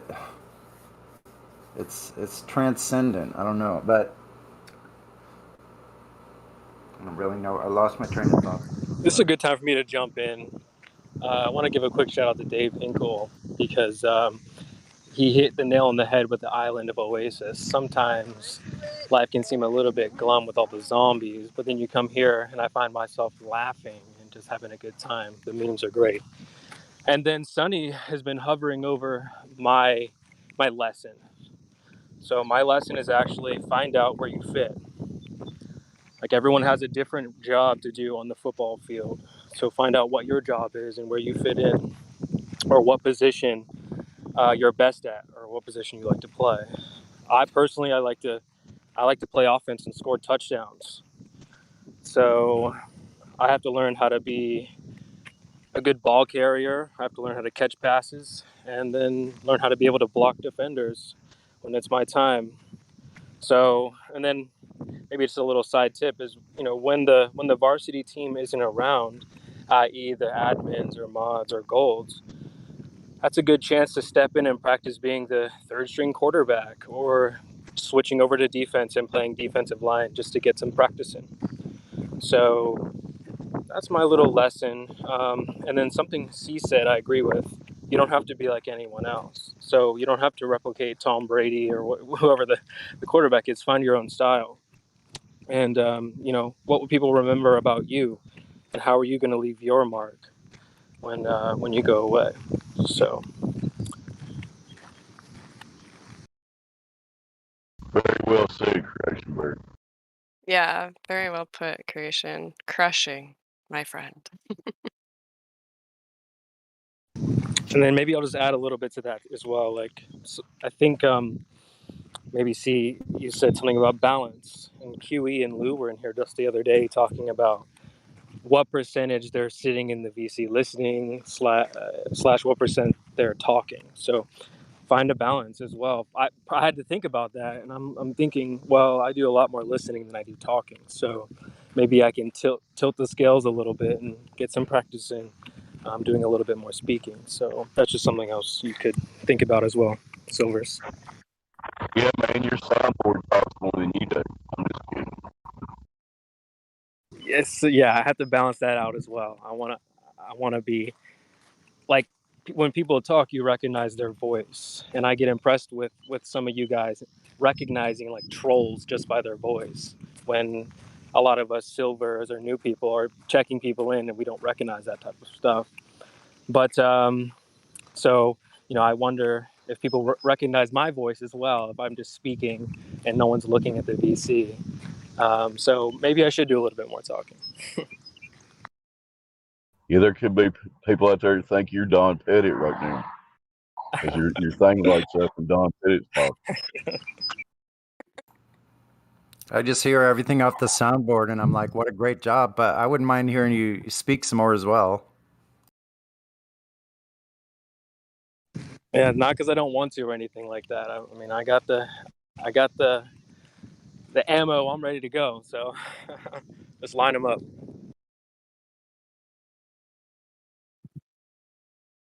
Well, one of my favorite things, because I just want to build up on the comment you referenced me on. Thank you, by the way. But it's important to take our background and apply it to why we're here, because that's probably why we found this place in the first place, is because of our background. Like, for an example, use your sports background. MJ does that too. He compares FE to a soccer game sometimes when I talk to him. And, well, he calls it football, but, soccer's the better way to say it. But real talk, it's important to use your background as a way to understand your place. For an example, one of my favorite, because I am a business major, we were talking like strategies, and the one that really stuck in my head because I felt like it was, in my opinion, the best strategy is something called niche differentiation, which is a fancy word, but basically it's like, how can you set yourself apart to the people who like you or your product or your service the most? And the reason I like niche differentiation is because it's also like, in a way, it could be like a metaphor for how you should treat other people. And it's something I have to realize with FE. And this is a lesson, I'm just going to be transparent. This is a lesson I'm learning right now. And because, like I said, this is a learning process for all of us, including myself. I'm not like some mentor or anything. I don't even view myself that way. I'm in the same boat as you guys. That's why it's precious metals for silvers and golds. But honestly, like, I can't please everybody. And niche differentiation, in a way, which is a business strategy about setting yourself apart, but appealing to a very specific market, like, niche differentiation, you can't have a product that appeals to everybody. You can't have a personality that appeals to everybody. Like, where do you belong? What do you bring to the table? And why do people like you? I think are good questions to ask yourself. And I think being able to discover your identity and where you come from and be proud of that is something this server does an excellent job of doing. I'm learning something new every single day I'm in Livestream. Every single day I'm in the server or in Learning Curve or wherever. And it's pretty cool. So I'm sorry, I'm going to stop monologuing. So this Witty is here. You want to speak to him? Who? Sorry? Witty? Is he VC verified? He's yet. not. Oh, okay, well, whatever you guys want to do. Sure. Hey, Witty, you have control of your mic. You there, bud? Hey, yeah, I'm here, but I'm not verified. I thought I couldn't talk. That's fine. That's fine. We could meet you. We just want sure. We was usually when you go to VC Verify, it's to make sure that you're not a troll. You're not here to. Oh no, I'm not a troll. Cause chaos. Sorry. Sweet. So what do you think of the shape of the Earth, my friend? What's that? What do you think about the shape of the Earth? Oh, I've believed it's flat ever since about 2016 when I first looked into it. So what are your 3 best proof? Usually when they say it's flat, we want to find out. The fact that water always finds its own level. What? I always had questions about why the constellations look different in different parts of the world I've traveled. I was in the military, so I had questions about like the different places I was in and why the stars look different in these certain places, and it never made sense to me. Okay. What did you find out? Well, I found out that the sun isn't what they say it is. I found out that the stars aren't what they say it is. I found out they're not millions and billions of miles away. They're like they're right above us. Okay. Well, not right above us, but closer than they tell us they are. Right. You got a third?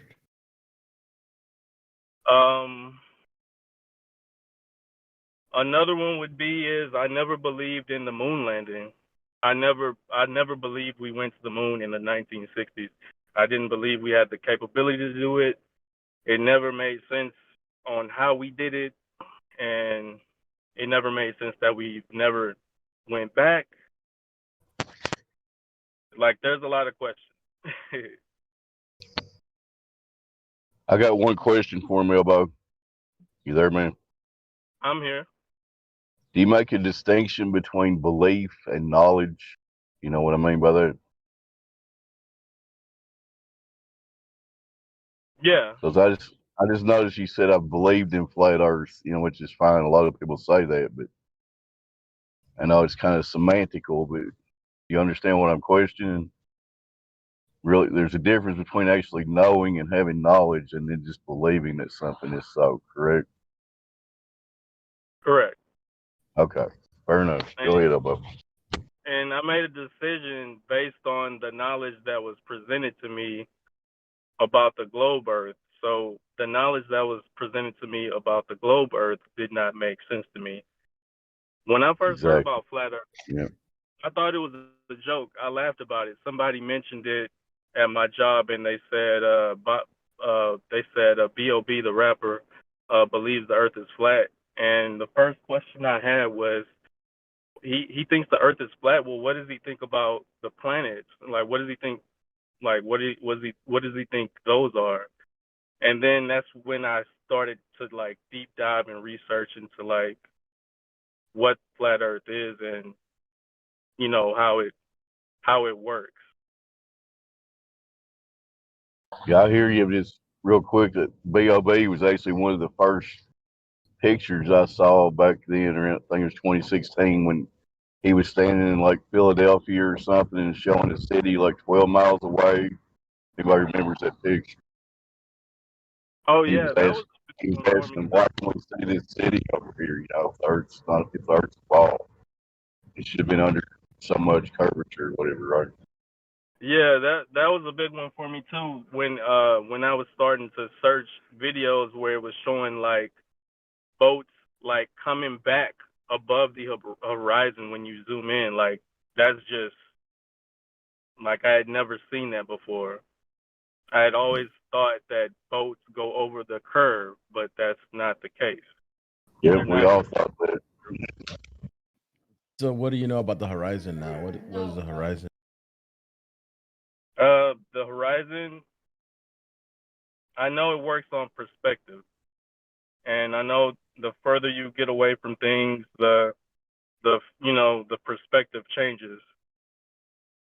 Right. So my question is, so is the horizon a physical location? Is it a physical location? I'm not sure. It's just, I don't know. Teach me. I don't know everything about. That's fine. I don't know everything about flat Earth. I'll say that right now. Right. So Everything you're that I looking do into know, it. Right? everything that I do know is from research and from like being in flat Earth groups. Like I used to own a flat Earth group back in 2016, but that was back on Kick. And like I had a little following. We used to talk about it and everything, but over time I grew away from Kick, and I kind of like I stopped talking about flat Earth for a long time because everybody thought I was crazy when I would mention it. So I kind of left the flat Earth area, and I kept the knowledge to myself. And I just recently came back to where I wanted to like learn more, and I wanted to talk about it with people I can actually talk about it with. Right. So the horizon is really an apparent location. Right, like a Optical. point of reference, right? Like a Right. point of reference related to where you are, right? So it's where the sky appears to meet the ground. Just like train tracks. If you look at railroad tracks, they look like they're meeting like at the far end, but they're not really meeting, right? Because they're parallel. Pretty much the Right. same thing with the sky. It's parallel, but they appear to meet, but they don't really meet. And it depends on your height perspective, pretty much. It all depends on where you're standing, the weather, temperature, all kinds of things in the Right. air, right? And I started learning about like why the sky changes colors as the sun moves, like during like when it's about to set. I started learning that a video I was reading or watching was saying that there's different gases in the atmosphere that are reacting to the sun. Is that true? Say that one more time. There was a video I watched about why the sky changes colors during the sunset, and it was saying something about that there's different gases in the Oh atmosphere yeah, yes, because they that react are, differently too. yeah. Yeah, he's talking about the noble gases. They in Right. Dimension had a good video on that. It's a pretty old one, but Yeah. should be able to find it. I mean, no, I want to ask how much you know about the globe. What's the radius of the globe bottle? The radius of the globe? Yep. I don't have that. All right. So Not off the most top of of my head. most of the things you have to know is actually know what you're debunking, right? Because they're telling you, they give you a story, so you have to You're really, talking about the 3,000 number? yeah. Okay, I know that. Yeah, then I know that. And you got to know what you're debunking, to test what they claim. What's the drop of the curvature of the earth? If you see too far, and then you got Right, to know, okay, how much. right, and these are numbers I knew like off the top of my head when I was like really deep diving into flat Earth, but all those numbers went away from like Right. I say like I started in 2016 is when I first learned about flat Earth, but I stopped like engaging research around like 2018, 2019. So it's like all the knowledge that I learned is kind of like it kind of went away in a sense because I stopped studying. Use it or lose it, right? Right? Yeah. So I was like, man, like, and when I say like the Earth is flat, like I tell my wife, I'm like, Earth is flat, like, and I'll say something, I'm like, but then I forget things that I used to know, and I'm like, I don't even want to talk about it because I can't talk to you about it because I can't even remember the facts that I learned about it. Sweet. Creation Bear or CI, y'all want to continue? But yeah, anyway, so yeah, I'm just back. I want to learn more. That's why I joined the voice chat. I wanted to hear what you guys were talking about. Yeah, man. So Welcome did to the something server, man. specifically happen to get you to rejuvenate yourself into this subject, or you just bored, or what? Well, one thing that got me back into it, I've been seeing a lot of talk about UFOs and all this other stuff, and I'm like, Yeah.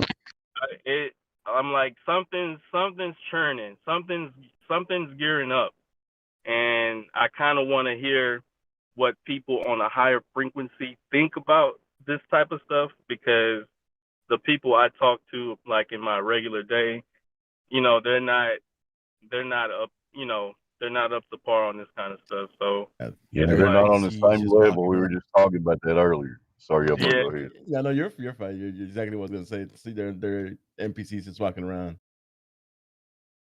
it's like if you were a computer, like we're supercomputers, and they're like, just your basic Walmart laptop. They're not trying to do anything else other than, tap that web browser, get on Facebook, Instagram, Snapchat, whatever. Sweet, man. So welcome to the server, man.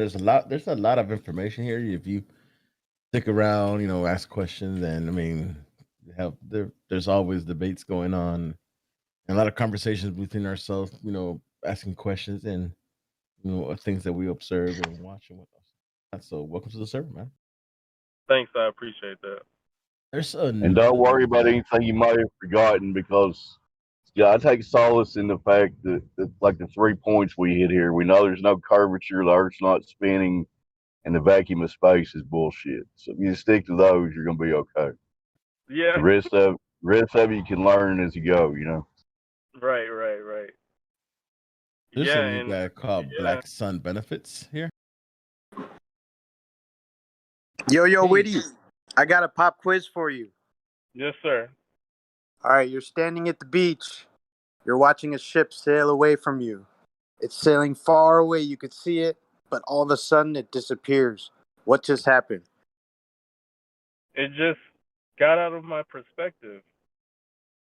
Good answer. Excellent answer. From that perspective, if I have a camera with a high zoom power, I can zoom in and pull that shit right back up. Good answer. Yeah. We have another guy, Black Sun Benefits. You want to ask any questions? Jennifer? See if you got answers, actually. Yeah. Are you there, Black Sun Benefits? You're unmuted.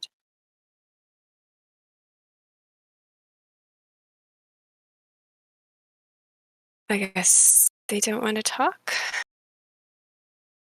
Nope. Hold on, they're super muted. Okay.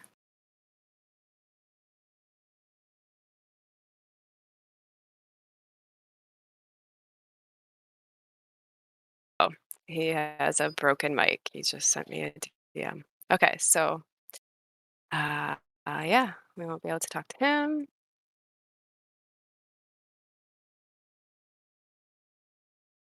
Yeah, Witty, welcome to the server. That's awesome. Did I miss? I don't know if anybody asked you. How did you come across the server? It's funny. So I was trying to like retrace my steps on like how do I get back to a flat Earth community, because I didn't want to go back to Kick. I deleted my Kick account. It's just full of trolls, and like every time our little chat would get consumed by trolls and stuff like that. So I left Kick and all of that back in 2018. Then this year I was like, I want to learn more about flat Earth. I want to get back into it. So I started going back to the YouTube channels that I used to watch, and I realized like a lot of those channels are either removed or the videos that they had are deleted. So I just searched like flat Earth in the YouTube search bar, and somehow I seen 24/7 flat Earth live stream or something, and then I went to the Discord link in that video, and I accepted the invite. That's awesome. Well, that's good. I'm glad that you found the server. Yeah. It's good to know we're still showing up in some search results. Good. Right. Yeah. Most of the, like, if you search Flat Earther on YouTube, or when I did, it's just basically all the debunked videos and all that stuff. Like, you don't see any of the stuff you used to see when you search Flat Earth. Oh, I know. It's crazy. It's hard to find anything. The censorship is just unreal. Unless you know specifically what you're looking for the channel. It's just, yeah, I can't find a lot of things anymore. I And know at we least all in a few struggle. anecdotal cases, that has actually backfired. People have actually been more interested in this subject because of it's a red flag to them, all the censorship going on. You know, if these are crazy people, why are they being censored? You know, If it's so so crazy, why are you deleting it and censoring it and blocking stuff? Like, that's a big red flag. Yes, 100%. So, if you scroll all the way down to the bottom of the server, there's additional information. There's lots of things down there, but I mean, it sounds like you have a pretty good understanding, but it is down there just in case you want to Okay, check out the links or anything like that. Yeah. yeah, I'll take a look. And I seen there was a PDF channel too that had a lot of information that I was trying to find on YouTube actually, and I see there's some actual YouTube links to the videos that I was actually looking for. So that's pretty cool. Yeah. It's good that that's down there. Like you say, then there's some information you have to go searching too far for it. So, I think that's everybody. I don't think there's anybody else. I would like to interrupt real quick. I'll be quick, I'm sorry. To say, it is the halfway mark. Congratulations. This is the longest I've been in live stream in the past, 2 weeks. So, congratulations on the halfway mark, I guess. I don't really know how else to announce it. I just remember I announced it on my previous Precious Metals. I don't know why I just did, so there we go. 1 more hour remaining in the Precious Metals program. Thank you all who have contributed so far. And if you guys are still listening, like I know Sunny, Creation Bear, Dave Hinkle, you guys were talking earlier. If you would like to contribute or ask another question, that'd be great. Also, Elba TV, Elbarica, thank you for introducing the new member to the server. That was awesome. okay, I got a question. CI. Yeah, what's up? Is there anybody in here that currently thinks they live on a ball? Ooh, that is a good question. Well, I noticed. Actually, I don't know. That is a very good question. Redford, what are your thoughts? No, I don't live on a ball. Well, is there anyone in this voice who thinks that they do, though? No, well, I don't think so because I went through. Well, we have Curry, but he's deafened and he's just VC verified. I don't think there was anybody else. Noah Woods, but this person is server muted and they are deafened. Taskmaster is here. We have, oh yeah, Taskmaster is VC verified. I don't know if I've Oh, he was spoken on to the that fence. individual. Oh, Yeah, was he on the fence? Are you there, Taskmaster? Oh, sorry, Woody, what were you gonna say? I was gonna say I have to take off, but it was nice meeting you all. I'll be back when the next event like this happens. Yeah, we'll See be you, here Woody. 24/7, man. Yeah, we're here Yeah, and 24/7. yeah, it's Welcome. going 24 hours a day, so come back whenever you can. There's always people in here having a conversation. So, yeah, Oh, perfect. we'll hopefully Cool. see you soon. Okay, take Thanks, care. guys. Have a good weekend. Peace, You man. as Welcome well. back. Okay, so Taskmaster is just listening, so I don't think that there is anybody at this time. He can't even tell us if he thinks he lives on a ball. Come on, man. Maybe I'm he's just shy. Anyways. Okay, Yeah, so I guess we'll get back to the questions. Oh, sorry. What were you saying, Dave? Go for it. I was just gonna say real quick, just the idea of living on a ball is so absurd to me at this point. It's laughable.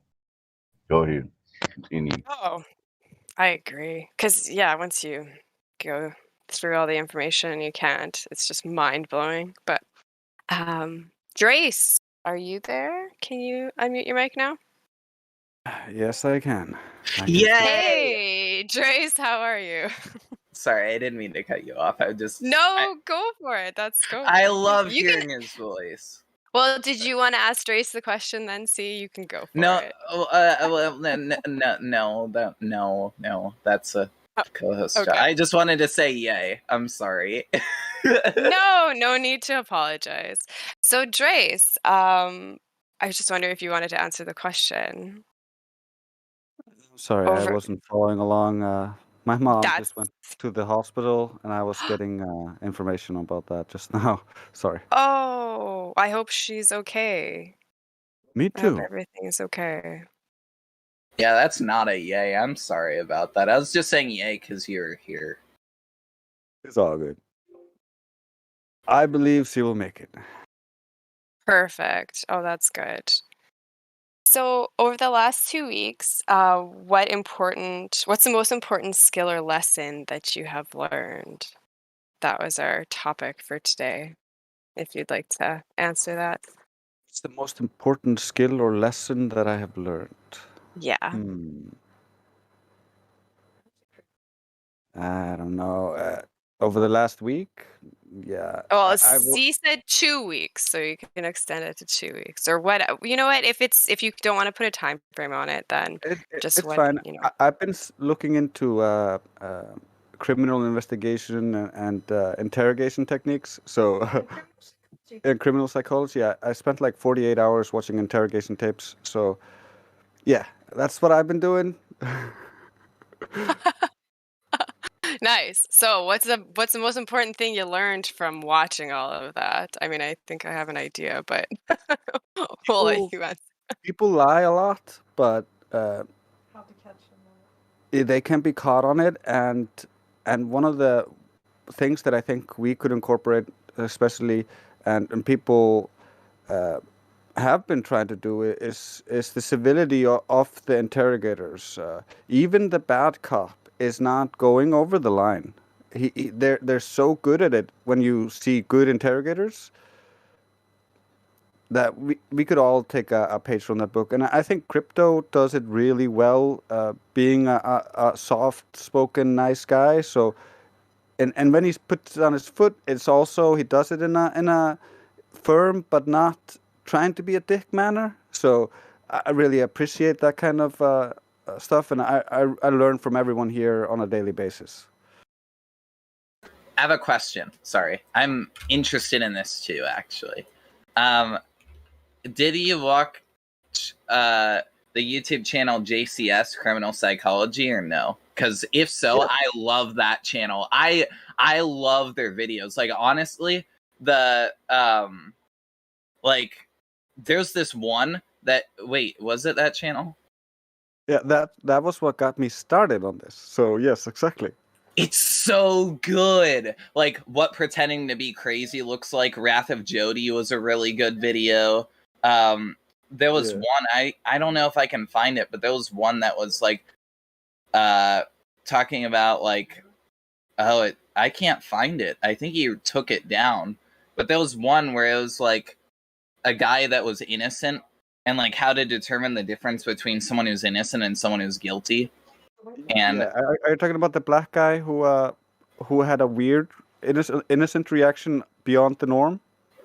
Who was like weirdly calm and logical and nice about being accused of things when he didn't do it. no, I'm talking about the white guy with really long hair. Got outraged? Yeah. Who got outraged even though he was innocent. And the police thought he was guilty just because he got outraged, but he was outraged because he had a criminal background. And people often mistake that and think there's a correlation that outrage means that they're in the wrong. But sometimes people who have strong emotions may even have a better case, because then you can determine where the emotion's coming from and if it's like coming from the heart or not, or if it's an act or something. Yeah, that's why it's so important to establish a baseline so you can get a sense of where he's coming from. I think a lot of interrogation things could be used for this server, although interrogation's kind of a harsh word, but it's there's a lot of good psychological skills. What's your favorite video by them, by the way? Favorite one, hard to say. I liked all of them. That was what got me looking at the different techniques and stuff that they use.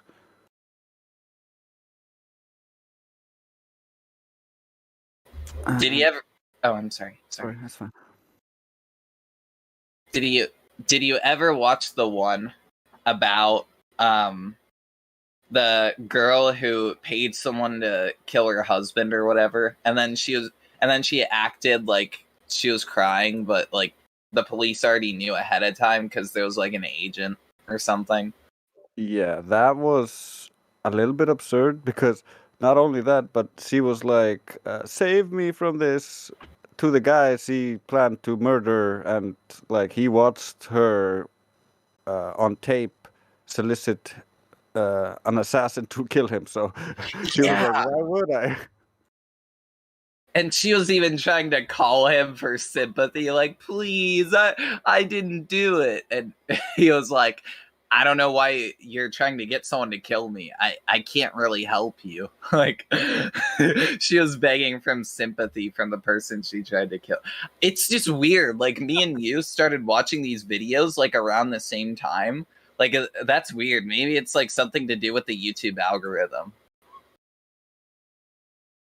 Yeah, I think once you get flagged by the algorithms as a person who looks into things that are not allowed, then once they flag new stuff as being like, oh, we don't want the public to actually watch this, it becomes part of what we see. Oh, so we're in like a blacklist almost. Yeah, we're in the black hole of YouTube. Well, I don't get ODD in my recommends anymore, even though I hit the bell and everything. Even when he uploads, I don't see. I have to constantly check their channel. Yeah, that's because the individual channels have different levels of shadow banning. So, like, for instance, this psychology channel probably doesn't have a very deep level of shadow banning. So, like, that's why it still shows up in our recommended. But ODD has, like, high level flags. So, he doesn't show up anywhere. It's kind of like with my Facebook. All of my family members wouldn't see anything I post or anything I did. No one did. It was just, I was flagged too much by Facebook, so I wasn't allowed to be seen. So I deleted it or removed it.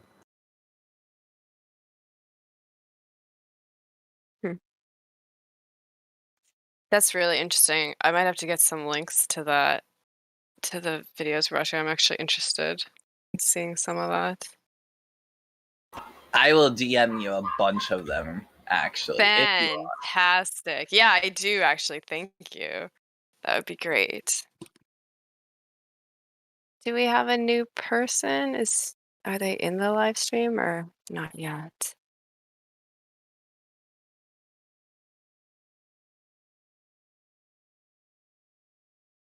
Anyways, okay.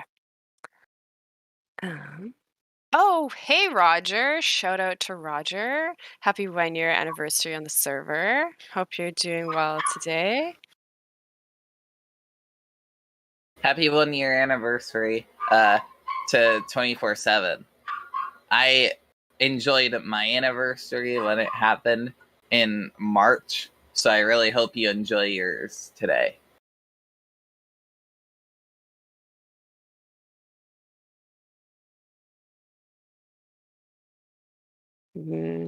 Maybe. Hopefully you heard that. Hopefully you heard that. Yeah, sorry. Yeah. Oh, Yeah, hey, sorry. Roger. No, it's all good. It's all good.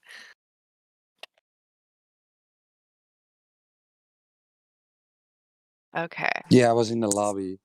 But yeah, thank you, C. Thank you, man. Yeah, this place is great. I'm so glad I found it. Taught me so many things. Such awesome place with tons of really nice and awesome people. Thank you very much for for the teachings. Kind of lost in words. I'm very bad at this. But No, that's totally fine.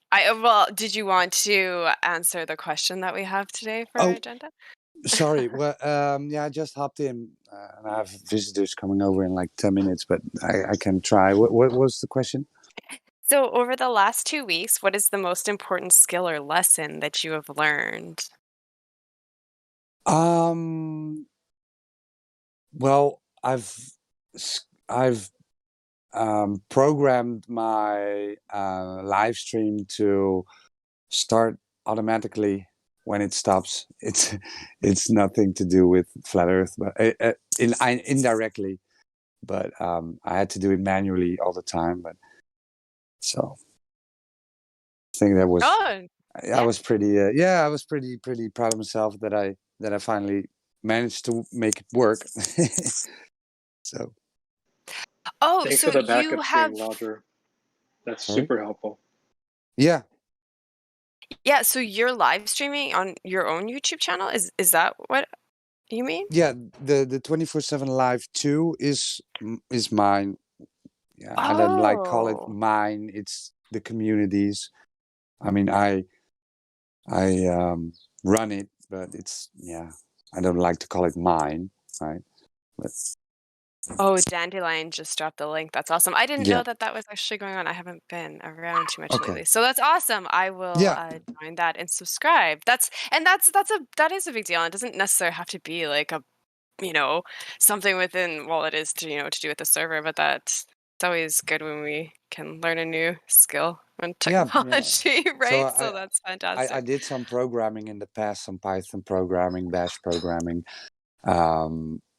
and yeah, I've already learned how to do it, but I got stuck on this particular uh, thing that I wanted to make work, that I wanted to build, right? So I was like stuck on it for 2 days. I'm like, man, I have to make it work. And yesterday I got it, so I was yes. So Awesome. yeah. That's fantastic. Mm-hmm. While he's here, I give Roger props talking about people that stay calm and share this information effectively. Roger is right up there with him. Good job, Roger. Thank you. Yes, I agree with that. Subscribe to Roger's channel. It's called Flat Earth with one word, space Discord. Be sure to subscribe to it before YouTube shadow bans it, unless they already have. Then subscribe to them anyway to fight against censorship. See, I plugged you. Sorry. Yeah, I can. Thank you. See, yeah, I can lose my cool when people are lying. That's the only thing I have. When people are lying, I can't stand liars, right? So I usually lose my cool then. But yeah, I try to stay calm and give my information in a calm way. I have never seen you lose your cool. I just want to say this. Like, every time I've listened to you, I've never seen you lose your cool. So if it happened, it must have been like a really rare thing. Because, like, I've never, ever heard you lose your cool. And you get these people coming here with this demeanor and trying to they have this air around them, right? So I'm going to prove these flat earthers wrong, and they're batshit crazy, stupid people, right? And that's where you get me wired up. I remember one time, I can't remember the guy's name you were talking to, but he was obviously obfuscating, and wine and LARPing and whatever else. And I remember Roger pretty much went off on him. It kind of shocked me at the time. But I didn't blame you at all. But we all lose our cool from time to time. But I like how you generally try to keep an even keel and share this information effectively. You do a good job, Roger. Thank you. Yeah, I'm really bad at taking compliments, but thank you. Thank you. So we have Not Sus here. Are you able to speak? Are you there?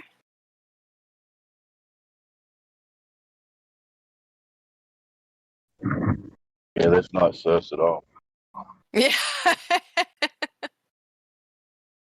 Okay. Well, if you are able to speak, just let us know if you have questions for us. And I think that was it. Sorry to cut you off, Roger. Oh, Not Sus, you're hot micing. Are you there?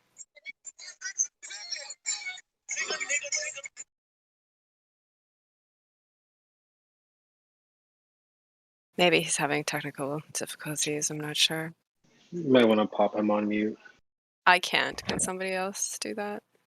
His name may be inaccurate. I don't know. Yeah. I mean, I think it's self-muted. You know, he took it off. Also, I thought the ref role could mute people. I thought so too, but In the live it stream, turns out yeah, in the arena, I can't. in the arena. Oh. Yeah, I can't mute in the live stream. I think most other rooms I can. I just can't in the live stream. But that's okay. There's usually, I haven't had it where it's an issue where there's not a mod or a gold plus around, so it's all good.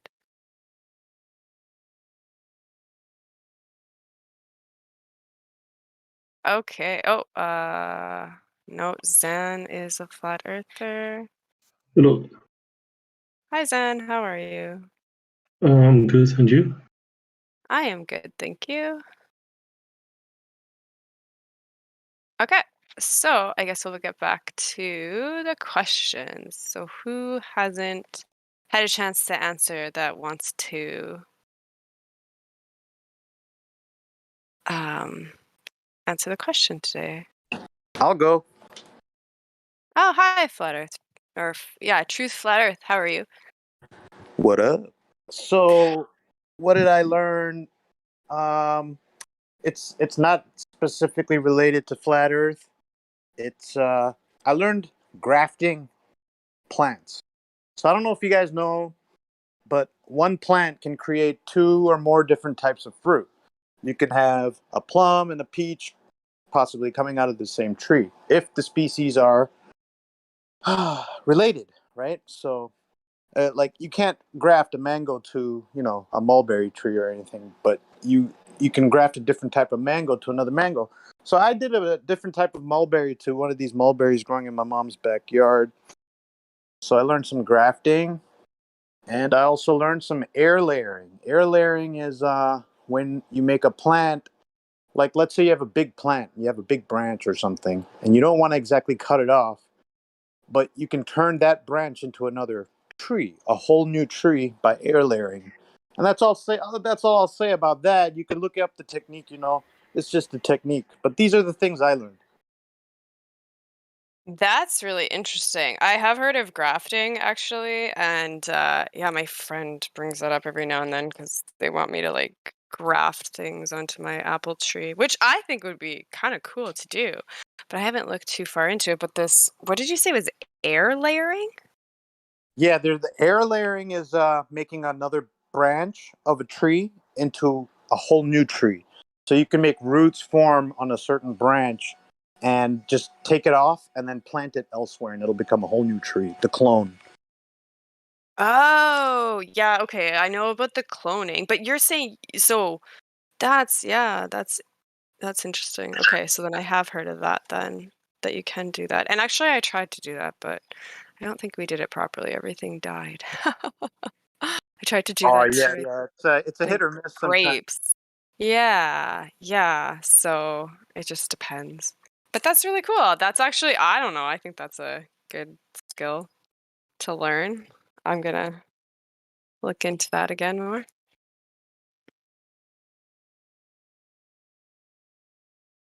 Anybody else want to speak up? I can't, this is like the first time there hasn't been a lot of discussion about the shape of the earth, but that's okay. Darn, must be because I'm missed here. it. Where are You you saying missed it Cuddle? earlier. Sorry. Early mornings, we deviate a little.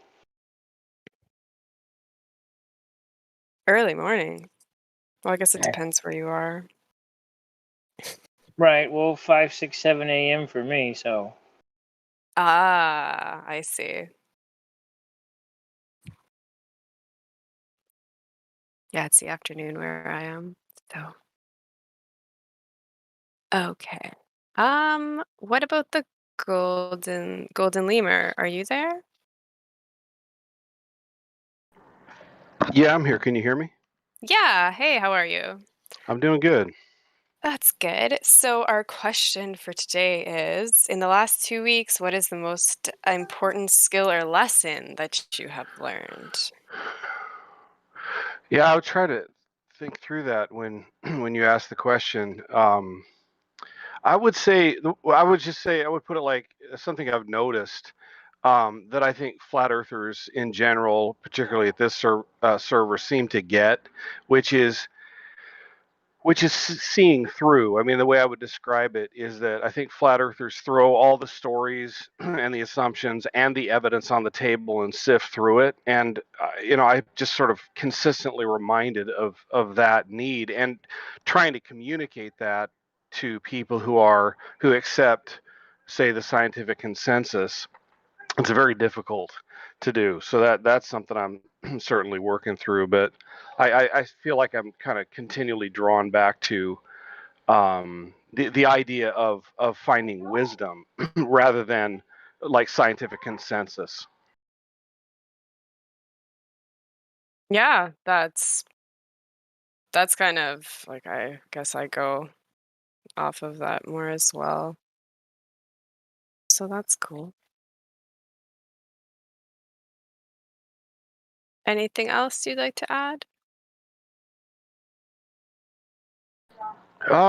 No, I mean, when you figure out the Earth is flat and that's the world that well, that's your understanding because that's the way it is. I mean, I think at first when I joined the server, I was kind of more interested in the conversation you were having earlier about like what it's like for you just to realize to wake up to the fact that things are totally not what I thought. I was sitting at my daughter's graduation yesterday and just watching everybody talk about, well, congratulate the graduates and go through the motions and everything, and I'm sitting there just watching the earth not move, and and everything just looks different now, and I feel rooted in the earth in a way that I could not have felt before.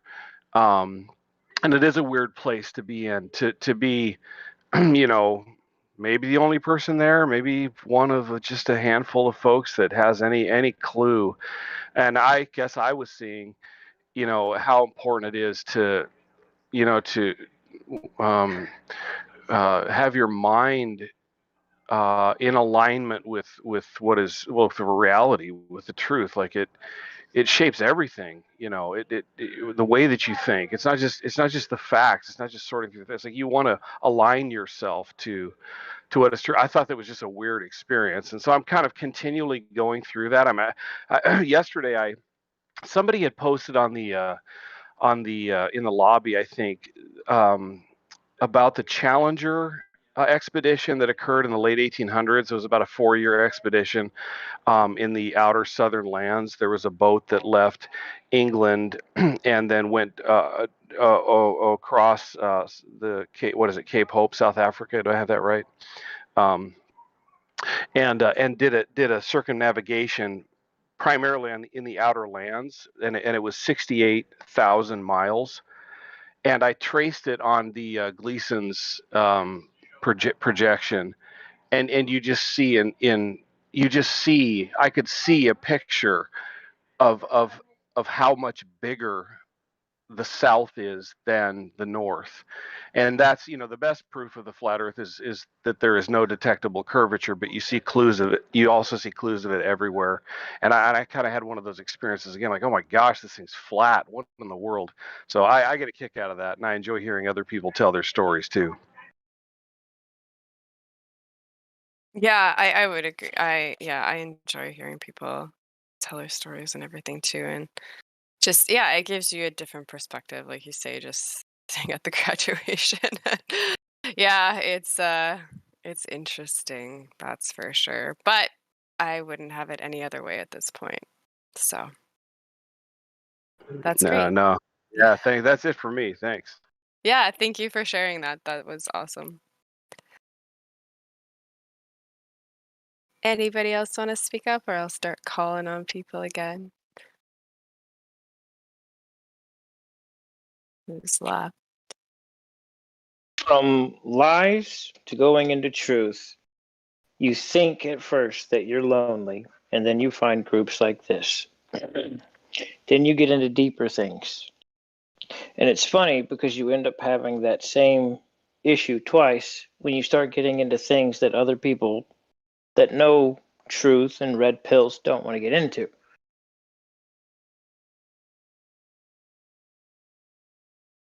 Yes.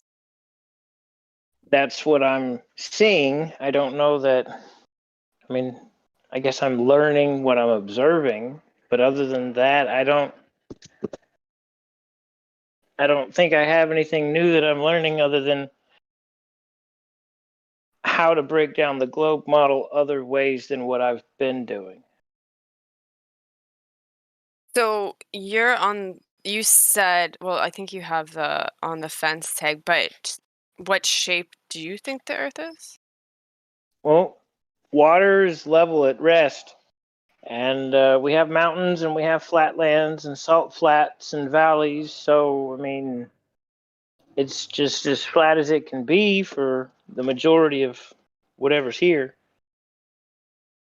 Okay, so you observed then the Earth to be flat. You're more on that side than anything, or you're still trying to break down the globe model, like Oh you were no, that was just something that they gave me, so I guess I could send pictures or so. I don't know, because I came straight into Livestream, and I'm a flat earther. I came over from a different Discord.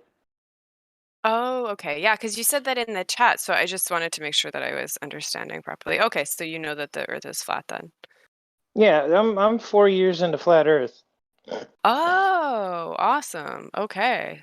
How long have you been in the server? Because I think I have actually seen you in here A week, before. week Oh, and a okay. half. I've been here for 2 Fridays. Okay. Well, that's So, good. but I mean, I'm learning new stuff as we go, things that I didn't know, which is very interesting. But I'm the type, I want to touch it. If you tell me something exists, I want to go find it and I want to touch it. Yeah. So would you want to give us your 3 top proofs for why the Earth is flat? God's not a liar, and I don't see curvature anywhere. And a third? I have more proof than anyone should ever have that NASA is completely lying about everything. Yeah, okay. So what are those proofs that you have that NASA's lying about everything? All the aeronautics docs for the flying and the landing and everything all say flat, stationary, non-rotating Earth. Oh, yes. Okay. The DARPA black projects that NASA funnels money off into, all flat, stationary, non-rotating Earth. And to be fair, Richard, before you even asked him about the free credits, he talked about level water. Sorry, Me. Dave, you are breaking up really bad for me. Dave was just saying that before he said all that, he said that resting bodies of water lay flat. Oh, okay. Thanks. Yeah, he did say that, right? Is that Yeah, correct? kinda Did I miss it? Okay, yeah, awesome. Okay. Yeah, he's good. So, Cuddle, how did you come across flat Earth? Because you said you've been into it for about 4 years. So, how did you come across it? I was, oh gosh, 10th-ish year independently studying law. I actually got to retire kind of early, so I've been literally studying everything. Law was my big thing, but it took me into scripture, and then from scripture I ended up Rob Skiba and other things, refreshing on the Nephilim, Anunnaki, days of Noah, what was going on, and ended up right in the middle of flat Earth. Okay. So it was one video after another before the censoring got ridiculous. Oh, okay, I see. So, yeah, you just kind of went at it more through like the biblical perspective then, and it just kind of led you down that path then? Right. I went, well, I'd say I had an even mixture of both, watching other people with their experiments. I followed with Rob and some of the other guys that were going from the biblical perspective and actually breaking down the language and showing what in context that sentence or that word means. And then it's, hey, here's the 360-degree halo jump. Here's all the weather balloons. Here's this test that we want to do that, you know, should be able to do Mickelson, Morley, the level test. I mean, it kept going. Yeah, that's awesome, right? How it's just kind of one thing leads to another, and then you just keep going, and you come to the realization that it's actually flat. So it's really interesting. That's what happened. That's what happens with pretty much everything I jump into, though. Like with law, there's so many rabbit holes, man. Oh my gosh. Yeah. Oh, I can't even imagine.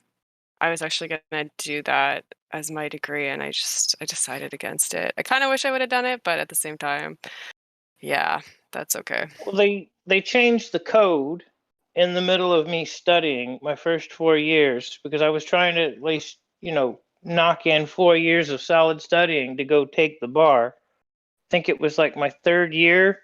They changed it and said, "Oh, well, you have to go to school. You can't just come in and take the bar and go practice." Oh, interesting. I didn't even know that that was an option prior to that, that you didn't have to go through all the schooling. Texas. That's insane. Oh, okay.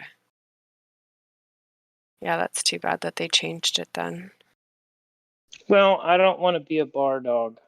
I know what the association is. I have bits and pieces of their W-9. I'm good.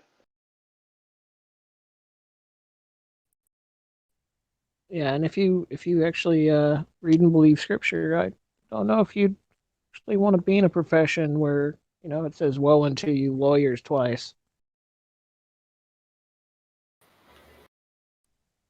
Hey, I don't know if you've ever spoken with Indio before, but he likes law too. He's I think that's what led him to Flat Earth, I think, if I'm correct. I don't remember exactly like how he got into it, but I know like that was like a huge aspect for him because he looked in cases where they're trying to prove the ball and paying people and nobody could do it because in court you got to have like evidence, right, to prove a claim. And I think that's also why we're so evidence driven here, because in LA our server's like a court system, but it's also an interactive library. Like, I don't know, I think it's cool. I would suggest talking to Indio if you haven't yet. He's really cool with that stuff. In fact, funny story, I know I keep talking about this, but it's really funny. And it's one of the main reasons I respect India as an individual, like even outside of 24/7, because okay, so in the summer I was taking a business law course, and I never taken a law course before, like ever. Okay, like I really loved it though. I was super into it, and I'm like, this is pretty fun. I thought it was going to be boring, but this is actually fun. This is based off of real world stuff. This is amazing. But then I like immediately, like after a few weeks, I already had to look at a court case, and I'm like, what the heck? My teacher didn't tell me about this. Like he told me about vocabulary words, but he didn't talk to me about like legal language, if that makes sense. And I actually like I actually hit up Indio, and I like, listen, I kind of need help with this. I'm sorry. And he actually helped me with my homework. Like, I'm not even kidding. Like, that's why I love this server, okay? It's not just about FE, you know? It's about the community aspect, and that's something that's overlooked so much. I love the people here just as much as the subject itself of FE. I don't know if that makes sense. I think it does. Like, India literally helped me with my homework. How crazy is that? And is that IGS? Is that IGZ or somebody else? This is CI. No, I meant who you're talking about, because I don't know that I've met IGS. I've talked to IGS. I've talked to he's an admin mod here. Yeah, India's so a really Indio, chill dude. Yeah. I used to play COD Mobile with him too. Like, he's so cool. Like, he's like the most relaxed. Like people look at India and they're like, oh, he's the owner, he must be scary. Nah, dude, India's like one of the chillest people in this server.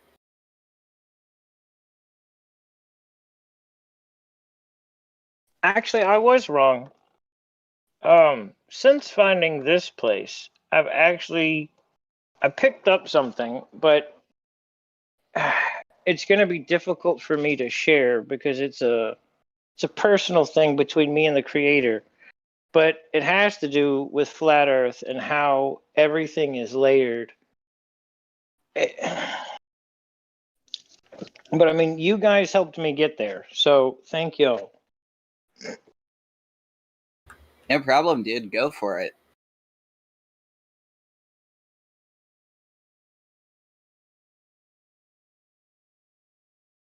Oh, I wasn't gonna explain it. Oh, I'm sorry. I didn't. I kind of have a little bit, but like, for lack of a better way to explain certain things, I use movies because that's the best way to capture some things that people are trying to describe that there's really no way for me to show you what I've physically seen. I mean, yeah, the truth's in plain sight. Like, I don't know what it is with the elite. Like, maybe they think they're like relinquishing themselves of their guilt if they like put it in our face. But I mean, they put it in our face. Truth is stranger than fiction. Well, yeah, that's what it is. It's the duality of the sin and doing good. It's part of their religion. They do evil with one hand, and then they give $100 million to charity with the other, and it absolves them of all the people they just murdered. That's how they believe. That's literally their system.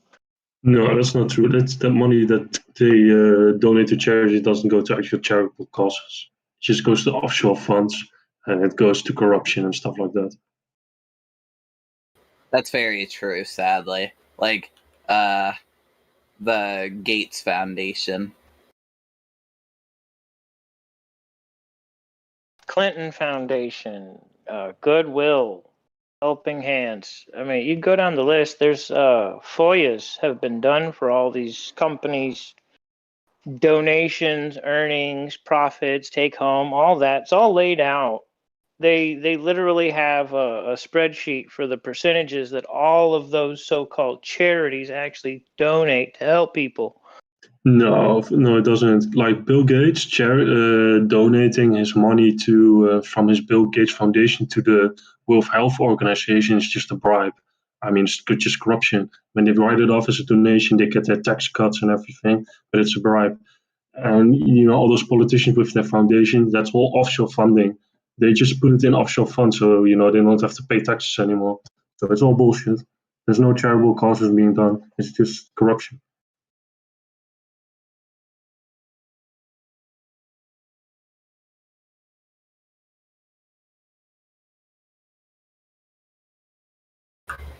I think it's just sad that I just think it's sad that for a long time they're getting away from this, getting away with this, but I think that's been changing for the past 10 years, especially with the new documentary Level. Oh my gosh, you guys gotta watch it if you haven't yet.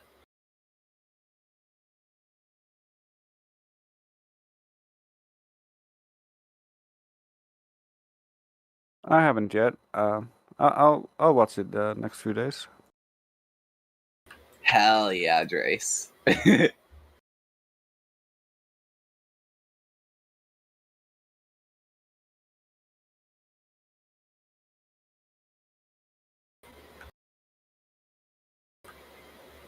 Awkward silence. I'm sorry about that. It's probably because Redford stepped AFK. The sorry duo, as I like to call ourselves. It's also I'm not really good at small talk, so I tend to just be silent. Oh, come on. We like to hear you.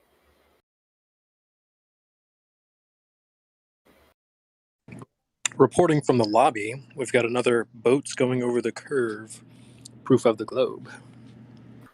Well, you see, everyone knows that boats go over the Earth's curve. Wait a second. You're telling me that we can't see the curve from space? Shut it down, shut it down, shut it down!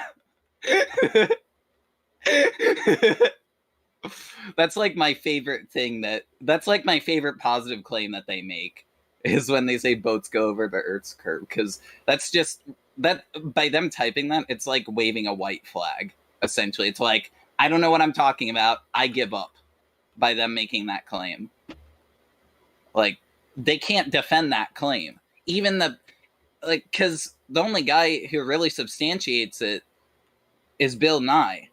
And even then, it's Bill Nye, a joke, a laughingstock. Everyone else, tries to defend the pictures from space, right? The images from space. And it's inconsistent. Their own model is inconsistent. It doesn't add up.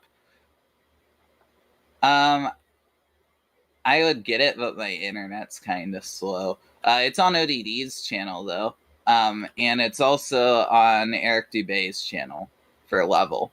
It's a PG version, though, because YouTube is YouTube.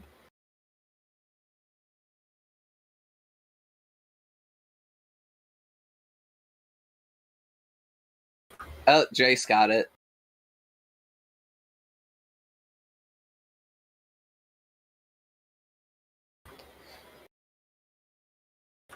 Oh, okay. So remember how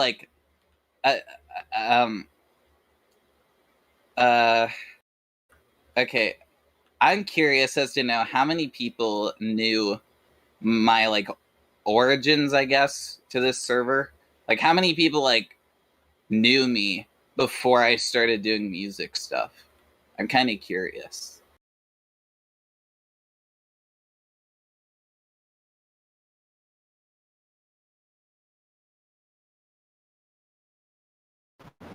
Nope. Well, that's actually cool because this will be a fresh experience, I guess. Well, okay. So, for those who don't know,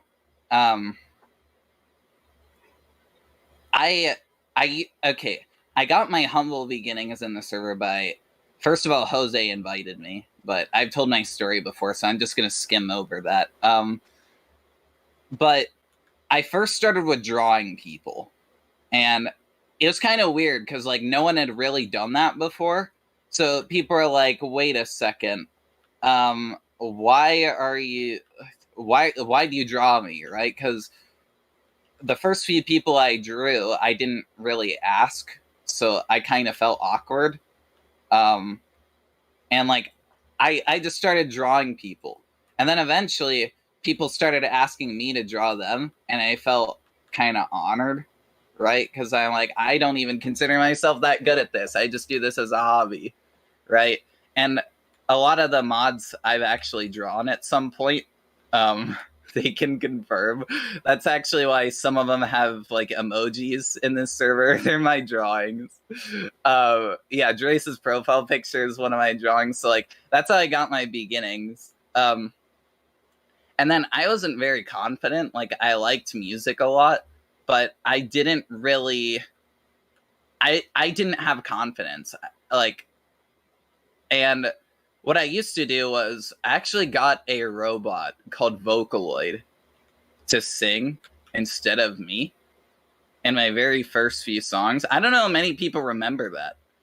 And yeah, it's like, it's crazy, right? Because people thought it was a human, and it was actually a robot that I was just programming. Now, here's the thing. I really like the melody of one of my Vocaloid songs, and I'm curious if anyone remembers this. But I'm actually working on a cover of like my very, very first song that I made in regarding, and I've been practicing a falsetto. But I mean, I'll do it live if you want, but if you guys want, but only if you guys want to.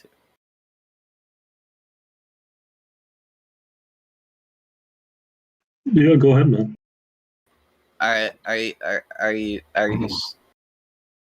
Yes. Play the robot singing Go first, for then it. do it live. Play the Yeah, robot that's a version good idea. first. All right. Well, I appreciate it, but let me find the instrumental that I made. Is this right? Yep, that's right. Okay. Okay. So I'm gonna. Okay. Usually I sing best when I'm hydrated, but I'm really thirsty and I don't have a drink near me, so I'm sorry about that. So I may like my voice may crack a bit or something. Okay.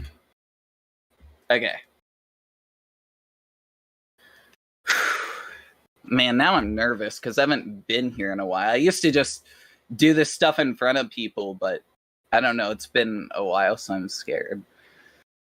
No, no need to be worried. But if you're good. Yeah, my heart's racing now. This was like the very first song that I created, but the first one I actually sang and rapped in was "And I Know," which the remastered version is in my new album, but most of you already know that. So anyway, I'm just gonna cut to the chase. I'm sorry. I'm trying to delay me doing it because of my anxiety. Well, if you're comfortable doing it, if you don't want to, that's I'm not, but I fine want as to. well. So Okay. Go get a drink. Go get a drink right quick, because I don't want you to crack at all. I want you to be great at this, because I think I've already heard some of your music. Flush. Okay. So be patient and just go get a drink. Yeah, but if I get Water a is drink, free. I don't live alone, so I draw attention to myself when I leave my room. My parents listen to my music and make fun of it. Aww. That's not Yeah. nice.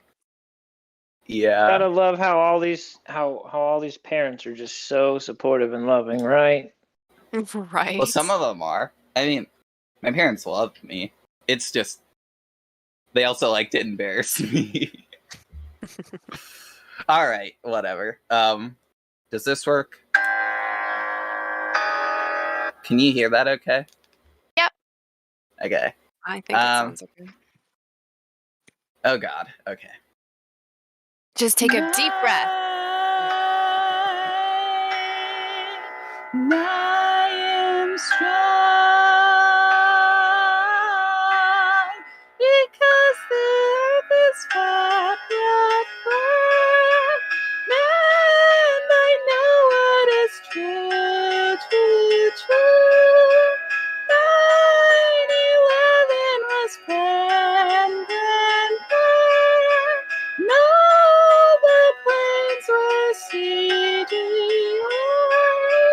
They all lied. Everyone was indoctrinated and they don't want to be free. NASA owns the guilty plea, but nobody else even sees like me. Illuminati, one world order. Look behind you, check your shoulder. Take the red pill so you can see that Earth is flat, flat, flat. And I know what is true, true, true. 9/11 was planned, planned, planned. No, the planes were CGI. They all lied. And that's it. Time to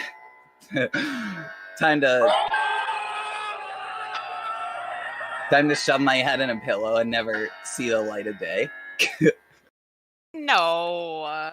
You're too hard on yourself. My goodness. It would have been better if I got a drink, but I don't want to get a drink because I'm embarrassed. I get it. It's okay. No, that was good. Flooshed. I wonder if anyone actually remembers that song. Was that in your album that you did, No. that you released? No, it wasn't. Okay. It was, that song was made in April 2020, but it was sung by a robot, I said. Oh, okay. So there's this one song that I really like. Okay. There's this song I really like, and it's probably my favorite song on the album. I'm just trying to pass the time because honestly, I want the mods to speak again. I know I'm betraying Precious Metals. I'm sorry, but I think this is a cool like way to end, like do an outro. I guess is just musical, just to remind people. Because here's the thing, right? Do your own way of being attached to 24/7. If you see someone else and you envy them, you can be yourself. You don't have to be someone else. That's why I'm doing this, because it's an important reminder to just be yourself and be confident even if it's hard. If you have anxiety but you want to do something, well, do it anyway. The anxiety will go away and then it'll turn into happiness. Like me right now. Very true. Good advice. Okay, so how many people here have actually listened to my album? I have. Do you know the 7th song, Our Own Kind? Oh, I don't know, because I listened to it the day you released it, and they all kind of went together, right? Because it wasn't like specific time. So no, I don't know what the 7th one was. If I heard it, probably, but. Well, most people don't know, but it's actually a diss track. So, a lot of people that I've talked to have said it's one of the best songs on the album. I kind of want to do a cover of it just to work on my falsetto, because here's the thing. That song also had a falsetto, and if I keep doing it, then I get better, right? Because I was horrible in June of 2020. But June in 2021, I'm still horrible, but not as horrible.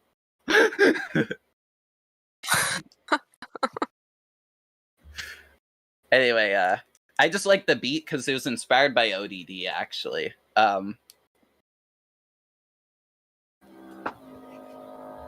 Do you hear it? Yes. All right. Yep.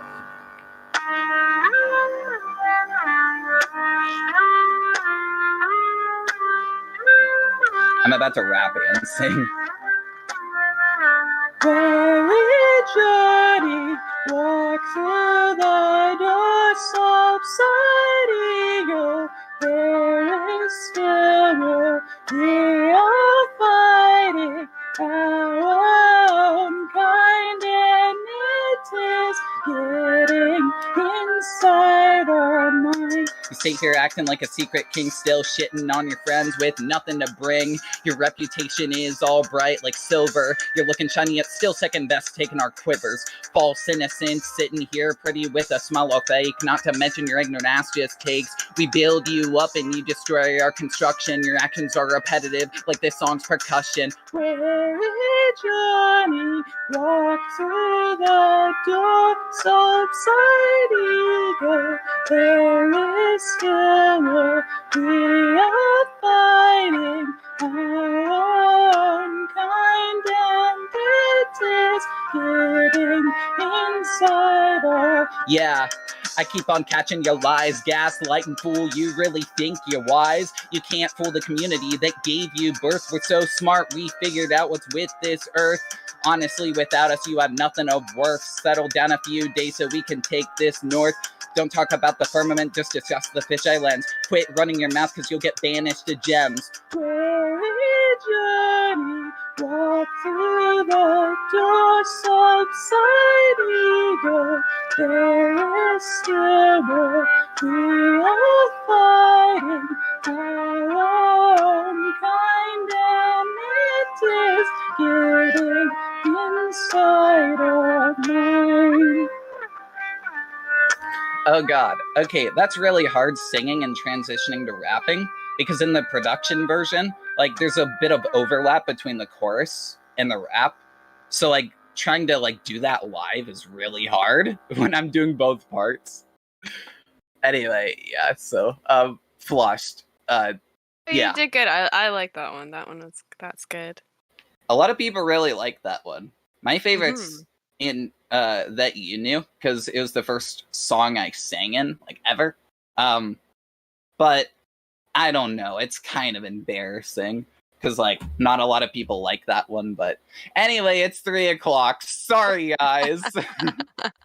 Please don't apologize. There's nothing to apologize for. Great job, C. Great job. What are you saying? Sorry, it was, like, kind of muffled. Oops. I think that was Zan. What did you say, Zan? I thought it was kind of cool. Flushed. Perfect. Thank you so much. I really appreciate it. Live performing is hard. If you're faint of heart, do it anyway. Anyway, I just want to say, Precious Metals is awesome. I'm happy to be back in 24/7. This is honestly one of the things I look forward to each week. I'm not gonna lie, I get nervous, and I'm worried if I'm talking too much, if I'm not talking enough. So yeah, I overthink everything, but I should stop doing that. This is gonna be weird. Since you've been doing it for 2 weeks, Redford, do you have any final comments for this Precious Metals takeover before we hand the baton back to our lovely mods and admins? Yeah, I mean, every week is a little bit different, but this was, I think, a little more casual. And, we didn't really have a lot of discussions with quote unquote Globers. So it was just kind of nice to, get to know everybody a little bit better and hear their stories. I always enjoy that and having the conversation with everybody. So thank you, everybody who joined us today. That was awesome. Thank you, everyone, for being supportive. Thank you for allowing this interactive library to take place. Thank you for everyone, for everything you do. Stay true to you. Do not be someone else. Find your own way to differentiate yourself. Do your passion. Figure out why you joined this server and speak from the heart.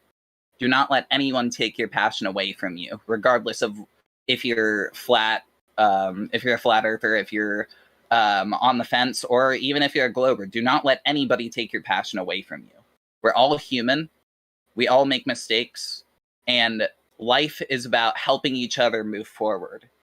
At least I would say so. But anyway, Sorry for monologuing today. I'm just excited to be back. I'll try not to do it as much next week, but Precious Metals is concluded. Thank you all for attending. We'll now return to allow everybody to speak. And I kind of want to hear Crypto's comments, to be honest. Oh yes, Crypto can come out of hiding now because I am out. Have a good Saturday, everybody. Take it easy. Yep. No.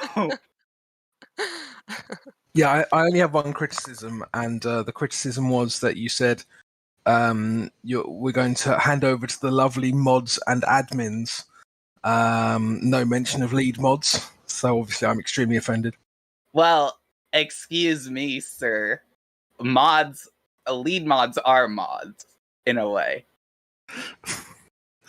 No, I'll have to ask Dandelion, see what she thinks. Title. Titles. Semantics. Whoever said they were loverly.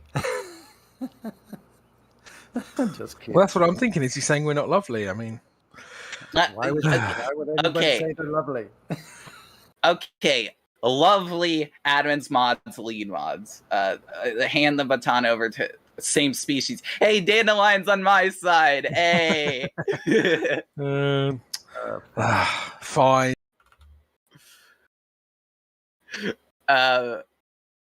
Now it's 1-1 because I'm gonna assume you won the Mayo debate, but I win the lead mods or shiny mods debate. Mod plus. It's basically mod plus. Like there's gold plus and then there's mod plus.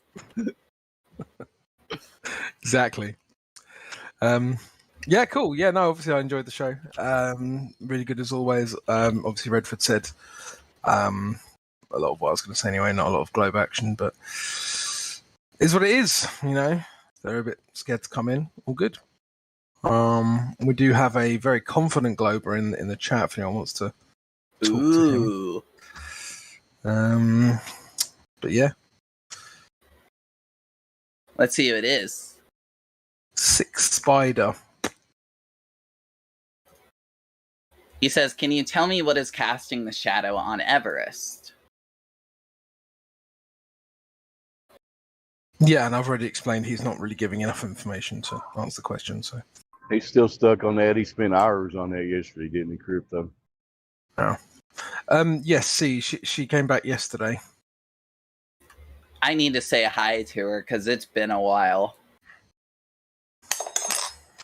I was busy ladies night. I'm sad. I had to write an 11-page paper. Double space though, so but 11-page paper. So 5.5 page. Yeah. I had to write about okay. This is a pet peeve I have, and this is probably going to start a tangent. So cut me off if it's bad or not on topic. Please do cut me off. But the thing is, education, right, is no longer education. It's just repeat what I'm telling you to repeat, and we'll give you positive reinforcement by giving you good grades on a test if you repeat what I say. It's no longer about critical thinking, and that really bothers me. Like, if it was for Common Core, I could understand that because it's tax funded, right? But for education I am paying for in public and private schools, I'm not okay with that. Like, it should be about critical thinking. It should be about freedom of speech and expression. It should be about confronting ideas that you're uncomfortable with.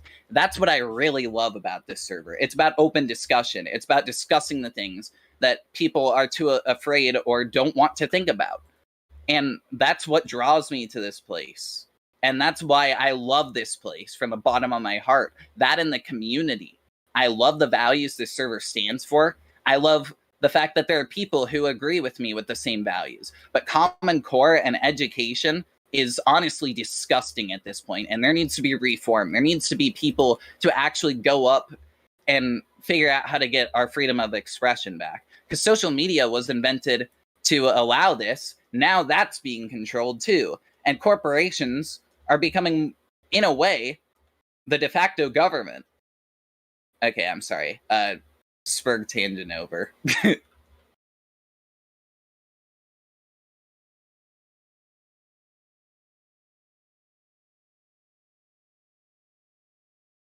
I'm sorry, Crypto. No, nothing to be sorry for. We love Spurg tangents. You know, I actually am a Spurg. Fun fact.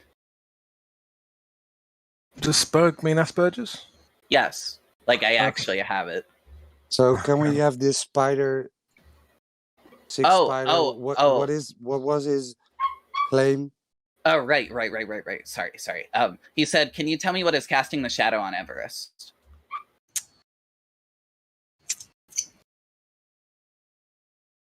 I only see a cartoon, Six Spider.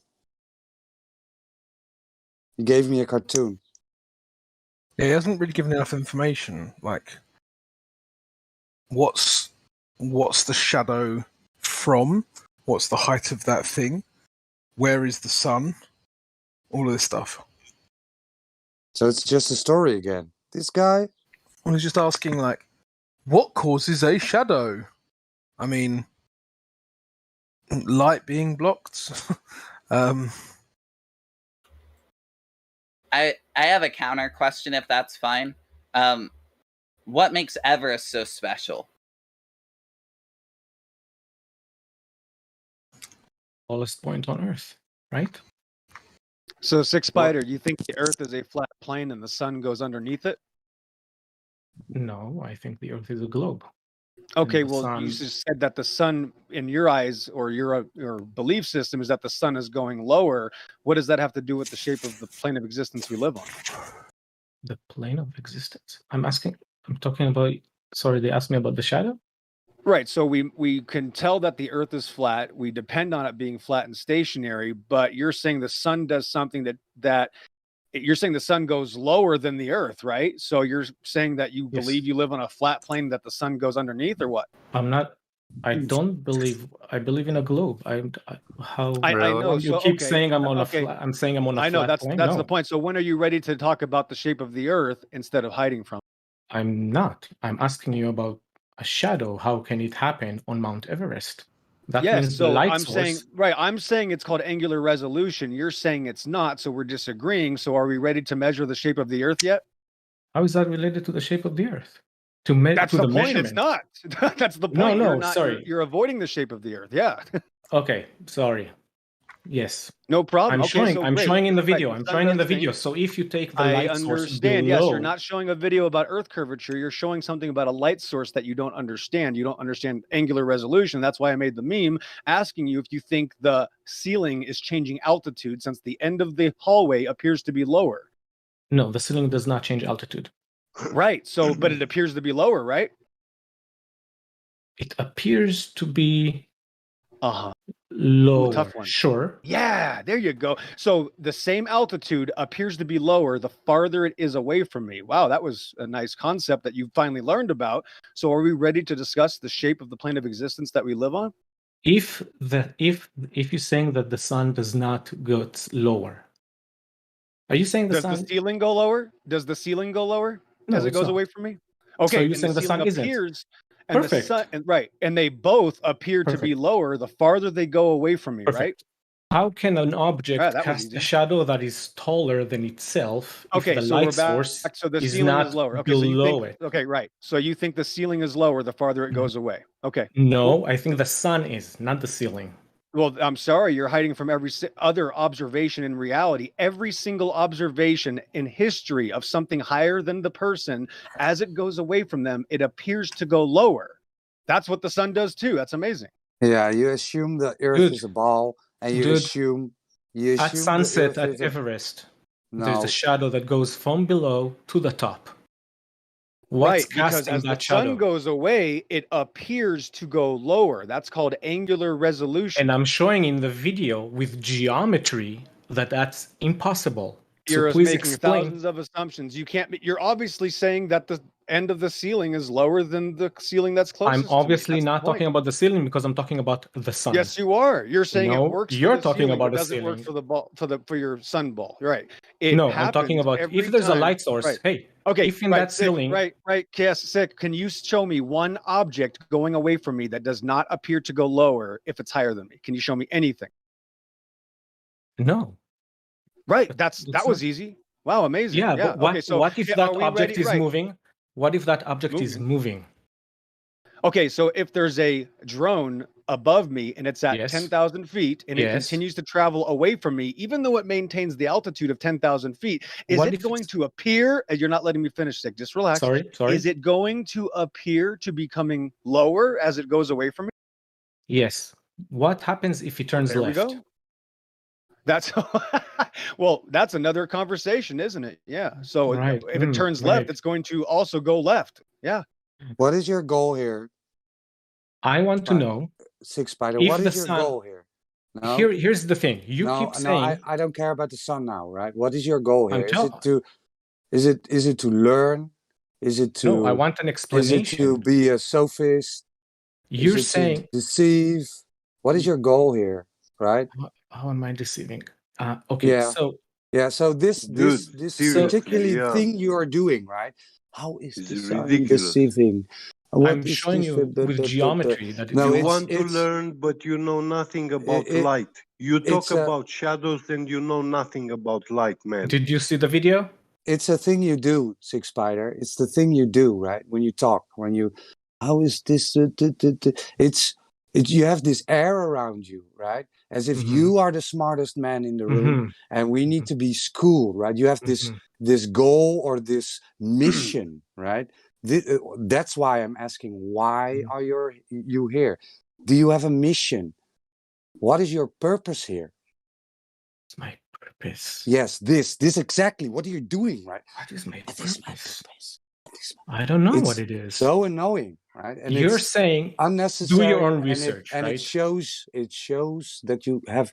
It shows something underneath, right?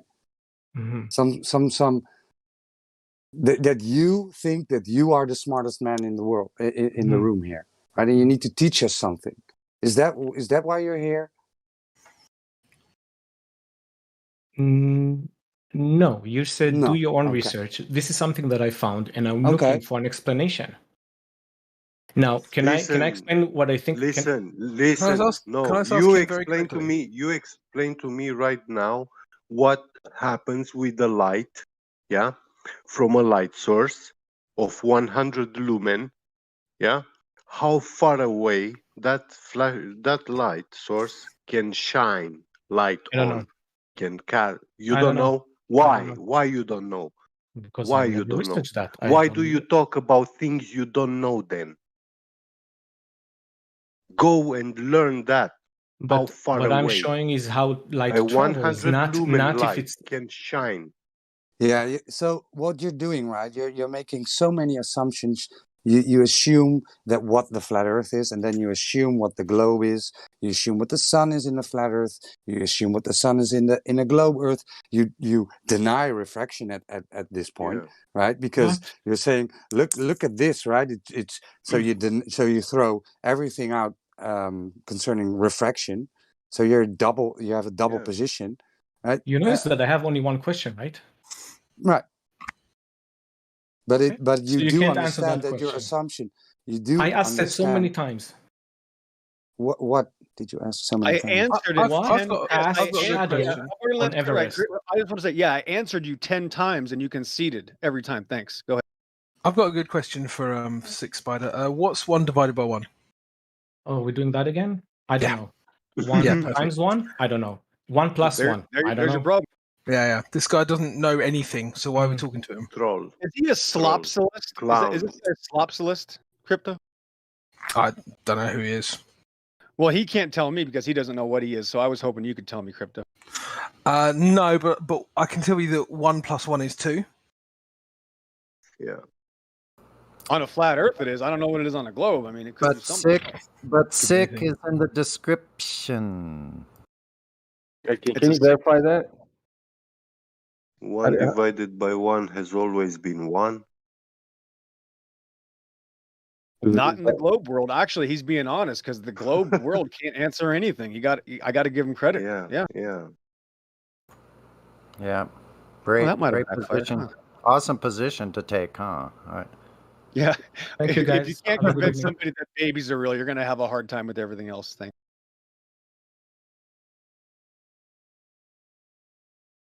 Yeah, when you fire a bullet, to a target, it will hit that target where you pointed it. It will go through the target, and then when the bullet loses all its energy, it falls down to the ground. It's going ballistic downward. Light, it does the opposite. When it loses its he retarded it. intensity. He left. He retarded. So that's why you have Yeah, a taller shadow of Annihilated. Mount Everest. He crushed himself back. I know, but see, they're not going to get away from the laws of perspective. I refuse to let them skip by all the laws of perspective that we see here, and the reason they are laws is because it's what happens in reality. That's why artists and people like that, people that draw things, architectural blueprints and all kinds of things, because perspective works on a flat plane. Think of how the geometry everything would look different as far as our perception goes. Well, that only occur. It's as simple as this. On the No, globe, the they want lower, to have the listen, the curvature. lower They section. want to have I wasn't also done. the I wasn't perspective done. too. I wasn't done. Sorry, go ahead. I wasn't Go done. ahead. So how the lower portion of our vision below the level of your eye height, right? So that ramping up further out it goes. We see this in every single view of anywhere in the distance that it goes further out over water is higher up. This is the way it is in reality. It's simple as that. That never would occur on a spherical surface. Period. At all. True, End of story. Bye-bye. It's completely over. So just that alone, they could do whatever they want. They could skip and jump and dance around with refraction all they want. But they're not going to bypass the laws of perspective. The way it works here is because it is flat. That's the only way it would work. It wouldn't look real. That's the end of my argument. And congratulations for crypto. I was going to say congratulations, crypto. I think that was your first exorcism, and I'm glad you did it because I saved a lot of time. Thanks. Yeah, no problem. I've been practicing my exorcisms, so it's good to see that they're paying off. Exorcism. Excellent job, guys. I like it. I got some study material on that. I haven't done mine yet, but I'm working on it. Right.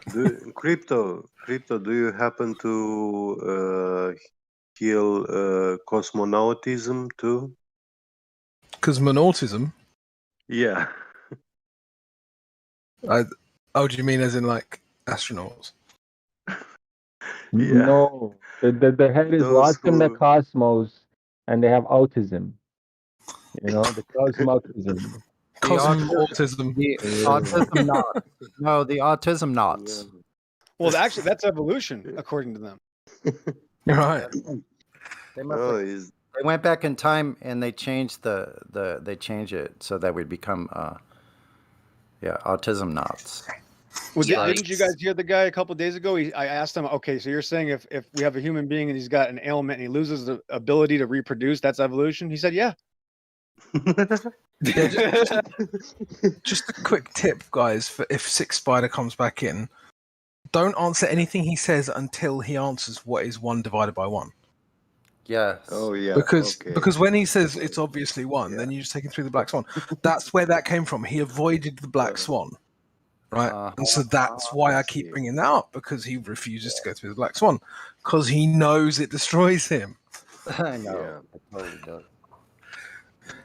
And that's why he's forced to come up with retarded things like, I don't know what 1 + 1 is. That's why I love the black swan, and then that screenshot I did recently with the islands in the background and the Habitat and Hill House rigs off to the left side, way off there, but the islands are further out, off towards the right, 30 miles. You know, Yeah. kills it. So you've been through the Black Swan argument with him, and now he says he doesn't know the Black Swan argument. No, he says he doesn't know what 1 + 1 is, or 1 And he divided won't by 1. answer, Yeah. he won't answer it, so he'll never He get did that there. during ladies' night last night. He did that, and then I noticed he just now does it where he tried to say you can't answer or won't answer my question. He does that for like people in the audience who maybe are not following the conversation or aren't able to understand the mathematics or the behind flat earth, and it worked. I noticed last night for ladies' night he said that, because we were ending ladies' night and basically he was there. We're just like, yeah, none of us ladies want to talk to him, so we'll just end ladies' night. You guys can talk to him. And then he spun that like we can't answer his question. No, it's just like you're really boring to talk to because you never goes anywhere, and he just keeps asking other nonsense questions. And he just did that again. You guys didn't let him get away with it, which was good, where he's like, oh, I keep asking and no one answers. I mean, he's just trying to make it seem like he's so complicated and complex that all these flat earthers just can't understand his high level of thinking. That's what Roger called him out on that, which is great. So yeah, I mean, we got his tactic, and you guys just showed you had him, so he had to leave. He'll come back again, see if he can get away with it. And I mean, he's just, I don't know how much longer we want to keep him around here. I mean, he's obviously a sophist and obfuscator, and he is using a tactic, and sometimes it works, but it hasn't been working for him as far as I can tell. I don't know if it works for him elsewhere. Doubt it. Also, it's funny when people are obviously wounded by a specific comment, that they kind of can't let it go. Yesterday I said that he was obviously low intelligence, and he mentioned it about 4 times afterwards. So it's like, yeah, he's clearly sensitive about his intelligence. Yeah, and he's probably one of these people, who has like memorized a lot of stuff. Those are the people who totally can't let go of the globe because they've memorized all this stuff, that they were told is true, all the facts on the Discovery Channel about, the supposed temperature of the planets and exactly what they look like and what they're made of. You're going to tell them that stuff's not important and not even true after I spent 20 years pretending I'm a smart person because I can memorize, the facts on a Nickelodeon space special or whatever. Yeah, he's definitely one of those types for sure. Yeah. I heard. Speaking of sophists, Dandelion, you did a very good job handling that guy with the eclipses that was telling us that we were spreading false information or whatever. Oh my gosh, that guy was funny. Your retort to him was priceless. Somebody should clip that. Thank you. I'm glad you appreciate it. I don't know if he listened to it, but I'm glad you appreciate it. Oh my gosh, no, I have to second that comment. I definitely have to second that. That was spectacular. That was some of the best conversation I've heard. Like, Dandelion, you just go off, but it's just so concise and so, like, I don't know how to, like, it's piercing. Like, it's awesome. I let loose on those guys, but he deserved it when he's attacking the ladies. He basically, for you people that weren't here, he came in. Here's one of those guys that came in. I have no opinion. I don't want to get into a heated debate. I just like to hear both sides. By the end, he's like, "These are evil. You're spreading misinformation and tricking people into believing the flat earth." Because basically what happened is he got beat by a bunch of ladies who were, intellectually superior to him. He couldn't handle it. And instead of saying, "Oh, sorry, I guess I'll look into that," he started insulting them. And other women asking them, "Are you on your period? You're fat?" All these things. And, it's like, oh my gosh, what a little wimpy non-man. I couldn't even believe that he can exist. I mean, this is the kind of man. Yeah, definitely. We should clip it because it should be on every woman's education, young woman's education of what kind of man to avoid. This kind. That's like, he's the most disgusting person I've met in a long time. You ladies clobber. You ladies like smashed it out of the park. I just gotta say, I'm happy that I missed that, because otherwise Karma would have come in real mad because he doesn't like that kind of stuff. Oh yeah, Karma would have been all over this guy. Yeah. You better not dare to come back, F. Groenberg. I put him in cactus, but I think Bambi might have server banned him. I don't know. I'm not. She said she was going to. Well, apparently he was getting up in her face in her DMs, and she was like, "Yeah, fuck off." So can't blame her. Good. I hope she got rid of him. Yeah, I find it really dull when they like try and take you on in the DMs. It's like, no, bro, we're not mates. Don't DM me. Right. Yes, I know what you mean. Yes, and they don't want to do it in public. I mean, if they're a sincere person, I don't mind talking to them in the DMs. But if they're just the usual, like, "Where's the edge?" I'm just like, yeah, take it to the lobby. Like, that's ridiculous. One thing I really hate personally, although I'm used to it, is like when you're having an open discussion with someone. Because before my vacation, I was in CogDis VC a lot, and what I hate is when you're having an open discussion with someone, and then what happens is they're like DMing you like at the same time, like trying to have like a private conversation. Like, listen, you have the balls to come to this server. I mean, you have the balls to speak in public, so why not continue to speak in public? Is it like a confidence thing? Like, what's going on with that? So I'm not quite sure what you're asking. Oh, like there's some people who like they start like they're like, oh, I'm gonna school these. Like some people are like, oh, I'm gonna school these flatties or whatever, right? They got a huge ego, okay? Yeah. And then they start like DMing while I'm having, or like they won't be able to answer my question, and then they'll start DMing me, like after I move on to someone else, or they'll DM me while I'm talking to them, like. Why can't you just say it in public, Like, oh, yeah, I see. Like, they had the balls to come to the server and speak in a public voice chat. Why do they suddenly backpedal? I don't get it. It depends on the contents and individual scenarios, so it's hard to say. I think that, like that guy last night, it just shows these kind of people who, pretend to be all peace and love like he was coming in. I'm not going to take a side. Those are like the most dangerous kind of people, and they're masking this kind of toxicity inside of them because they won't say what they really think, or they try to avoid it. They don't want to take a side. They don't want to upset anyone. And that, that guy just had his mask like totally taken off. He was like one of the most hateful, toxic people I've met in a long time. And yet he's coming in here. I don't want to hurt anyone's feelings or state any opinions. They start like that, and then you start noticing they insinuate things. They're passive aggressive, and then when you start really beating them in the argument, the mask really slips. Yeah, absolutely. Honestly, it kind of reminds me of what you told me in Silver Text that one time. Do you remember? Oh yeah, when I told you not all flat earthers are peace and love, was it that time?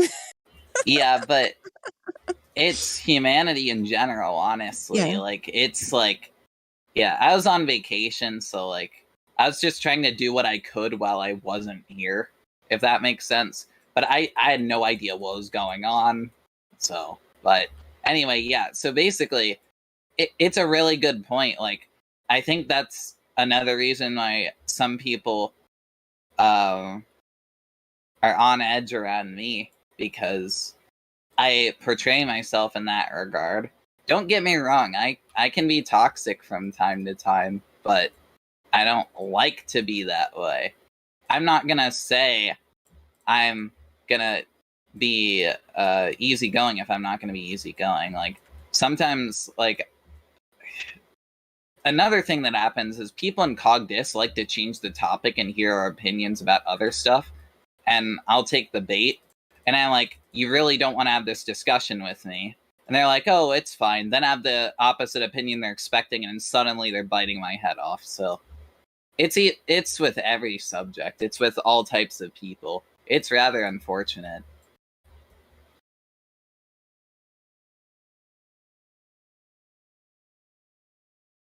I'm sorry, I'm like the master of monologuing.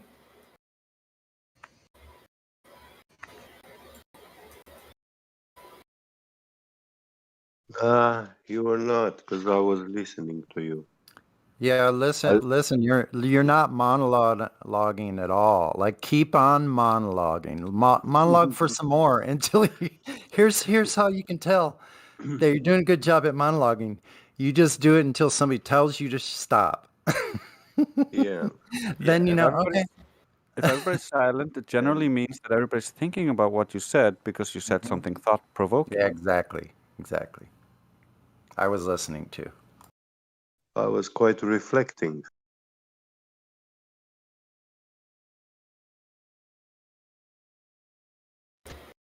Yeah, but I almost feel like I made Dandelion stop talking, which is what I didn't want, and now I feel bad.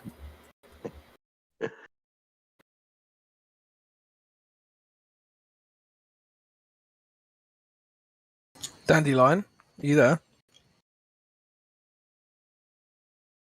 Yes, I'm here. Can you tell C next time he apologizes, I'm giving him the Secret King role? No. Okay, good. Oh, that's good. He has to have consequences. That's right. Yes. Yeah, exactly. Firm consequences. Wait, that's I the only already way have this. it. I already have it. Oh, Someone do you? hijacked my role. Well, I'll give it to you again. Oh yeah, he's got a lot of them. Yeah, you better take it off so we can give back. You do have a lot of roles. My goodness, who gave you all those roles? I have no idea. I think I got ravenous. Probably. We got to come up with a better consequence then, because we can hardly even find any of the roles in there. Once again, you're not doing it right if you don't have at some point all of your roles stripped, and then you have to rebuild them back.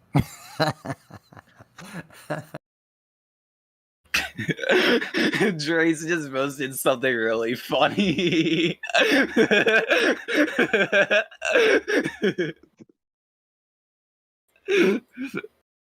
Look at what he posted. How many of you have that role abused by a mod? I'm victim of lead mod abuse, but yeah. Oh, and victim of mod abuse and won't tell you. Yeah, I got that one. Let's see. I got yeah. Wow, I have some I didn't even know existed, but that's cool. Right on. Truth textbook project. Well, okay, I'm game. I'll contribute to that. You specifically volunteered for that. You don't remember? Yeah. No, I remember. I know. Thank you, Get Baguette. He's backing me up here. He was there. Yeah, you were talking about something having to do with it, and then you said, I can't remember. You said you were clarifying some point about it, and so I signed you up. Yeah. Okay, good. Well, I don't disbelieve you. That means you believe me. I believe you're probably telling me the truth. It's recorded somewhere, and Get Baguette's my witness. Well, that's good that I don't have to remember all of that, because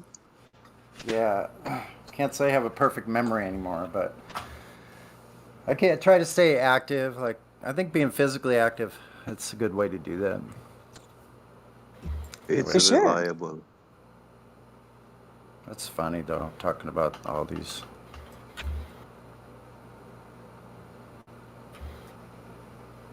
Great idea. Yeah. Textbook project. That's when we were talking about, I don't know, maybe a week or two ago, we were talking about how there's a serious lack of decent curriculum for young people. Oh, yeah. I do remember. And that, and even in homeschooling, that there are some curricula that are pretty good that I use, but I usually have to pick and choose because they might be good in one area, but not so good in another area. And especially in the area of history and science, those are probably the ones that it's the hardest to find something decent. Well, I think it'd be great. Like, I think you're probably already doing this. I'm sure you are. Cross-referencing, like, whatever the information they're putting out, and be able to stop it at presuppositions and things like that, like conflicts between concepts and realities, like showing those differences, right? What's the idea? Yeah, just to have, verifiable information. Honestly, Common Core just sucks. Like, I don't even know why it's adopted by so many local governments. It really bothers me. It's a social engineering project. Dandy, what are your thoughts on Common Core? I mean, I saw some of it. That's one of the reasons why we're homeschooling, because